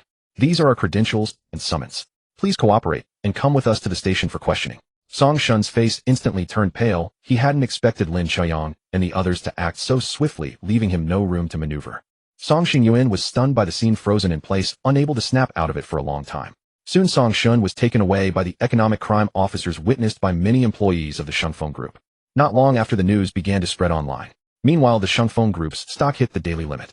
Lin Xu had anticipated. To avoid harming ordinary people, he instructed Lin Lu, the controller of Huashu Capital, to increase the group's shareholding as much as possible. Of course, if there were stubborn investors who believed the stock would rise and held on, Lin Xu could do nothing about it. After Song Shun was taken away by the economic crime officers, Lin Xiaoyang walked over to Song Xingyuan with a smile. Young Master Song, given your father's crimes, he'll be locked up for at least 10 years this time. And all your family's assets will be seized, including the ones your father transferred abroad. Don't think the property under your and your mother's names is safe. It's all proceeds from your father's illegal activities, and it will be confiscated. Congratulations, young Master Song, your family is bankrupt. Song Xingyuan's mind buzzed. The thought of no longer being able to squander money was unbearable, and he couldn't accept the drastic change. You're talking nonsense. My property has nothing to do with my father. How could it be seized? You're lying to me. Seeing Song Xingyuan's increasingly frantic demeanor, Lin Xiaoyang quickly stepped back. He didn't want to risk getting bitten and catching rabies. Alright, I'm lying to you. Song Xingyuan, you need to stay strong. Don't go crazy over this little family setback. Our game must continue. Those who drop out halfway are considered cowards. You, young Master Song, care so much about face. Surely you wouldn't choose to be a coward, would you? Unable to endure Lin Xiaoyang's taunting any longer, Song Xingyuan lunged at him with a punch, his eyes red. He Xiaoyang will kill you. Yi Fan was already on guard. He kicked Song Xingyuan, sending him flying. Watching Song Xingyuan crash heavily to the ground, Lin Xiaoyang couldn't help but flinch. Emperor Yi, you used so much force. Our young Master Song is probably in quite a bit of pain now. Yi Fan smiled slightly. His young master, I actually held back, otherwise his frail frame couldn't withstand one of my kicks. Lin Xiaoyang asked in surprise. You don't mean you could actually kick him to pieces like Emperor Yi in the novel, do you? Yi Fan blushed. I don't have that kind of skill. At most I could kick him to death. If he's lucky, he might just end up severely injured. Lin Xiaoyang patted his chest in relief. Phew, that's a relief. Otherwise that karma would be too heavy for me to bear. Yi Fan said, young Master Song Xingyuan just tried to kill you. I stopped him, but it's still attempted murder. Should we call the police and have him sent in? Lin Xiaoyang quickly waved his hand. No. His father just went in today, and his family is facing bankruptcy. They're already pitiful enough. Since he's already so pitiful, if we send him in too, what if he does something desperate? Most importantly, if he's locked up, it'll be inconvenient for me to visit him later. Yi Fan gave a knowing look. Young Master, you're even more ruthless. Lin Xiaoyang's face darkened. Yi Fan quickly corrected himself. No, I misspoke. I meant to say you're too kind-hearted. Lin Xiaoyang then smiled with a grudge as deep as stealing my wife. I still can't bear to see him go to jail. That's true kindness, isn't it? Yi Fan nodded vigorously in agreement. Lin Xiaoyang hesitantly consulted. Yi Fan, Emperor Yi, do you think my actions just now seemed like those of a villain? Absolutely not. Yi Fan's tone was firm. Young Master, you clearly have the aura of a righteous protagonist. Lin Xiaoyang was skeptical. Really? Yi Fan didn't hesitate. What villain could be as handsome as you, young Master? Besides, your face radiates righteousness. As they say, the heart mirrors the face, so your heart must be just as righteous. Makes sense. Lin Xiaoyang nodded affirmatively. What villain would be as kind-hearted as me? Since I'm not the villain, then it must be young Master Song, who just tried to kill me. Who's the villain? As he spoke, Lin Xiaoyang crouched beside Song Xingyuan. Young Master Song, oh young Master Song, why did you have to be the villain? As the protagonist, I'll have no choice but to keep targeting you from now on. Shameless. Utterly shameless. Song Xingyuan felt a chill run through him. After driving his family to bankruptcy, he still wouldn't let go and even had the audacity to call himself the protagonist. This time Song Xingyuan truly regretted provoking a demon like Lin Xiaoyang. At the same time, he harbored deep hatred for Lin. Why did a top-tier young master from an elite family have to play the pathetic game of hiding his power? If he had known Lin Xiaoyang's family was so influential, he would never have dared to mess with that wretched woman Luo Xuezhuan. And that bitch Luo Xuezhuan. Since she liked Lin Xiaoyang so much, why couldn't she have held on to her principles? At that moment, Song Xingyuan felt an overwhelming hatred for Luo Xuezhuan's love of vanity. Wang Feng, seeing Song Xingyuan lying on the ground like a dead pig, felt a sense of fear towards the forces behind Lin Xiaoyang. He had not gathered much evidence of Song Shun's crimes over the past 2 years, yet Lin Xiaoyang and his group could obtain it with ease. Had it not been for the reminder from Lin Xiaoyang's backer, he would never have known that his wife had been cheating on him with Song Shun. Initially, his search for evidence against Song Shun was merely to regain control of Shengfeng Group. But upon learning that Song Shun had cuckolded him, he only wanted to see that heartless man thrown behind bars. Wang Feng walked over to Lin Xiaoyang and asked cautiously, Mr. Lin, we are about to elect directors and nominate a new chairman. What do you think about the position of chairman? Lin Xiaoyang said with a smile, Vice Chairman Wang is highly respected. Of course, you should be the chairman of Shengfeng Group. As for the chairmanship of Shengfeng Group, Lin Xiaoyang had no interest in it for the time being. After all, he was still studying and had no time to manage the company. Most importantly, now that Chairman Song Shun had been arrested, Vice Chairman Wang was needed to stabilize the situation. A large enterprise with a market value of tens of billions. It affected the livelihoods of many ordinary people. The higher-ups did not want such an enterprise to collapse, and Lin Xu was unwilling to play the villain. Once Shengfeng Group smoothly delisted, that would be the optimal time for Lin Xiaoyang to take over the company. Wang Feng said joyfully, "Thank you, Mr. Lin. I will immediately convene the company's executives and board members to re-elect the new board." "Wait a moment," Lin Xiaoyang called out to Wang Feng. "Now that the group's financial director has been arrested, I will appoint someone as the new financial director. Also, the group's president must be someone from my side." "No problem," Wang Feng replied, though inwardly dissatisfied. He dared not oppose Lin Xiaoyang's arrangements. Song Shen's fate had just been demonstrated before his eyes. If he dared to go against Lin Xiaoyang, he would likely be the next one forced out of the company. Lin Xiaoyang now held 34% of the company's shares. Unless something unexpected happened, Song Shen's 30% stake would also fall into his hands. With only 17% of the shares, how could he possibly contend with Lin? After Wang Feng left to gather the company's executives, Lin Xiaoyang had Song Xingyuan escorted out of the building. After all, how could an outsider be qualified to attend the shareholders' meeting? Soon, all the attendees for the meeting had arrived. Before convening the extraordinary general meeting, Wang Feng had already notified these key personnel. Since all the shareholders were essentially on their side, the meeting proceeded smoothly. The board seats previously controlled by Song Shen were all removed and replaced by people Lin Xiaoyang had arranged. Seeing this, Wang Feng sighed inwardly. He knew that once the turmoil at Shengfeng Group subsided, his power would gradually be eroded by Lin Xiaoyang. Even though he was aware of this, he was utterly powerless. Like the helpless husband in some movies, he could only stand by while others wronged. Damn! Wang Feng suddenly realized that his wife had already been taken advantage of by that bastard Song Shen. After the meeting, he would go back and divorce that adulteress. With Wang Feng's tacit approval, Lin Xiaoyang, through the board of directors, appointed Chun Han as the executive president of Shengfeng Group and Yu Jie as the group's financial director. These two were recommended by Lin Xu, who assured Lin Xiaoyang that they were trustworthy. As for the former president, he had also been arrested along with Song Shen. After handling the matters of Shengfeng Group, the day had already passed. Lin Xiaoyang had learned a great deal from this experience. He understood how a group company operated and how to control the entire company through the board of directors. The meeting concluded. Wang Feng extended an invitation to Lin Xiaoyang. "Mr. Lin, I have reserved a table at the Cloud Hidden Club. I hope you will do me the honor of joining me for dinner. It is my great honor to be invited by Chairman Wang." Lin Xiaoyang accepted Wang Feng's invitation with a smile. Leaving the Shengfeng Group building, He Fei drove the Rolls-Royce, carrying Lin Xiaoyang, following Wang Feng's car, to the Cloud Hidden Club.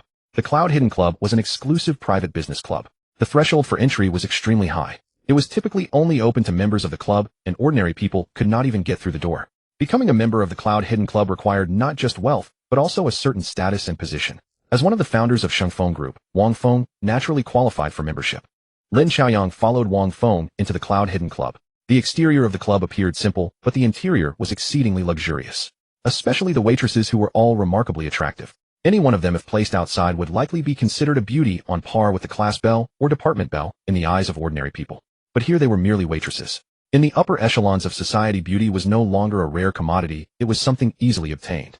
Stepping into such a place for the first time and enjoying this kind of ultimate luxury, Lin Xiaoyang felt as if his heart was sinking into indulgence. Now he understood why his father had strayed after becoming wealthy. Oh, which young person could withstand such a lifestyle? Wang Feng, noticing Lin Xiaoyang's uneasy demeanor, smiled. "Is this Mr. Lin's first time at such a club?" Lin Xiaoyang nodded. "Yes, I never knew places like this existed in our country." As the son of the founder of Shiri Group, Lin Xiaoyang had no need to conceal his lack of experience. He had the background and confidence to face anything. Wang Feng expressed understanding. "I suppose your family was quite strict with you, Mr. Lin. Now that you're an adult, they've naturally loosened the reins." Lin Xiaoyang smiled, but offered no explanation. He looked at the two beautiful waitresses attending to him on either side, curiosity getting the better of him. "How much do you earn here in a month?" The more lively one on the right spoke up. "Our base salary is 15,000 plus various benefits and bonuses." Lin Xiaoyang was not surprised by this salary. If the compensation weren't good, why would these beauties come to work in such a place? And he could guess that many of these girls harbored aspirations of climbing the social ladder, hoping to use their beauty to rise to the top. Lin Xiaoyang asked a few more questions to satisfy his curiosity. He had wanted to ask if they engaged in certain activities, but in the end he couldn't bring himself to ask. After all, that would be too disrespectful. The chefs at the Cloud Hidden Club were exceptionally skilled, and many of the ingredients used were unavailable elsewhere. Some were even explicitly prohibited. As Lin Xiaoyang savored these unfamiliar delicacies, he couldn't help but marvel inwardly that life in the Celestial Palace was truly extraordinary. However, as a beneficiary, he had no intention of changing this environment. Humans were the cruelest creatures on Earth. As long as people existed, such situations could never be completely eradicated. Even if Lin Xiaoyang wanted to change it, he couldn't. After the meal, Lin Xiaoyang and Wang Feng went to the tea room for a chat. Wang Feng primarily briefed Lin Xiaoyang on the status of Shengfeng Group, covering everything from its founding and listing to its future development plans. Lin Xiaoyang refrained from offering any opinions. His primary focus at the moment was to learn from Wang Feng to understand how to become a capable helmsman. Wang Feng personally demonstrated the art of Kung Fu Tea for Lin Xiaoyang. Although Lin had seen it in videos, this was his first time witnessing it in person. "Uncle Wang, are you sure your hand isn't burned?" Wang Feng smiled as he poured tea for Lin Xiaoyang.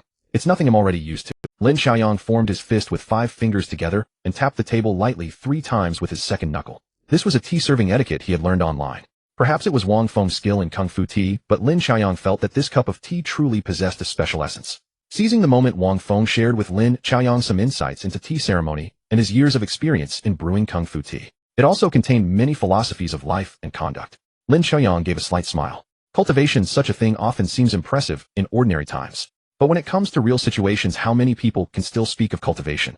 Where was Wang Feng's cultivation when he faced Song Shen today? Those who can truly be considered cultivated are probably only those elegant souls with a calm and detached mind. Wang Feng asked, "Young Master Lin, do you need me to act as an intermediary to introduce you as a member of the Union Club?" "Then ill trouble, Uncle Wang." Lin Xiaoyang did not decline, as this place was indeed very suitable for business discussions. Sometimes society is truly unkind to ordinary people. Ordinary people toil to start a business, but find no path. Yet the wealthy need only sit in such a top-tier business club chat and drink tea, and the deals are done. Wang Feng called the manager of Union Club through a waiter. "Manager AI, let me introduce you. This is President Lin Xiaoyang, the new shareholder of Shengfeng Group. Young Master Lin, this is AI Chi, the manager of Union Club. She is a rare heroine in our Haida city." AI Chi greeted Lin Xiaoyang respectfully. "Greetings, young master." Then she smiled and said, "Chairman Wang, you flatter me. I haven't yet congratulated you on becoming the chairman of Shengfeng Group. I owe it all to young Master Lin's blessing."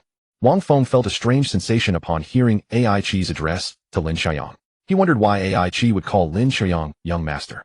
Lin Xiaoyang was also surprised those who called him young master were usually only his father's subordinates and the servants in the villa. "Manager AI, why do you address young master? Just call me Xiao AI." AI Chi smiled and explained, "Your father is the founder of Union Club. Currently, apart from your father, the shareholders of Union Club also include the Rong family and the Zhang family of Longhua." Lin Xiaoyang suddenly realized, so that's how it is. No wonder AI Chi called him young master. It turned out that his family also had a stake in Union Club. Moreover, he had heard Lin Xu speak of the Rong and Zhang families. Both were reclusive, aristocratic families of Longhua with members spread across numerous fields both domestically and internationally. Although the wealth and power of these two families were far inferior to Lin Xu, who was practically cheating, they were still not to be underestimated globally. Ordinary people might find it hard to imagine. But Lin Xiaoyang had heard Lin Xu say that the assets of these two families exceeded $200 billion. This was not some inflated stock valuation, but real tangible wealth. They were families at the very top of the global pyramid. In Longhua, similar reclusive aristocratic families included the Liu family, Fan family, Zhou family, Guo family, and others. However, the power of these families was slightly inferior, and their international influence far behind that of the Rong and Zhang families. There was also a more deeply hidden Kong family, which was even more formidable than the Rong and Zhang families. If not for the appearance of Lin Xu, who was practically cheating, the Kong family would, without accident, rank among the top 3 among all family powers globally. Of course, there were also internal conflicts within these families. Whether it was families in Longhua or the top families abroad, it was all the same. There was truly no family that could be united as one. Of course, Lin Xu, who was cheating, was an exception. Even after the Lin family branched out in the future as the patriarch possessing the legacy crystal, he could mobilize the full strength of the family. Wang Feng looked at Lin Xiaoyang with some shock. He hadn't expected Lin Xiaoyang to be the son of the mysterious owner of Union Club. Very few people knew about the shareholders. It was also the first time Wang Feng had heard this from AI Chi. He only knew that the forces behind Union Club were formidable, and many powerful people dared not act recklessly. "Young Master Lin, I originally wanted to introduce you as a member of Union Club, but I never expected the club to be owned by your family." Wang Feng said this with excitement in his heart. Being able to meet someone like Lin Xiaoyang was all thanks to Song Shen's troublesome son. AI Chi smiled and said, "Young Master is already a diamond member of Union Club. There is no need to apply for additional membership." The membership of Union Club naturally had levels: ordinary member, platinum member, diamond member. Additionally, there was the supreme member, which was not open to the public and could only be held by shareholders of Union Club. Ordinary members only enjoyed the most basic consumption rights. Platinum members could borrow the resources and channels of Union Club to handle their affairs. Diamond members went a step further, able to share the core business intelligence and domestic and international secrets held by Union Club.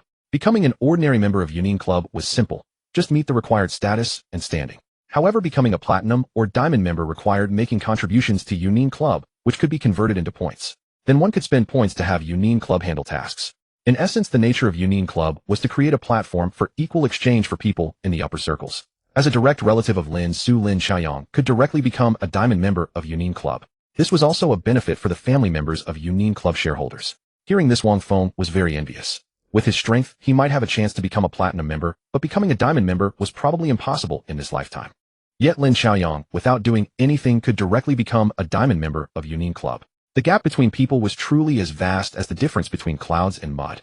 Through AI Chi's narration, Lin Xiaoyang gained a more detailed understanding of Union Club. The club had one manager and two deputy managers who were respectively the representatives of the three shareholders at Union Club. The fact that AI Chi called Lin Xiaoyang young master naturally meant she was Lin Xu's representative at Union Club. After staying at Union Club until after 9 in the evening, Lin Xiaoyang finally left the place together with Wang Feng. Around 7 in the morning, an ordinary Audi sedan arrived outside a 2-story rural house in Xiaofang Town, Xinjiang County, Star City. From the outside, the house bore the marks of many years of weathering. When the car came to a stop, He Fei opened the passenger door and stepped out. Dad, Mom, and back. Soon a couple emerged from the house, appearing to be in their 50s, both looking somewhat slender. They were He Fei's parents, He Hanjun and Liang Xiulan. Fei, you're back so early, Liang Xiulan said, hurrying to her daughter. He Fei replied, yes, we still need to go to Tan City later. Have you had breakfast yet? Liang Xiulan quickly answered, no, not yet. You specifically called last night to remind us. Good, He Fei said, not lingering. Let's set off now. The sooner we get there, the sooner we can finish the checkup. He Hanjun nodded and said, all right, I'll lock the door. Soon the Audi sedan departed once more. Sitting in the car, He Hanjun asked, Fei, where did you borrow this car? He Fei said with a hint of guilt, it was lent by a good friend of mine, and the driver was arranged by them too. A good friend? Liang Xiulan asked doubtfully. I never heard you mention having such a wealthy friend. In many people's minds, driving a car like an Audi or BMW signifies wealth. At least that was how He Hanjun and Liang Xiulan saw it. He Fei said, I met them while setting up a stall at the night market. Their stall was right next to mine. Is setting up a night market stall really that profitable? Making enough to drive a luxury car like an Audi? He Hanjun was skeptical. If it were that lucrative, why hadn't He Fei bought an Audi herself? After a moment of silence, He Fei said, that friend of mine also runs other businesses. Setting up a stall is just a hobby for them. Liang Xiulan was astonished. A hobby? The world is full of wonders, He Hanjun said, accepting his daughter's explanation. Having a hobby of setting up a stall is still normal. I once knew someone whose uncle was wealthy but still liked to scavenge for food in trash piles. Fearing her parents would overthink, He Fei quickly said, my friend doesn't have any perverted hobbies like that. They probably set up a stall at the night market out of boredom. He Liang Yu, who was driving, pursed her lips. She had received professional training and could keep a straight face no matter how funny something was. Xinjiang County was quite a distance from Tan City. The drive took over an hour. When the car came to a stop in the parking lot of Weiyan Hospital, 2 young nurses quickly approached to help open the doors. The nurse who opened the passenger door said, hello, Sister He. We are the nurses specially arranged by Director Liu to receive you. My name is Tang Yao, and that is Wu Yue. You can call me Xiao Tang. He Fei got out of the car and smiled. Xiao Tang, I'm sorry to trouble you two today. Tang Yao quickly waved her hand. Not at all, not at all. Wu Yue opened the rear door and carefully helped He Hanjun and Liang Xiulan out of the car. Uncle, Auntie, please take your time. After getting out of the car, Liang Xiulan couldn't help but sigh. This hospital service is surprisingly good. She had naturally heard what Tang Yao said earlier, which was why she felt this way. Liang Xiulan's sigh, however, made He Hanjun furrow his brow. He felt that things couldn't be that simple. He had clearly heard that the 2 nurses were arranged by some Director Liu, but he knew that now wasn't the time to ask. He would find an opportunity to ask his daughter about it later. The 2 nurses were very patient, guiding He Fei and her parents through each medical examination item by item. Moreover, there was never any waiting time during the checkups. Even when He Fei was having her blood drawn, Tang Yao considerately covered her eyes. All the items were completed in about 2 hours. After the examinations, they declined the nurses' offer to see them off, and He Fei led her parents back toward the parking lot. Dad, Mom, let me take you to eat first. The results might take a few days to come out. Liang Xiulan said, actually, I'm not very hungry yet. Although they hadn't had breakfast after the fasting required items were done, the 2 nurses had given each of them a delicate snack to tide them over. He Hanjun said, let's go eat. Little He has been waiting for a long time and must be hungry. We'll have lunch and then head back. He was referring to the driver, He Liang Yu. Hearing He Hanjun's words, Liang Xiulan didn't argue further. It was only right that they treat the driver to a meal after she had driven them. Soon the 3 arrived at the parking lot. He Hanjun smiled at He Liang Yu and said, little He, thank you so much for today. We must treat you to a proper meal. He Liang Yu quickly waved her hand. Thank you for the kind offer, uncle, but I've already eaten. Already eaten? He Hanjun was skeptical. Little He, don't be polite with us.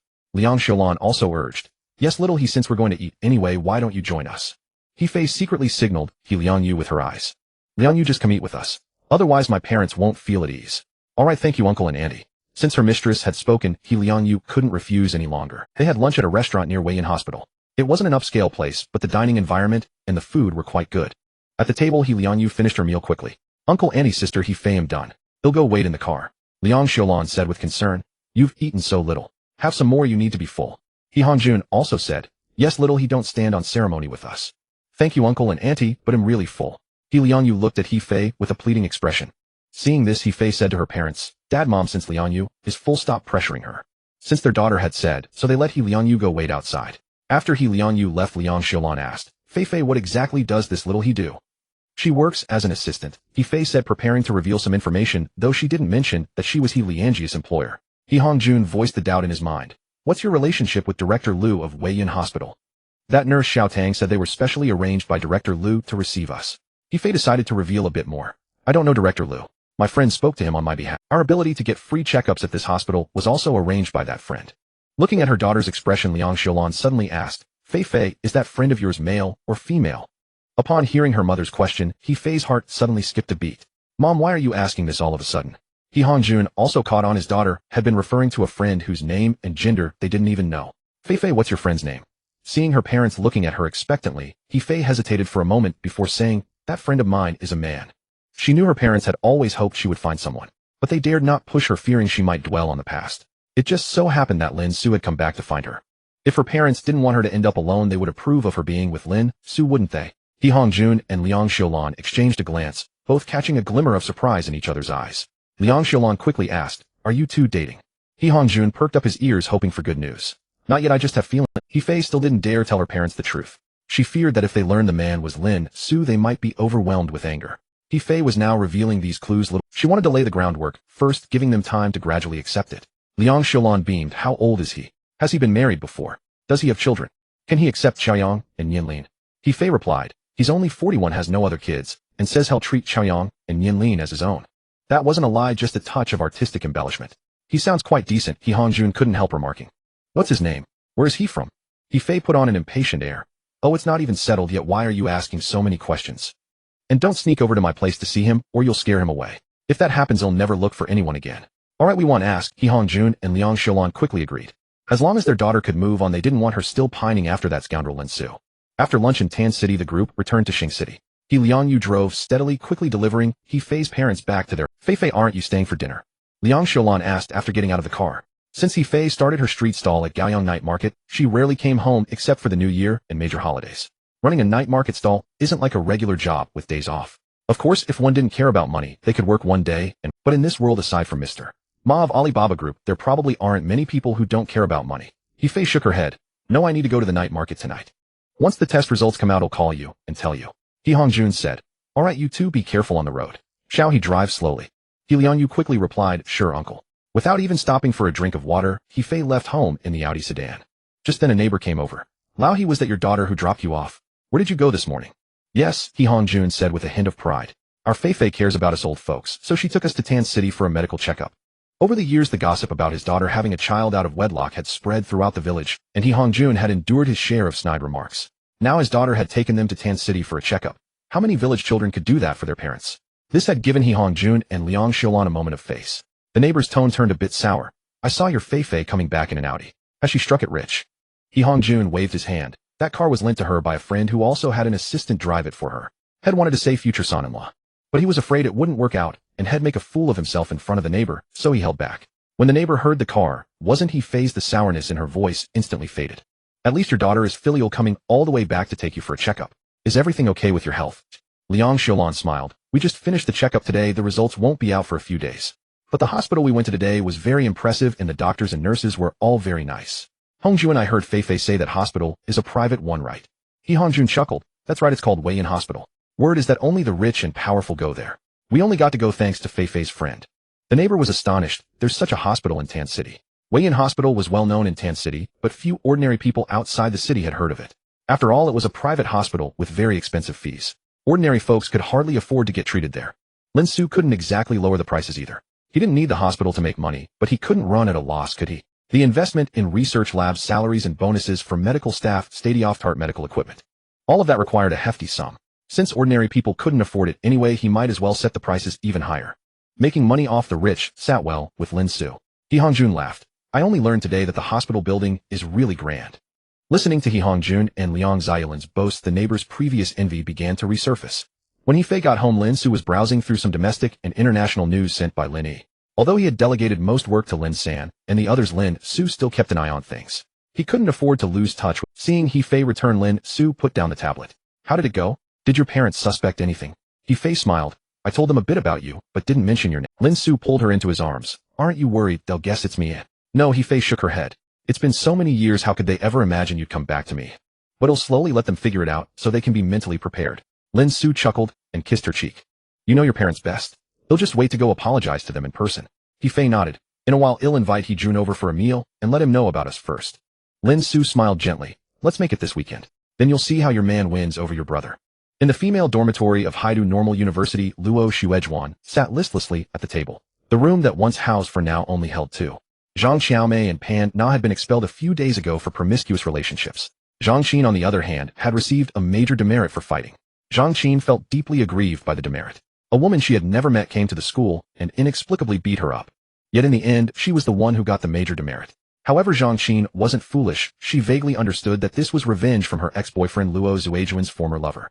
Compared to Zhang Xiaomei and Pan Na, who were expelled, she was fortunate to only receive a demerit. She was glad she hadn't been involved in. Watching Luo Xuejuan sitting at the table with a blank expression, a mocking smile curled on Zhang Xin's lips. She really traded a watermelon for a sesame seed.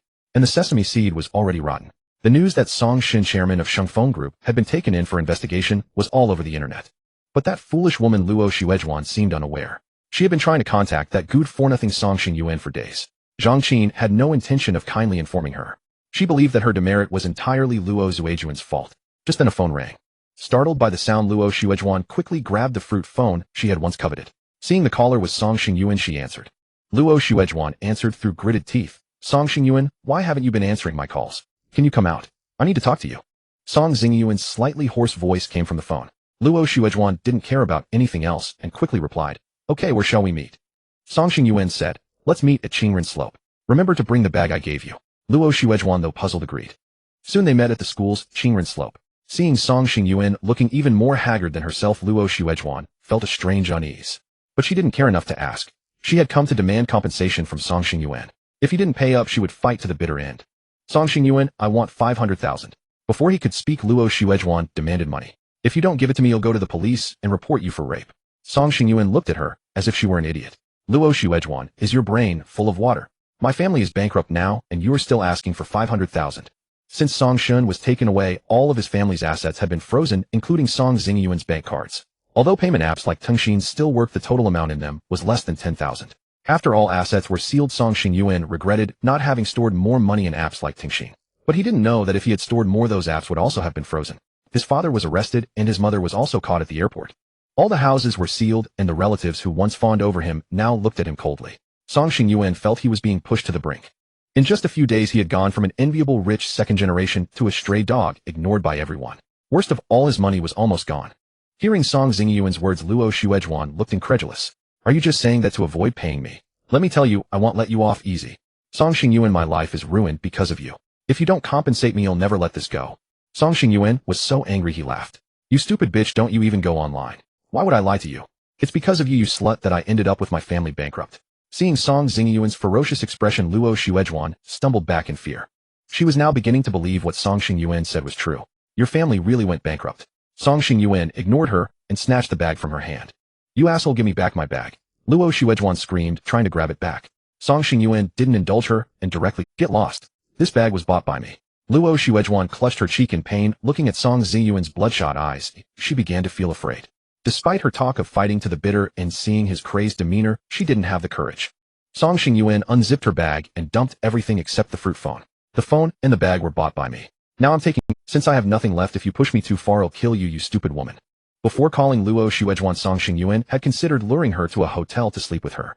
Getting his family bankrupt over a second-hand car and not even having thoroughly enjoyed her made him feel deeply resentful. But in the end, what if that demon Lin Xiaoyang still had feelings for this stupid woman? Song Xingyuan feared he would die a miserable death.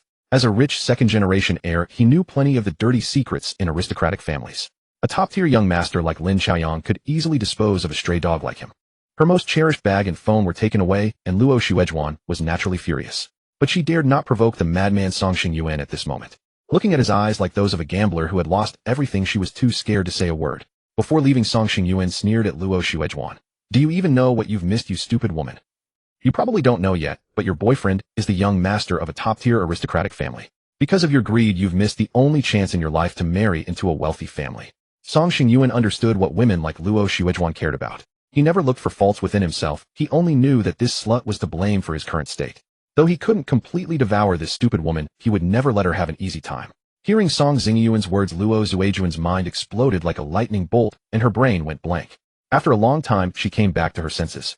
But then overwhelming regret flooded her, and she felt intense hatred for Song Xingyuan and the others who had dragged her down. "You bastard, I'll kill you." Luo Xuejuan, as if losing her mind, glared with murderous eyes and clawed furiously at Song Xingyuan. Song Xingyuan was also frightened by her madness. He quickly took to his heels and fled from Qingren Slope. Unable to catch him, Luo Xuejuan collapsed onto the ground, sobbing heart-wrenchingly, while passers-by pointed and whispered. Shenrong happened to pass by with her roommate, witnessing the scene. Watching Song Xingyuan run away, she fell into thought. Could it be that Luo Xuejuan had broken up with Lin Xiaoyang? Just after class at noon, Lin Xiaoyang received a video sent by He Fei. Watching the extreme regret on Luo Xuejuan's face in the video, he felt an unprecedented sense of relief. Most people after breaking up with a boyfriend or girlfriend don't want to see the other person doing better than them, let alone someone like Lin Xiaoyang, who was cheated on by his girlfriend. During this time, he had He Fei keep an eye on that despicable pair Song Xingyuan and Luo Xuejuan just to see the regret on their faces. Lin Xiaoyang admitted he needed to confirm that Luo Xuejuan and Song Xingyuan would never find happiness in this lifetime. Only then would he feel at ease. After watching the video, Lin Xiaoyang was in a good mood. With good news, he naturally wanted to celebrate. Remembering he only had 2 classes that afternoon, he called Lin Nianlin. "My dear sister, I'll treat you to dinner tonight, and take you to a place you've never been before." As her brother, of course, he wanted to show his sister a wonderful place like the Union Club. Lin Nianlin chuckled. "Sorry, I already have plans tonight. You'll have to get in line if you want to treat me to dinner." "Plans?" Lin Xiaoyang asked in surprise. "You haven't been swept off your feet by some guy, have you?" "I'm sweeping my own feet," Lin Nianlin retorted. "My roommate is introducing a female friend to me. She's the daughter of the president of the Star Moon Group, about our age." Lin Xiaoyang burst out laughing. "Pretty impressive, you can sweep yourself off your own feet." Lin Nianlin realized what she had said and felt a wave of frustration. "I'm hanging up him almost at the cafeteria." Hearing the busy tone, Lin Xiaoyang's, ever since they became the wealthy second generation of a prestigious family, their social engagements seemed to have increased. 7 o'clock in the evening. Lin Nianlin and Ruan Mengxiao arrived at a Michelin 3-star Italian restaurant in Haida City. In the private room, they met Gao Jie, who had been waiting for some time.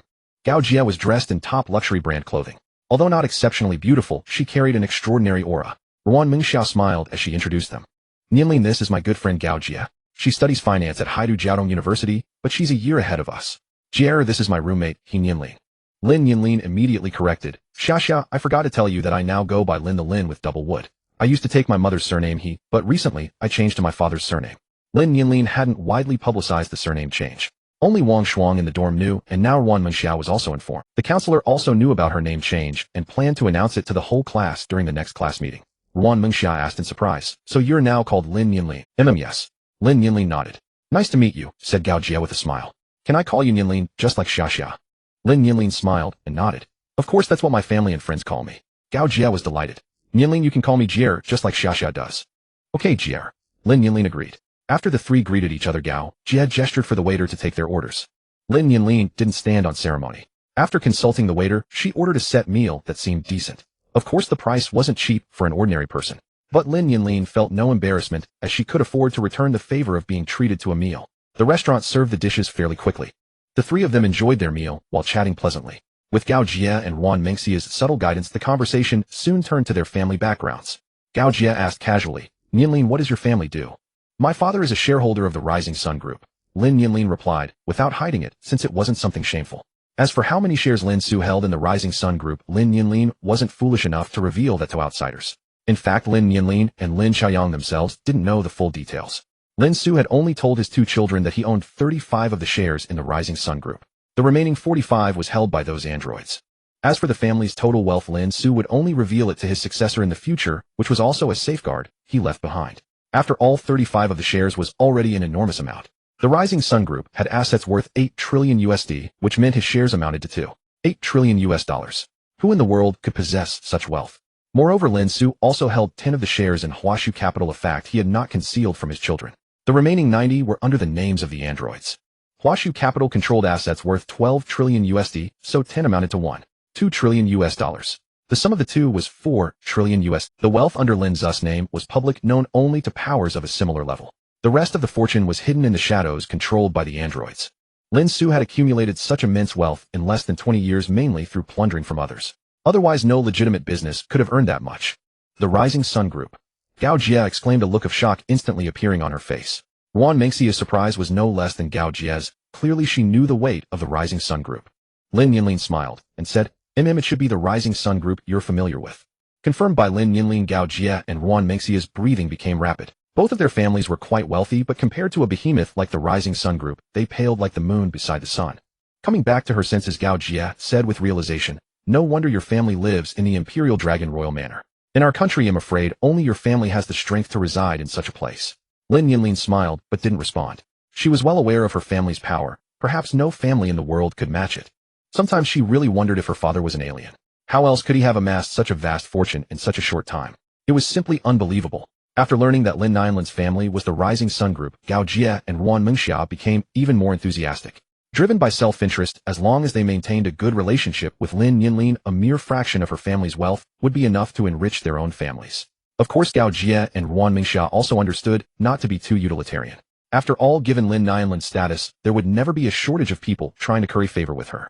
After dinner at the restaurant, Gao Jie invited Lin Nianlin and Yuan Mengxia to get beauty treatments. Though they were still young, they believed that taking good care of themselves now would help. That way they could slow down the aging process as much as possible. After an early dinner, Lin Xu pulled He Fei, who was about to go out for their street stall, onto the sofa. Fei, it's quite cold outside. How about we skip the stall tonight? He Fei smiled. You can stay home and rest, I'll go alone. She had grown accustomed to setting up the stall every night over the years. If she were to stay idle, she wouldn't know what to do in the evening. Then I'll go with you. Lin Xu hugged He Fei and kissed her neck. We'll go a bit later. He Fei didn't insist this time. The two cuddled on the sofa for a while until He Fei, seeing it was getting late, pulled Lin Xu out the door. Coming out of the apartment building, He Fei was about to head toward the scooter shed when Lin Xu immediately pulled her back. What's wrong? He Fei asked in confusion. Why ride a scooter in such cold weather? Lin Xu pointed to a car nearby. I had Lin Air wait with the car. He Fei followed Lin Xu's finger and saw Lin Air waiting by the car. Suddenly recalling what Lin Xu had said earlier, she began to tease him with a smile. Didn't you say before that gas was expensive and it wasn't worth driving such a short distance? Why aren't you complaining about the price now? Lin Xu smiled faintly. Because I remembered I own several oil fields, so it's okay to waste a little occasionally. He Fei nodded and gave a thumbs up. That answer leaves me speechless. Soon the two were seated in the warm car. As the car passed the scooter shed, He Fei suddenly asked, Lin Xu, didn't you take the battery out of your scooter? Did you put it back? I didn't take it out. Lin Xu pretended to be confused. The battery was stolen. I later had Lin Air buy a new one. He Fei suppressed a smile. Really? Of course, Lin Xu said seriously. Do you think I'm that boring? In the passenger seat, Lin Air let out an almost imperceptible sigh. He missed the days of dominating the scene. Now staying in the country, he had no use for his skills, only doing some petty shameful things. Soon the car arrived at Gaoyang Night Market. Just as Lin Xu and He Fei got out of the car, they happened to run into Lu Jun pushing his braised food stall. Boss Lu, what a coincidence. Lin Xu waved and greeted with a smile. Lu Jun saw Lin Xu and He Fei alighting from a luxury car, and a flicker of shock passed through his eyes. He Fei's man was actually this wealthy. Coincidence, Lu Jun said with an awkward expression. I'm in a hurry to get a spot, so we'll go first. Without waiting for a response, he quickly pushed his braised food cart. Lin Xu said in amazement, Fei, look. Our boss Liu's wheels smoking. He Fei rolled her eyes at him. Smoking? They were repairing the road there a couple of days ago. There's just some dust on the pavement. Lin Xu sighed. Tisk, why is boss Liu in such a hurry? I was about to buy some braised food from him. He Fei playfully poked Lin Xu's chest with her finger. You're a grown man, why are you so petty? He didn't do anything to me. Lin Xu grabbed He Fei's hand. Who's being petty? Don't slander me. I just think boss Liu's skills are good, and I like eating his braised food. He Fei blinked. Do you think I believe that? Soon the two arrived at their stall, greeted Zhao Tao beside them, and began helping He Fei. He'll help you set up too. After finishing, He Fei headed toward Lin Xu's stall. Lin Xu stopped her. He'll set up myself, you sit here and wait for customers. Alright then. He Fei didn't insist. She knew Lin Xu didn't care much about the stall business. He came here to set up for her sake. Lin Xu went to his own stall, took out the goods from underneath, and casually placed them on the stall. To make selling easier, he grouped items of the same price together, letting customers choose for themselves. He sat behind the stall browsing his phone. Whenever a customer needed a screen protector applied, Lin Xu would first ask if they could apply it themselves, so he only charged the cost price. Lin Xu. Just as he finished a transaction, he suddenly heard a very familiar voice. When he looked up and saw who it was, he was stunned. Big brother, why are you here? Lin Hui also looked at Lin Xu in surprise. What's going on? How did you end up selling at a night market? Nothing, just looking for something to do, Lin Xu brushed off awkwardly. Noticing a young pretty woman standing beside Lin Hui, her arm linked with his, he asked meaningfully, Big brother, who is she? Lin Hui said awkwardly, this is Xiao Du. She just graduated from college, and it's hard to find work, so I've been a bit more caring. Seeing that she has no place to stay, I lent her a nearby apartment temporarily. Lin Xu, don't tell your sister-in-law. Although Xiao Du and I are completely innocent, I'm afraid your sister-in-law might misunderstand. Lin Xu almost burst out laughing. Innocent? Tell that to the ghosts. If you're innocent, I'll eat this stall right now. Big brother, I never thought you were this kind of person. Lin Xu was the first to accuse. Lin Hui first told Xiao Du to go browse on her own, then said leisurely, talk about me. Don't think I don't know why you won't get married. You just haven't had enough fun. Lin Xu looked righteous. I'm not that kind of person. You keep pretending. Lin Hui didn't bother exposing him. So how did you end up with a street stall? He didn't believe his own brother would be that poor. Although he didn't know the exact amount of Lin Xu's assets, he was sure it was far more than his own. Even if Lin Xu held only 1% of Shiri Group shares, he would far surpass those on the domestic rich list. Even if those were gone, he still had 5% of Huawei Group shares. As the chairman of Huawei Group, Lin Hui knew the company's shareholder list very well. Lin Xu had never sold those shares. Do you remember He Fei? Since he had run into his own brother, Lin Xu decided not to hide it. Lin Hui frowned, thinking, your first love, I? Back when Lin Xu and He Fei were about to get married, how could he as Lin Xu's older brother not have heard his girlfriend's name? At first he didn't know why they broke up. But after he himself became very wealthy, Lin Hui suddenly understood the reason for Lin Xu's breakup with his first love. Lin Xu nodded. We're back together. When we broke up back, then she was already pregnant. Later she gave birth to a pair of twins, a boy and a girl. Now I've acknowledged both children. Lin Xu briefly explained the situation to Lin Hui, then brought him to He Fei's stall. Fei, let me introduce you. This is my elder brother Lin Hui. He happened to be visiting the night market tonight. Upon hearing Lin Xu's introduction, He Fei's mind went blank. She had no psychological preparation for this. How could she suddenly meet the family? Big brother. He Fei quickly greeted Lin Hui, her expression betraying awkwardness. Lin Hui smiled. Sister-in-law, hello. I only found out you were here on a whim, and I didn't even prepare a gift for you. Please don't take offense, sister-in-law. He Fei hurriedly waved her hands. No need, no need. You're too kind, big brother. It should have been me who visited you first with Lin Xu, but now you've come to see me instead. She said, a look of embarrassment crossing her face. Don't blame yourself, Lin Hui smiled. Blame my brother who is still so thoughtless at his age. He found such a wonderful wife like you, yet he hid it from the family. As they spoke, Lin Xu walked over to stand beside He Fei opposite Lin Hui. Hearing his brothers teasing, Lin Xu quickly chimed, yes, it's all my fault. I was afraid you'd scold me for being irresponsible, so I kept putting off telling you about He Fei. It was she who had been delaying meeting Lin Xu's family, but Lin Xu took the blame upon himself, which deeply moved He Fei. Lin Hui glanced at He Fei's stall and asked, how long have you been running this stall, sister-in-law? 6 years, He Fei replied sheepishly. I wasn't good at my studies, so I could only make some money by selling at the street market. Lin Hui smiled. There's nothing wrong with running a street stall. Every trade has its master. After chatting for a while, Lin Hui prepared to take his leave.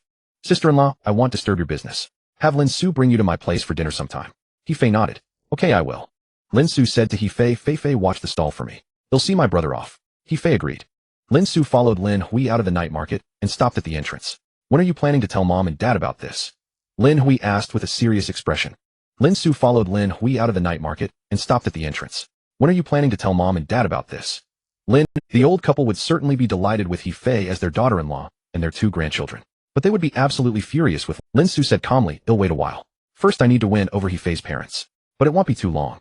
I'll tell mom and dad before our uncle's 80th birthday banquet. Lin Hui patted Lin Xu on the shoulder. Lin Xu, we men can play around, but we must know who matters most to us. Since you've decided He Fei is your wife and she's borne you 2 children, take them home to meet the family soon. Lin Xu nodded slightly. I understand. But big brother, don't just talk about me. You keep other women on the side. Aren't you afraid of being caught by sister-in-law? Lin Hui coughed awkwardly. You've misunderstood. Xiao Du is just my assistant, not what you think. Lin Xu sneered. A bedwarming assistant, you mean? Lin Hui didn't bother to argue further. Lin Xu wasn't stupid, he could see through it. Such situations were common in wealthy circles. You didn't even need to be extremely rich, even those with a little money might keep a college girl on the side. Lin Xu's behavior was relatively normal, some were so perverted it was unspeakable. You can know a person's face, but not their heart. Those who seem righteous in public may be engaged in all sorts of illicit affairs. Go back to your stall. He'll wander around the night market with Xiao Du and leave without saying goodbye. Lin Xu smiled and warned, big brother, have your fun, but don't. Lin Hui chuckled. I know what I'm doing. Just don't mention this to your sister-in-law. In truth, most wealthy men's wives were not foolish. Did Lin Xu's wife really not know about his affairs? She simply chose to feign ignorance. As long as he didn't father illegitimate children or bring those women home openly. Lin Xu's sister-in-law Lu Xiaomei would pretend not to know. What else could she do? Divorce Lin Hui and let another woman take her place. Or go to his company and make a scene. That would only embarrass him in front of his subordinates and ruin whatever affection he had for her. After parting with Lin Hui, Lin Xu returned to his stall. He Fei looked at Lin Xu nervously. Did your brother say anything about me, eh? Lin Xu smiled. He said you're beautiful and seem very virtuous. He told me to bring you home to meet the family soon. Really? He Fei couldn't hide her joy. Lin Xu nodded firmly. Of course it's true. A girl as wonderful as you is rarer than our national treasure. My brother told me to cherish you. He Fei blushed. I'm not that good. Lin Xu took her hand and smiled. You're good without knowing it. Only someone close to you like me can truly appreciate it. Hearing his words, He Fei felt as sweet as honey. Feeling his tender gaze, she felt she could die without regret. Winter nights were cold. By 10 o'clock the night market had few people left. Lin Xu called Lin to help pack up the stall, while he took He Fei to the food section for spicy hot pot. These street stalls might not be the most hygienic, but eating there once in a while had its own charm. On the way back Lin Xu asked, Fei, did you set a time with your brother? He Fei nodded. Yes, I asked him to come over for dinner on Saturday evening. Not at home. Let's go to the Sun Rising Grand Hotel. Lin Xu said to He Fei, I've also invited someone else. He Fei asked curiously who. A mysterious smile played on Lin Xu's lips. You'll find out that day. Seeing that Lin Xu wouldn't tell He Fei, didn't press further. Since he said he could convince her brother, she would trust her man. After a while He Fei noticed they hadn't arrived home. She sat up from Lin Xu's lap and looked out the window. Seeing they weren't heading to Maple Garden, He Fei asked, Where are we going? Lin Xu chuckled. To let you experience the presidential suite at the Sun Rising Grand Hotel and its bathtub. He Fei's face flushed. She instantly understood his intention. This rogue was up to no good. After finishing Zhou Shi's tutoring session in the evening, Lin Qiaoyang had just gotten back into his Rolls-Royce when he received an unfamiliar phone call. Hello, is this He Qiaoyang? The voice on the other end was crisp and pleasant, stirring a sense of familiarity within Lin Qiaoyang. His tone was uncertain. Are you Shenrong? Yes, you recognize my voice.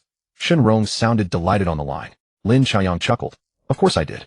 I might not recognize others' voices, but how could I forget one as beautiful as yours, eh? Shenrong couldn't help but laugh at his word. So that's how it is. I've lived this long, and no one has ever complimented my voice before. Lin Qiaoyang smiled. It's because you're so stunning. Everyone focuses on your appearance. Hey, you're quite special. Lin Qiaoyang laughed heartily. Special handsome, you mean? Shenrong giggled. Yes, very handsome. After a few jokes, Lin Qiaoyang asked, So why did you call me today? Shenrong replied, Well, we classmates studying in Haida City haven't gathered yet. Everyone's planning a get-together this weekend. Who's coming? Truth be told, Lin Qiaoyang wasn't particularly interested in the reunion. Their relationships were merely average. Throughout his high school years, only his deskmate Li Zifeng had been a close friend. Most of Lin Qiaoyang's time had been devoted to studying. Growing up in a single-parent household, he understood that only education could change his fate. Apart from his own hard work, he had to spare considerable time tutoring Luo Xuejuan. He simply didn't have the energy to cultivate friendships with classmates. Shenrong said, There's Zhou Zirwei Qin Zishuan Mu Chun and Jiang Ruashi. Oh, and bring your girlfriend. That makes 7 of us from our class studying in Haidu. Lin Qiaoyang paused for a moment. Luo Xuejuan and I have broken up. I want to attend the reunion. If you want to invite her, you can call her. Shenrong feigned surprise. You broke up. In truth, the reunion was just a pretext. She had gone through all this trouble merely to confirm from Lin Qiaoyang whether he had truly ended things with Luo Xuejuan. Lin Qiaoyang said, Yes, so I'd rather skip the gathering to avoid awkwardness. That does sound awkward, Shenrong agreed. Let's forget the reunion then. They'll invite you out another time. Lin Qiaoyang smiled. Sure, stop by Shuangdan University when you have time. They'll treat you to dinner. Shenrong beamed. Great, it's a deal. Don't ignore my call when I reach out. Lin Qiaoyang laughed heartily. No way. Ignoring a beautiful woman like you would be a sin. After hanging up, Lin Qiaoyang didn't take Shenrong's invitation to heart. Men suffer from 3 great illusions. I am strong. I can turn the tables. She likes me. During high school, he had barely exchanged a few words with Shenrong. He wasn't narcissistic enough to believe she liked him. Among those 3 illusions, Lin Qiaoyang felt he might be mistaken about the latter 2, but the belief that he was strong was an undeniable. He possessed immense confidence in that regard. As he neared the campus, he suddenly spotted a familiar figure walking ahead. He said to the driver, Yi Fan, Yi Dottie, pull over here. He'll walk back to school. Very well, young master. Yi Fan immediately stopped the car. Once the vehicle was stationary, Lin Qiaoyang quickly got out and hurried toward the figure ahead. Chen Qianying, wait for me. Chen Qianying halted and turned around to see Lin Qiaoyang jogging toward her. A flicker of surprise lit up her eyes. He Qiaoyang, what are you doing here? Lin Qiaoyang smiled. I just finished a tutoring session and was heading back. Didn't expect to run into you. Oh, by the way, I forgot to tell you. I've changed my surname. I'm Lin Qiaoyang now, not He Qiaoyang. Chen Qianying looked surprised. Lin Qiaoyang. Yes, Lin Qiaoyang explained. I used to take my mother's surname, but now I've switched to my father's. You are the first classmate to know this, feeling honored. In truth, all his roommates already knew. Chen Qianying was merely the first female classmate to learn of it. But female classmate was a mouthful, so Lin Qiaoyang had shortened it slightly. Either way, the meaning was essentially the same, so it didn't matter. Chen Qianying's eyes curved into crescents. I do feel very honored. Lin Qiaoyang smiled slightly. Come on, let's walk back together. Okay, Chen Qianying agreed. They walked side by side toward the campus. By sheer coincidence, the streetlights cast their shadows overlapping. After a while, Lin Qiaoyang asked, What part-time job were you doing? Working as a waitress at Ivory Tower Restaurant. Chen Qianying's voice was soft, but her words were clear. How's the pay? Lin Qiaoyang inquired. 15 yuan an hour plus a free dinner. Chen Qianying found it acceptable mainly because it saved her the cost of an evening meal. However, she didn't take this job often, only when no other suitable options were available. Lin Xiaoyang thought for a moment. How about I introduce you to a better long-term part-time position? With his current background, arranging a decent job for someone was trivial. Even without mentioning other places, a Shengfeng group alone could offer many positions. Chen Qianying quickly declined. No, I've joined several part-time groups and can find work every day. She didn't want to owe Lin Xiaoyang too much, otherwise she wouldn't know how to repay him. Lin Xiaoyang didn't insist. Alright, if you ever need anything, just let me know. As the saying goes, forcing a sale isn't a deal. Though Chen Qianying was exceptionally beautiful, that wasn't enough to make Lin Xiaoyang fawn over her. And by fawning he meant it in the literal sense, no misinterpretations. Besides, with his status, why would he need to chase after women? A simple wave of his hand would attract plenty of beautiful women willingly. They chatted as they walked, and soon reached the campus. Lin Xiaoyang stopped, and looked at Chen Qianying. We'll go our separate ways now. Are you alright walking back to the girls' dorm alone? Chen Qianying quickly shook her head. I'm fine. See you then, Lin Xiaoyang said with a wave, then turned without hesitation, hands in pockets, and walked away. Watching his retreating figure, Chen Qianying bit her lip before lowering her head and heading toward her dorm. She was not in a position to fall in. Most importantly, she didn't believe she was worthy of Lin Xiaoyang. Shortly after lunch, Lin Yi handed 3 medical examination reports to Lin Xu. Boss, the reports for Madam and her parents are here. Lin Xu took them and asked any issues. Lin Yi replied, Madam is in good health overall with only minor ailments that can be adjusted with a little care. Madam's mother has high blood pressure and arthritis, but neither is serious and can be managed with medication as prescribed. However, Madam's father has a major problem. He likely has lung cancer and needs further detailed examination. Lung cancer? Lin Xu quickly found He Hongjun's medical report and examined it. Soon he saw that the report indicated mid-stage lung cancer. Can it be cured? Lin Yi said, I consulted a doctor. Targeted therapy can shrink the tumor and improve the success rate of surgery. After surgery, combined with traditional Chinese medicine adjuvant therapy, the risk of recurrence can be minimized. After clinical cure, Madam's father may approach or even achieve a normal living state. Lin Xu asked, what is the success rate of the surgery?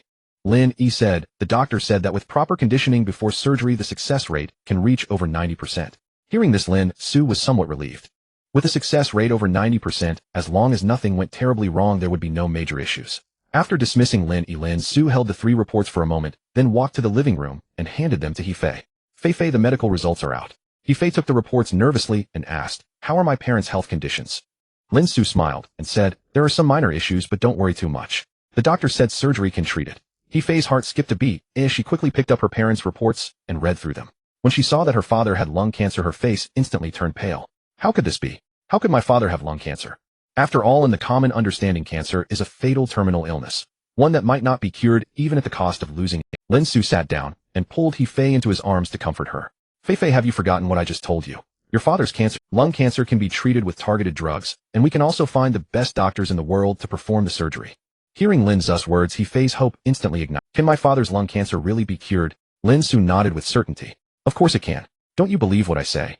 I believe you, He Fei said firmly. Since her man said her father's lung cancer could be cured, then it definitely could be. After calming He Fei down, Lin Xu shared his plan. Fei, don't go to the stall tonight. Go back this afternoon and tell your parents. Tomorrow, take your parents to Tan City for a confirmed diagnosis. Although the chance of a mistake in the examination is very small, just in case. He Fei nodded repeatedly, her eyes filled with hope. Yes, we need to recheck. Lin Xu said gently. If it is confirmed, let your father first be hospitalized at Weiyun Hospital for treatment. I will find the world's top doctors to come here, so your father won't have to trouble himself going to other hospitals. He Fei said gratefully. Lin Xu, thank you. If it weren't for you urging me to take my parents for a checkup, we probably wouldn't have discovered it until the late stage when symptoms appear. Lin Xu shook his head with a smile. You are my wife, and your parents are my parents. Naturally, I want them to be well. Should you tell your younger brother? And what about Zhaoyang and Nianlin? He Fei said, we definitely need to tell He Jun. He is our parents' only son, and his signature is needed for the surgery.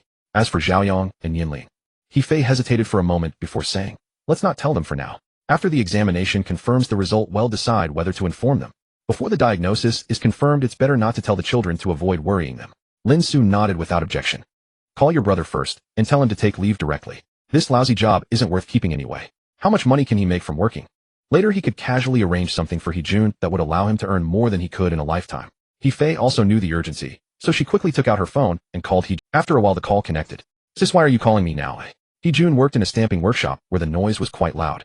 He Fei said directly, can you take leave now? Dad has been diagnosed with lung cancer. We need to go home. Dad has lung cancer. He Jun's tone instantly rose with disbelief in his voice. He Fei said, I took Mom and Dad for a full body checkup a couple of days ago. Today the results came out saying Dad has lung cancer. I want to take Dad for another checkup tomorrow to see if the examination result might be wrong. He Jun quickly said, okay, I'll go ask for leave now and drive to your place to pick you up. Upon learning such a major matter as his father having cancer, he naturally couldn't concentrate on work anymore. He Fei instructed, don't get distracted while driving. And don't worry too much. I asked the doctor and Dad's illness has hope of a cure. He Jun said, I understand, sis. After hanging up, He Fei said to Lin Xu, He Jun is going to ask for leave now. He'll drive over to pick me up later. Lin Xu took He Fei's hand. He'll go back to my place first. Tomorrow you go to the hospital for the examination. In the evening, invite your brother to dinner. Since Lin Xu had already arranged everything, it didn't matter if he met He Jun earlier. Moreover, now it was He Jun who needed something from him. Lin Xu didn't believe he couldn't win over his brother-in-law like this. He Fei looked at Lin Xu with apologetic eyes. My brother is coming over and you have to avoid him. Lin Xu, does it make you feel bad? Yeah, it's really painful. Lin Xu clutched his chest with a pained expression. Fei, you have to compensate me well. A smile curled at the corner of He Fei's mouth. What do you want me to do to compensate you? Lin Xu looked at He Fei's lips, then leaned close to her ear and whispered something. He Fei's face instantly flushed. You pervert, you're getting more and more outrageous. Lin Xu chuckled. Just a replay? You've helped me like this before, haven't you? He Fei rolled her eyes at Lin Xu. I never did. Lin Xu wrapped his arm around her waist and said with a smile, so do you agree to what I just said? He Fei gave a light snort. It depends on your performance. Hearing this, Lin Xu knew it was promising. He stayed with He Fei at home for a while, and only after Lin Air informed him that He Jun had gone upstairs did he leave He Fei's house. The fact that Ai Chi called Lin Xiuyang, young master, naturally meant she was Lin Xu's representative at Union Club. After I took Mom and Dad for a full body checkup a couple of days ago. The results came out today, and they said Dad is likely in the mid-stage of lung cancer. As she spoke, He Fei handed He Jun the examination report of He Hongjun. He Jun quickly took the medical report and read it carefully. Noticing that the hospital was unfamiliar to him, he felt a bit puzzled. Where is this Weiyan hospital? He Fei said it's in Tan City. This hospital is the best private hospital in our Nan province, a place where the wealthy and powerful. Why did you take Mom and Dad there for a checkup? He Jun felt that this so-called Weiyan hospital seemed unreliable. A place reserved for the elite. How could ordinary people like them gain access? He Fei shot He Jun an annoyed glare. What kind of talk is that? Are you implying that I, your own sister, would collude with outsiders to deceive you? He Jun quickly said, how could I doubt you? I just think this Weiyan hospital seems a bit sketchy. He trusted that He Fei would never lie to him, but he worried that his sister might be deceived. After all, scandals about hospitals have been exposed online before. He Fei explained to He Jun, to be honest with you, this Weiyan hospital is run by your brother-in-law. Brother-in-law? He Jun stared at He Fei in shock. He Fei nodded. Yes. Others might deceive your sister, but your brother-in-law would never lie to me. He Jun quickly snapped back enraged. You're back together with that bastard Lin Xu again. If you don't know how to talk, keep your mouth shut. He Fei slapped He Jun's arm hard. If you curse your brother-in-law again, he'll fall out with you. He Jun said with a look of frustration, sister, how can you be so foolish? That BAS. That man hurt you so deeply back then. Have you lost your mind? And now you're tangled up with him again. He Jun had wanted to curse bastard again, but seeing He Fei's glare, he quickly changed his words. He Fei said gently, He Jun, I believe your brother-in-law is sincere this time. He promised me he won't mess around anymore. Can the words of a cheater be trusted? He Jun suddenly realized his sister seemed a bit lovesick. Sister, wake up. I'm sure that man is after Xiaoyang and Nianlin. So what? He Fei didn't deny it. Xiaoyang and Nianlin are still my children, aren't they? He Jun took a deep breath. You need to consider how Xiaoyang and Nianlin feel. Do you think they will accept that man? Yes, they will. He Fei said truthfully. Xiaoyang and Nianlin have already acknowledged him as their father. He Jun nearly choked on his frustration. What on earth was going on in his sister's family's mind? Seeing that He Jun wanted to say more, He Fei cut him off. Alright, let's not discuss your brother-in-law now. Mom and Dad don't know the test results yet. Let's go back and tell them first. Your brother-in-law has already arranged everything. We'll take Dad to the hospital tomorrow for a detailed examination to confirm if it's lung cancer. He Jun also knew what was urgent and important. Taking their parents to the hospital for a re-examination was the top priority. Are we going home now? He Fei nodded. Let's go now? We'll have dinner at home tonight. So He Jun helped He Fei carry her things. He Jun had a car worth about 100,000 yuan which he had been driving for over 7 years. How are things going with that girl? He Fei asked He Jun after fastening her seatbelt. As an older sister, she naturally cared about her younger brother. He Jun was already 34 this year. If he didn't get married soon, it might be difficult for the rest of his life. Just so. He Jun's tone was flat. He Fei was a bit puzzled. Weren't you quite fond of that girl before? Are you not going to pursue her anymore? He Jun sighed helplessly. What's the use of liking her? I'm so much older than her. Now there's a guy with better conditions chasing her. He Fei understood. She's with someone else now? No, not yet. He Jun quickly refuted. I just feel she's a bit indecisive. He Fei asked curiously, what kind of guy is the other one who's chasing her? He Jun said, I don't know the details. I only know he drives a BMW 3 Series and owns a small company. Most importantly, he's 3 years younger than me, though he's not as handsome. When it came to looks, He Jun was confident. Although it wasn't the peak of his appearance anymore, his former foundation hadn't completely vanished. Moreover, he had achieved some success in losing weight. Hearing her brother's words, He Fei began to understand why that girl was wavering. probably because she cared somewhat about the guy's appearance. Little brother, don't worry. As long as you're willing to call my man brother-in-law, then that girl you like will definitely choose you. Although Lin Xu hadn't explicitly told her, He Fei had guessed his method of winning over He Jun. After all, wasn't that how he had won over the two children? He Jun sneered. Ha, if I call him brother-in-law, can he take me to the heavens? Sister, I really don't understand. Why do you have to hang yourself on that crooked tree? He Fei glared at He Jun. Your brother-in-law is no crooked tree. He Jun, let me ask you this, if mom and dad oppose me being with your brother-in-law, will you stand by my side? Sensing the seriousness in He Fei's tone, He Jun said helplessly, I'll stay neutral, okay? He knew his sister's temperament all too well. Once she set her mind on something, not even 888 oxen could pull her back. And He Jun was certain. No matter how unwilling their parents were, in the end they would inevitably give in to his sister. In this world there are basically no parents who can outstubborn their own children. If there are, they are extremely rare. Those who say my parents don't agree are just people who don't love enough themselves, yet they put the blame on their parents. He Fei said discontentedly, don't you know that fence-sitters are the most annoying? Then what can I do? He Jun was full of helplessness. On one side are my parents, on the other is my sister. I'm stuck in the middle, and it's very difficult for me. He Fei sighed. Forget it.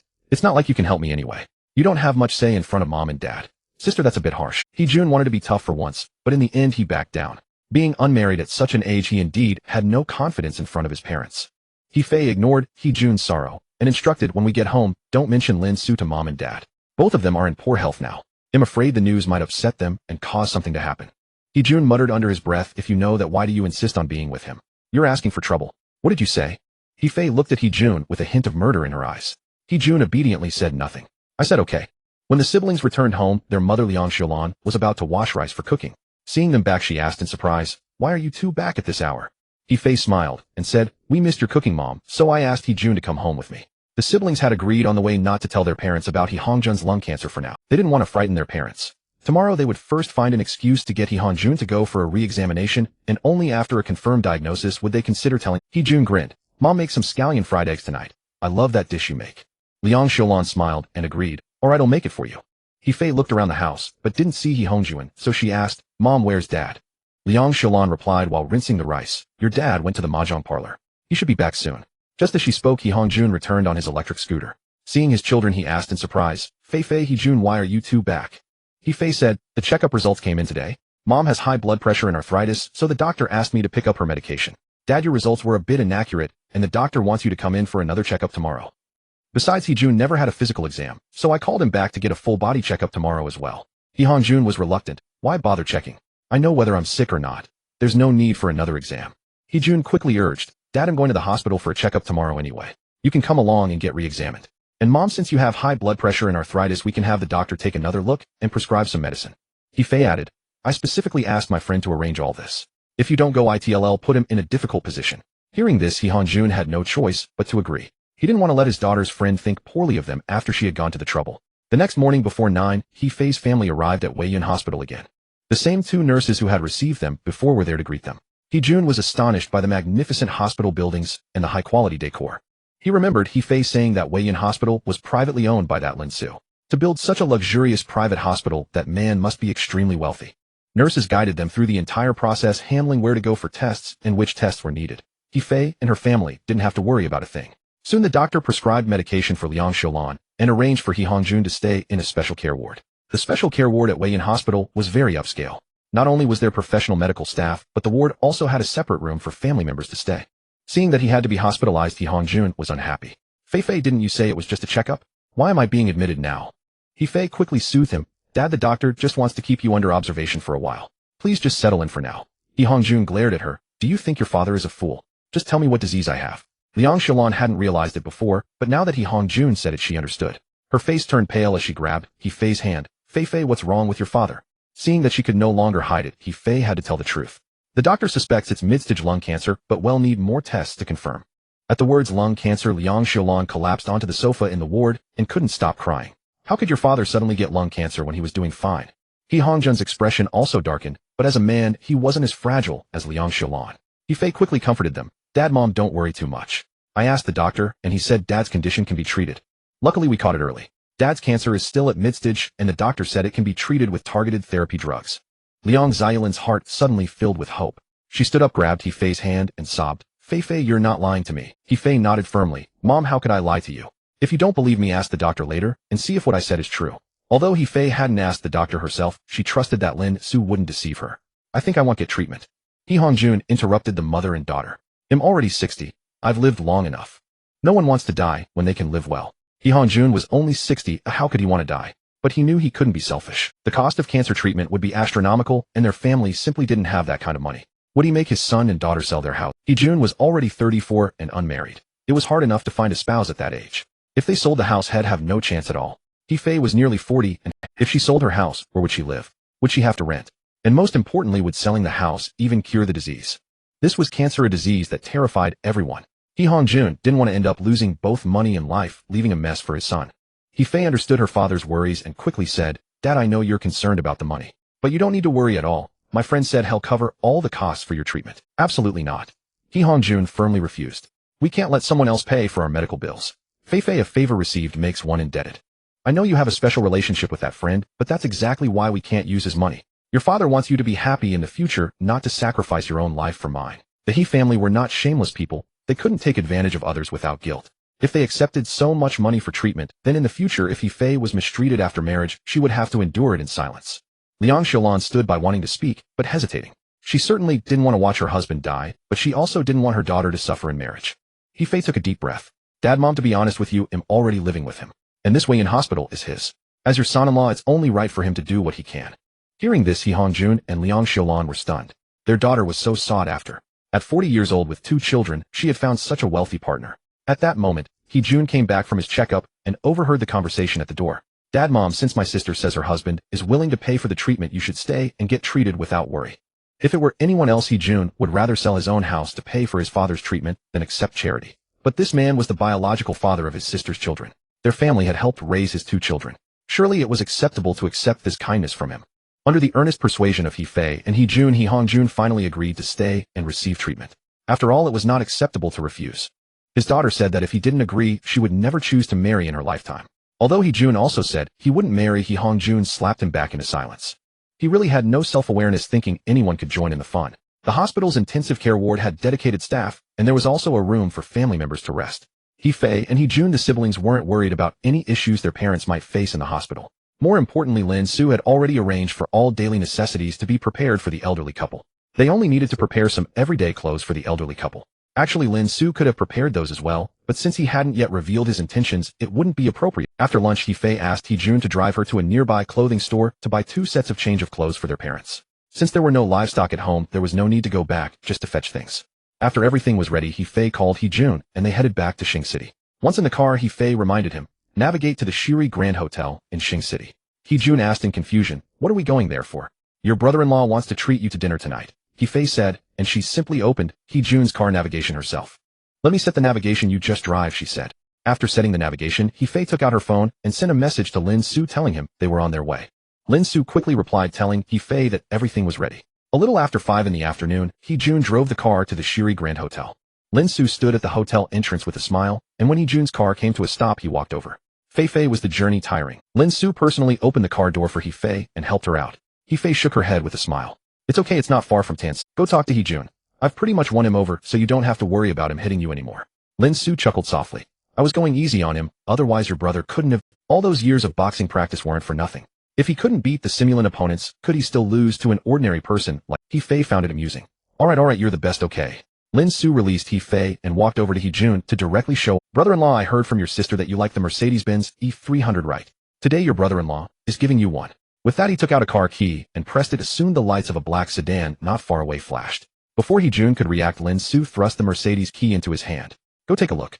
The car has already been registered in your name. It wasn't that Lin Xu was reluctant to give a better car. After all, for him, how expensive could a car be? It was just that He Jun liked this model, so he gave him this one. He Jun's eyes widened. This car, you're really giving it to me? Lin Xu nodded with a smile. How could it be false? I've already picked up the car for you. At Lin Xu's gestured signal, He Jun walked to the car and gently stroked the body as if treating his goddess. Only after a moment did he open the door and gaze at the dazzling interior. He Jun's eyes grew somewhat dazed. If he could have driven this car right after graduation, perhaps his first love wouldn't have insisted on a bride price of 300 without budging. Lin Xu walked over to He Jun and smiled. Why don't you sit inside and feel it? He Jun shook his head, closed the car door, and reluctantly handed the key back to Lin Xu. This car is too expensive, I can't accept it. Lin Xu didn't take the key, but instead pulled out a red property deed and handed it to him. I hear from your sister that you're currently pursuing a girl. I think you'll definitely need this 289 square meter luxury flat. The property has bin registered in your name, and the door code is your birthday. He-jun looked at the property deed handed to him, and couldn't help but swallow. Giving a car than a house. Do you want to be my brother? Lin Xu stuffed the property deed directly into He-jun's arms. You pursue that girl well. When you two get married in the future, your brother-in-law will give you a 5 million yuan red envelope. He-jun immediately knelt down. Brother-in-law, last time I was immature and punched you. Why don't you hit me a few times to vent your anger? He Fei beside him couldn't help but laugh. He-jun, where's your pride? He-jun's face flushed red. Lin Xu smiled and patted He-jun on the shoulder. Don't mind your sister. These are all your brother-in-law's intentions, hoping you'll have more confidence in your future life. Thank you, brother-in-law, He-jun said gratefully. Then he looked at He Fei with a cocky attitude. Sis, you better treat my brother-in-law well from now on, or he'll beat you on his behalf. He Fei glared. What did you say? He-jun immediately cowered, a habit formed from childhood, still a bit scared when He Fei glared at him. Lin Xu smiled. He-jun, put the things in your car first. Your brother-in-law has another surprise for you. With He-jun's curious and expectant expression, Lin Xu led the siblings to a private dining room in the hotel. Inside there was already a middle-aged man. He-jun exclaimed in surprise when he saw the man. General Manager Zhang, why are you here? Assistant He, from now on you are my assistant. Zhang Xian, the general manager of the automobile factory where He-jun worked. In the past, he would never have paid attention to a line leader in the production department's stamping workshop, but things were different now. This once insignificant nobody had become the brother-in-law of a major shareholder of the parent company to which their factory belonged. In terms of ability, he was far superior to He-jun, but in terms of background, he was several levels below He-jun. He-jun's expression instantly became dazed. Just now Zhang Xian said he had become his assistant. Was he dreaming? He-jun pinched himself in disbelief, and only after feeling pain did he realize it was all real. Brother-in-law, did you arrange this? He-jun looked at Lin Xu in disbelief after coming to his senses. Lin Xu nodded with a smile. That's right. First study hard under General Manager Zhang, and once you've learned well, he'll arrange something else for you. As a major shareholder of this domestic automobile group, Lin Xu could easily arrange a position as an assistant general manager of a branch factory. Zhang Xian had no complaints about this, because Lin Xu had promised that as long as he cultivated He-jun's abilities, he would be transferred to the headquarters as a vice president. Most importantly, he had managed to curry favor with Lin Xu, the major shareholder. Giving a car, a house, and even social status, He-jun was completely captivated by the charm of his brother-in-law Lin Xu. No wonder He Xiaoyang and He Nianlin, those two little rascals, had so easily called him dad. He now had a personal understanding of it. At noon, Lin Nianlin finished getting her meal and sat down with Wang Shuang at an empty table in the cafeteria. Just as they started eating, Wan Mengxiao approached with her tray, followed by Su Jing. Nianlin, Wang Shuang, is this seat taken? Lin Nianlin smiled and shook her head. No. Wang Shuang glanced at Su Jing, who was tagging along like a shadow, but refrained from making any sarcastic remarks. Recently, Su Jing had been quite well behaved in the dormitory, and her usual disdainful gaze had disappeared. In truth, Wang Shuang was unaware that Wan Mengxiao had privately warned Su Jing. Moreover, Wan Mengxiao had made Su Jing understand a principle. Now that Wang Shuang shared a close bond with Lin Nianlin, looking down on Wang Shuang was equivalent to looking down on Lin Nianlin. If Su Jing still wished to cling to Lin Nianlin, she needed to foster a good relationship with Wang Shuang. Not necessarily become friends, but she must not view others through Thus Su Jing finally came to her senses, and occasionally even greeted Wang Shuang with a smile. As the saying goes, a smiling face invites no conflict. For someone like Wang Shuang, who had a tough exterior but a soft heart, Su Jing's changed attitude made it impossible for her to utter any sarcastic words. Thus the atmosphere in Lin Nianlin's dormitory instantly became harmonious. Wan Mengxiao sat down beside Lin Nianlin, and Su Jing followed suit, taking a seat next to Wang Shuang. Lin Nianlin asked curiously, Xiaxia, don't you usually eat outside the school? Why are you at the cafeteria today? Wan Mengxiao smiled and replied, I'm tired of eating out, and the food in our school cafeteria is pretty good too. Su Jing secretly pursed her lips, thinking that the cafeteria dishes could hardly compare to those in upscale restaurants outside. The dishes before them were not even worthy of being posted on her social media. Lin Nianlin chuckled softly. The taste is indeed quite good. The four of them chatted while eating when suddenly Lin Nianlin's phone rang. Seeing it was Lin Xiaoyang calling, she immediately answered. Little sis, have you eaten? Lin Nianlin said, I've noticed you're quite free lately. You never called to check on me before. Lin Xiaoyang laughed heartily. Well, now I realize my mistake. I neglected you, my own sister, before. Cut it out. Lin Nianlin rolled her eyes. Come on, what do you want by calling me? Lin Xiaoyang chuckled. I'm inviting you to dinner. Since it's Friday, I'll treat you to a grand meal tonight. Lin Nianlin was skeptical. You don't need a favor from me, do you? What are you talking about? Lin Xiaoyang said. Can I sincerely invite you for a meal? Lin Nianlin laughed. All right, where are we going for dinner? Lin Xiaoyang replied. They'll send you the location. Come over after your afternoon classes. After Lin Nianlin hung up, Wang Shuang teased her with a smile. Nianlin, was that a guy on the phone? Could it be your? Lin Nianlin shot Wang Shuang a glare. What nonsense. That's my brother, my biological brother. Wan Mengxiao suddenly had a thought and asked, Nianlin, how old is your brother? Same age as me. Lin Nianlin said casually. She was checking the address Lin Xiaoyang had sent on her phone, but she couldn't find any restaurant at that location. Ruan Mengxia exclaimed in surprise, "Are you twins?" Yes. Lin Yanlin put away her phone and said helplessly, "He was born a few minutes before me." Every time she mentioned this, she felt a hint of resentment. When they were young, Lin Xiaoyang always used his elder brother status to boss her around, and the elders always told her to listen to him outside. This left a deep impression on Lin Yanlin. If she had been the elder sister, she could have used that status to oppress Lin Xiaoyang. Wang Shuang laughed. "Those few minutes decided your sibling hierarchy for life, right?" Lin Yanlin couldn't help but laugh as well. "Yeah, sometimes I think if there's a next life, he'll definitely be born before my brother." After finishing her afternoon classes, Lin Yanlin took her modest Maybach to the address Lin Xiaoyang had given her. Glancing at the plaque inscribed with Yunin, she called Lin Xiaoyang to confirm the location, then entered with Tao Lei. As soon as she stepped through the door, a woman with a heroic aura gracefully approached Lin Yanlin and bowed respectfully. "Miss, I am Ai Chi, the manager of the Union Club. Young Master Lin Xiaoyang asked me to wait for you at the entrance." Lin Yanlin nodded slightly. "Thank you for the trouble, Manager Ai." Ai Chi smiled. "You're too kind, miss. It's my duty. You can call me Xiao Ai. He'll stick with Manager Ai." Seeing Ai Chi, who looked to be over 30, Lin Yanlin couldn't bring herself to call her Xiao Ai. Ai Chi smiled gently. "As you wish, miss." Ai Chi then gestured with a slight bow. "Allow me to accompany you to the young master." "All right." Lin Yanlin agreed and followed Ai Chi into the depths of the... It was only when she truly entered that she realized the seemingly ordinary exterior of the Union Club concealed a completely different world. Beyond the luxurious decoration, the most important aspect was the diversity of services within. It offered not only dining, but also hot springs wellness treatments and even performances by young beautiful girls singing and dancing. Facilities such as a gym, heated swimming pool, cigar bar, and conference rooms were all available. Through Ai Chi's narration, Lin Yanlin learned that her father was one of the shareholders of this Union Club. She also discovered that she herself was a diamond member here and learned about the privileges that came with the membership.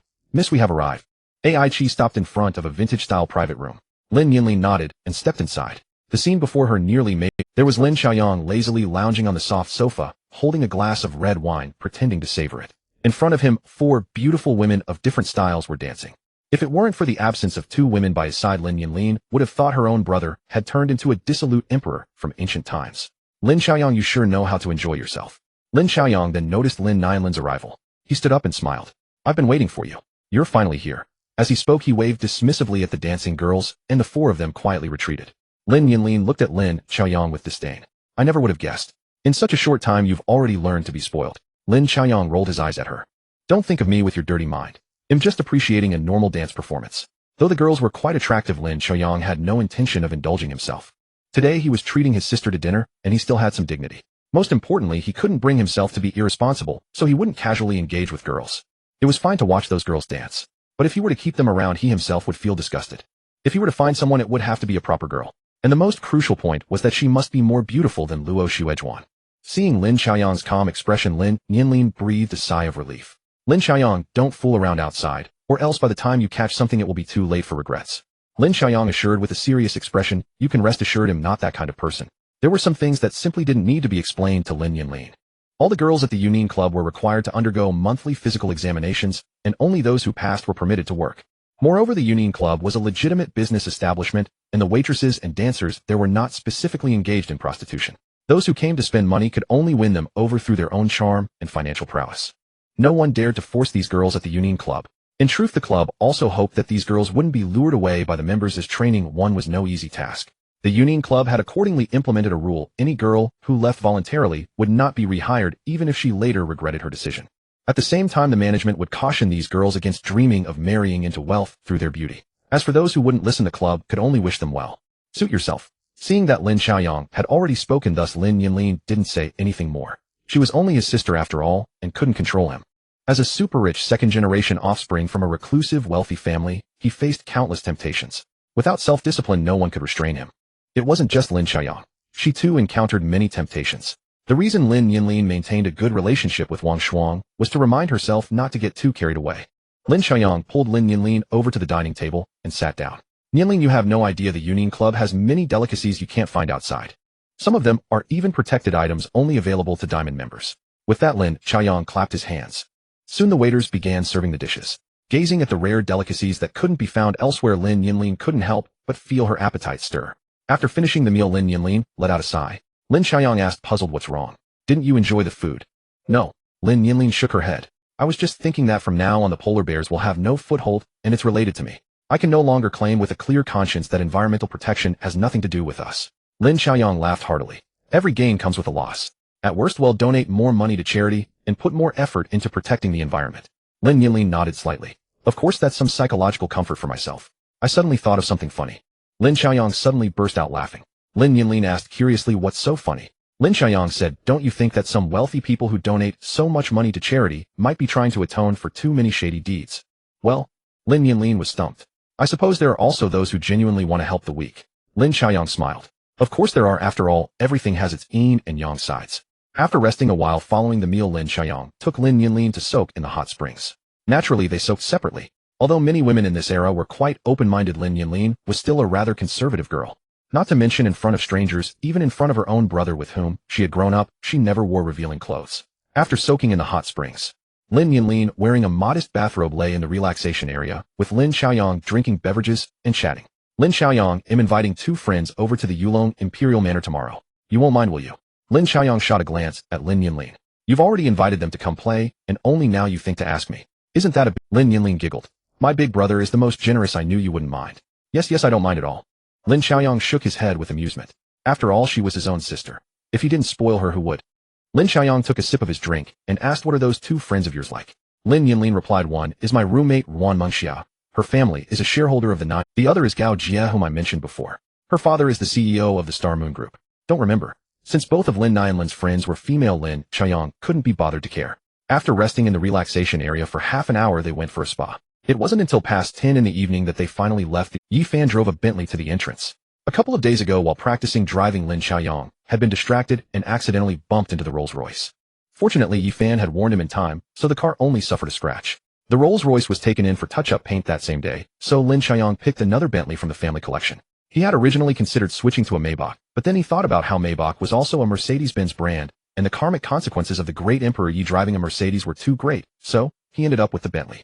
Nianlin, want to ride back in your brother's Bentley? Lin Xiaoyang stood beside the Bentley and said to Lin Nianlin with a smile. Lin Nianlin asked, somewhat surprised, why aren't you driving the Rolls-Royce from before? The Rolls-Royce is too flashy. Lin Xiaoyang tossed his hair with a hint of swagger. The Bentley is more low-key. He absolutely couldn't tell Lin Nianlin about the accident, or had definitely be made fun of by this annoying little sister. Low-key, my foot. Lin Nianlin rolled her eyes. If you really wanted to be low-key, why didn't you choose that Volkswagen Phaeton? Lin Xiaoyang replied calmly, that car has been discontinued. If I accidentally damaged it, wouldn't it lose its collectible value? Just then Tao Lei drove over in a Maybach. Lin Nianlin said, I won't talk to you anymore. You get in the car and go first, my ride is here. The siblings got into their respective cars one after the other and returned to the Yulong Imperial Manor in the same manner. Lin Jiu along with a few maids greeted them. Then he asked, young master, miss, would you like some supper tonight? Lin Xiaoyang waved his hand. No need, we've already eaten at the Yunin Club. Xiu Judong, may I've already soaked in the hot springs tonight, so no need for a bath. Just prepare my pajamas and you can rest. Lin Nianlin also said, Uncle Nine, I don't need anything either. Shunlan Xiaju, just prepare my shower supplies. I don't need a bath tonight either. Although she had already washed at the Yunin Club, Lin Nianlin felt it was a habit to take a quick shower before changing into her pajamas. Soon the servants went about their tasks. Lin Jiu was about to take his leave and rest when Lin Nianlin suddenly called him back. Uncle Nine, I have 2 friends coming over to play tomorrow. Could you please ask the kitchen to prepare a bit more food for lunch? Lin Jiu smiled and agreed. Yes, miss. Just past 9 on Saturday morning. A Porsche 911 pulled into the Yulong Royal Manor. Gao Jie, seated in the passenger seat, exclaimed, no wonder it's hailed as the most luxurious villa estate in Haidu. The scenery here is absolutely breathtaking. Ruan Mengxiao followed the guide car and stopped before the main villa. Jie, we've arrived. Let's get out. Gao Jie nodded and unbuckled her seatbelt. Just as she was about to push the door open, a servant had already come over to open it for them. Thank you. Gao Jie smiled her thanks before being assisted out of the car by the servant. Ruan Mengxiao in the driver's seat received the same treatment. After both had alighted, Lin Nianlin approached with a warm smile. Xia Jie, welcome to my home. Ruan Mengxiao marveled. Nianlin, your estate is enormous. There's even an artificial lake and a golf course inside. Although her own family lived in a detached villa, it paled in comparison to this. Lin Nianlin smiled demurely. It's not bad. Gao Jie then handed over a gift. Nianlin, I wasn't sure what you'd like, so I got you a handbag. The bag was a limited edition Hermes, hard for most people to obtain. Ruan Mengxiao quickly offered a jewelry box as well. Nianlin, I prepared a Van Cleef Arpels necklace for you. I hope you like it. Lin Nianlin accepted the gifts with a smile. I love all the gifts you've given me, but you didn't have to go to such expense. The gifts would be appraised, and when the opportunity arose, she would reciprocate with something of equal value. Gao Jie laughed. It's no trouble at all. This is just a small token for our first visit to your home. Actually, just your presence would have been enough. Lin Nianlin handed the gifts to a nearby servant and warmly invited the 2 inside. The 3 entered the living room and sat down. Soon servants brought tea Shortly after sitting, Gao Jia said, Nianlin, could you show me around your home? She had been curious about this villa estate for a long time and was finally able to tour it today. Ruan Mingxia also chimed in, Nianlin, I'd like to see it too. Sure. Lin Nianlin stood up. Let me first show you around the villa, then we can explore the grounds. Gao Jia and Ruan Mingxia naturally had no objection. Lin Nianlin led them through the main villa and then took them to see the other auxiliary villas. In the Yulong royal manor, whatever facilities other villas had, this one possessed, and what others lacked it also boasted. After touring the villas, Lin Nianlin took them on a sightseeing car around the entire estate, then to the covered walkway over the artificial lake. Lunch was naturally sumptuous. But Ruan Mingxiao and Gao Jia were not strangers to luxury, so they were not overly astonished. Seated at the dining table, Ruan Mingxia asked curiously, Nianlin, are you the only one at home? Lin Nianlin smiled. My parents are in Qing City, and my brother went out to tutor someone. Tutor? Gao Jia was surprised. Why would your brother want to be a tutor? Given her family's conditions, Gao Jia knew he wasn't doing it for money. Lin Nianlin said, maybe it's to train himself. There was no need to discuss family matters with outsiders. Sharing such things would only become fodder for gossip, bringing no benefit. In the past, Lin Xiaoyang's tutoring probably was for money. But now Lin Nianlin suspected his motives were impure. He might have his eye on Zhou Shi. After all, Zhou Shi was truly beautiful. Gao Jia didn't press further, as she had originally hoped to meet Lin Nianlin's brother and see if she could pursue him. Becoming his girlfriend would benefit both her and her family. Lin Nianlin's father was a shareholder of Shiri Group. For such a behemoth, even a small leakage could bring immense benefits to her family. Of course, Gao Jia wouldn't chase him blindly like a villainess in a romance novel. If she could win him, good. If not, it didn't matter. After lunch and a short rest, Lin Nianlin took Gao Jia and Ruan Mingxia for a beauty treatment at home. The effect was even better than at a professional beauty salon. After the treatment, Ruan Mingxia and Gao Jia proposed to leave. They understood proper etiquette. Having already stayed for lunch, staying for dinner would be impolite. Their relationship with Lin Nianlin wasn't that close. As they left, Gao Jia invited, Nianlin, there's a gathering in our circle next Saturday. Would you like to join me? The so-called gathering was a group of like-minded rich second-generation kids eating, drinking, and having fun while also networking. Lin Nianlin was intrigued. Where? Gao Jia said, Club 27, a bar opened by a few rich second-generation friends in our circle. He'll call you. If your brother is interested, he can come along too. Okay. Lin Nianlin agreed with a smile. She had never been to a bar before in her life, so she was looking forward to experiencing it. After Gao Jia and Ruan Mingxiao left, Lin Nianlin took out her phone and called Lin Xiaoyang. Why aren't you back yet? Lin Xiaoyang said, our dormitory is having a joint gathering with the girls' dormitory from the foreign languages school, so I won't be home for dinner. Over the past few days, he and his roommates had helped the girls climb ranks, and they had reached the highest rank a couple of days ago. Those girls kept their word. This weekend they arranged the gathering. All right. Lin Nianlin sighed. Then I'll have to eat alone tonight. This weekend, Lin Xu and He Fei didn't return to Haida City. Originally, Lin Xu wanted them to go back to Qing City, but both siblings had plans this weekend. Lin Xiaoyang chuckled. My poor little sister. If you feel lonely, you can always hang out with your friends. Who can I hang out with? Lin Nianlin felt helpless. Wang Shuang was working part-time at the school library today, and Ruan Mingxia and Gao Jia had just left. Lin Xiaoyang suggested, why don't you go find Zhou Shi? She's probably bored right now. He wanted his sister to entertain Zhou Shi so the girl would stop bothering him with messages on Tingxin. Lin Nianlin's gossip radar went off. Lin Xiaoyang, are you dating Zhou Shi? No way. Lin Xiaoyang denied. I just think of her as a little sister. If she's your little sister, then who am I? Lin Nianlin felt a surge of displeasure. Lin Xiaoyang laughed heartily. Lin Nianlin, are you jealous? No, I'm not. Don't talk nonsense. Lin Nianlin gave a triple denial. I'm not talking to you anymore. But how infuriating. That stinky Lin Xiaoyang actually has another little sister. He'll never get me to call him brother again. The Ivory Tower restaurant near Shuangdan University. It was here that the dormitory of Lin Xiaoyang and his roommates held a joint gathering with the girls' dormitory from the school. Upon entering the private room, Shi Qian smiled and introduced everyone to each other. This is my high school classmate Yang Luoling, and she is also my girlfriend. Hello everyone. A fair-skinned and pretty girl greeted with a smile. Lu Liang stared at Shi Qian and Yang Luoling in shock. Wow, brother Qian, that's not cool. When did you secretly get together with Puff? Didn't you always say that dating is for losers, eh? Puff was Yang Luoling's in-game name in King of Glory, and she was also the mid-laner who never supported the jungle, as Zhong Kaiyu had mentioned. Shi Qian coughed awkwardly. When did I ever say that? Don't slander me. Luo and I officially got together last night. To show my sincerity, I'm treating everyone to this gathering today. Lin Xiaoyang chuckled. Brother Qian, you're generous. Then I'm going to eke you out of house and home today. Since Shi Qian had already offered to pay, Lu Liang naturally couldn't keep pressing the matter. After all, he was hoping to use Shi Qian and Yang Luoling's connection to pursue the support girl he played games with. Although he didn't know who the support girl was yet, all of Yang Luoling's dorm mates were quite attractive. No wonder the School of Foreign Languages was reputed to be a bevy of beauties. Zhong Kaiyu, on the other hand, remained composed. His eyes were only for studies and games, and he truly had no interest in romance. In truth, his game sense was excellent, it was just that his fingers were too clumsy for heroes that required precise mechanics. If he played heroes that didn't demand such dexterity, he would be no worse than Lin Xiaoyang. Yet he insisted on playing heroes like Luna Mirror and Li Bai, heroes that heavily relied on hand speed and mechanics. Despite having the highest economy in the game, he often died instantly in team fights. This made him appear very unskilled, earning him the nickname Noob You from Luliang. Shi Qian continued, introducing everyone. This is Tang Man, also known as Strawberry Candy in our games. Liangzi, you should be most familiar with her. Tang Man wore a pair of black-rimmed glasses, giving her a soft and adorable look. Hi everyone. We finally meet. Tang Man's voice was also very sweet. Lu Liang had previously guessed that this girl was the support they played with. Now that his suspicion was confirmed, he was overjoyed. The moment he saw these girls, Tang Man's adorable appearance struck a chord in his heart. Strawberry Candy, hello. My name is Lu Liang, and my in-game name is Canyon's first heavy cannon. You can call me Liangzi. Tang Man smiled brightly. So you're Xiaobang. I could tell from your build. Shi Qian then introduced the other two girls, and after that he introduced the boys from their dormitory. He particularly emphasized Lin Xiaoyang. This is our dorm's tall, rich, and handsome, and also the Jungle King, who carries us to victory. Lin Xiaoyang. Tang Man's eyes lit up instantly. Handsome, skilled at games, and wealthy. Wasn't this the ideal boyfriend she had envisioned?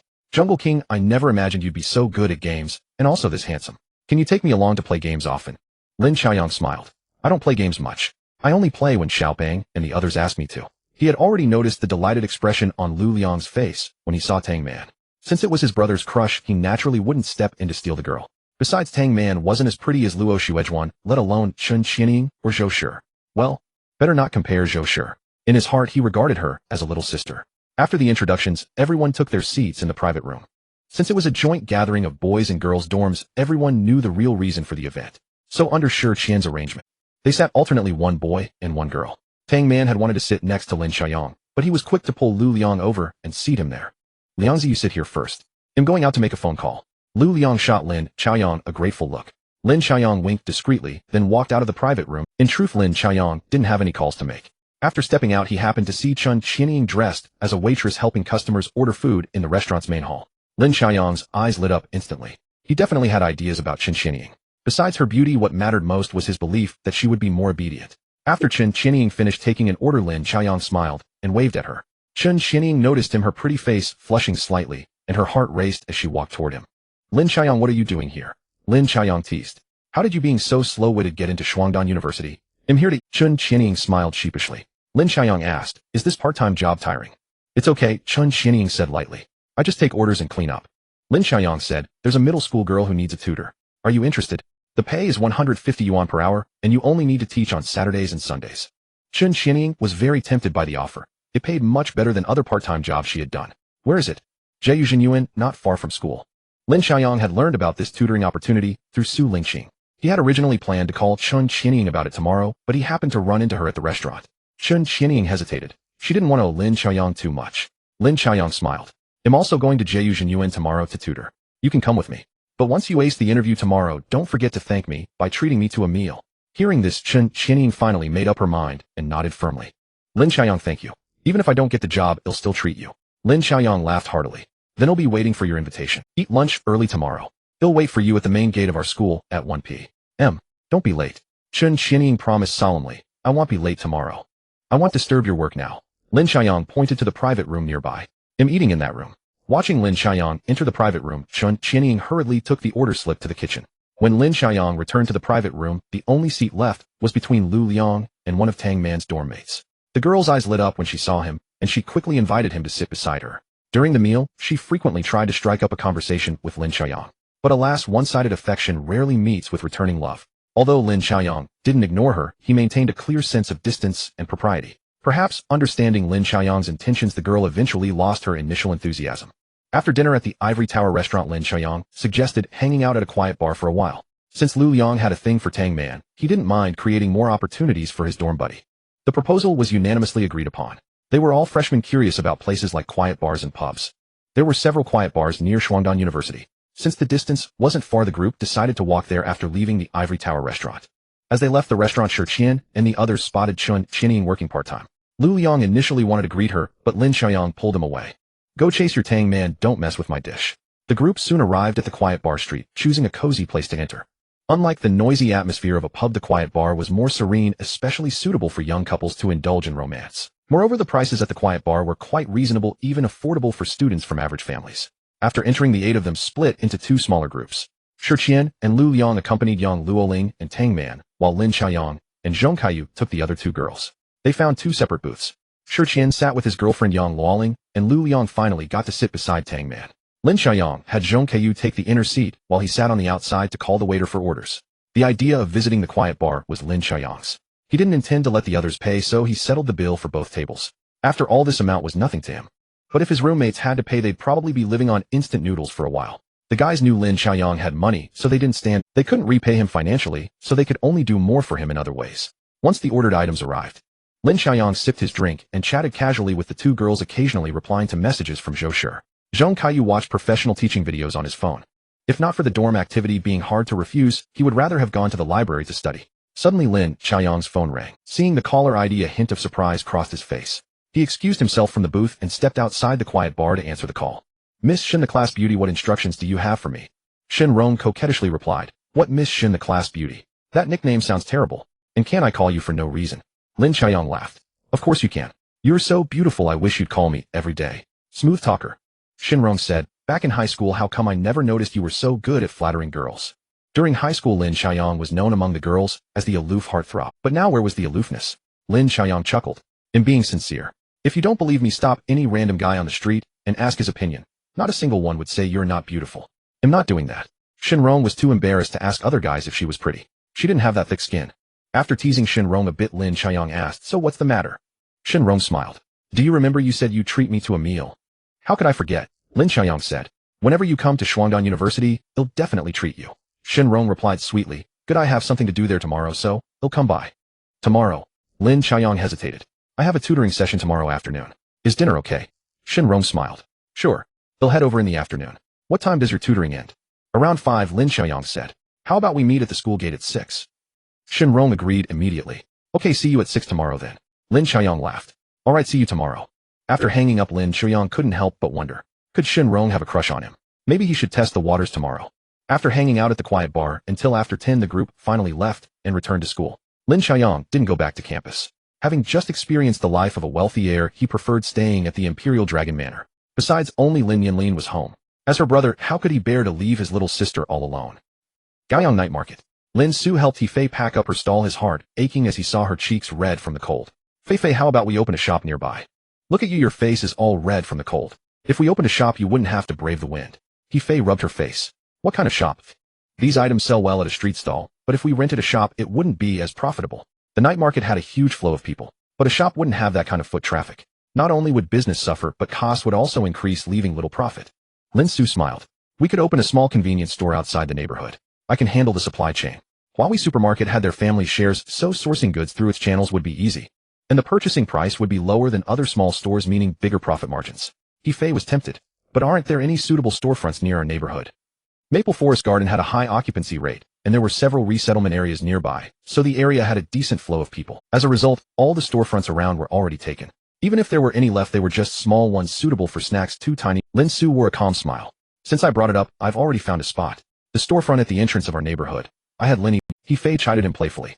You're always wasting money. Lin Xu acted as if it were her fault. Who told you not to move into my other houses? There were no storefronts nearby. Although Lin Xu owned many houses and shops in Star City, most were in prime locations. The only property near Gaoyang Night Market was Maple Forest Garden. He had bought it only because He Fei lived there. Now that he had so many assets, he had no interest in hoarding houses or shops anymore. He Fei shot Lin Xu a glare. He was blaming her for it. Since you're talking about opening a convenience store, let's transfer the stall tomorrow. The transfer fee for the stall was a sum of money, and He Fei didn't want to just throw it away. Lin Xu smiled and nodded. All right, as you say. At 1 o'clock on Sunday afternoon, Chen Qianying, clad in a black cotton-padded jacket, stood hunched at the main gate of Shuangdan University. The jacket, though somewhat worn, was immaculately clean. Despite the stream of students passing by, few paid her any heed. Life is not a novel. There are not that many passers-by who would take. Just then a black Bentley pulled up before Chen Qianying. Spotting such a luxury car, she instinctively shuffled aside, fearful of. Lin Xiaoyang swung open the door and leaped out. Chen Qianying, what are you dodging for? Hearing her name, she turned around instinctively and froze for a moment upon seeing it. Was that luxury car his? Lin Xiaoyang beckoned to her. Come here. She obediently walked over and stood before him, head bowed. As Chen Qianying drew near, Lin Xiaoyang noticed her jacket was thin with some areas sunken in. Why didn't you wear more? He stopped mid-sentence, suddenly realizing. If she had the money, wouldn't she have bought a better jacket? Get in the car first. He grabbed her icy hand and led her into his vehicle. Seated in the opulent car, Chen Qianying grew flustered, barely daring to sit fully in the seat. Yet the warmth inside eased her shivering body. Lin Xiaoyang shut the door and said to the driver He Fan, "Emperor, you find a women's clothing store nearby." "Sure thing, boss." He Fan acknowledged and drove off. Overhearing this, Chen Qianying looked up in panic. "Lin Xiaoyang, you don't need to buy me clothes. I'm not cold at all." Lin Xiaoyang glanced at her frostbitten hands. "Your hands are like this, and you say you're not cold. Consider the money for the clothes alone. You'll have to pay me back when you can." Hearing this, Chen Qianying felt somewhat reassured. Lin Xiaoyang asked, "Don't you work part-time every day? How come you can't eat?" Chen Qianying lowered her head again. "I send all my earnings home." Initially, she sent 2,000 yuan a month, but her parents, seeing she could make money, kept demanding more. If she didn't send it, they would come to her school to take her back for marriage. "Are you stupid?" Lin Xiaoyang said irritably. "Even if you care about your family, you can't completely neglect yourself." He didn't know the full story, only that her family was very poor. Chen Qianying opened her mouth as if to speak, but ultimately said nothing. Seeing her silent, Lin Xiaoyang dropped the subject. They were just classmates, and some matters were not his place to intervene. Besides, forcing help wasn't his style. Soon He Fan found a clothing store. Lin Xiaoyang pulled Chen Qianying out of the car and pick out an outfit and change in the fitting room. The clothes looked expensive, and Chen Qianying hesitated. "Maybe we shouldn't buy." Lin Xiaoyang's expression darkened. "Be obedient." "Okay," she replied weakly, following the shop owner to choose clothes. Lin Xiaoyang told the owner, "Get her a full set, nothing too bright." Considering her situation, he thought it best not to make her too otherwise campus gossip could crush her. The owner smiled. "No problem." Soon Chen Qianying emerged in a black padded jacket and fleece-lined jeans. Her shoes were also replaced with fleece-lined white sneakers. In this new outfit, Lin Xiaoyang found her even more attractive. Owner cut off the tags. "Shall wear this out." The owner gladly agreed. Chen Qianying bit her lip. In the fitting room, she had seen the price tags: the jacket over 600 yuan, the pants over 200. With the shoes, the total was over 1,000. How could she ever repay Lin Xiaoyang? But since he had already decided, she could only accept silently. She had to secure this tutoring job. Only then could she earn money to pay him back. Lin Xiaoyang quickly scanned the code and paid. The owner bagged the old clothes and handed them to Chen Qianying. "Young lady, your boyfriend is so good to you. Make sure you treasure him." The owner could tell they weren't a couple yet. She guessed the rich young man was pursuing the poor pretty girl, so she played along to encourage them, hoping he'd bring her back for more clothes. Chen Qianying panicked and explained, "No, you've misunderstood. We're just classmates." As she spoke, she glanced at Lin Xiaoyang, afraid he'd be angry. Lin Xiaoyang said irritably, "You're usually not this talkative. Let's go. It's getting late. The students' parents are waiting. Don't make a bad impression by being late." Seeing he was truly annoyed, Chen Qianying dared not say more and followed him like a meek child. But she clutched the bag of old clothes tightly, though warned she couldn't bear to discard them. Soon the car arrived at Jiayujianyuan. Lin Xiaoyang first took Chen Qianying to her employer's home. This family close to Su Lingqing's knew of Lin Xiaoyang's tutoring for Zhou Shi. Learning she was his classmate, they immediately confirmed her tutoring position, 150 yuan per hour, 3 hours each on Saturday and Sunday afternoons. Chen Qianying was overjoyed to secure the job. If it lasted, she could earn over 3,000 yuan monthly. That was far better than other part-time work. Leaving her to tutor a 9th grade girl, Lin Xiaoyang headed to Zhou Shi's home. Su Lingqing happened to be there. She asked, "Teacher He, how did your classmates' tutoring go?" Lin Xiaoyang replied gratefully, "Thanks to you, Sister Qing, it's settled. She starts today." Su Lingqing waved dismissively. "It's nothing, just a small favor. Shishi's monthly exams are coming up. Please give her extra attention, Teacher He." Lin Xiaoyang quickly assured her, "I will, Sister Qing." Without chatting much with Su Lingqing, Lin Xiaoyang went to the study to tutor Zhou Shi. With her mother at home, Zhou Shi was much more focused during the lesson, unlike before when she often got distracted. Su Lingqing only brought them fruit once and didn't disturb their studies. After finishing a topic, Lin Xiaoyang gave Zhou Shi 3 problems to solve. Before long, Zhou Shi pushed her exercise book over. Lin Xiaoyang was surprised. "Done already? Just take a look." Zhou Shi glanced around the study like a thief, making sure her mother wasn't watching. Lin Xiaoyang looked down and saw she had only solved. Zhou Shi whispered, "Turn the page." Lin Xiaoyang did as told and found 2 lines of text written by Zhou Shi. "Is the tutor you found for Tong Tong your classmate? Is she pretty?" Lin Xiaoyang gave Zhou Shi a helpless look and pushed the book back. "Why do you care so much? Just do the problems." Zhou Shi said matter-of-factly, "You're my future boyfriend, so of course I care." "Brother Xiaoyang, tell me, is that female classmate of yours really pretty? Otherwise, why would you be so eager?" As she spoke, the girl pouted. Lin Xiaoyang said casually, "Don't worry, she's not as pretty as you." In his aesthetic, Chen Qianying was slightly prettier in terms of looks, but Chen Qianying's figure wasn't as good as Zhou Shi's. Overall, they were about equal. But Lin Xiaoyang naturally wouldn't praise another girl in front of a girl. That would be asking for... "Really?" Zhou Shi cheered up instantly. Lin Xiaoyang said naturally, "Why would I lie to you? Hurry up and finish the other 2 problems so I can explain them." "Okay, Teacher Lin." Zhou Shi happily worked on the remaining problems. The 3-hour tutoring session passed quickly. Lin Xiaoyang packed his bag, greeted Su Lingqing, and left. After he left, Su Lingqing asked curiously, Sure, why did you call little teacher he Teacher Lin?" Su Lingqing had been busy lately and always came home after the tutoring, So this was her first time hearing her daughter call him Teacher Lin. Zhou said he used to go by his mother's surname, but now he's switched to his father's. Switched to his father's? Su Lingqing, compared to when she first met Lin Xiaoyang, he seemed more confident now, and he was no longer as nervous around her. Zhou knew some of Lin Xiaoyang's situation, but she didn't dare tell her mother. If she did, her outings with him might be exposed. If her mother fired brother Xiaoyang, how would she ever make him fall for her? Leaving Zhou house, Lin Xiaoyang texted Chun Qianying and learned she was already in the underground parking. Seeing Chun Qianying, Lin Xiaoyang asked with concern, "How was it? Did you adapt to the tutoring on your first day?" "Yes, it was fine." Chun Qianying smiled serenely. With this part-time tutoring income, she could ease her financial burden each month. For now, Chun Qianying just wanted to get through her 4 years of college. After graduation, she would block all her acquaintances except Lin Xiaoyang, including her family. She would never let her family find her. After asking about Chun Qianying's tutoring, Lin Xiaoyang took her to the car and headed back to Shuangdan University. At the bus stop nearest the back gate of the school, Lin Xiaoyang asked Yefan to stop the car. "He'll drop you off here. From now on, wait for me at this bus stop every weekend at 1 p.m. Not taking her back to school was to avoid gossip from classmates who might see them. Lin Xiaoyang wasn't afraid of that himself. But Chun Qianying was different. Someone with her personality was most vulnerable to bullying. Some changes needed to happen gradually. Chun Qianying nodded, then shook her head in panic. "I can take the bus to the tutoring myself." Lin Xiaoyang said sternly, "Be obedient or I won't bother with you anymore." Chun Qianying was intimidated by Lin Xiaoyang's harsh tone and swallowed her refusal. Finally, she let out a barely audible mm. Luckily, the Bentley soundproofing was excellent, or Lin Xiaoyang might not have heard her. Checking his watch, it was almost 6, so he opened the door for Chun Qianying. "All right, get off first and head back to school. I have something to do today, so I won't walk you back." Lin Xiaoyang, "Thank you." Chun Qianying thanked him sincerely before getting off with her. Waving at Chun Qianying, Lin Xiaoyang told Yefan to drive off. "Lord, you take a detour to the main gate of the school." Yefan smiled knowingly. "Yes, young master."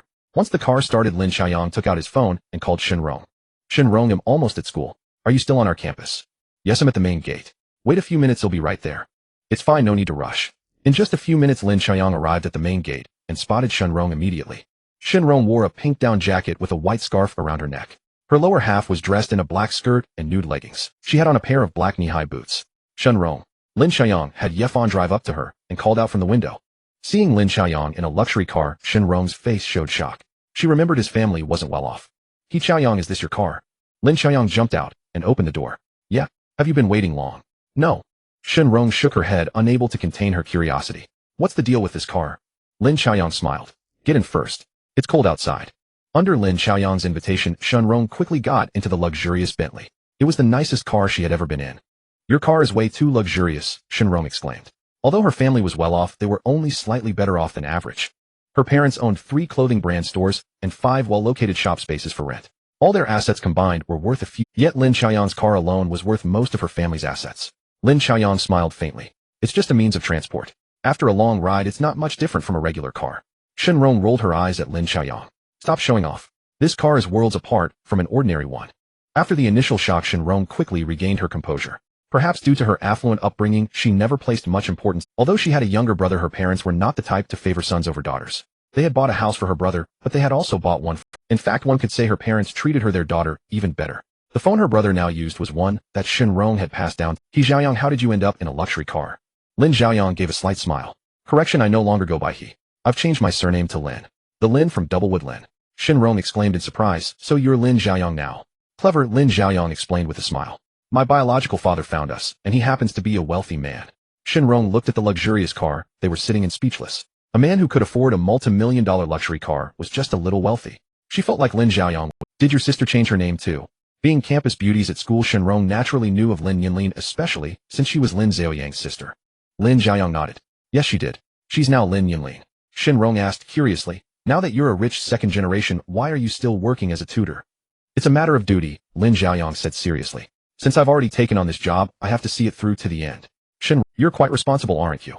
Lin Xiaoyang gave a faint smile. "Of course. I may lack many things, but responsibility is not one of them." Ending that topic, Lin Xiaoyang brought up a new one. "What brings you to Shuangdan University today?" Shenrong's voice carried a hint of guilt. "Just some personal matters." In truth, she had no real business at Shuangdan University. It was merely an excuse to come see Lin Xiaoyang. Afraid he would press further, Shenrong quickly asked, "Where are we going to eat?" "Ruijing Pavilion. I've already booked a table." He had been to this restaurant with Lin Nianlin before, and the food was quite good. Most importantly, it wasn't far from Shuangdan University. As they chatted, the car arrived at Ruijing Pavilion. Lin Xiaoyang led Shenrong inside, and a hostess guided them to a table by the window. Since it was just the two of them, Lin Xiaoyang hadn't booked a private room. He felt that dining in a booth by the window was far more romantic than being in a private room. Besides, this was his first time having a meal out with Shenrong. Choosing a more open space would also make her feel more at ease. The server handed them each a menu. Lin Xiaoyang ordered the most expensive set meal. Not being a stranger to upscale restaurants, Shenrong was not overly nervous and ordered a mid-range set meal. After the server left, they chatted casually. Their conversation drifted to their high school days and the recent news of their former classmates. Soon the server brought their orders. Once everything was on the table, Shenrong finally asked Lin Xiaoyang about his relationship with Luo. Despite having some guesses, she still wanted to confirm the reason for their breakup. Weren't you and Luo Xuezhuan getting along well? Why did you suddenly break up? Of course it's okay if you'd rather not talk about it. Lin Xiaoyang put down his chopsticks and gave a bitter smile. There's nothing inconvenient about it. I guess I just wasn't good enough for her. She found someone else. Lin Xiaoyang felt no guilt regarding his relationship with Luo Xuezhuan. But he couldn't lay all the blame on Luo Xuezhuan in front of Shenrong. It would make him seem irresponsible. Seeing the fleeting pain on Lin Xiaoyang's face, Shenrong felt a pang of sympathy. He must be hurting so much inside after being betrayed by Luo Xuezhuan. Your grades are so outstanding, and you got into the country's top university. How can you say you're not good enough? And you're such a wonderful person. She'll definitely regret giving you up one day. Hearing Shenrong's words, Lin Xiaoyang couldn't. Back in high school, I heard you gave a lot of guys the nice guy treatment. I never thought I'd be so honored today. Shenrong's pretty face flushed with embarrassment. That's all, and I really wasn't giving you a nice guy speech. I genuinely think you're a great person. Watching Shenrong anxiously try to explain, Lin Xiaoyang found her quite adorable. Alright, you don't have to explain so strenuously. I know what you mean. Hearing this, Shenrong breathed a sigh of relief. She didn't want Lin Xiaoyang to misunderstand her. Lin Xiaoyang, don't be too sad. Luo Xuezhuan breaking up with you is her loss. I believe you'll find someone better in the future. Lin Xiaoyang found it amusing. Who told you I'm very sad? Huh. Shenrong was a bit flustered. You're not sad. Lin Xiaoyang let out a faint sigh. It would be a lie to say I'm not sad at all. There were so many years of feelings invested. But I've come to terms with it recently. There's really no point in clinging to a woman whose heart is no longer with me. Shenrong said sympathetically, I'm glad you can think that way. I'm sure you'll meet a good girl who loves you with all her heart. Lin Xiaoyang gave a knowing smile. And is that good girl you're talking about yourself? What? Am I not a good girl? Shenrong put on a fierce expression to hide her nervousness. Lin Xiaoyang laughed heartily. Yes, you are a good girl. Shenrong retorted displeased. I am one through and through. Lin Xiaoyang gave her a deep look. He was beginning to see that Shenrong had feelings for him. Alas, being too charming was also a kind of trouble. Between Shenrong and Chen Qianying, who should he choose? Would it be too much of a jerk move to choose both? After their meal, they walked out of a raging pavilion. Shenrong said cheerfully, thank you for treating me today, and for such an expensive meal. Lin Xiaoyang laughed. Hey, I'm the host here. I have to make sure my old classmate is well taken care of. Shenrong pursed her lips in a smile. When will you let me be the host? Otherwise it'll feel like I owe you. Lin Xiaoyang readily agreed. Sure. I'll come visit you at your school when I have time. It's a deal then. Come find me when you're free. Shenrong quickly sought confirmation. Lin Xiaoyang nodded with a smile. Alright, for sure. After making the promise, Shenrong took out her phone to check the time. Lin Xiaoyang, it's getting late. I need to catch a cab back to school. They'll get going now. Lin Xiaoyang said, a cab is such a hassle. They'll have my driver take you back. Just then He Fei pulled the car up. Seizing the moment, Lin Xiaoyang took Shenrong's hand and helped her into the car, then let go without making it obvious. Feeling the warmth of Lin Xiaoyang's palm, Shenrong's pretty face flushed slightly. Once in the car, she was too shy to even look at him. A slight smile curled at the corner of Lin Xiaoyang's mouth. He first had He Fei drop him off at his school, then instructed him to take Shenrong to Haidu Normal University.